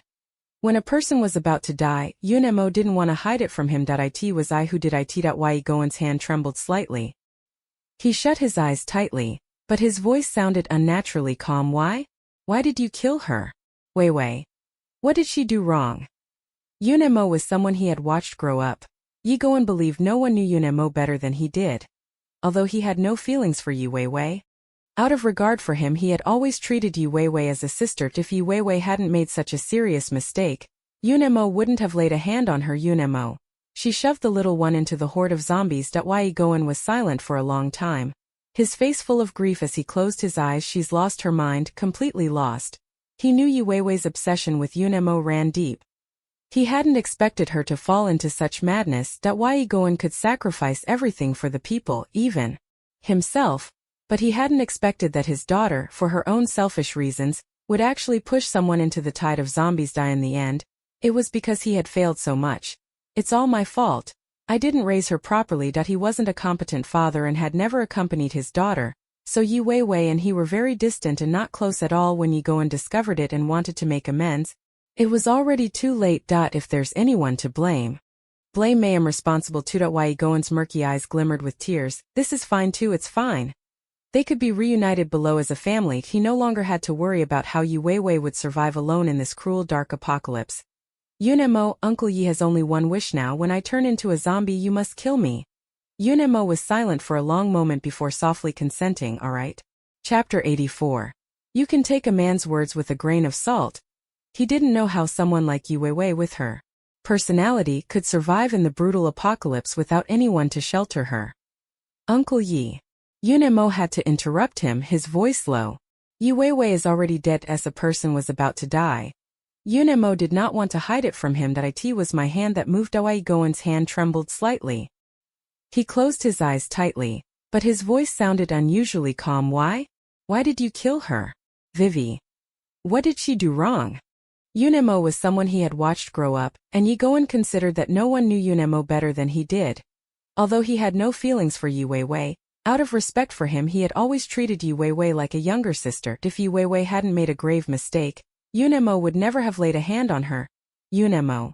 She shoved you into the horde of zombies. Why Yi Goen was silent for a long time, Closing his eyes in painful sorrow, she's confused, utterly confused. He knew Yi Weiwei's obsession with Yunemo was deep, but he hadn't expected her to sink into such madness. Yi Goen could sacrifice everything for the people, even himself. But he never expected that his daughter, for her own selfish reasons, would actually push someone into a zombie horde. After all, it was his failure. It's all my fault. I failed to raise her properly. He was not a competent father and had never spent time with his daughter. So Yi Weiwei and he were very distant and not close at all. When Yi Goen realized he wanted to make amends, it was already too late. Then blame me, I'm responsible too. Yi Goen's cloudy eyes shimmered with tears. This is good, this is good.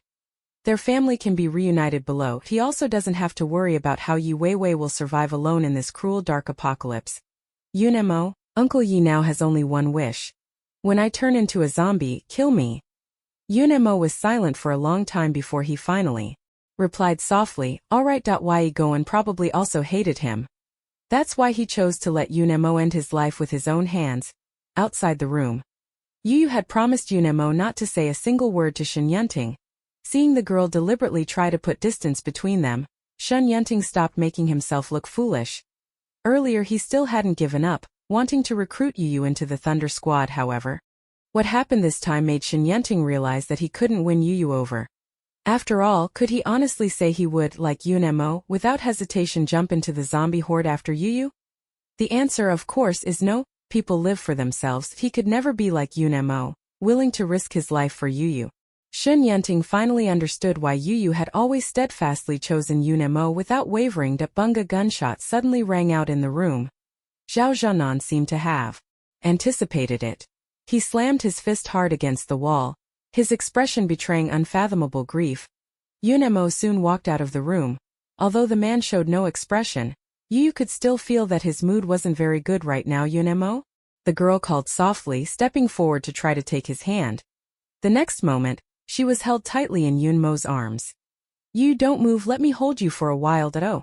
The girl obediently stood still, reached out and lightly patted Yunmo's back. Yunemo said he'd hold her for a little while, and he really only held her for a little while. After calming down, he took Yu back to the villa.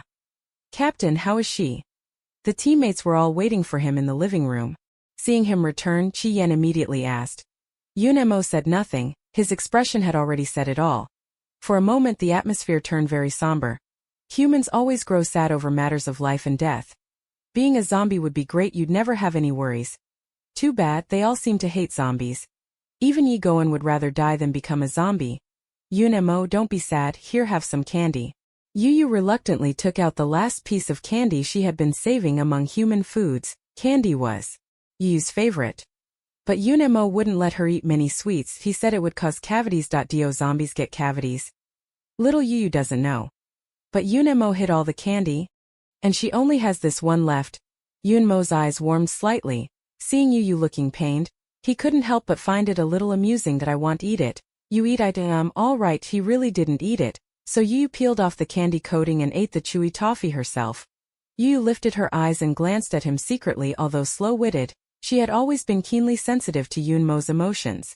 She could naturally sense that, from just now until now, Yunemo had been unhappy. Yu wanted to make him happy. Yunemo, if you're still not happy, then I'll just give you a kiss. The girl's voice was sweet and soft, clumsily comforting him in her own way.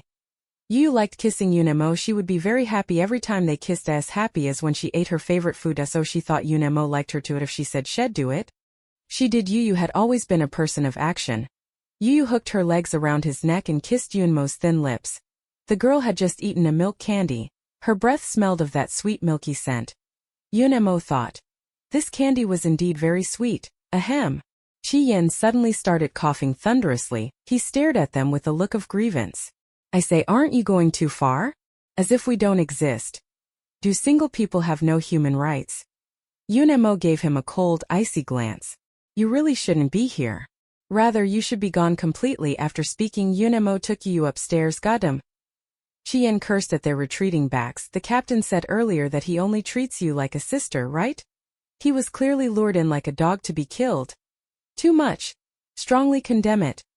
Shirley patted his shoulder and sighed. Young man, you're still too young.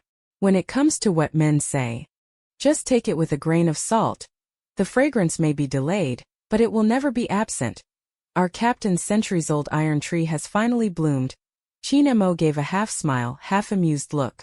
It's just that I don't know when he'll find out that upstairs. As soon as Yunemo returned to the room, he grabbed the girl's chin and kissed her to this point. Yunemo could finally no longer deceive his own heart, and no one knew how panicked and terrified he had been when he couldn't find you. He couldn't imagine what he would do if he lost the girl. No one else knew that at the moment he learned the zombie king was dead.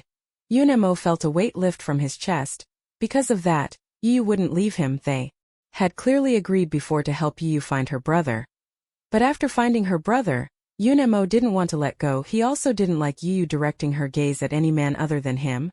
Such as Shenyunting, he didn't resist the girl's kiss in the slightest. Some even took pleasure in it. All of these situations indicate he's already smitten. Even if Yu is a little zombie, he'll accept it. Who else but him to fall right into the hands of this little zombie? Yo-yo, us men can't let people kiss us just like that. Yunemo said softly, if someone finds out, it'll be grabbed and dunked in a pig cage, so you have to take responsibility for me.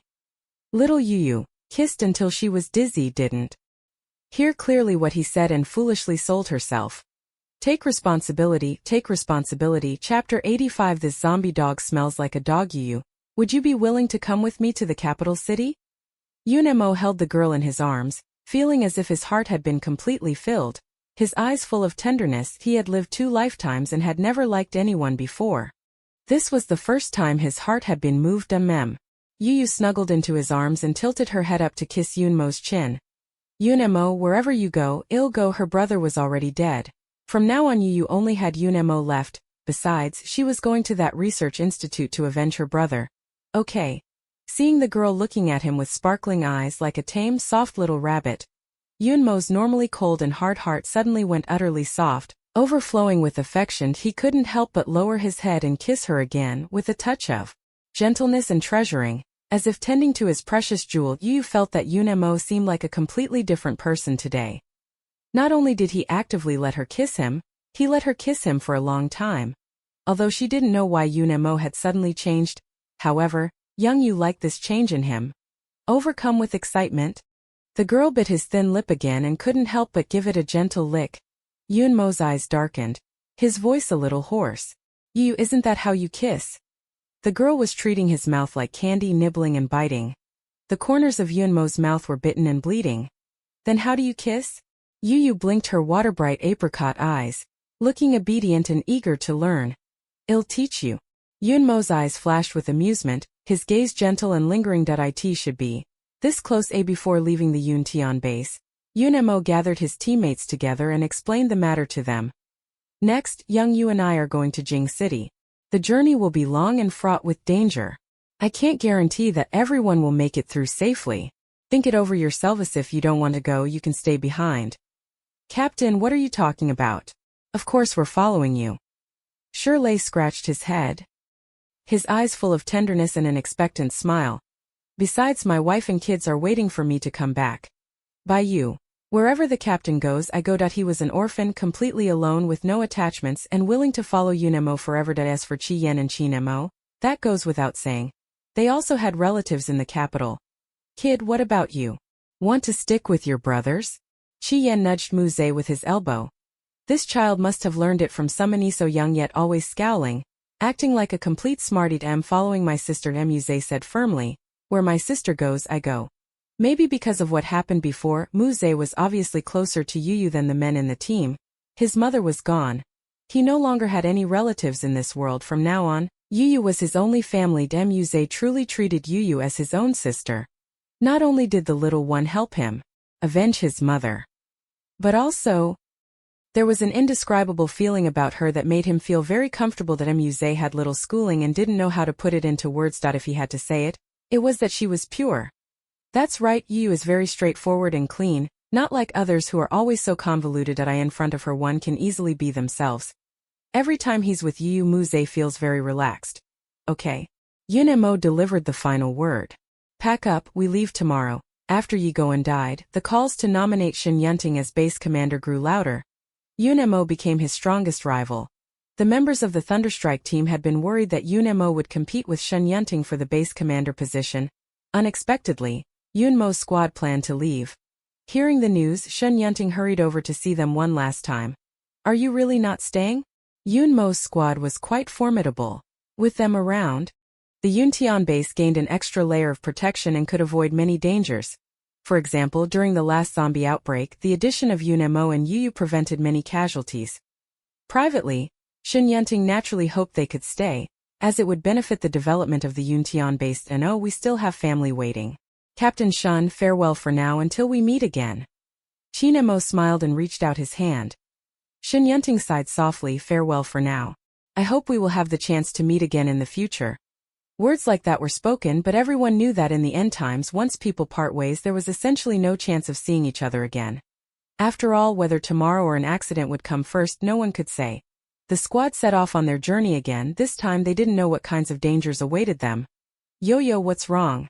Seeing the girl repeatedly staring out the window, Yun Mo's eyes darkened slightly. He had thought Yo-yo couldn't bear to part with Shun Yunting. Yun Mo, did I forget something? Yo-yo asked, tapping her forehead with a troubled look. Since turning into a zombie, her memory really had been getting worse and worse. Forgot something. Yun Mo grabbed her little hand. Stop hitting yourself. You're already clumsy. Hitting yourself will only make you clumsier. I don't know. Yu hurriedly rummaged through her little backpack and dumped everything out. Candy, small biscuits, pretty dresses, and a sparkling crystal core. After taking stock, Yu finally felt reassured. The girl showed a satisfied smile. None missing, they're all here. It was probably just her imagination. Ho ho ho. A zombie's guttural roar suddenly sounded. A big, hulking figure stumbled and rushed after the SUV. Shit. That zombie is chasing us. History is always eerily similar. Chien suddenly remembered that there had once been a zombie like that, running after the back of their car. Then look at the zombie behind. Seems kind of familiar? Could it not be familiar? It's the same zombie, Zhuang Zhuang. Baby? She finally remembered that it seemed like she had forgotten Zhuang Zhuang again and again. History is always amazingly similar. Zhuang Zhuang was always the one forgotten. Only this time Zhuang Zhuang had learned to be clever. Younger Young won't let it appear in the base, so Zhuang Zhuang only dares to sneak around nearby. It only came running over in the past couple of days and has been secretly observing the happenings inside the base. The little one said it would come back to find it. Zhuang Zhuang kept waiting and waiting. Waiting for a long time but never seeing the little one. It could only come over on its own to find the little one. But it was afraid of upsetting Yu, so it kept sneaking around nearby, watching secretly. Unexpectedly, that spying led it to discover something astonishing. The cub is actually going to leave it behind again. Zhuang Zhuang felt wronged. Zhuang Zhuang wanted to speak. Huff huff huff. The SUV finally came to a stop. Zhuang Zhuang hurriedly controlled his stiff body and ran over in an awkward posture. Huff huff. Zhuang Zhuang, like a big dog cruelly abandoned by its owner, let out a barrage of snarls and barks at Yu. Zhuang Zhuang, I didn't do it on purpose. Yu's eyes flickered, feeling extremely guilty. Huff huff. Everyone could actually see a look of grievance in a zombie's eyes, and they were utterly stunned. Impossible, must be a hallucination, right? Then everyone saw the zombie reach out its hands, looking utterly resigned, urging and calling. Hehe, what is it saying? Yun Mo, who couldn't understand zombie speech, could only look to Yu. The girl automatically acted as translator. Zhuang Zhuang wants me to tie it up like before. Before, Yu always used an iron chain to tie Zhuang Zhuang up, taking him everywhere and never losing him. Everyone. This made them think of a dog that holds its leash in its mouth and lets its owner walk it. Why does this zombie act so dog-like? Chapter 86. Today I just have to be this cheap huff huff. Seeing Yu not move for a long time, Zhuang Zhuang urged again, howling. Yun Mo's expression involuntarily grew somewhat complicated. What's wrong with this zombie? Although he knew these zombies had an inexplicable fanaticism for little ones. Still, you're a zombie after all, could you at least have some dignity as a corpse? Fortunately, Zhuang Zhuang was just a mindless zombie. Otherwise Yun Mo would have been in trouble. Alright. Before, Yu always used an iron chain to tie Zhuang Zhuang up. Now she can't find the chain, so for the time being she has to use vines instead. Green vines wrapped around the zombie's neck, the other end of the leash held in Yu's hand. Zhuang Zhuang was thoroughly satisfied, the whole zombie looking extremely happy. That way it won't lose the cub anymore. You damned human, don't even think about sneaking off with the cub. Chien saw the scene, his eyes full of envy. How did you tame it? He quietly sidled up to Yu, unable to help asking. To be able to tame a zombie setting strength aside, just leading it around would be incredibly cool. Chien looked on with envy. He wanted to ask Yu if she could help him get a zombie to play with as well if they ran into other zombies later. Wouldn't that be like having a free muscle? Just the thought of it excited him. Chien rubbed his hands together, licking his lips as he looked at Yu. Can you teach me too? The girl's voice was soft. No, you can't. Zhuang only listens to me. After Yu woke up, Zhuang had stayed by her side, obeying her every word. Not only Zhuang, even the other zombies would listen to her. However, not all zombies will obediently do as they're told. There are also some naughty ones that not only refuse to obey but want to eat Yu. This has to do with Yu's ability, you can't learn it. Seeing Chien and Yu getting closer and closer, a dark gleam flashed across Yunmo's eyes as he said in a low voice, Chien, I see you've been rather idle lately. Why don't you find a way to properly improve your abilities? What? Chien didn't sense any danger at all. He scratched his head and said carefree, aren't there no zombies right now? There was no opportunity for his powers to be used. Ever since Yu stopped hiding her abilities, their journey had been smooth and calm. Astonishingly so. Those zombies not only didn't actively attack them but actually stepped aside each time. Bringing along the little one was practically a super cheat. If it weren't for the rotting corpses wandering outside, they might have almost thought they were still before the apocalypse. Even if I wanted to get stronger, I wouldn't have the chance. This life is so boring, so boring. Chien clicked his tongue and shook his head. If anyone else heard that, they'd definitely beat him up. Others struggled to survive in the apocalypse, facing danger at any moment. But he found life too peaceful, too boring. Yunemo lifted the corner of his lip in a cold sneer. If you're really that bored, fart by yourself and chase it for fun. Don't be clinging to Yu all day. Oh, Captain, isn't Yu your little sister? Do you mind having one more brother-in-law? Chien grinned mischievously, plainly aiming to annoy Yunemo, who told him to be as stubborn as a drowning man clinging to his last words, insisting on playing that whole brother-and-sister act with him. Finally managed to catch him in a moment of cheapness. Chien just had to be this damned today. Stop the car. The temperature inside the vehicle dropped sharply as Yunemo said coldly. The SUV came to a stop quickly. Get out. Yunemo opened the door and kicked Chien straight out. Yo-Yo, find a few zombies for him to practice on. Okay. Yo-Yo blinked and replied cheerfully. The girl was petty and held grudges. She still resented Chien for teasing her earlier. Yo-Yo directed those zombies to go bite Chien's butt. Captain, no way, oh my god. Chien ran after the car. Several zombies attracted by the noise staggered and followed at his heels. Fuck. Don't bite my ass, get off, get off. Chinemo drove on, shaking his head. Idiot. Chien, that dumbass just had to act like a jerk. Soon, Yunmo made Chien find out what happens when you covet someone else's wife. Chien was exhausted every day, worked to the bone, his hands trembling, his legs shaking, even dreaming about fighting zombies. Fortunately, Shirley and Muze also wanted to improve their strength. She soon joined the group that fought zombies. Although peaceful days are nice, too much comfort for too long saps one's fighting spirit. Once you lose your vigilance, you simply can't survive in an apocalypse full of hidden dangers. After 10 or 15 days, they finally reached another city. H city. The squad planned to rest here for a night and pick up some supplies. Luckily Yunemo had space storage, so they could stock up on more food. However, they checked several shops and everything had been taken.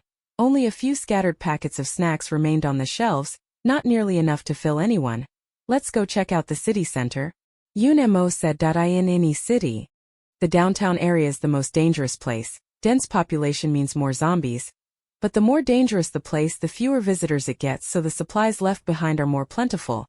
Yu released spiritual power, scanned the area, then pointed in a direction. Yunemo, that's where the most zombies are. Yunemo took out the map and glanced at it. That area was all commercial districts with several large shopping malls alone. Let's go there. Having strength means being willful. Others avoided places with lots of zombies. They went straight toward them. It was a large national chain shopping mall. Through the glass door you could see a crowd of people inside. Chien sucked in a breath. So many zombies, even a spit from each of them could drown us. Are we really going in? Don't talk nonsense. The more zombies there are, the more supplies there must be inside. Chinemo took out a combat knife and slowly wiped it clean. Although firearms are highly lethal, bullets become scarcer the more they're used. Unless absolutely necessary, they all fight with cold weapons in close combat. Besides, Gunfire in the city only draws more zombies. Only a fool would make too much noise in the city. Just as they were thinking this, a thundering engine roar suddenly sounded Chinemo. Hearing the sound, Yu curiously turned her head to look at the end of the street. A sleek black motorcycle suddenly appeared. Behind the bike chased a horde of ravenous zombies. Damn! Qian almost jumped up, cursing uncontrollably. Who the hell is that? What kind of timing is this to show off? Don't you value your life? The person naturally noticed their group, performed a stylish drift on the motorcycle that left the zombies behind, and rode over toward them. Hey! Bro, are you guys heading into the mall too? The motorcycle approached from afar. Its sound growing louder, it soon stopped right in front of them. The rider wore a tight leather jacket and pants that traced the contours of a curvaceous figure. Long legs planted on the ground, she removed her helmet, revealing a strikingly beautiful face with an aggressive edge. The woman tossed her short hair with flair, looking heroic and dashing, and curled her red lips. Tell me, want to collaborate with me? Yu had never seen such a unique human woman. She seemed to glow from within, radiating confidence. Yu couldn't help but stare at her intently, her eyes full of curiosity. The woman quickly noticed her gaze. Her eyes shifted slightly and landed on Yu, and her expression brightened immediately. Well. She couldn't help but let out a loud whistle. Her pretty phoenix-like eyes seemed to spark as she winked at Yu. There's a little beauty here too. Chapter 87. My wife is about to be snatched away. This roguish talk sounded exactly like a female hooligan teasing a little girl. Yunmo's dark eyes darkened slightly as he stepped to the side to stand in front of Yu, blocking her line of sight. No need, don't be so quick to refuse. We have the same goal, we're both heading into the mall to gather supplies. Why not cooperate for mutual benefit? As they spoke, the zombies left behind snarled and chased after them. The short-haired woman didn't even look. She raised her hand and used her power, freezing those zombies into ice sculptures. He demonstrated his strength to them with that move. See, I won't hold you back. Qian widened his eyes in surprise. This is ice-type ability? There are many types of supernatural abilities. The most common are the 5 elements powers and things like bodily enhancements. But there are also all sorts of strange ones. For example, ice abilities are a branch of water power stronger than water and also rarer. This woman was the first ice ability user they had encountered so far. She didn't look weak. Look, there are so many zombies in the mall, you might not be able to handle them all. The more people, the more help, right? The short-haired woman said with a smile. Besides, I know the layout inside better than you do, so I can avoid a lot of danger. Yunemo Yu tugged at the hem of his clothes. She thought the short-haired woman made sense. Since they were going into the mall anyway, they might as well cooperate.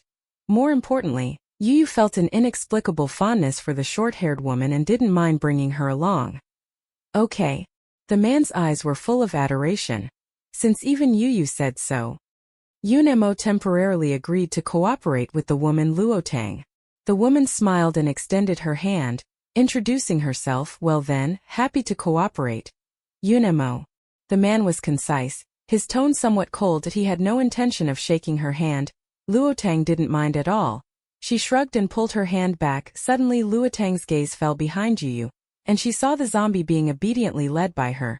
The usually ferocious zombie was docile like a pet dog, letting the girl take it wherever she went. The scene was utterly unheard of. This is... Luotang raised his eyebrows, somewhat surprised. Keeping cats and dogs isn't trendy anymore. Keeping zombies is the trend now. Luotang immediately became interested. Your dog? No, your zombie. It doesn't bite people, does it? Zhuang won't bite. Yu reached out and gently patted the zombie's head as if treating a little pet. That's what you think, right, Zhuang? As if agreeing with Yu. Zhuang let out a low guttural growl from his throat. A pretty delicate girl and an ugly, ferocious zombie. No matter where this pairing appears, it draws attention and is hard not to be intriguing. However, compared to this grotesque zombie, Luotang was clearly more interested in Yu. Like a magician, she used her psychic power to form a crystal-clear ice rose and, smiling, handed it to Yu. Yo-Yo, this is for you. Yo-Yo carefully held the rose with both hands and gave her a sweet smile. Thank you. The girl's apricot-colored eyes were bright and moist, her porcelain face delicate and pretty, smiling with curved brows and eyes. She looked just like a well-behaved, adorably soft little rabbit. Luotang suddenly couldn't quite control her hands. So cute. I want to pet it. No need to thank me as long as you like it. You look younger than me, just call me Sister Luo. Sister Luo. The little voice was soft and syrupy, the slightly rising tail of the words like a small hook. Lo Tang immediately felt a twitch of longing. She really wanted to take the person away. Just as this thought arose, Lo Tang sensed a cold, sharp gaze. Yunmo's black eyes were deep and cold as he stared at her. It seemed to be warning her not to make a move on his treasure. Not only was Luo Tang not afraid, she even curled her red lips and smiled provocatively. Just from one glance, Yunmo knew this Luo Tang had ill intentions, especially since that woman kept buzzing around you like a fly, stealing all the girls' attention. That made Yunmo dislike her even more. You give me that lump of ice, I'll keep it for you. Dunno. Yu shook her head, cradling the ice rose like a treasured toy. This was the first flower Yu had ever received, even if it was made of ice and not a real flower. But the girl still treasured it dearly and insisted on carrying it herself. Luo Tang curled her red lips, as if silently mocking Yunmo. What use is a man who can't win a woman's favor? Yunmo Jun's face sank slightly. He suddenly regretted it. He shouldn't have agreed to Luo Tang's proposal for cooperation just now. Yunmo had a premonition, seemed to have gotten himself into trouble. The feeling was soon confirmed. There were too many zombies at the supermarket's main entrance, so after a brief discussion they decided to enter through the side door. There are relatively few zombies at the side gate. A few roaming zombies caught sight of a living person and immediately lunged with ferocity, but they were quickly and easily taken care of. This mall is too big, don't waste time. Split up and gather supplies. Once you're done, regroup here. As Yunmo finished speaking, he was about to take Yu's hand. But when he turned, he found the girl happily walking away with Luo Tang. Usually Yu clung to Yunmo like a little tail, sticking closely by his side, but today, she ran off with Luo Tang. Luo Tang was up ahead killing zombies, and Yule trailed behind her, skipping along happily as she picked up crystal cores. The two women headed straight for the second-floor clothing section, leaving the few men behind them. Qi Yan immediately broke into a gloating laugh. Never expected it, the captain would have a day like this. Looking at Yunmo's face again, it seemed as if a layer of dark clouds had settled over it. His wife was nearly taken away. Could his expression be anything but sullen? Captain, do you want me to go with you? Shirley scratched his head.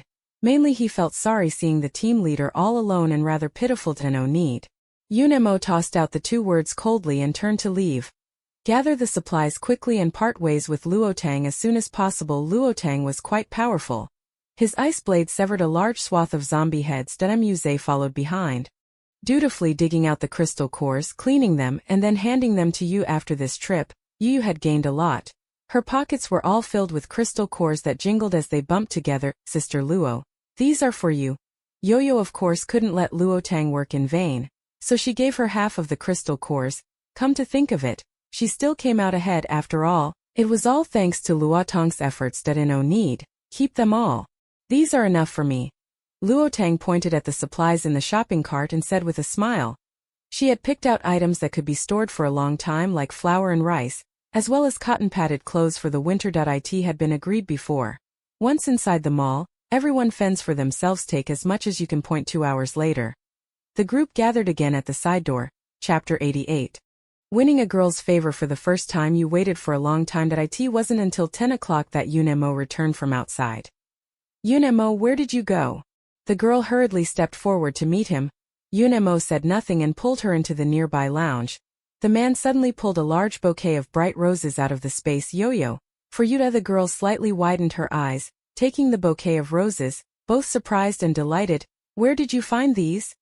Dewdrops still clung to the delicate petals of the rose. It looked like it had been picked not long ago. Come to think of it, this was actually the first bouquet you had ever received. And it was given by Yunmo. A happy little bird seemed to be fluttering in the girl's heart, making her light and joyful. Do you like it? The man asked softly, gazing at her with tender, lingering eyes. Love it. Yu nodded repeatedly, her apricot eyes sparkling with tiny bits of starlight. Astonishingly beautiful. It wasn't just because she liked the bouquet of roses, but because it was given by Yunmo. A smile flickered through Yunmo's dark eyes. The ice-carved roses that Luo Tang had given Yu had long since melted. Although the girl said nothing at the time, that look of regret could not escape Yunmo's eyes. The man then filed it away in his mind. Having lived 2 lives, it was the first time he had tried to win a girl's favor. To find these flowers, Yunmo had nearly run all over H. City. Unfortunately, the roses in the flower shop had long since withered. After the apocalypse arrived, the whole city seemed to lose all its bright colors in an instant, leaving only dullness and blood. Flowers that had been everywhere before the end of the world were now hard to find. Unemo searched for a long time and finally found them in a mountain forest.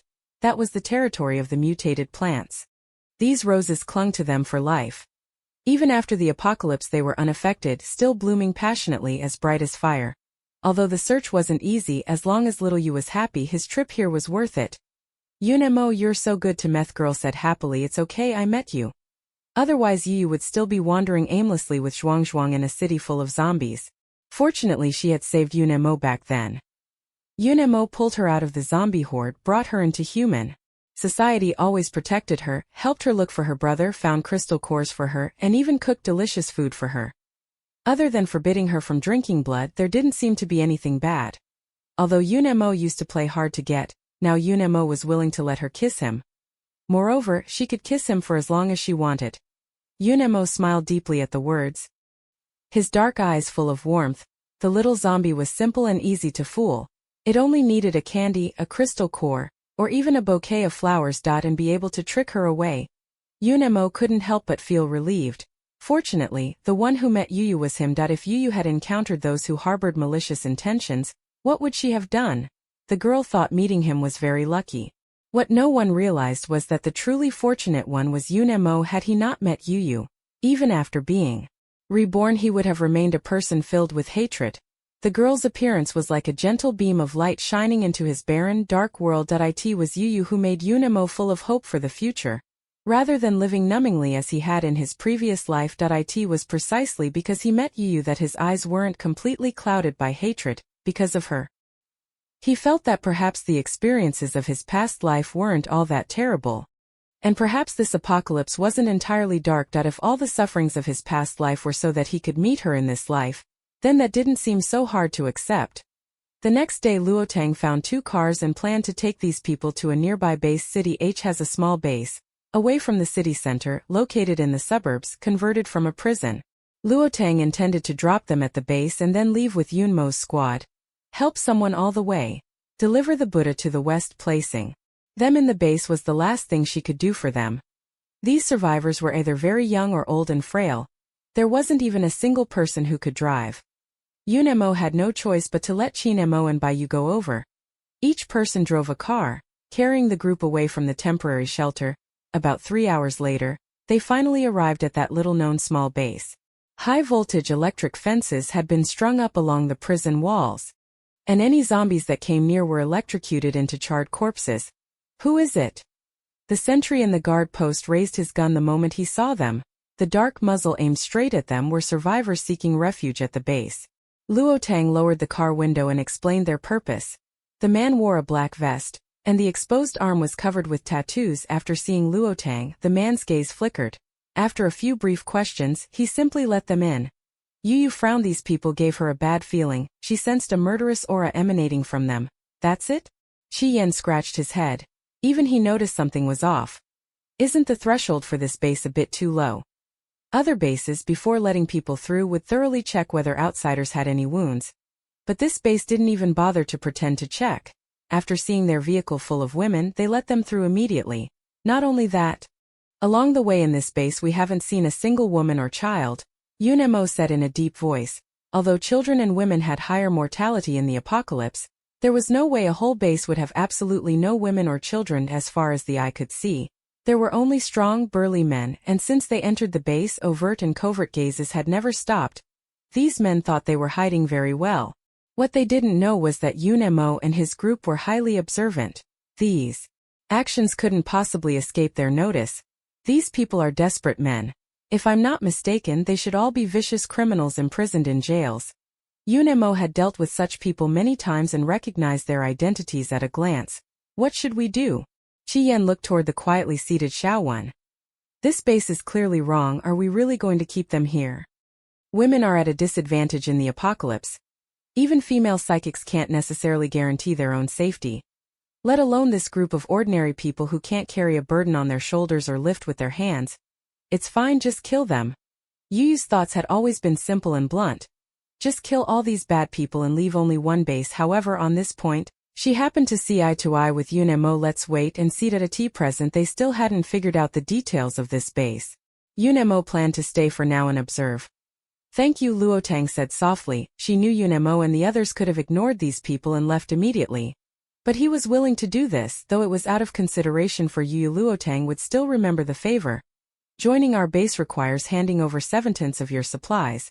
The clerk at the registration desk glanced at the trunk of their car, saw this group was powerful and clearly not short on supplies, and answered with a blatant, exorbitant demand. Taking so much, why don't you just go and rob it outright?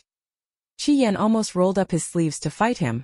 Usually bases would at most take half, but this lousy base clearly treats them like fat sheep to be slaughtered. Qi Yan almost laughed in anger, pointing at his own face and saying, "What, does the word sucker happen to be written on my face?" Chapter 89. Play all you want. The man picked at his ear, looking utterly insolent. Shouting at me won't do any good. This is an order from above. Not allowed. Then don't even think about going in at you during the conversation. The man's gaze kept flicking over the several women behind him, unintentionally revealing an appraisal like someone inspecting goods. He fancied himself discreet. But none of it escaped Yunemo and the others' notice. Yunmo's dark eyes dimmed slightly as he calmly stepped in front of Yu. He signaled to Chinemo with his eyes. Chinemo understood and nodded, stepping forward to block the about to explode Qi Yan and started talking with him. Big brother, can you be a little lenient? Chinemo said with a smile, offering a cigarette. You see, the rest of us are supporting so many people. It's not easy.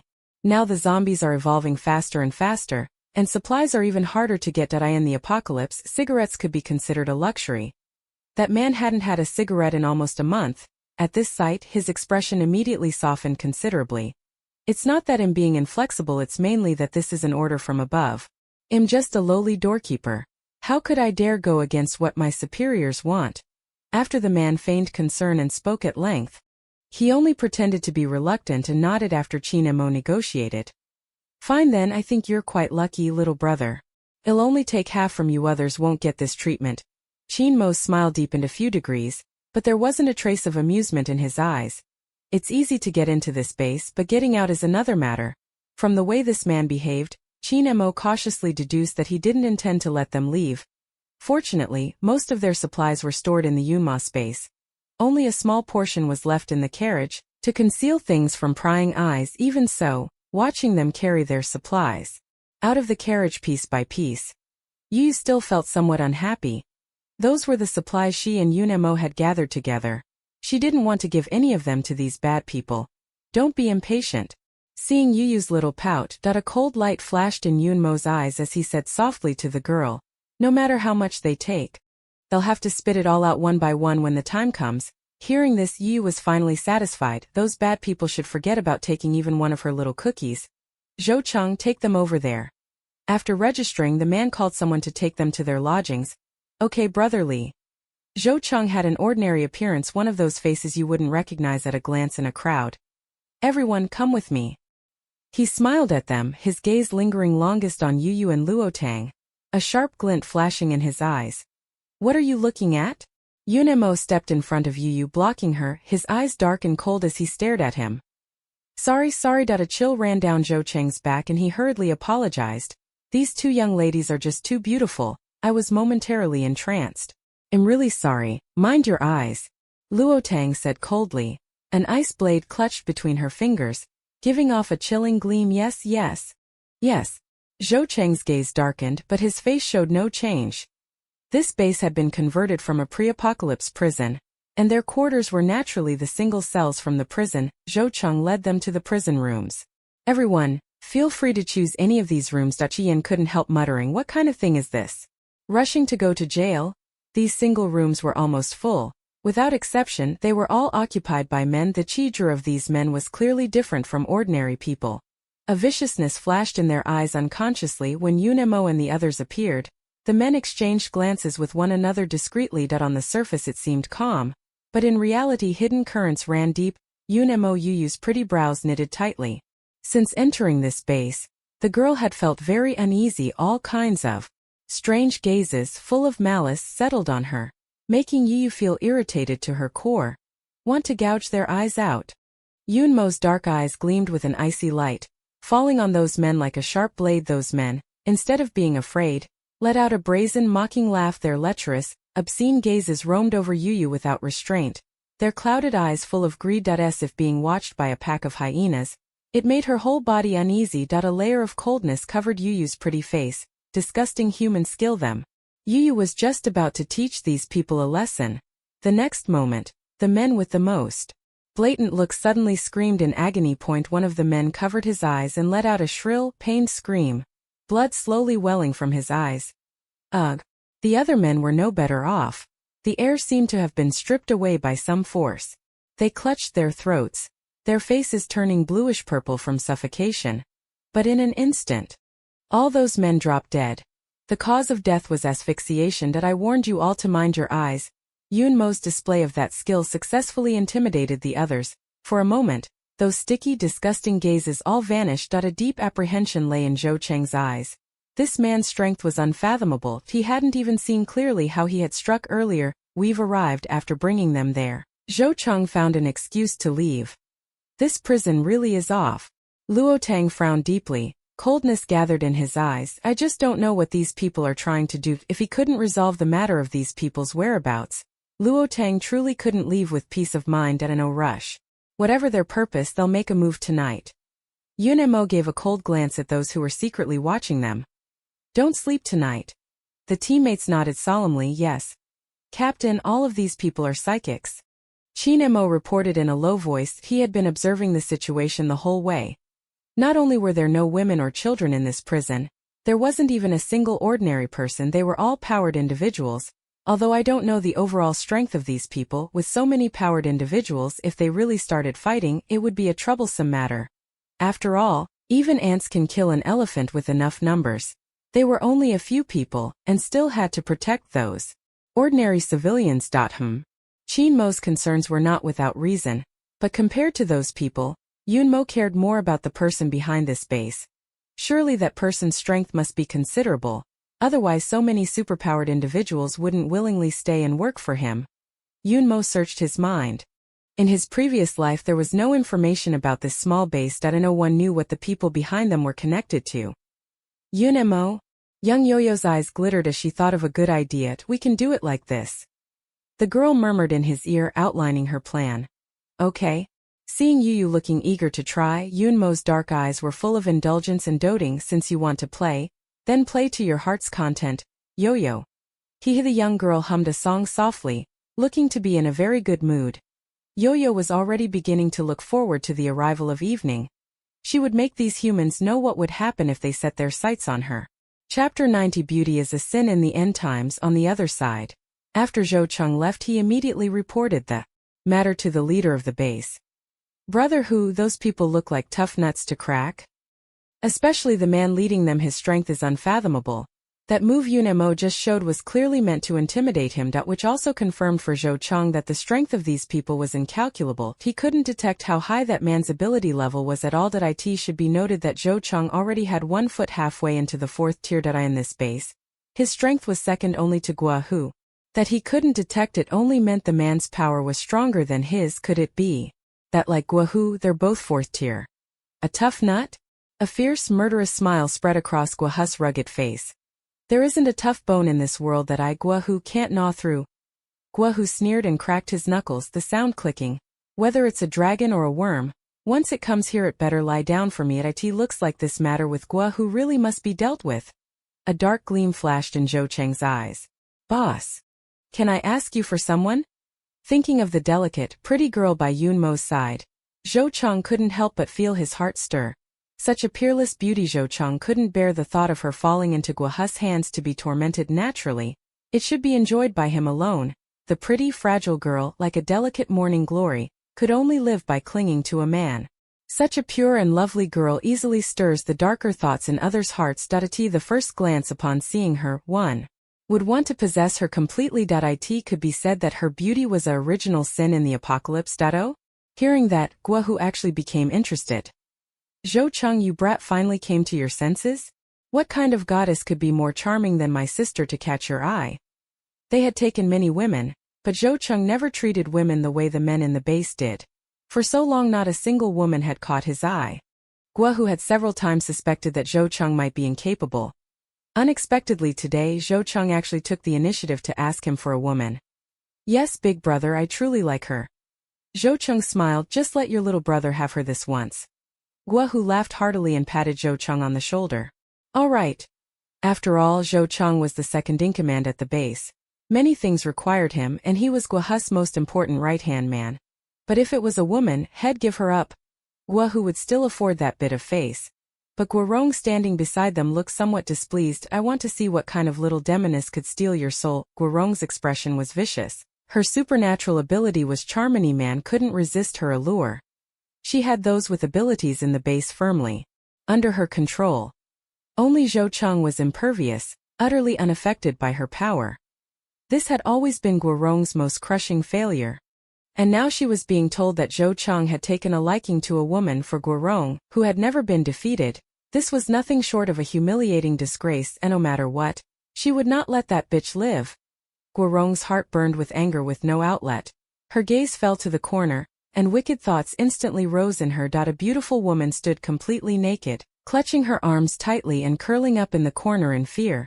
Sensing Guo Rong's fierce eyes, the woman instantly trembled, her face full of terror. Compared to that beast Guo who, Guo Rong's woman with a venomous heart was even more terrifying, taking her anger out on her at the slightest provocation last time.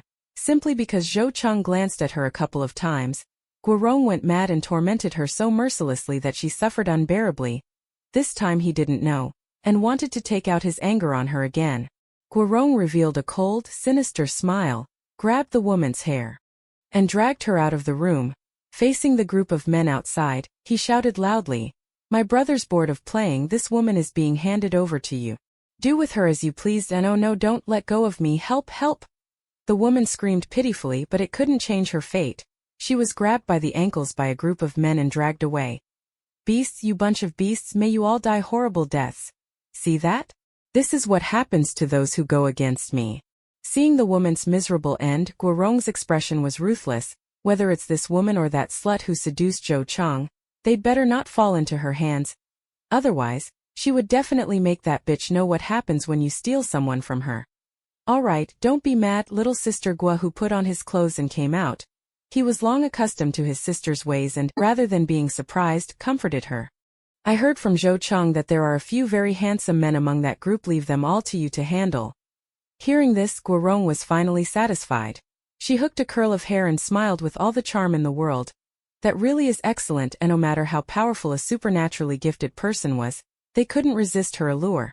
Zhou Cheng was simply an exception. That it didn't matter that Zhou Cheng had been put in his place.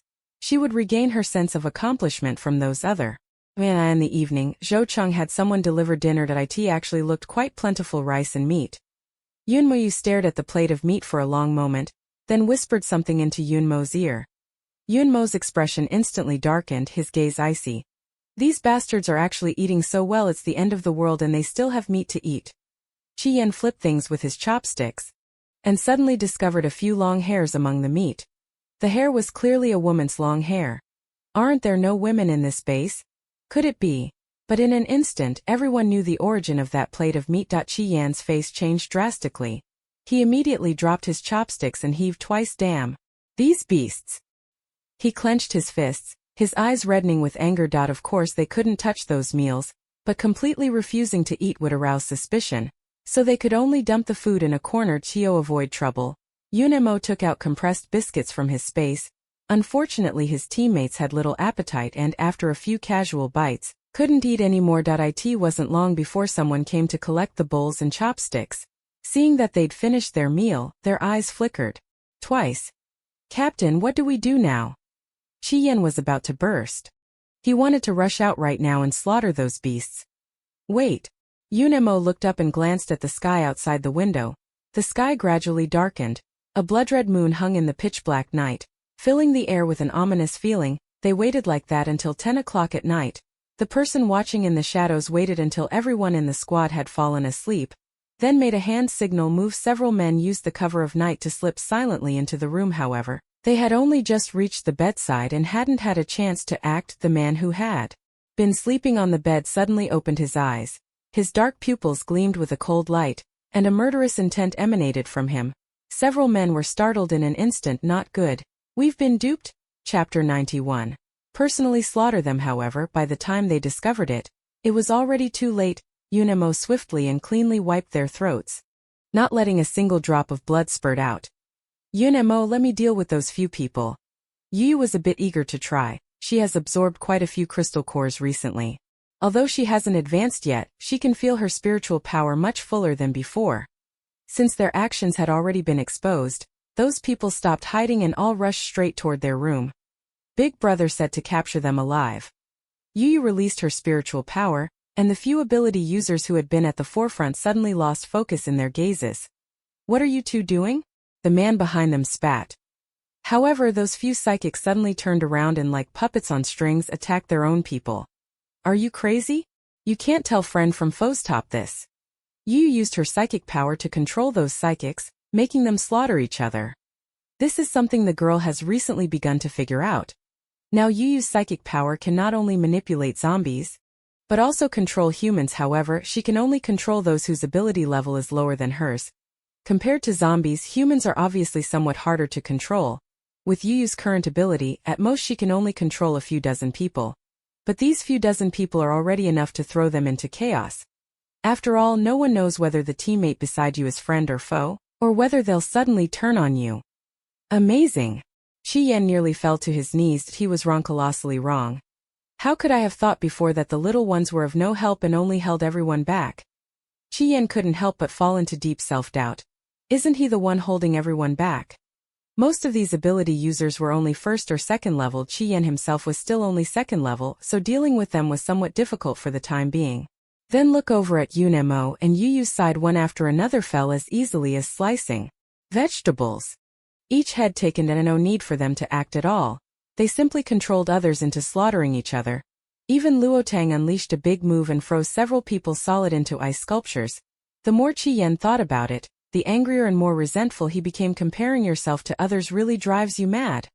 Among that group of big shots, he alone turned out to be the trashed. As he was thinking this, a metal blade shot straight toward his face. By the time Qi Yan realized it, it was already too late. There was no time to dodge. Clang! A metal wall appeared before him, taking the fatal blow for Qi Yan. Thanks. Qi Yan turned his head to look. He saw Muze glance at him coldly. His gaze, laced with disdain, seemed to think he was holding them back. Damn.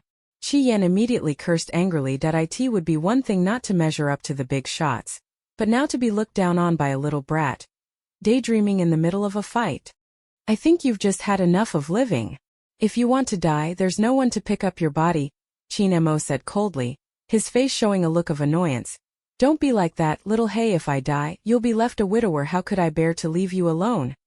Qi Yan, knowing he was in the wrong, sulkily rubbed his nose and didn't dare get distracted again. Chinemo, get out. These superpowered people were nothing but small fry. In less than an hour, they were all lying prostrate on the ground, and the person who had been secretly directing them still hadn't been discharged from the hospital. Yu deliberately left one alive. As soon as she withdrew the psychic power, that powered individual quickly came to. The previously dull, vacant gaze gradually regained its spark after his reason returned.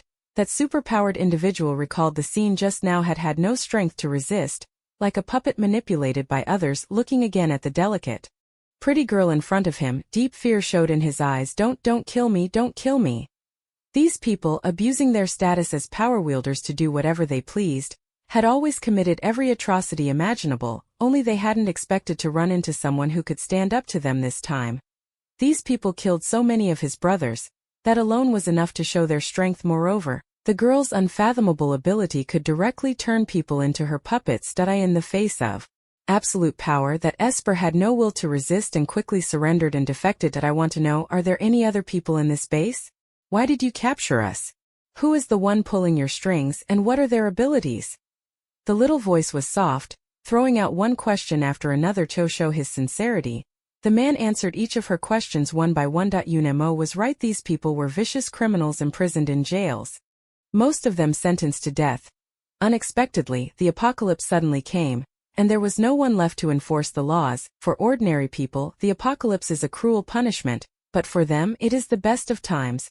Most of them awakened supernatural powers, among whom the powers of the Gua siblings, Guahu and his sister, were the strongest. After killing all the zombies in the prison. They completely took over the place and transformed it into a base. Calling it a base was a stretch. In truth, Guahu turned into a local tyrant. Those who refused to submit to Guahu were all killed. In the apocalypse, food was scarce, and these people long ago lost their human decency and morals. The evil in their hearts was fully exposed, completely unleashing the demons within. Those who came to join the base, if a man was willing to submit, he stayed to serve Guahu. If he refused, he was killed on the spot. The women and children met an even more tragic end. Women in the base were the lowest of the low, there for them to toy with and use to relieve themselves. Children, with their tender skin and soft flesh, were the most desirable meat. Beast. Hearing this, not only Qi Yan but everyone trembled with rage. Even Shirley, who was usually honest and simple, clenched his fists now like an enraged beast, his eyes bloodshot as he glared at him. You beasts, I'll kill you. There was no need to wait for Shirley to make a move. After getting the answer he wanted, the vine pierced straight through his heart. Yunemo, did I do the right thing? Yu turned to look at him, her eyes sparkling as if waiting for his praise. If you don't remove the roots when cutting the grass, it will grow back with the spring breeze. Never let any enemy go. Better to kill by mistake than to let one go. This lesson was taught to her by Yunemo. You did very well. Yunmo's dark eyes shimmered with amusement as he appreciatively patted her head. Our little Yu is so great. Receiving the praise, the girl smiled with crescent eyes, looking both obedient and pure. But having witnessed Qi Yan's brutal side, he just felt rattled by the wind. Captain, what do we do now? Do we break out and fight our way through? Shirley asked impulsively. His goal was now the same as Qi Yan's, to kill all those scumbags and remove the menace for the people. You go rescue those who are being held captive. Yo-Yo and I will go look for the Guahu siblings. According to what that person just said, there are many more people imprisoned in this base being terribly tormented. Yes. The teammates unconditionally obeyed his orders as always. Only Luo Tang stood up. I'll go with you. Only by personally killing that vicious pair of siblings could Luo Tang quell the wrath in her heart. Cold murderous intent filled Luo Tang's eyes. If I don't personally slaughter those two beasts, my anger won't be relieved. Chapter 92. Don't even think about escaping today. At that moment, the Gua siblings were in the room, gulping down meat and wine, looking completely unconcerned and confident of victory. Even though Zhou Cheng had warned him many times that Yunmo's gang weren't easy tough nuts to mess with, but Guahu still didn't take it seriously. Zhou Cheng, I think you're just being overly cautious. Don't worry, there are so many ability users. Even if they're powerful, they still can't take on hundreds alone, can they? Guahu said contemptuously. If everything required him to handle it personally, then what was the point of recruiting those ability users? Guahu placed himself in the role of the one in power. Naturally, any task would be assigned to the people under his command. Have you ever seen a superior who has to take action personally? What, you don't trust my ability? Guorong sneered. Zhou Cheng subtly frowned. Those siblings are both stubborn, self-opinionated fools. However, it was precisely because the Gua siblings were simple-minded and easy to control that things were convenient for Zhou Cheng. Guahu held a woman with a timid expression in his arms, satisfactorily enjoying her attentions. Before the apocalypse he was a murderer everyone wanted to beat. After it he rose to become an emperor, second to none, living a godlike life. Guahu was even grateful for the arrival of the apocalypse. Otherwise he wouldn't be living such a carefree, happy life today. The woman picked up a piece of meat with chopsticks and, trembling, fed it to Guahu's lips. After Guahu ate that piece of meat, he turned his head to kiss her. The woman's eyes were full of fear and resistance, and she instinctively recoiled a little. Unexpectedly, this action utterly enraged Guahu. Guahu raised his palm and slapped her hard, shouting angrily, "Bitch! How dare you refuse me?" Guahu felt his authority had been challenged and immediately shouted loudly, "Someone! Drag this bitch out and chop her up to feed the dogs." "No, please, brother, who I want dare again. I'm begging you, spare me." The woman's eyes were filled with deep fear. She crawled over crying and clung to his thigh begging. The woman knew very well that in this base, Guahu's words were like an imperial edict. Offend Guahu and the outcome was death. Even if one somehow survived, life would be worse than death. "Get out." Guahu kicked her away and shouted again. But outside it was dead silent. No one answered. "What's going on?" Guahu and Zhou Cheng exchanged a glance. both seeing wariness in the other's eyes. Bang! The next second, the gate was suddenly smashed open with violence. Two corpses were thrown in, the very psychics who had been stationed outside, and both of them had been killed with a single strike to the throat. Not even given a moment to react, Guaha's face turned extremely ugly. The guards outside were dead, yet inside he hadn't heard a single sound. At that moment, a tall, upright figure appeared at the doorway. Yunmo's cold, piercing gaze swept around once before finally resting on Guahu. "You're the person in charge of this base." Guaha's face darkened. He slammed the table and leapt up in an instant. "Are you fucking asking for death?" By the time Yu and Luotang entered, Yunmo had already started fighting with them. Seeing them ganging up on him 3 against 1, all targeting Yunmo, Yu immediately grew angry. The girl released vines and immediately joined the battle. From the captured ability user just now, they had already figured out the strength of Guahu and the other two. Guaha's ability is a rare and formidable lightning power, reportedly already at 4th rank. Zhou Cheng's ability is a seemingly insignificant speed-type. Combat capability is average, but his escape skills are top-notch. The trickiest one should be Guaha's sister, Guorong. Guorong's ability is enchantment. She can easily bewitch hearts, making men willingly risk their lives for her. However, Guorong soon encountered another humiliating defeat in her life. Her ability worked on men but had no effect on women. Luotang had a violent temper. Regardless of whether she was a woman, in her eyes Guorong's actions were no different from those of a beast. Therefore, Luotang showed no mercy and directly pinned her down and beat her. Guorong miserably dodged, accumulating more and more injuries. The situation was unfavorable for her, so Guorong tried to use her supernatural power on Yunmo. Attempting to charm him into serving her, she was full of confidence. No matter how powerful the psychic, not a single man could resist her charm. After detecting her thoughts, Yuyu's gaze cooled slightly and she sent a vine whipping straight over. The vine lashed harshly across Guorong's face, leaving a vivid mark. Guorong, as if slapped, clutched her face and cried out in a fluster, "You bitch, I'll kill you, I'll kill you." Her most treasured thing was her own face. Now that her face had been slapped, Guorong was so furious she nearly spat blood, wishing she could tear Yuyu apart. "What are you yelling for? Shut up!" Luotang threw an ice dagger and drove it into Guorong, carving a bloody hole in her body. "Anyone who wants to lay a hand on me should see if they have the ability to do so." Luotang lifted the corner of her mouth, showing a contemptuous arc. Since the apocalypse began, Guorong had never been this disheveled, but now she was completely without any means. After all, her supernatural ability only works on men.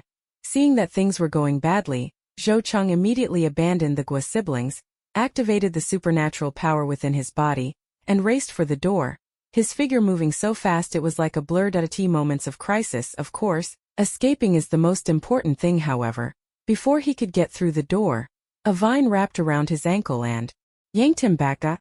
Zhou Cheng looked up and met a pair of almond-shaped eyes brimming with moisture. Yuyu gave him a slight smile, her voice soft and gentle. "Today, not one of you is getting away to?"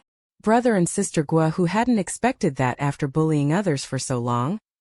This time they'd finally meet their match. Not only was the special ability Guorong took pride in unable to be used, even Guaha's lightning ability couldn't harm Yunmo in the slightest. Not to mention that there was a whole level of perception between them.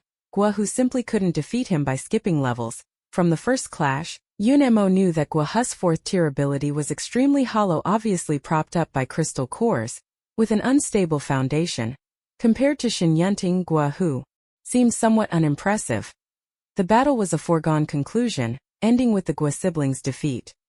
"Please, please don't kill me, brother. If you don't kill me, I'll give you anything you want: food, crystal cores, even women." Guahu, who had been so arrogant before, was now cowering like a coward. "Or if you want this base, I can give you that too." Guahu believed that no one could resist this temptation, especially men.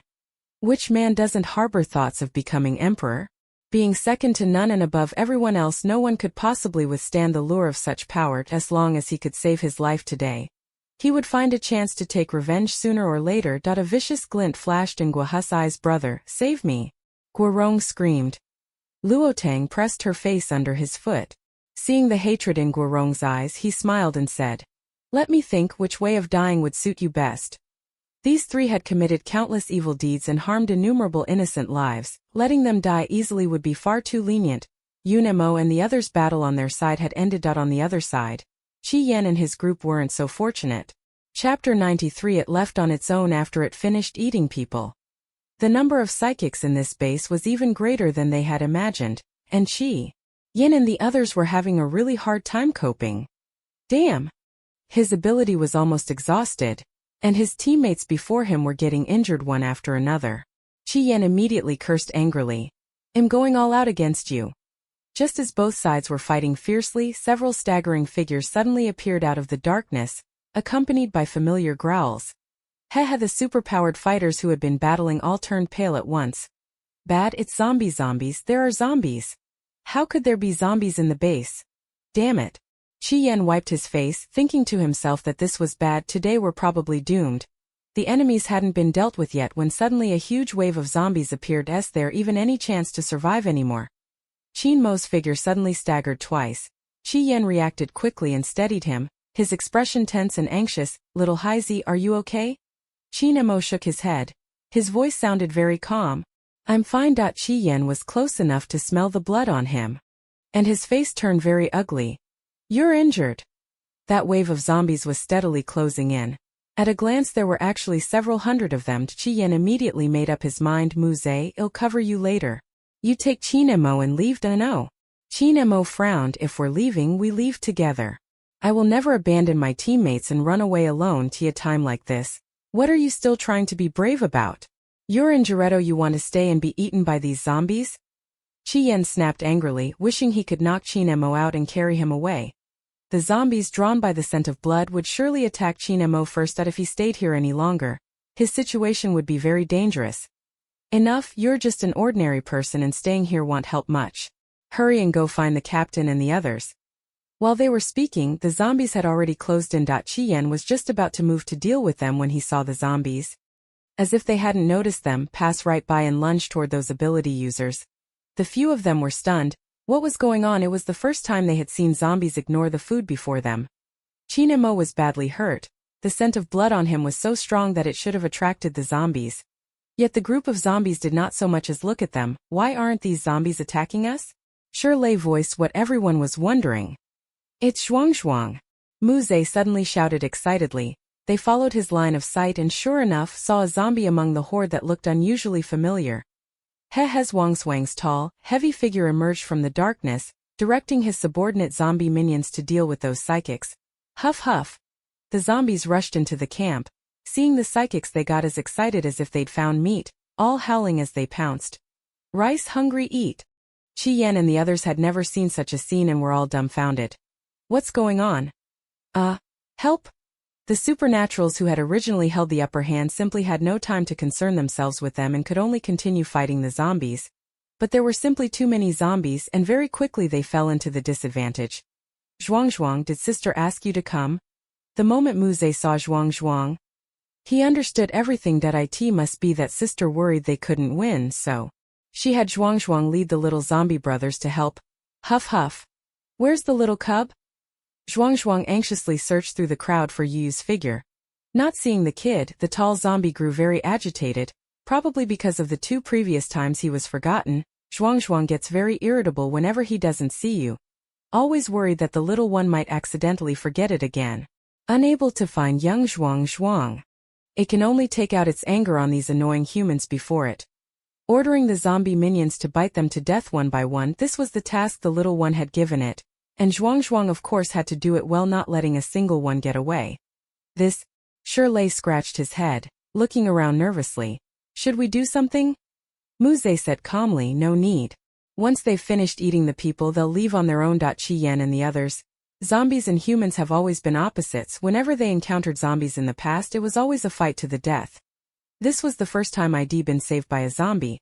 This feeling is strange, but that feels pretty great. These powered individuals never expected, even unto death, that in this day and age summoners could still exist. If you can't win, you just summon zombie minions to help. If that's not cheating, what is? How unfair. Although these zombies came to help, they have lost their humanity. What if they haven't eaten enough?" Qi Yan and the others had originally been a bit nervous.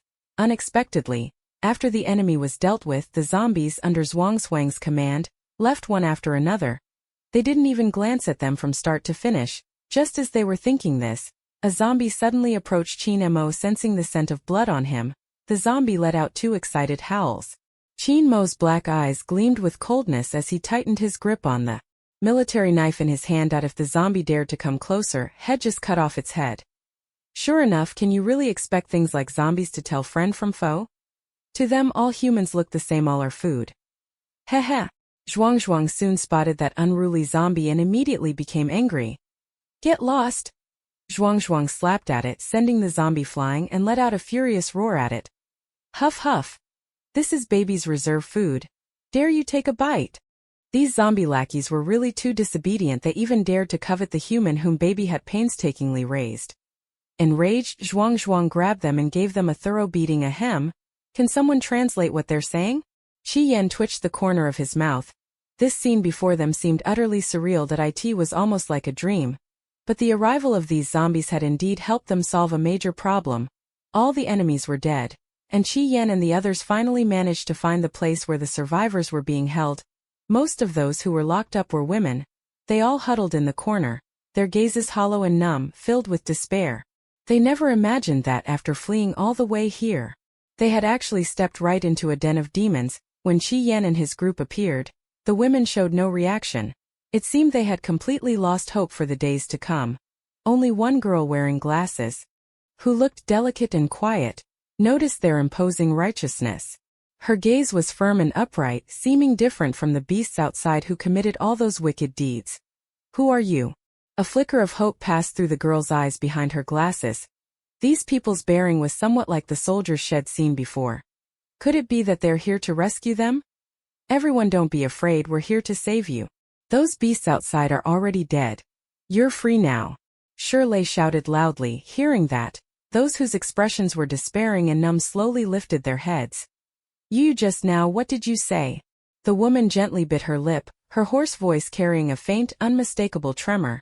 They seemed somewhat unwilling to believe it, thinking they had imagined it. Locked in this den of demons for so long had long worn away their hope. At first, it wasn't that they hadn't thought of escaping. But everyone who attempted to run ended up terribly. Disappointment after disappointment had, by now, turned into deep despair. Chapter 94. Light will eventually defeat darkness. Captain. Just after dealing with the Guahu siblings, they heard Qi Yan's voice coming from a distance. Are all the people rescued? All rescued. When he said that, Qi Yan's face turned extremely ugly. He glared angrily at the corpses of the Gua brother and sister, itching to go up and kick them a few more times. The survivors number about 100, and they're all women. They thought it couldn't get any darker, but in the prison kitchen they witnessed an even more depraved scene. Those men who refused to submit, and the old people and children, all of them. Qi Yan took a deep breath, feeling at a loss for words. After the apocalypse, moral order collapsed, and without restraints humanity's darker side was laid bare. Some people, though they haven't turned into zombies, are worse than zombies, truly beasts wearing human skin. Captain, what about those survivors? Most of them have lost their families. Shirley temporarily settled those survivors down. They had probably been trapped in the darkness for too long. Having finally seen the light, many still couldn't believe it and hadn't come to their senses. Even though they had been rescued, the wounds left in their hearts would still take time to heal. Those victims had been abused for so long that, even knowing it was Qi Yan and the others who had saved them, they still shrank back in fear and panic when those men approached, their emotions breaking down. Luo Tang had no choice but to arrange for Xiao Wen to provide them with psychological counseling. This is a world where the strong prey on the weak. If you are not strong enough yourself, you will be bullied. Luo Tang unconsciously clenched her fist. The flame of anger in her heart still had not been extinguished, even though she had already killed the Guahu siblings, who had done so much evil. It could not quell her rage, but in the apocalypse, such things were only increasing rather than decreasing. Perhaps in corners they did not know about, there were many more victims. I know there's no way to save everyone, but seeing my own people not die at the hands of zombies, yet die at the hands of their own kind, that feeling. Luo Tang closed her eyes deeply. She didn't know what the future of humanity would be like. But did a world like this really need to exist? For the first time, such a question arose in Luo Tang's heart. What meaning is there in struggling to survive in this apocalypse? Even if you escape the zombies and mutated plants and endure extreme weather, you can't protect yourself from your own people. Isn't living like this exhausting? Yu Yu's pretty brows furrowed slightly. And she couldn't help but sigh inwardly. Humans are truly complicated. In the brutal apocalypse, humans are the most vulnerable group, facing not only the threat of zombies but also extreme weather changes. Even animals and plants that were harmless before the end of the world have become unusually dangerous afterward, turning into apex predators in the food chain. In such a perilous environment, humans should be even more united. But there are always some people who reach out their claws toward their own kind. Lacking suffering, they will create it. Tang Tang, this is for you. The girl's soft voice was like a breeze, gradually soothing the bitterness and anger in her heart. Luo Tang looked down and couldn't help but startled. In the girl's palm sat a small white flower. Those were flowers that Yu Yu had coaxed into being with her wood element ability. The little white blossoms swayed gently in the breeze. Don't be sad, flower is for you. Luo Tang's eyes flitted. It felt as if something had struck his chest. She carefully took the little white flower, her eyes instantly softening. Thank you. It was plainly just an ordinary little white flower. Yet it became the most beautiful color in Luo Tang's eyes. She treasured it, placing the little white flower on her chest and carefully keeping it. Perhaps this world is awful, but there are still some beautiful things that exist. Not all hearts are completely dark. Looking into the girl's clear, pure eyes like the cleanest lake in the world, with not a speck of filth, Luo Tang's mood gradually calmed. The heavy anger in her heart slowly soothed. I understand, Yu Yu. She curved her red lips, revealing a relieved smile. Yu Yu tilted her head, looking at her somewhat puzzled. What did Tang Tang realize? She didn't say anything. Yu Yu just saw that Luo Tang was in a bad mood and remembered how happy she had been when she received the flowers. She thought Tang Tang would probably also like beautiful flowers. Don't worry, I'll stick to my true self and won't be swayed by others anymore. She wasn't a savior and couldn't save everyone who suffered, but whenever she encountered someone in need, she would never stand by and do nothing. Luo Tang believed that there were still good people in this world. Perhaps not everyone is like a young girl with thoughts pure and clean. But it's not that everyone is a demon in human skin. Some people are using their own strength to help humanity. For example, Yunemo and the others' light will ultimately triumph over darkness. Humanity's thousands of years of legacy had endured so many disasters and come through. Luo Tang firmly believed the apocalypse was merely a test for them. Humanity would never be wiped out by this catastrophe. They would surely survive this calamity. After all, hadn't heaven not completely annihilated them? The existence of those with abilities is to carry on the inheritance of human bloodlines. Since heaven had given her power, she would use that power to help more ordinary people. Luo Tang spoke so many lofty principles, but Yu Yu didn't really understand any of it. Still, she felt that Luo Tang was incredibly captivating in that moment, as if she were glowing. Her confident aura shone brilliantly. Yunemo paused in wiping his saber, his gaze dimming slightly. In the previous life, humanity was wiped out by the Zombie King. Perhaps Luo Tang also died in that battle. In this life, the Zombie King is dead. What will become of humanity's future now? After a night passed, the survivors who had been rescued finally believed that they were truly saved. At dawn, Shaowen brought the survivors rescued the night before to find them. You brother Yun, they're here to thank you. My name is Miao Jing. Thank you for saving us. Your great kindness will never be forgotten. Miao Jing is the girl wearing glasses. She had been captured for a relatively short time and fortunately had not suffered much abuse. Her psychological trauma wasn't as severe as the others. After one night, she had mostly recovered. Thank you. The survivor following Miao Jing gratefully moved to kneel in thanks. Shirley hurriedly steadied them. You don't have to be like this. We're compatriots. Helping each other is what we should do. Hearing this, the survivors couldn't help but break into tears. If the people we encountered at the start had been you, not those beasts, it would have been so much better. Most of them had been fleeing together with family and friends, but they did not expect that this base was actually a den of evil. They were subjected to inhuman treatment and could only watch helplessly as their family members were brutally killed. They had thought that, being immersed in darkness, they would never see the light again. Yet unexpectedly, a day of rescue arrived. Chapter 95. Little Yu Yu's special condition. What do you plan to do next? After the survivors' emotions had calmed down, Yunemo finally spoke. They would not stay here long. They were setting out to leave today. We've decided to stay and rebuild this base. Miao Jing stepped forward as the representative to express everyone's opinion. Of course, some people were unwilling to stay here after all.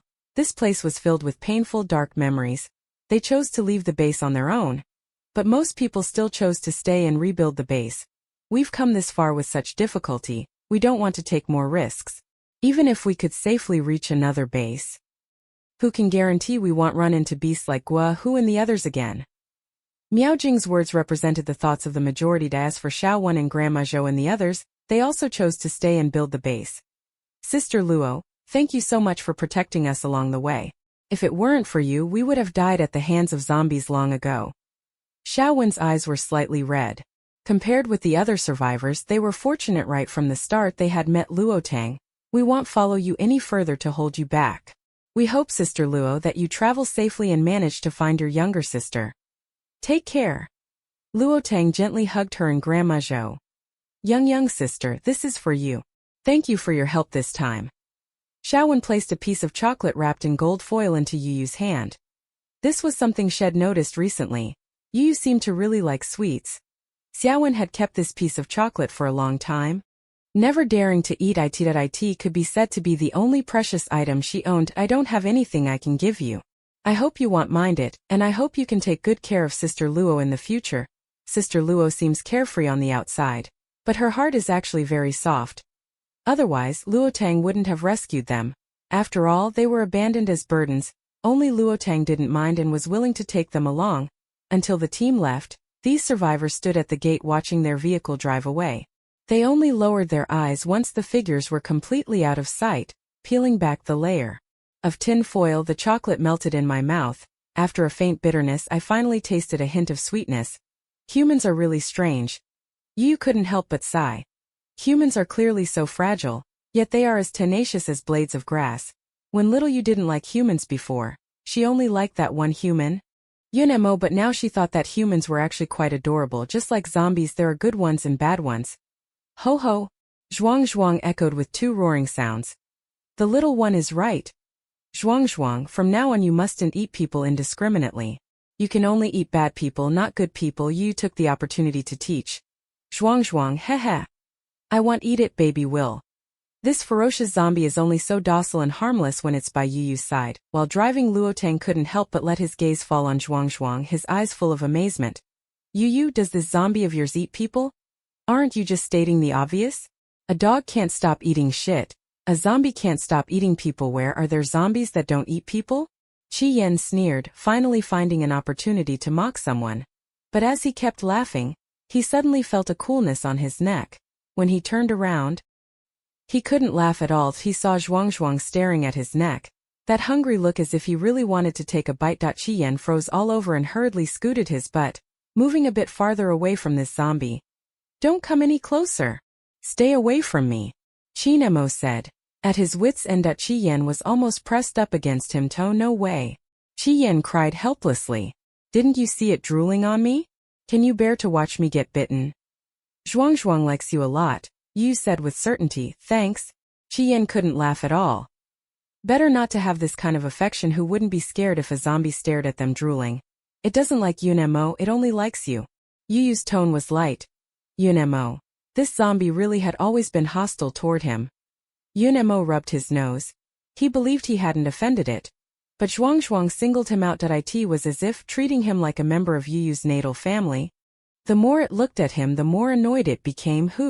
Zhuang bared a set of sharp white teeth at Yunemo. It certainly didn't like Yun Mobcause that human had taken away its cub, causing the cub to leave it so many times. If that human hadn't been the cub's reserve food, Zhuang would have bitten him to death long ago. It was just waiting for the cub to eat that reserve food. But Zhuang has never eaten a person before. Saying this, Yu showed a small look of pride. Zombies don't exist that don't like eating people. At first Zhuang also liked chasing after humans, but it accidentally discovered that Yu was very disgusted by those zombies who'd eaten people, their mouths smeared with blood. There had even been a female zombie before, much prettier than it, and Zai really liked that zombie. Every time Zhuang tried to compete for attention, it couldn't win, and could only sulk in a corner. But that female zombie later ate a person. And after that Zai wouldn't have anything to do with her. Although Zhuang's brain was damaged, it knew that if it ate a person it would be abandoned by Zai to stay by Zai's side. It constantly restrained itself and never ate a person. Then what did she grow up eating? Qi Yan asked, astonished. But after hearing that Zhuang had never eaten anyone, he wasn't so scared. Suddenly he found this zombie wasn't so hideous after all. Could it be that being single for so long makes even a zombie look delicate and handsome? Qi Yan muttered in puzzlement. However, Qi Yan soon realized that it didn't seem to be just his imagination from being single too long. This zombie really had become considerably more handsome. Unlike the other zombies, overly rotten and hideously ugly. On closer inspection, it was actually still a clean-looking zombie, although his whole body smelled of rot. At least he bathed and changed his clothes every day. The extent of the decay on his face had also lessened. Aside from the bluish face, fangs, and bloodshot eyes, Zhuang's appearance seemed increasingly human. Little you. Zhuang will go catch chickens to eat. Zombies couldn't resist the lure of flesh. If they couldn't eat humans, they'd eat animals. In the early days of the apocalypse, many animals hadn't mutated. Zhuang often ran out to the countryside to steal chickens from people's yards to eat. Don't tell me it advanced to that level just by eating chickens. Qi Yan had a "are you kidding me" expression on his face. Hearing that, Yu also found it strange. It seemed Zhuang had been evolving faster than the other zombies from the very beginning.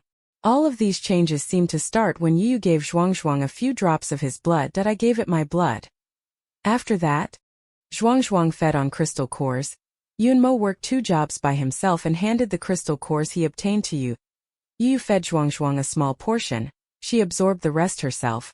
But her body was strange. No matter how many crystal cores she absorbed, it was like they sank into the ocean, eliciting no response at all. The only benefit was that after absorbing the crystal cores, Yu no longer felt hungry. It felt like being full blood? Yunmo's eyes showed contemplation. It seems that a child's flesh and blood is beneficial to zombies, able to help them level up. So that's why some zombies want to eat children. High-level zombies gain power not only by eating humans but also by devouring their own kind. Perhaps those zombies could sense Yu's attraction to them, which is why they hunted her. Chapter 96. He gave himself to her. Each city is surrounded by mountains. After the end of the world, transportation collapsed and landslides and earthquakes occurred. The roads out of the city were either blocked by huge boulders or by vehicles, becoming places occupied by zombies. Looking at the map, going through the forest to leave is the most convenient and quickest option. Otherwise, taking a detour would require much more time. The chance of encountering danger along the way would also be greater. After discussing with his teammates, Yunmo ultimately decided to enter the misty woods and pass through the forest to leave. This forest is shrouded year-round in layers of white fog, and even with a compass it's easy to get lost inside, hence the name, the Mist Forest. Before the apocalypse, this mountain forest was already very dangerous. After the apocalypse, the deep woods had completely become the territory of mutated flora and fauna. Stay alert, don't be careless. Yunmo cautioned that no zombies doesn't mean no danger. The forest is riddled with threats. So caution is paramount. Sure enough, shortly after entering the woods, the compass stopped working entirely. The little child looked up. Towering trees filled her view, nearly covering the entire sky. Suddenly, the girl halted, seeming to sense something as she stared off in one direction. The grass was very quiet, not making a sound at all. What's wrong? Yunmo instantly became alert. Yu released her wood type Yineng. The vines parted the grass but saw nothing just now. It felt like something was watching us since entering this forest. Yu has felt some overt and covert gazes. She couldn't find the source for a while, but these furtive looks didn't seem malicious. Everyone be careful. Arrange people to take turns keeping watch tonight. It was almost evening. Yunmo dared not go any deeper. The dangers at night were more than twice those of daytime. For safety's sake, he decided to rest for the night on the outskirts of the forest. He would continue deeper into the woods early the next morning. After arranging the night guards, Yunmo took a tent out of his space and set it up. Luckily, when he was at the market before, he had gathered some extra supplies, and now they finally came in handy. The little one couldn't help, so she propped her chin on her hands and watched him bustling about, feeling pleased inside. Yunmo is really handsome. The more she looked, the more handsome he became. Will her and Yunmo's baby be this good-looking in the future? Thinking of this, the little one immediately brightened up. Yunmo, when will our baby come out?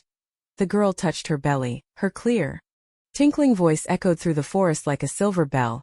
The human women she had seen in the base, their babies had all crawled out from their bellies. Pft Qi Yan couldn't hold back and spat out a mouthful of water. Luckily Yunmo across from him ducked quickly, otherwise he'd have been right in the spray. But at this moment, no one paid any attention to Qi Yan. Everyone was staring at Yu in shock.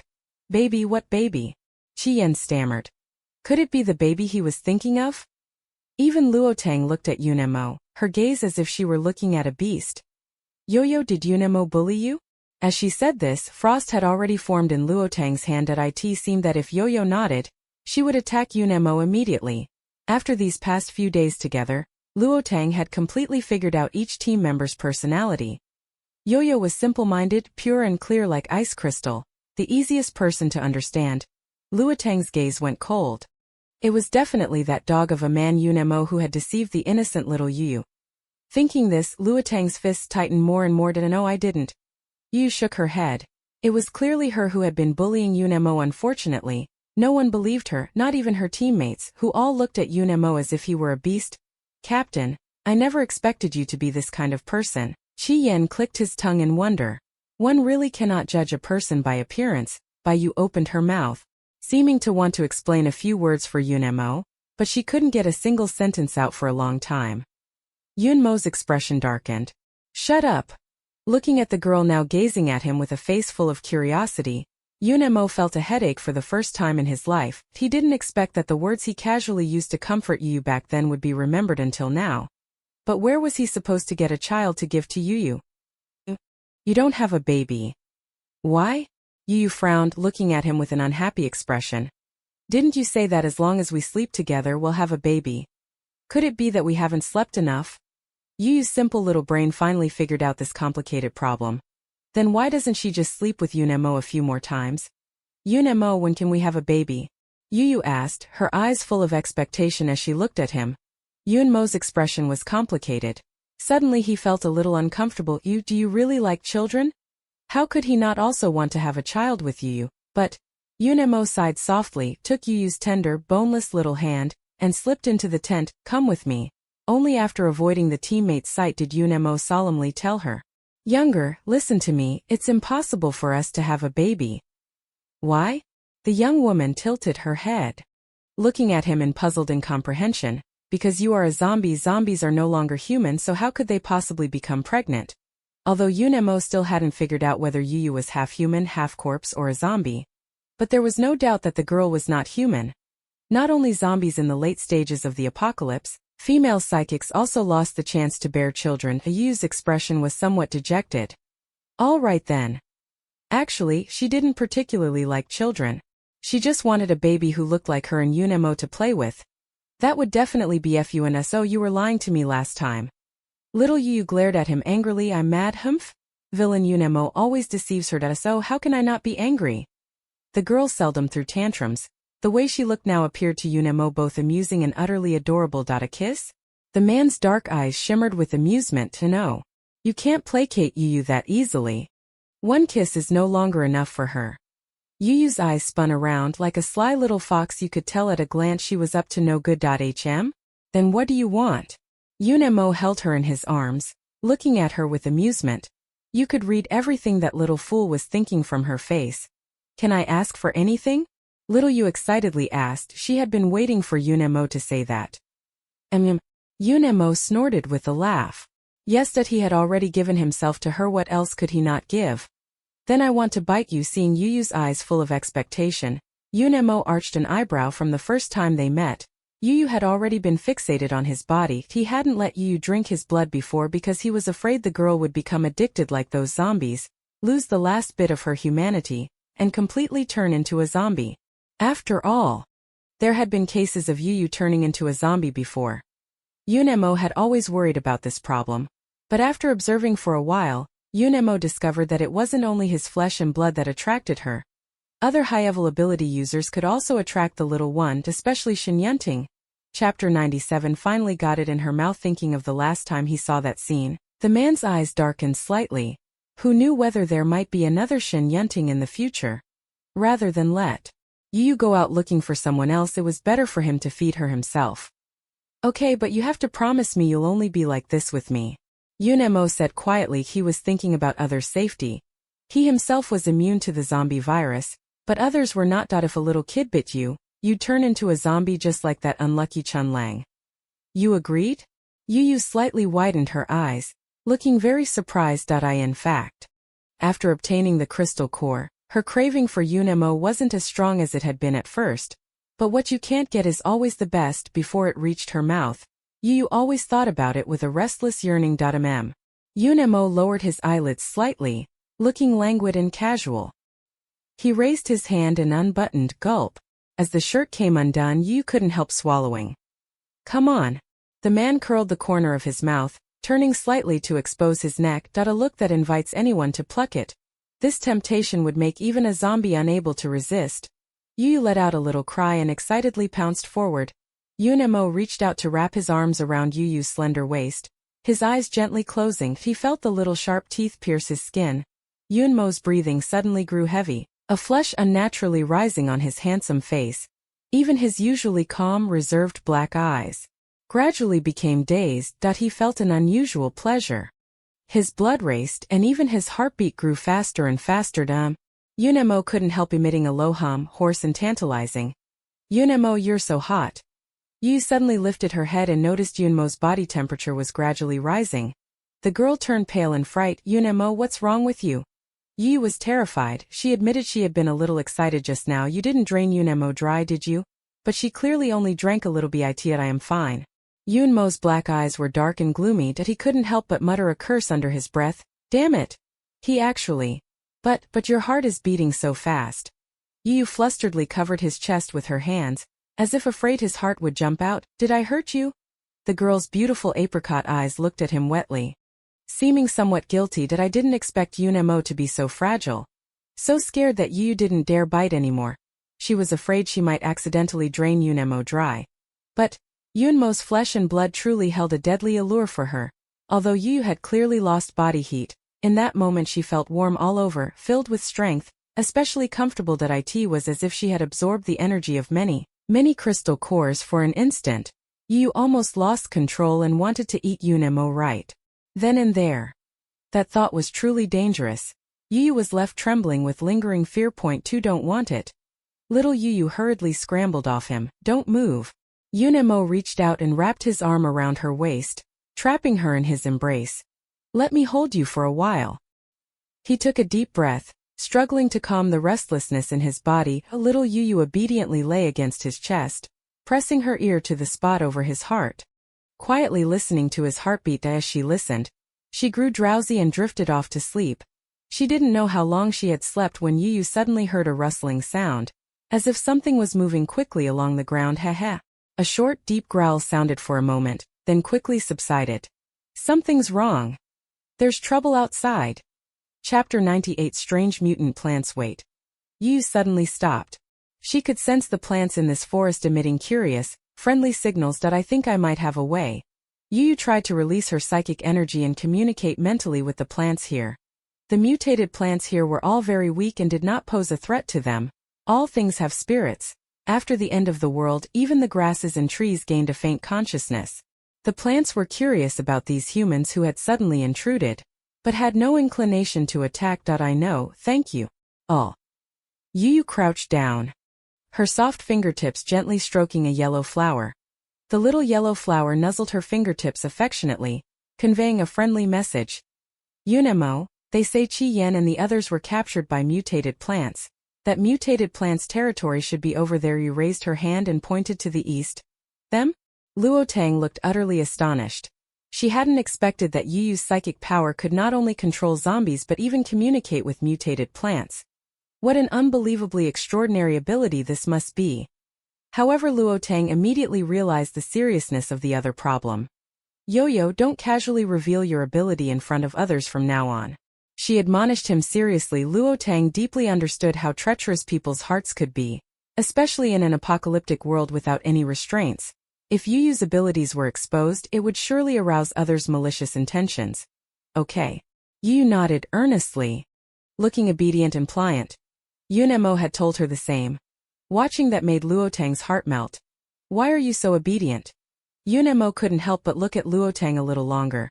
This person's character is actually pretty good, a rare asset.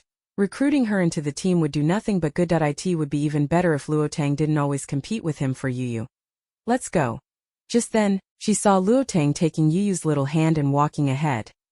Yu, stay close to me. The fog in this forest is too thick. It's easy to get lost if you're not careful. Alright, Tang Tang. The two quickly left Yunemo behind, as if they weren't at all worried he couldn't keep up. Yunemo. Now that they had a clear direction, finding people became much easier. Guided by the mutant plants showing them the way, the journey went smoothly without any real setbacks. 20 minutes later, the three of them faintly heard the gurgling sound of water coming from ahead. According to the information provided by those mutated plants, the mutated plants that captured Qi Yan and the others are right here. No sooner had she stepped into the area than several vines, hidden by the thick night, darted forward like agile snakes. Careful. Yunmo's eyes sharpened and his supernatural power was released at once. The vine that had been sneaking around trying to grab Yuyu's ankle was cut into several pieces by an invisible force. Seeing the ambush fail, the vine stopped bothering to hide. Countless vines assaulted like the tentacles of a kraken, swarming from every direction. The young wood-type psychic power posed no threat to this mutated plant. She could feel that this mutated plant was far stronger than she was. Yunemo and Luo Tang simultaneously stepped in front of the girl, blocking the frantically swinging vines and firmly shielding the little one behind them. After the vines were chopped into several pieces and fell to the ground, they still continued to wriggle. They even sprayed out a stream of red sap when cut, which looked no different from blood except for the absence of a metallic smell. Why are these vines red? Seeing this scene, Luo Tang couldn't help but feel his scalp go numb. What on earth had these plants mutated into? Yunemo released his ability. An invisible spatial barrier enveloped him and Yuyu, not stained by a drop of sap. Luo Tang was not so lucky. The splattering red liquid soaked all over her. Luo Tang looked as if she had crawled out of a sea of blood. Her whole body dripping with red fluid. Her body felt sticky and greasy, her clothes clinging tightly to her. Damn. She couldn't help but curse. Luckily these liquids weren't corrosive. Getting them on me was just a bit disgusting and didn't really have any effect. It's deliberately draining our power. Yunmo's sharp eyes quickly scanned the surroundings.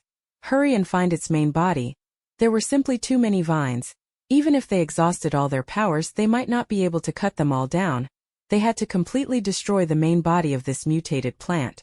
Although Yunemo and Luo Tang's abilities were powerful, they were not the kind to counter this mutated plant. The only power that could counter the mutated plant was Qi Yan's fire ability. Plants are naturally afraid of fire. But Qi Yan's life or death is now unknown. Yunemo, Yuyu, can you find the main body of this mutated plant? Yuyu shook her head. She had already released her psychic power to probe it. Probably this mutated plant was hiding too well. In short, she found nothing. What should we do then? With her hair covered in slime, Luo Tang was so furious she wanted to set this damned plant on fire if she weren't afraid the flames would spread out of control and affect other innocent mutated plants. She would have already burned the mountain. These vines have no independent will. They act entirely under the control of a central entity. Yuyu tried to use psychic power to communicate with them, and failed every time. That if it chooses to drag people away, then it surely intends to bring them all back to its nest. Yunemo pondered for a moment, then suddenly withdrew all his abilities, letting the vines coil around his waist and carry him off. As long as they followed this mutated plant, they could find its main body. Seeing this, Luo Tang imitated Yunemo and withdrew her abilities as well, allowing the mutated plant to take her away with its vines. Yuyu suddenly felt herself lifted into the air. A red vine coiled around her waist and quickly dragged her away. This feeling was rather novel. Like flying on a plane, no need to walk with your own feet, with the vines leading the way. Yuyu and the others effortlessly found the main body of this mutated plant. It was a towering tree growing by the lake, but compared to the other plants, this tree looked completely out of place. Thick tree trunks were wrapped in blood-red vines, which like ornaments bloomed a bewitchingly gorgeous red flower at their tips. The flower opened its mouth, revealing a dense row of shark-like teeth. Beneath the big tree lay piles of white, gleaming bones. Judging by their skeletons, they all seemed to be mutated animals. These powerful mutated plants all became nourishment for this flower. A flower grown watered with blood setting aside its teeth. It was indeed beautiful to look at. No wonder they'd been in the mist forest so long without encountering a single mutated animal. They were all eaten. Yunemo cut the vines off Yuyu. The girl's slender figure fell from midair like a falling butterfly. Yunemo opened his arms and steadily caught his little butterfly. Are you okay? Baby Yo-Yo leaned against Yunmo's chest and gently shook her head.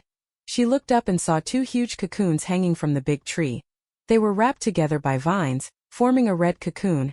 Aren't Qi Yan and the others inside? Chapter 99 Mutated Blood Vine. The mutated plant seemed to realize it had been tricked and became unusually frenzied, its vines thrashing wildly and attacking from all directions at the same time.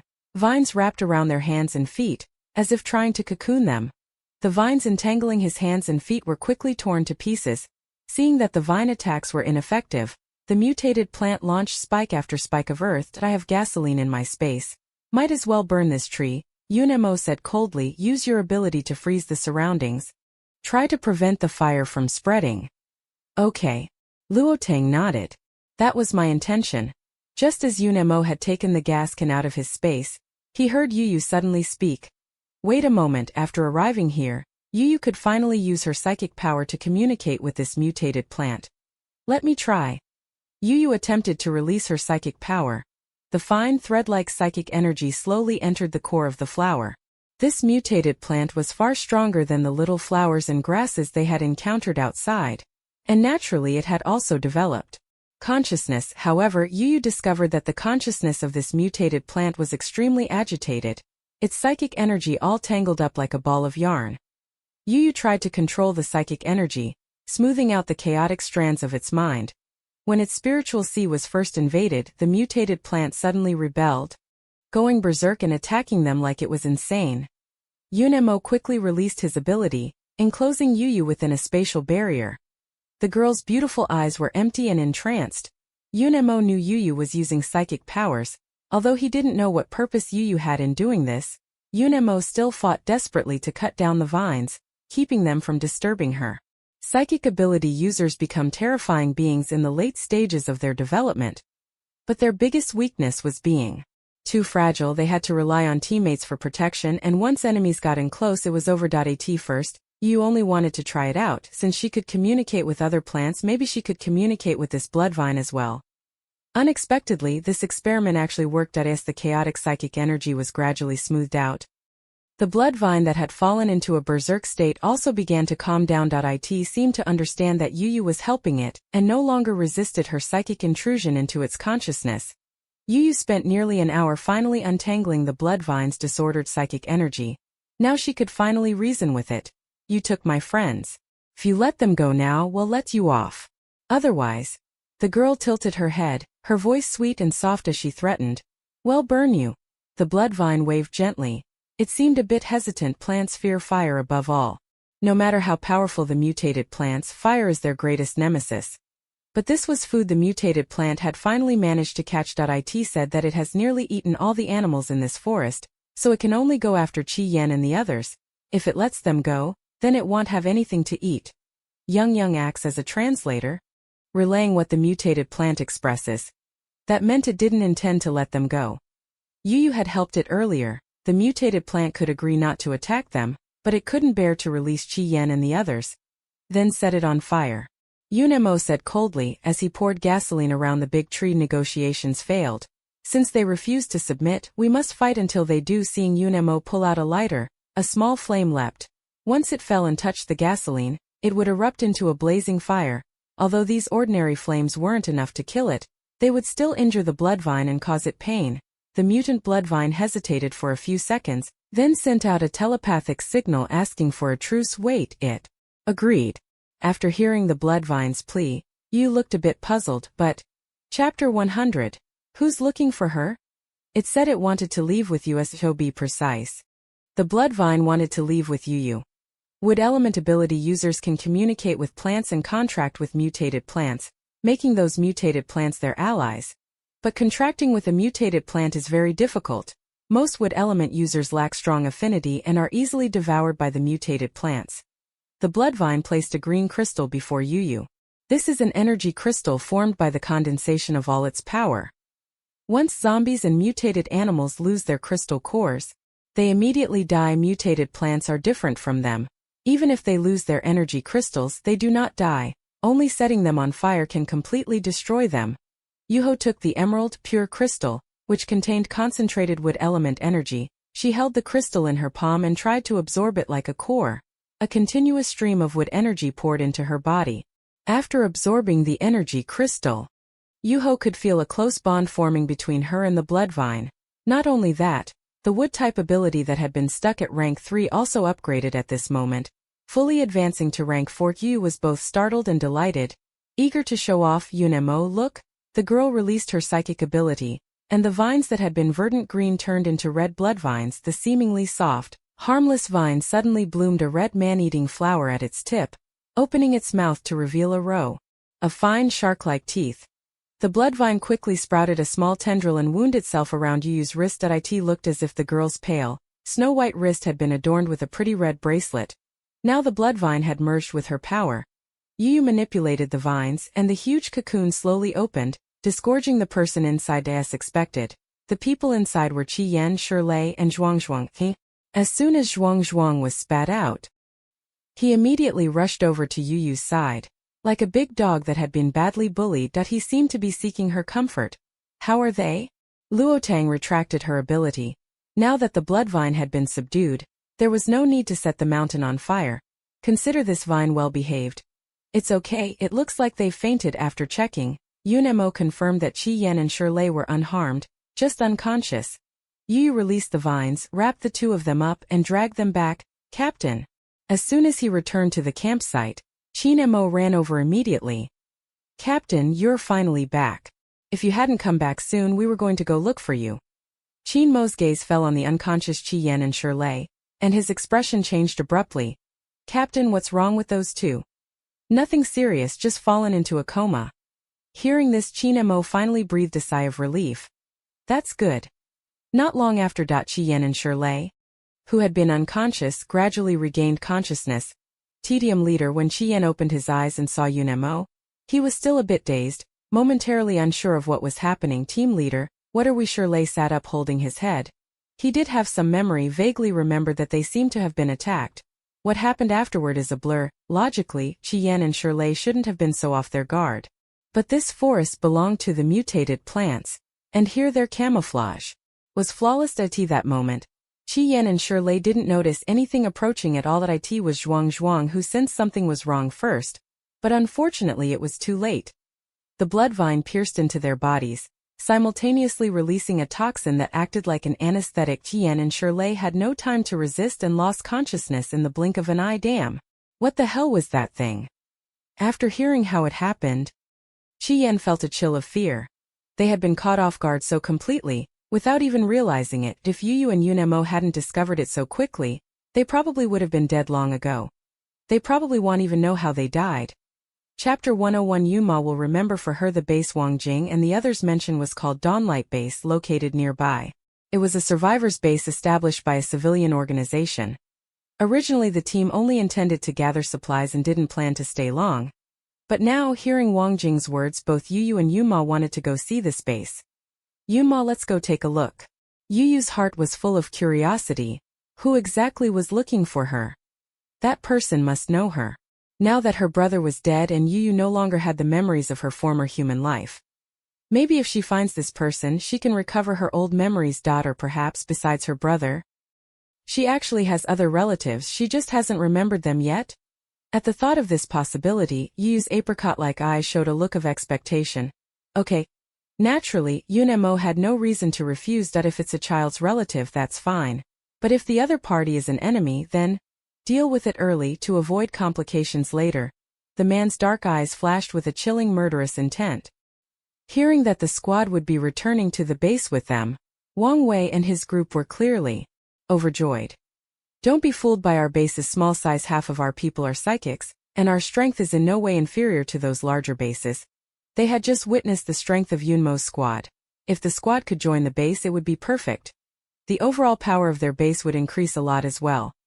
All the way, Wang Wei enthusiastically introduced the advantages of the base to them. By the way, we've also built greenhouses to cultivate vegetables. Our base has many outstanding wood-type psychics.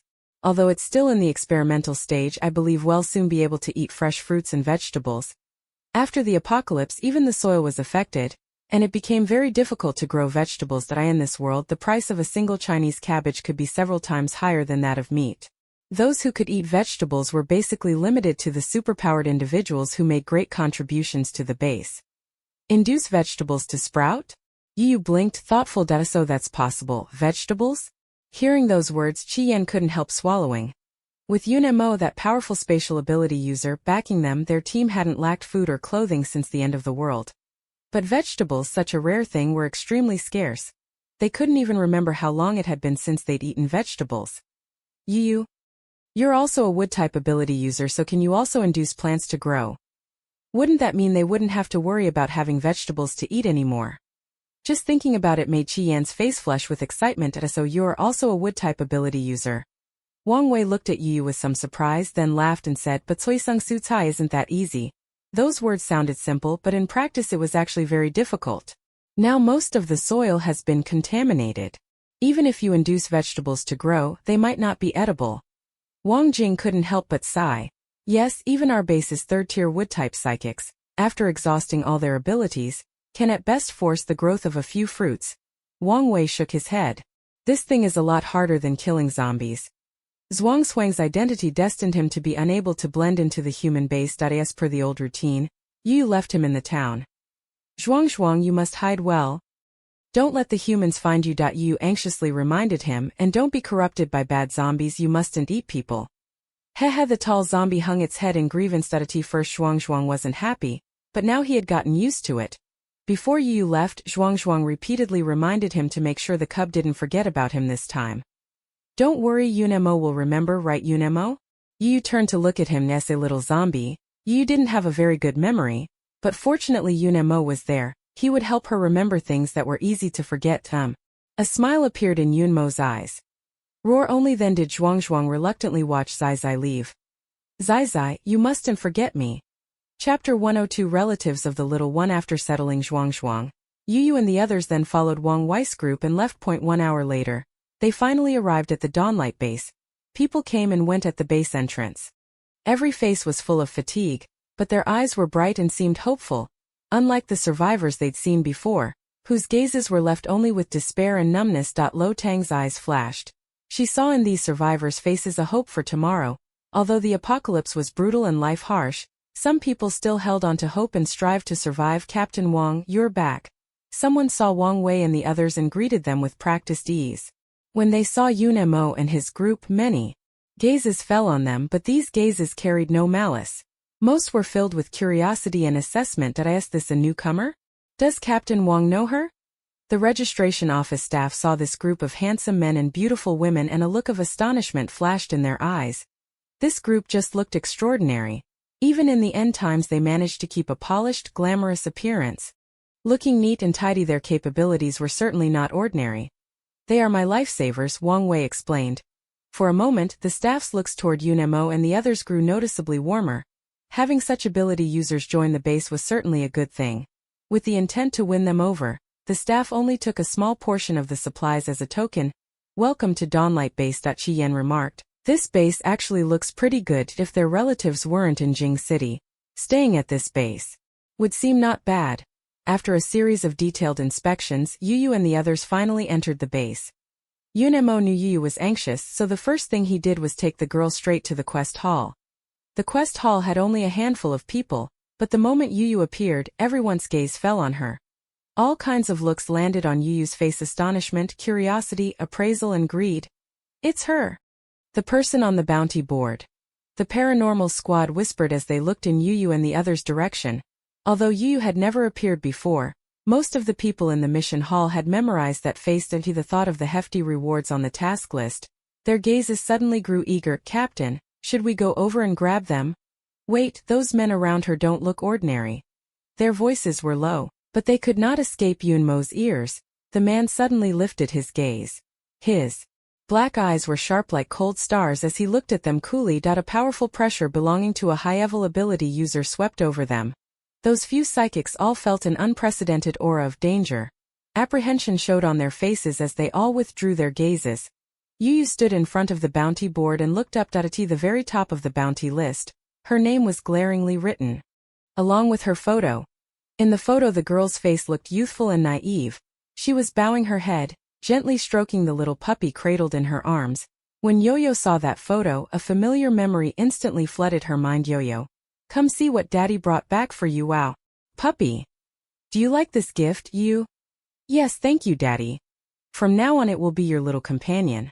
Our Yu has a friend too, Daddy and brother. And this little dog will always be with you. Staring at the signature in the bottom corner, Linzu. Yu couldn't help but call out that familiar name, Dad. Chapter 103. Dad has been looking for her. Unemo, Dad, it's Dad. Yo-Yo grasped the man's arm somewhat excitedly. She finally knew who the most important person she had forgotten actually was. It was her father. Lindsay, an oppressing voice inside, urged Yu to hurry and go find her father. Although she hadn't recalled many memories yet. Baby Yu also knew that Daddy occupied the most important place in her life.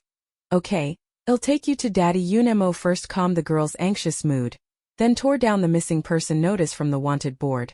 There was only one attendant in the task hall, a young man who was yawning out of boredom. Bang! A hand with distinct bones and long knuckles slapped the missing person notice onto the table. The young man was startled, about to curse, then looked up and froze. The man before him had a sharply defined profile, handsome features and fierce brows and eyes that exuded strong aggression. Standing beside the tall man was a petite, delicate girl with a finely sculpted, beautiful face, apricot eyes and rosy cheeks, black hair and snowy skin. The sudden onslaught of beauty dazzled the young man's eyes. The young man instantly blushed and his heart raced. Dazed, he thought that this girl seemed somewhat familiar, seeing him stare at Yu. Yunmo's black eyes darkened and he spoke coldly. We've accepted this mission. Where's the issuer now? Huh. A mission? What mission? The young man came to his senses and, when he saw that missing person notice, couldn't help but show a look of surprise, looking up again at the girl standing before him, as delicate and beautiful as a peach blossom. Isn't she the target of the mission? This task had been posted for so long that the young man thought no one in his lifetime would ever complete it unexpectedly. Wait a moment. The young man fumbled as he searched for the registration information. Linzion, he's in the base in the residential building to the east, just across the street. Hearing that her father was in the base, Yuyu's face couldn't help but light up with joy. Thank you. After getting the answer he wanted, Yunemo picked up the paper and turned to leave. Carefully folding the missing person notice, he tucked it into the space with care. This is Yuyu's only photo, so Yunemo naturally pocketed it carefully and hid it to look at later by himself. Let no one else even glance at his wife's photo. Yunemo, hurry, hurry, Yuyu urged in a sweet voice. Knowing she still had family in this world, Yuyu was so anxious she wished she could sprout wings and fly over immediately. All right, coming right up. The two quickly arrived at that apartment building. This apartment building has 10 floors in total, and each floor has many rooms. Yunemo casually stopped a young woman who was about to go upstairs. Excuse me, is Lin Zion here? Do you mean Captain Lin? Coincidentally, the woman who was stopped just happened to know of. Course I know him. Captain Lin's Hurricane Squad is our base's top-ranked Esper team. There are hardly any people who don't know them. As she said this, Shea's gaze fell on Yuyu's face, and she exclaimed in surprise. She had once seen Yuyu's photo with Lin Ziyuan and recognized her instantly. You're Captain Lin's daughter, right? I didn't expect you to be alive. This is wonderful. Xia Ya's face showed excitement. She genuinely felt happy for Lin Ziyuan. You're here looking for Captain Lin, right? As it happens, I know where he is. I'll take you there now. Before Yo-Yo could answer, Xia Ya enthusiastically offered to lead the way for them. Follow me. Yo-Yo hadn't expected things to go so smoothly and hurriedly took Yunmo's hand and followed. Lin Zion had once saved Xia Ya's life from zombies, so Xia Ya was very warm and friendly toward Yu, and along the way she thoughtfully introduced everything to her. Captain Lin said that you were separated before the apocalypse. After it happened, he never stopped searching for you and posted missing person notices at many bases. What kind of person is Dad? Yu asked curiously. Captain Lin is a very good man. He is very strong. But he never bullies the weak. You could say he is gentle yet powerful. Xia Ya's tone was full of reverence. Hearing that, Yu sketched the image of a powerful male human ability user in her mind. She hadn't realized her father had been searching for her all along, but she had forgotten him. Fortunately, they ran into Wang Jing and her group and happened to come to this base. Otherwise they wouldn't have known when they'd be able to find Dad. If Captain Lin sees you, he'll be very happy. However, Xia Ya calmly glanced at Yunemo. From their intimate behavior and mannerisms, It was clear the relationship between this man and the little child was not ordinary. I wonder what expression Captain Lin would have if he knew that the precious daughter had painstakingly searched for had suddenly come back with a man. That single look from Xiaoya made Yunmo's brow knit slightly. The usually calm and composed man was unusually tense at the moment. With a touch of worry that an ugly daughter-in-law inevitably has to meet her in-laws. Her son-in-law will sooner or later have to pay respects to his father-in-law. It's just uncertain whether Yu's father will accept him. We've arrived. Xiaoya stopped in front of door 508 and raised her hand to knock. Captain Lin's Captain Lin there. Yu stared at the door expectantly. Was her dad inside? After Xiaoya's persistent knocking, footsteps finally sounded from within. It's here, Chapter 104. Keep searching, father. Appears Captain Lin. Look who I brought for you. Xiaoya's words froze mid-sentence. Then she exclaimed in surprise, why are you here? Where's Captain Lin? Are you looking for Captain Lin? A middle-aged man said, rubbing his sleepy eyes and yawning. Then you didn't come at the right time.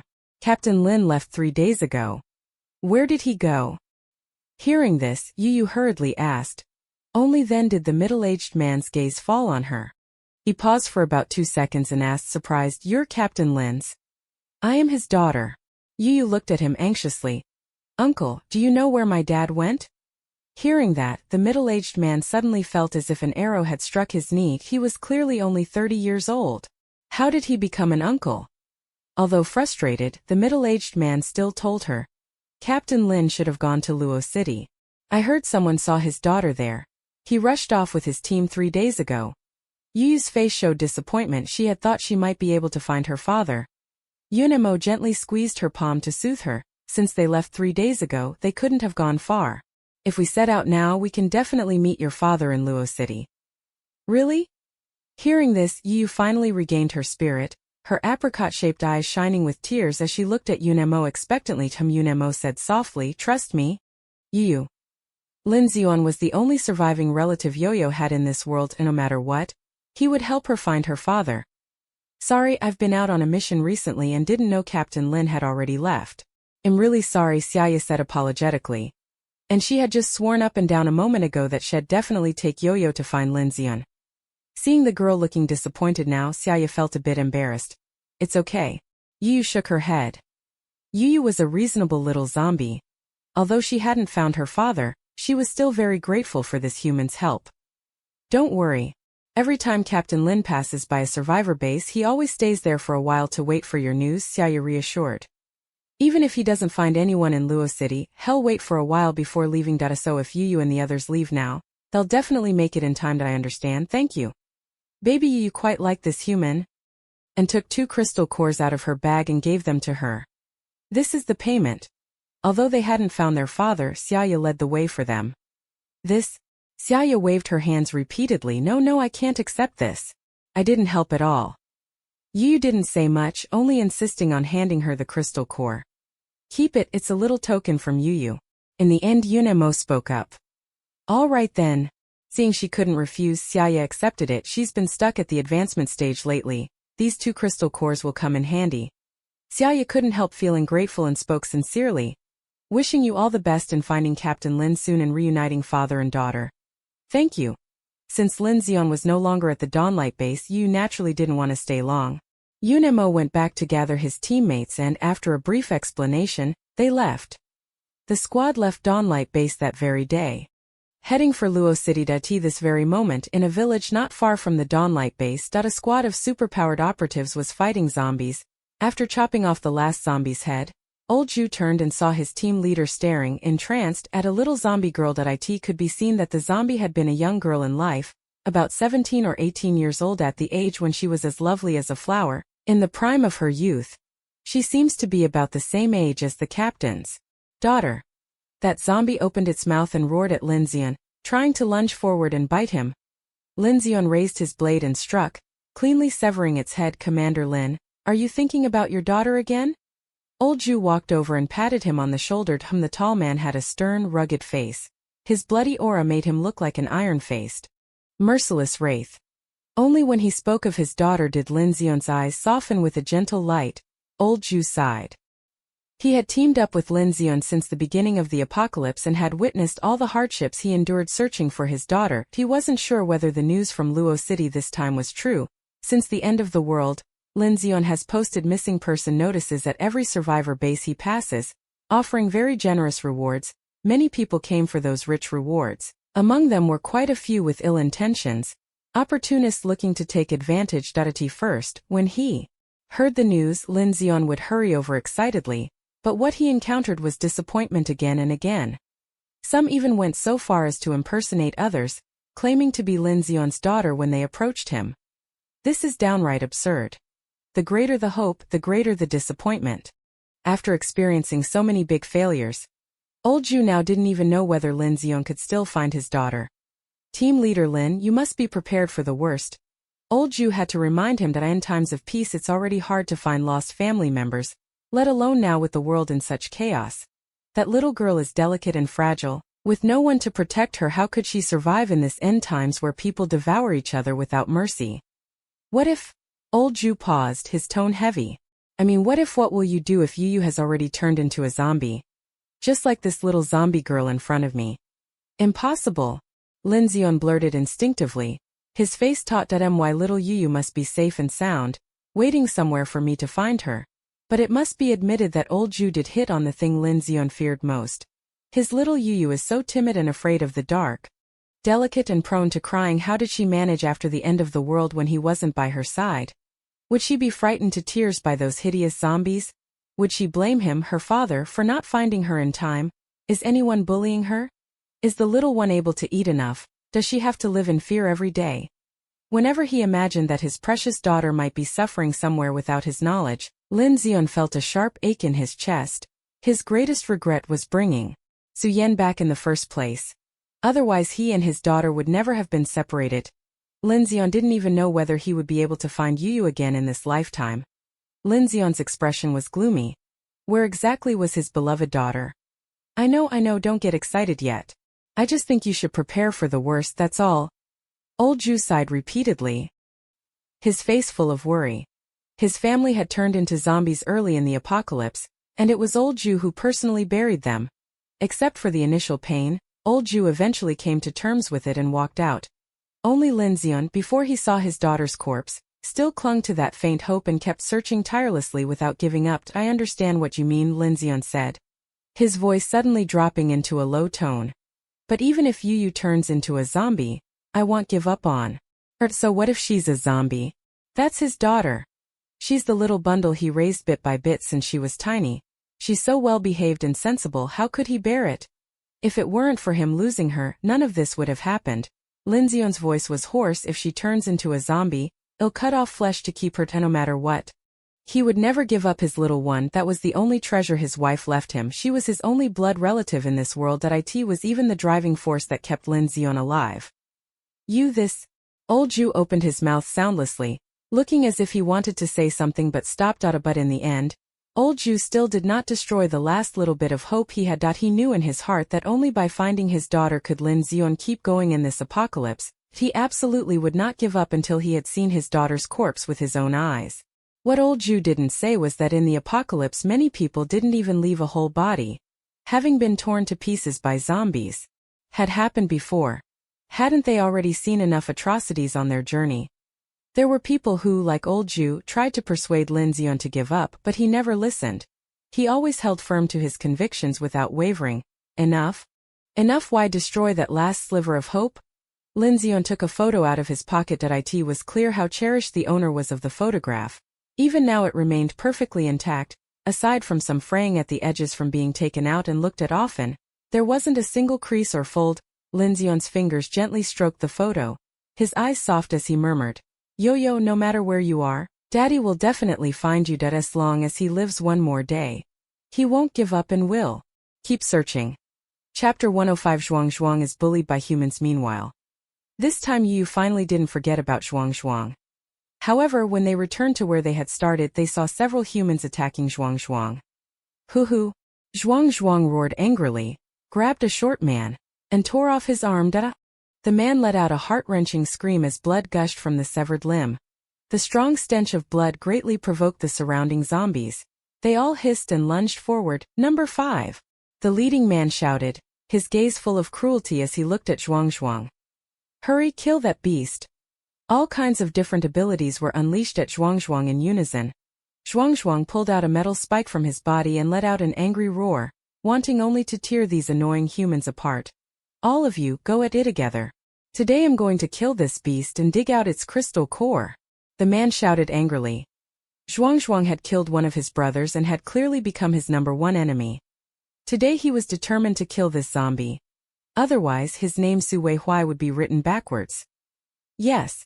The teammates answered in unison, throwing their powers like they were free. Su Weihua's eyes were fierce. His metal ability formed a large blade, and with one chop he severed one of Zhuangzhuang's arms. Roar. Zhuangzhuang let out an angry roar. Although zombies don't feel pain, these humans' actions greatly enraged it. Zhuangzhuang grabbed the metal broadsword with one hand and snapped it cleanly into these damned humans. They're really infuriating. Although zombies don't have as many weak points as humans, they still couldn't withstand so many humans attacking a single zombie. When Yu and the others arrived, they saw Zhuangzhuang's whole body wrapped in flames. It lifted a car and hurled it viciously at the group of humans. Dodge! Su Weihua shouted, rolled on the ground and got out of the way. His teammates weren't so lucky. 2 of them failed to evade in time, were crushed under the car, and spat blood instantly. 3rd. 4th. Su Weihua's eyes burned with hatred. Damn beast. Today is your death day. A metal broadsword appeared above Zhuangzhuang's head and came down with murderous force. This strike was enough to split the zombie before them into. Zhuangzhuang. A girl's sharp voice suddenly cried out. The metal broadsword, at the moment it came down, suddenly struck something that resisted it. An invisible barrier formed in the air, stopping the attack. Huff huff. Zhuangzhuang, who had originally fallen into a frenzy, upon hearing that familiar shout, immediately turned his head to look. The moment he saw you, Zhuangzhuang immediately dropped the zombie he had been using as a weapon and leapt toward you. Huff huff. Baby. When Zhuangzhuang ran up to Yu, his whole body was still burning with flames, the entire corpse almost reduced to a fireball. Yunemo hurriedly took a bucket from the space and poured it over his head. After pouring 2 more buckets of water, the flames on Zhuangzhuang's body were finally extinguished.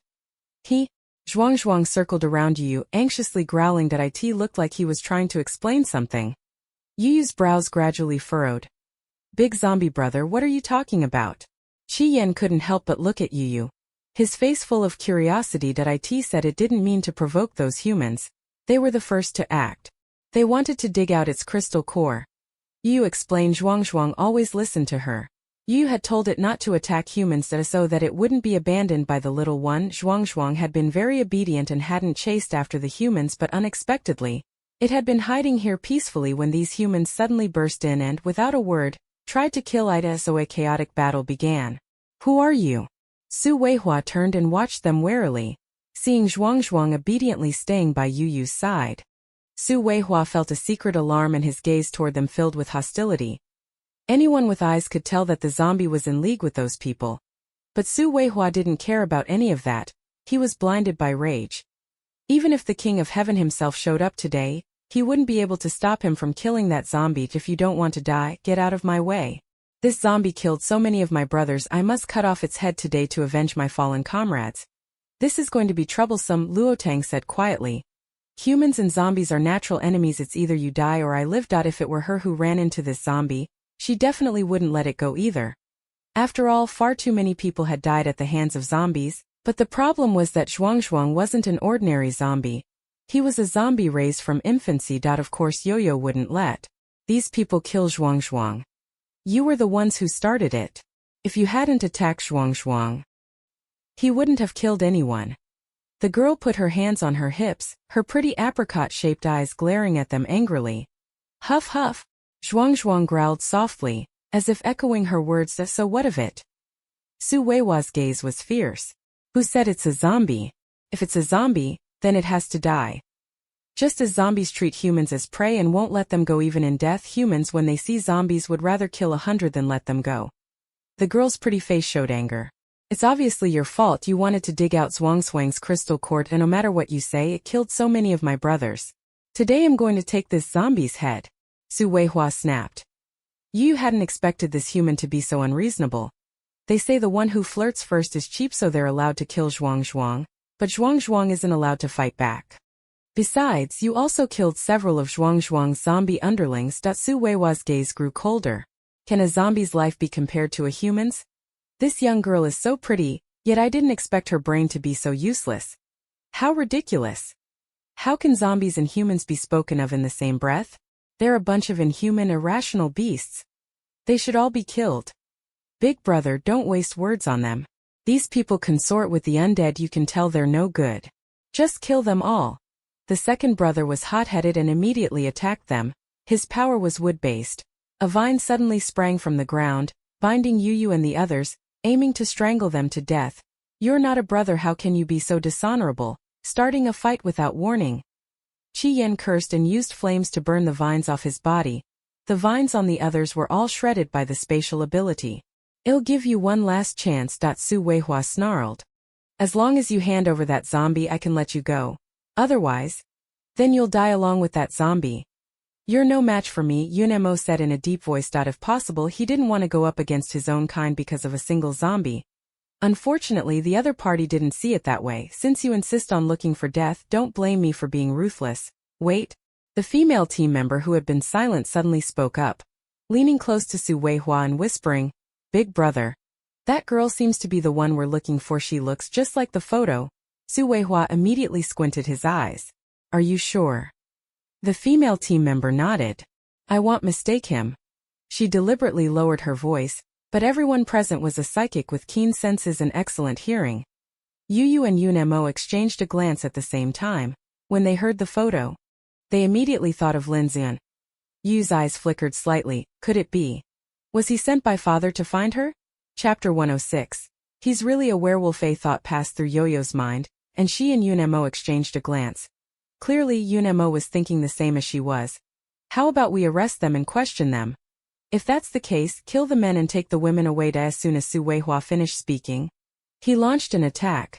Although several brothers had died, the team led by Su Weihua still had more than a dozen people left. They have so many people on their side. Are they still worried they can't beat those few on the other side? Sai, what on earth is going on?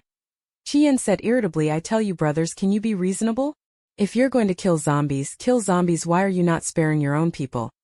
However, the other party only snorted coldly and attacked even more ferociously, each strike aimed to kill. Striking straight for the vital points, Yu released the blood vines. The red tendrils seemed to have heard a dinner bell and rushed out excitedly. A blood vine pierced into a person's body and greedily fed.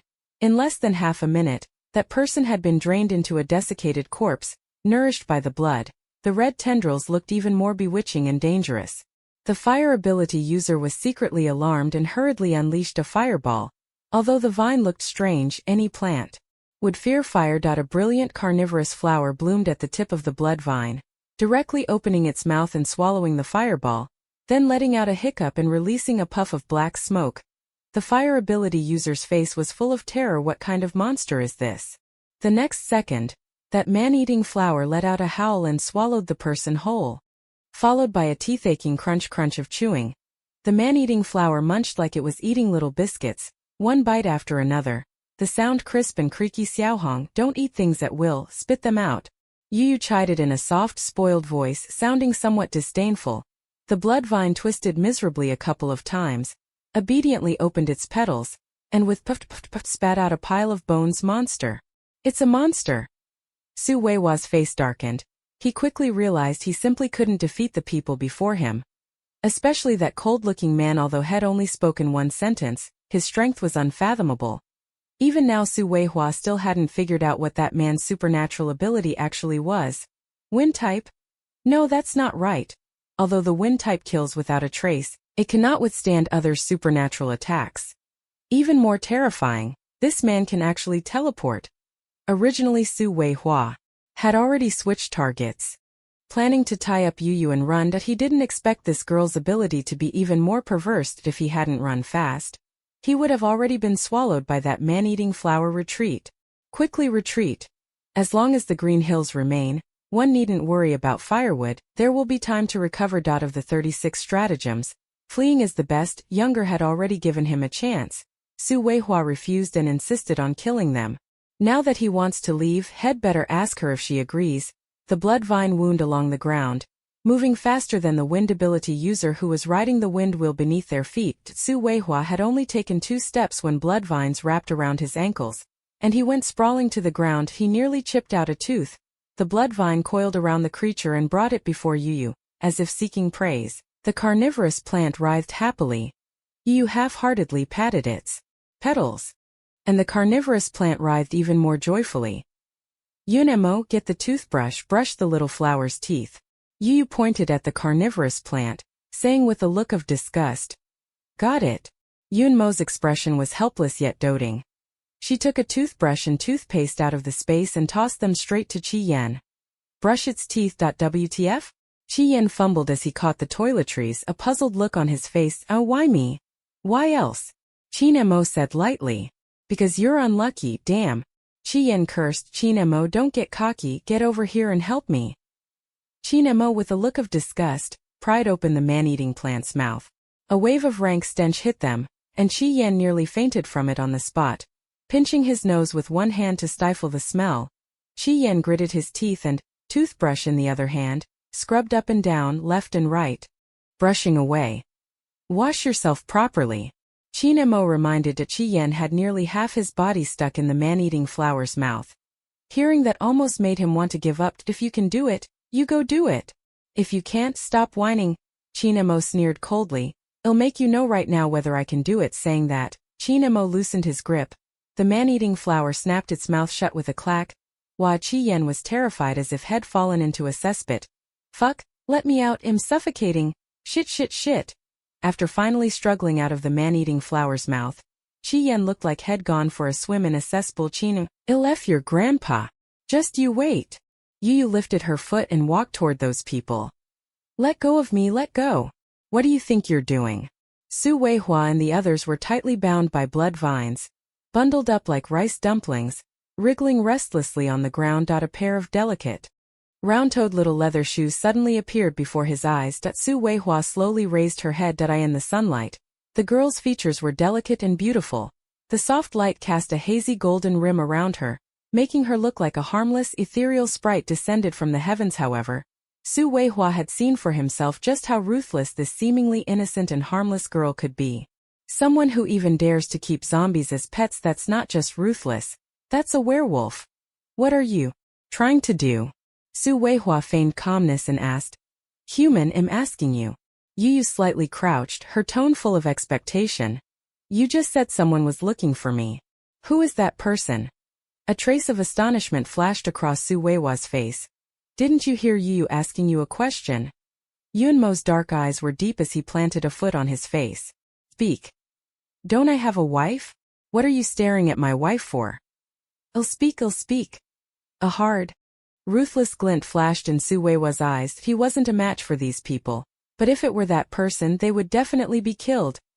Anyway, the big figure was only looking for the pretty girl in front of him, not the others. By then, he would have that lord hand these people over to him to deal with, avenging today's hatred.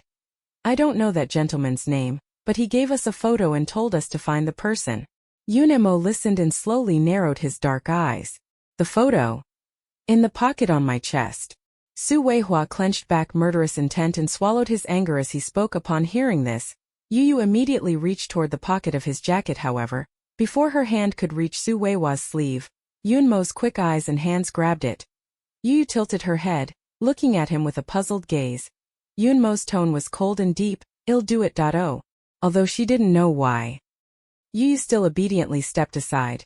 Yunemo gruffly snatched a thin slip of paper from Su Weihua's pocket and flipped it over. The man's expression darkened in an instant.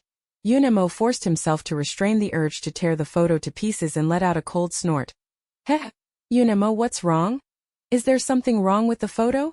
Yu curiously leaned in to take a look. The person in the photo was indeed her, but there was one more person. Chapter 107 Terminal Stage Chunibyu, Beyond Saving. The photo, the girl looked at the camera with a sweet smile, her almond-shaped eyes seeming to hold tiny fragments of starlight. Behind her, a tall, slender young man with a refined, bamboo-like elegance lowered his gaze and watched her gently, a faint smile on his face. The young man's looks were refined and handsome. He was the zombie king they had met before, the little brother from childhood. Su-yen, being a man himself, Yun-mo could naturally tell that look was not a brother looking at his sister. It was clearly a man looking at his possession, full of obsessive possessiveness. This is brother. Yu recognized him at a glance. So before brother turned into a zombie, he was this good-looking. Yun-mo, could it be dad? Yu's eyes lit up. Besides dad, there shouldn't be anyone else who has photos of her and her brother. Go take a look and you'll know. Yun-mo's gaze held a chill. He shot a sidelong glance at Su Weihua, who harbored ill intentions, then turned and put the photo away. The photo. Yu still wanted to take one more look. I'll put it away for you first, Yun-mo said placidly. But what he was thinking was, I'll fire Su-yen when I get back. Maybe next time I pass by the mall I can go in and see if there are any cameras. He and you should also take a few photos together. When we're old we can take them out and look. Where are they? Take us there, Yu said impatiently. Su Weihua's eyes flashed with a dark glint. I can take you there, but you have to promise me one thing. Release me and my brothers. You have no right to negotiate terms. Yun-mo's gaze was icy as he looked at him. If you don't lead the way I can kill you right now. You? Su Weihua spat in hatred, a vicious look flashing in his eyes. Yun-mo bound Su Weihua and his few surviving teammates and took them away. Maybe Yun-mo's threat had worked, because Su Weihua stopped acting up and obediently pointed them the way. Half an hour later, the SUV stopped near a commercial building. In this area, they could clearly feel that there were far fewer zombies. That noble is on the top floor, Su Weihua said. Little Yu raised her head to look at the tall building in front of her, feeling a bit hopeful. Could it be dad? Let's go. Chi-yen gave Su Weihua a shove. You lead the way up front. Don't try any tricks, Su Weihua snorted coldly, thinking to himself. Let you bask in your pride a little longer. Once you meet that gentleman later, it will be the end of you. This building has a total of 18 floors, and the zombies on each floor have been wiped out. From this, it can be seen that the other's strength must be considerable. Yun-mo frowned slightly, feeling that something was off. Little Yu, the other person might not be your dad. Su Weihua didn't even know where the other person's name came from. And Lin Xian never hid his identity when looking for Yu. If it's not daddy, who else could it be?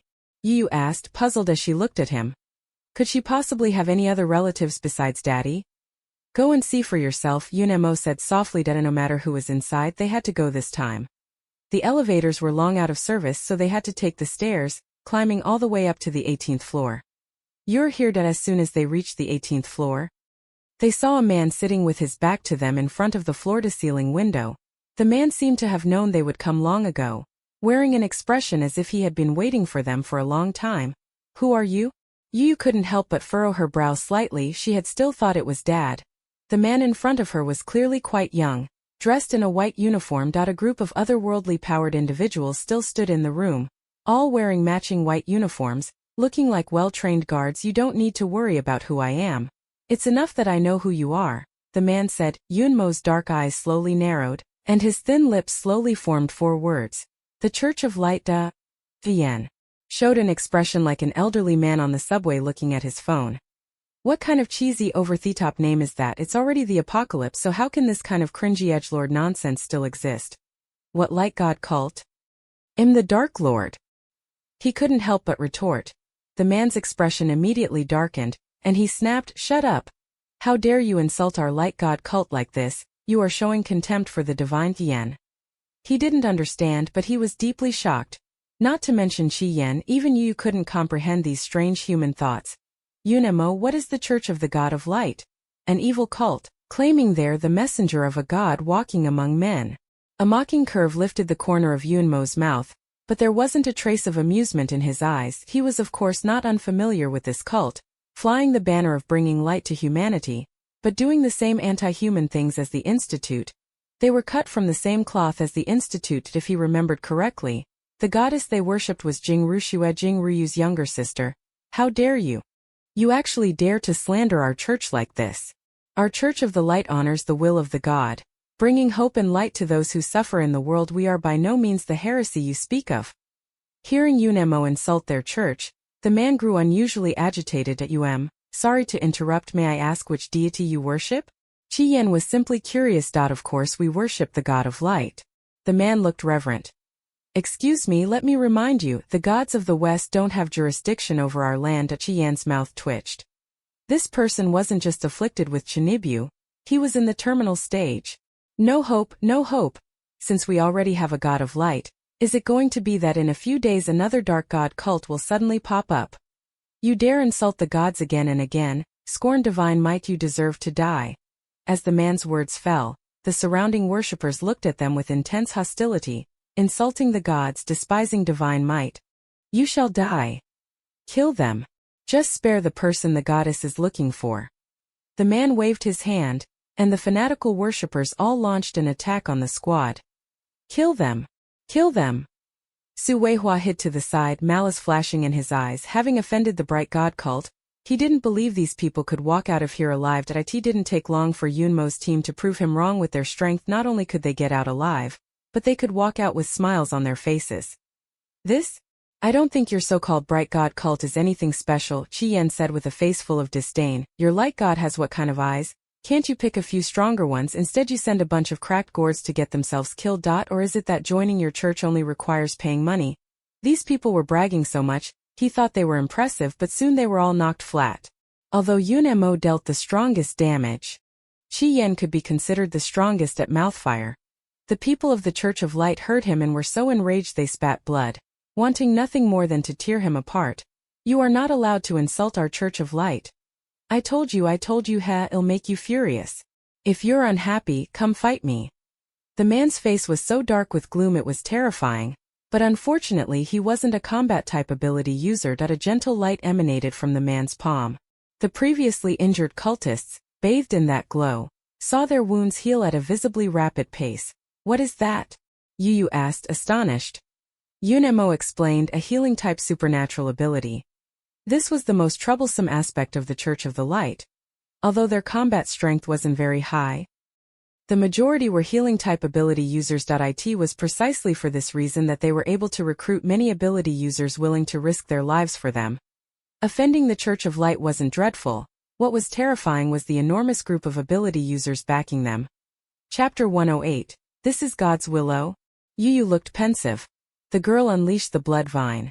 The man-eating flower opened its big mouth and one by one, swallowed those light church followers like little snacks. Qi Yan couldn't help but click his tongue. This is truly ruthless. Not even leaving whole corpses. Let's see how he treats them now. And no matter how miraculous a man's healing power is, it's useless. Can he pry open a man-eating flower's jaws, drag someone out, and bring them back to life? Before long, the once strong and numerous Church of Light was reduced to the man standing there all alone, a solitary commander with no troops.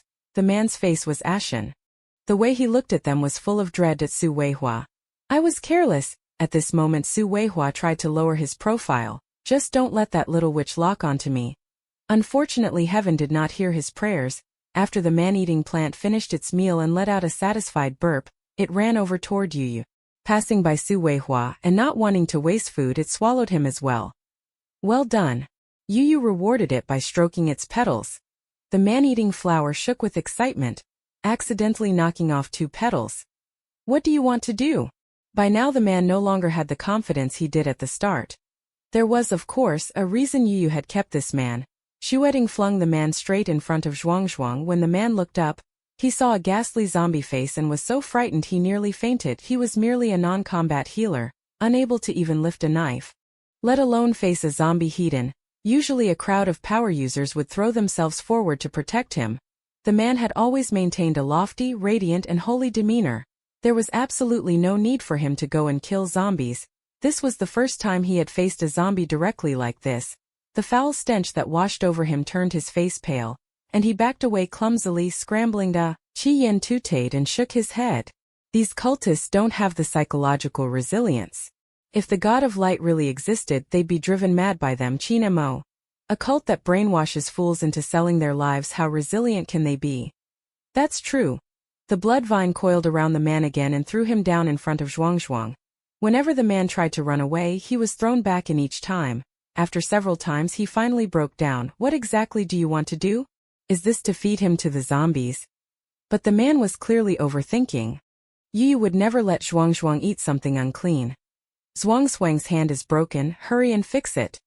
Hearing Yu's words, the man immediately widened his eyes, wearing an expression as if he'd seen a ghost. Are you kidding me? He's a precious healing-type superpower user, treated like an honored guest wherever he goes. And now they're actually sending him to treat a zombie. Isn't this ridiculous? What are you standing there for? Treat him. Yunmo's eyes stared at him coldly. The man suddenly felt as if a knife had been held to his throat. My ability can only heal humans. It's useless against zombies, the man said, his face full of humiliation. He suspected these people were deliberately humiliating him. Who would treat a zombie? How do you know if it won't work unless you try? Yu said angrily. She had always raised Zhuangzhuang so well. Compared to other zombies missing limbs, Zhuangzhuang was clearly much more intact and clean. But now he's been beaten like this by humans. Yu was very angry. If Zhuangzhuang can't be cured, I'll cut off your arm and sew it onto Zhuangzhuang. Hearing this, the man widened his eyes in terror. He couldn't understand how the girl before him, beautiful like an angel, could say something so devilish. Treat. Thinking of that scene, the man suddenly felt a chill down his spine. With his life held in someone else's hands, the man could only swallow his pride and keep silent. The healing-type exotic energy continuously flowed into Zhuangzhuang. Heh. Zhuangzhuang let out 2 hoarse cries. Puzzled, Yu's eyes were fixed on him. As the psychic energy waned, the man's face grew paler and paler, and sweat slowly appeared on his forehead. But the thick severed arm showed no sign of healing. 2 Did my best. The man, his powers completely spent, withdrew his hand in a faint, exhausted state. I've already said it, my ability only works on humans. You're so useless, Yu said contemptuously.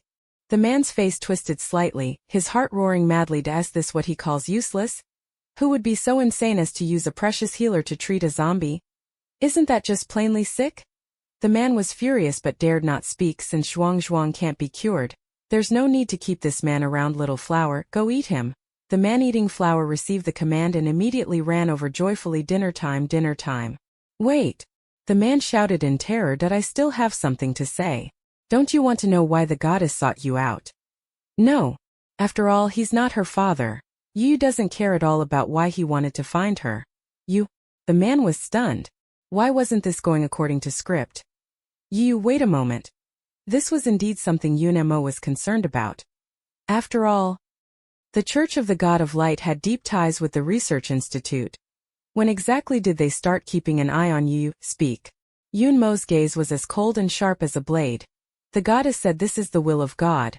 She is the savior. Only she can rescue the countless lives of the world. Only she can end the apocalypse. Everyone. Saying it felt like not saying anything. There wasn't much useful information to be extracted from this man's mouth. After all, he was just a minor leader of the Church of the Light. He swaggered and lorded it around outside and enjoyed the feeling of power. But in reality he had no right to access the core of the Church of the Light. No matter how you pressed him, the man kept repeating only that one phrase. The will of goddess. If brainwashed by the cult, thoroughly poisoned, too lazy to listen to his nonsense anymore. Yunmo raised his hand and the blade fell, sending him straight to meet the God of Light. Qi Yen sighed. Such a good person, how did he go mad so suddenly? Who knows how many more people this apocalypse will drive insane. The Church of the God of Light won't give up. Next they'll definitely send people to look for you. Yunmo's eyes flashed with murderous intent. Perfect timing. Whether it was the Church of Light or the Research Institute, this life he would wipe them out all at once. Zhuangzhuang. More than that so-called godly church, Yu cared more about the zombie she raised. Seeing that Zhuangzhuang was missing an arm, the girl's brows and eyes drooped. She looked very distressed. Even though zombies feel no pain, having an arm or not didn't matter. But Yu was still very unhappy, as if a beloved toy had been destroyed. Ho-ho. Seeming to sense the girl's downcast mood, Zhuangzhuang let out a low growl, as if comforting her. Baby, don't be sad. Even if it loses an arm, it can still protect the baby. Zhuangzhuang gnawed and gritted his teeth. Next time he'll bite those humans to death. The tall zombie didn't care about losing an arm. It only knew that the baby was unhappy. Those humans deserve to die. Zhuangzhuang is no longer the whole Zhuangzhuang, Yu said sadly. Yu, let me try. Not wanting to see the girl unhappy, Yunmo said in a low voice. Maybe I have a way. Chapter 109. This easy life really smells good. Yunmo cut his palm with a knife, and blood flowed continuously, all dripping into the bowl. After pouring about half a bowl of blood, the wound in the man's palm gradually healed.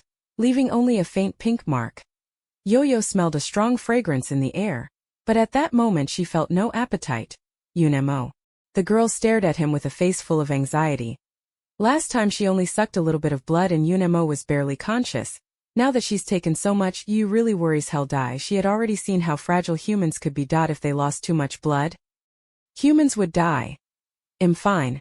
Compared to the pain of being chewed by zombies in her previous life, losing just a little blood was nothing. Perfect. Unmo had a hypothesis he needed to verify. Huff huff, zombies have a frenzied craving for flesh and blood. But Zhuang Zhuang is no ordinary zombie, it is a tamed one. Zhuang Zhuang first asked you, and only after the girl's nod did it dare to consume Yunmo's blood. Compared to blood, zombies still prefer raw meat. But the effect is about the same, devouring. Humans is to gain power and become stronger. There was a strong power also contained in Yunmo's blood. Captain, what are you doing? When Unmo did all this, he did not avoid his teammates. Everyone looked at him with puzzled disapproval. Unmo didn't explain, his dark eyes fixed heavily on Zhuang Zhuang. Shortly after consuming his blood, the zombie began to change. Shit! Qi Yan exclaimed in shock. Zhuang Zhuang's severed arm visibly regenerated at a speed noticeable to the naked eye. This is what? The scene before him stunned Qi Yan into stumbling over his words. So that's how it is. Yunmo's expression did not show much surprise, and his previous life, Jingrua had used many zombies for experiments. Unmo had paid special attention. After consuming his flesh and blood, those zombies' degree of decay lessened, and their appearance became increasingly human-like. It seems his self-healing ability also works on zombies. It's just a pity that a zombie is always a zombie. No matter how much they resemble humans on the outside, it doesn't change their nature as bloodthirsty, man-eating beasts. Captain, how many more surprises do you have that we don't know about? Qi Yan murmured, looking at Unmo with eyes full of excitement. With the captain having that ability, their squad would never have to worry about getting hurt again. Yu looked at him with cold eyes, stepped forward slightly, and stood in front of Unmo. The girl who was always gentle and harmless now showed a dangerous aggressiveness, like a small beast guarding its food. She glared at Qi Yan as a warning, Unmo mine. Don't even think about making a move on him. Or else. The excitement that had filled Qi Yan suddenly felt like a bucket of cold water being poured over him. Ahem. He hurriedly raised his hand in a gesture of weakness. Okay, I promise I won't compete with you. You'd better not reveal your ability to outsiders. Luotang was only surprised for a moment. He calmed down quickly. If Yunmo's special ability were discovered by others, he would surely become the sought-after prize everyone clamored for. I will protect Unmo, Yu said softly. Zhuang Zhuang will too. Heh. The snarling zombie gave two low affirmations. A warm gleam passed through Yunmo's deep black eyes. You will protect me. This freeloading life is really sweet. The girl proudly puffed out her chest. Don't be afraid. You are the humans I protect. Even if she met humans she couldn't beat, she could always summon an army of zombies and have them all eaten. After all, the number of zombies was far greater than that of humans. There are superpowered humans, and she has a zombie legion. Zhuang Zhuang. Hehe, for my baby, charge. Luo City. Since receiving news of his daughter, Lin Xion had been traveling day and night without rest for the past week. Finally arrived at Luoqing base that morning. Lin Xion couldn't wait a moment and went straight to someone in the know. Where is my daughter? Don't worry, your daughter is in our base, it's just about the payment. The man rubbed his hands and smiled obsequiously. Lin Xion said in a deep voice. I need to see the person first. As for payment, if the information is reliable, you will of course be well rewarded. After speaking, Lin Xion was the first to toss a bag over. The man opened it and saw heavy crystal cores inside. The smile on his face immediately became a bit more sincere. Rest assured, the information is absolutely reliable. That girl looks exactly the same as Miss Ling. I'll take you there right away. Lin Xion lowered his eyes, hiding the unease and anticipation within them. That he hoped this time he wouldn't be disappointed again. Your daughter is in there. The man led Lin Xion to a room and courteously stepped forward to open the door for him. Lin Xion strode in with long, decisive steps. A slender figure stood with her back to him by the window. Hearing the sound, the young girl slowly turned around. Her delicate, beautiful face was stunningly exquisite in the sunlight, almost flawless. Captain Lin, that really is your daughter. Old Ju was the first to react. After 2 stunned seconds, He couldn't help but say excitedly, perhaps because they'd been deceived so many times before. None of them had much hope this time, thinking Lin Xian would return disappointed again. Unexpectedly, it really was his daughter. Anyone who'd seen Yu's photo even once wouldn't forget it, let alone old Ju, who stayed by Lin Xian's side and had seen her often. "Dad, you're here." The girl, upon seeing Lin Xian, immediately broke into a delighted expression, her eyes and brows curving as she smiled. "Captain Lin, then I won't keep you from reuniting with your daughter." Old Ju was genuinely happy for Lin Xian and naturally didn't want to linger and be a nuisance. Knowing when to take a hint, he withdrew, leaving the space to the father and daughter who had finally reunited, staring at the girl's familiar face in the sunlight.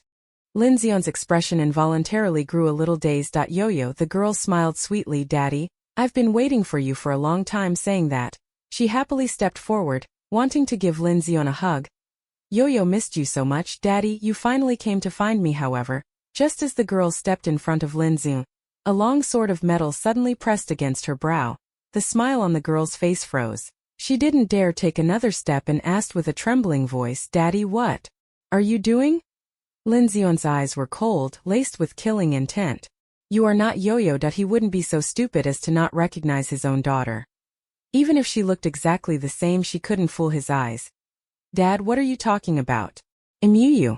Don't you recognize me?" The girl's gaze flickered, a hurt expression on her face, tears welling in her eyes as she looked at him through blurred vision, appearing pitiful and vulnerable.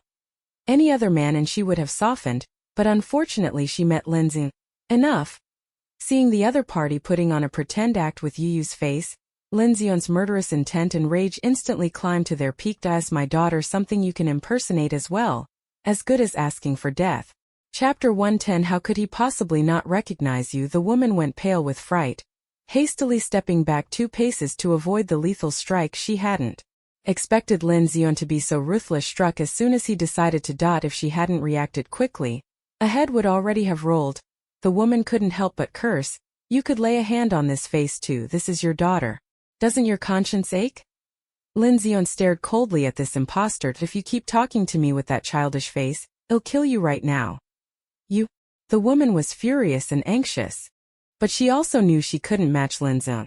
Resigned, she removed her disguise and returned to her true appearance. "As you can see, that's my ability," Zhou Exine said irritably. Her original appearance was simply pretty and plain, nothing memorable. She wouldn't stand out in a crowd at all. Zhou Exine had always been dissatisfied with her looks. Maybe it was that she harbored too many regrets, but after the apocalypse she awakened this useless ability that only helped her survive. Not only could she alter her appearance, she could change her scent as well, successfully blending into the zombie horde. "Who sent you? What are your intentions?" Lin Xian did not lower the sword in his hand. His gaze sharply fixed on her. A guilty look flashed in Zhou Xin's eyes. "It was our squad. Nothing big, we just wanted to swindle some money." The gifted squad she joined had little promise. The members' overall combat abilities were weak, so they couldn't make a name for themselves. After discovering Lin Xian's missing person notice, they schemed to have Zhou Exine impersonate the person he was searching for to trick Lin Xian.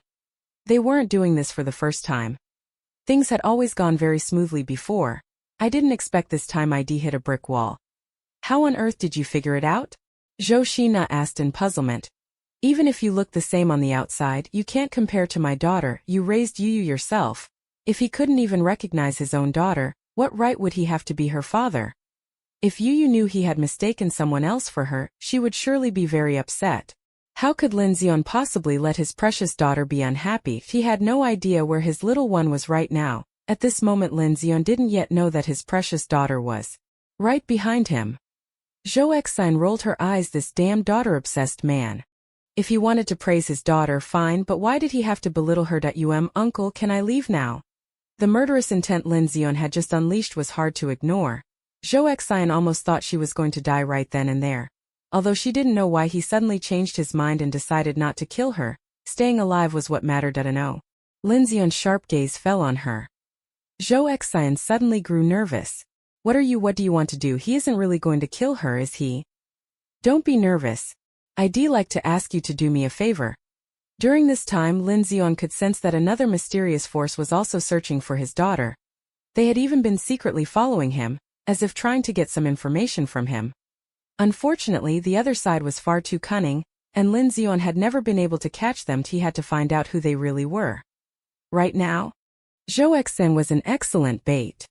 Could she refuse? Unfortunately, the terms Lin Zion offered were simply too tempting. After thinking it over, Zhou Exen still agreed to lure out the big fish behind it. Lin Zion decided to stay temporarily at the Luocheng base at the same time. Yun Mo's squad finally arrived in Luocheng. Because of Yu Yu's special ability, they didn't have to worry about zombies blocking their way on the journey. However, people from the Church of Light somehow found out about it. That a few groups came these past few days to capture the little one. Are these people ever going to stop? Qi Yan finished off the last member of the Bright God cult with a single "See as the Luo City base ahead? Will Dad be there?" Upon arriving here, Yu Yu suddenly felt a bit nervous.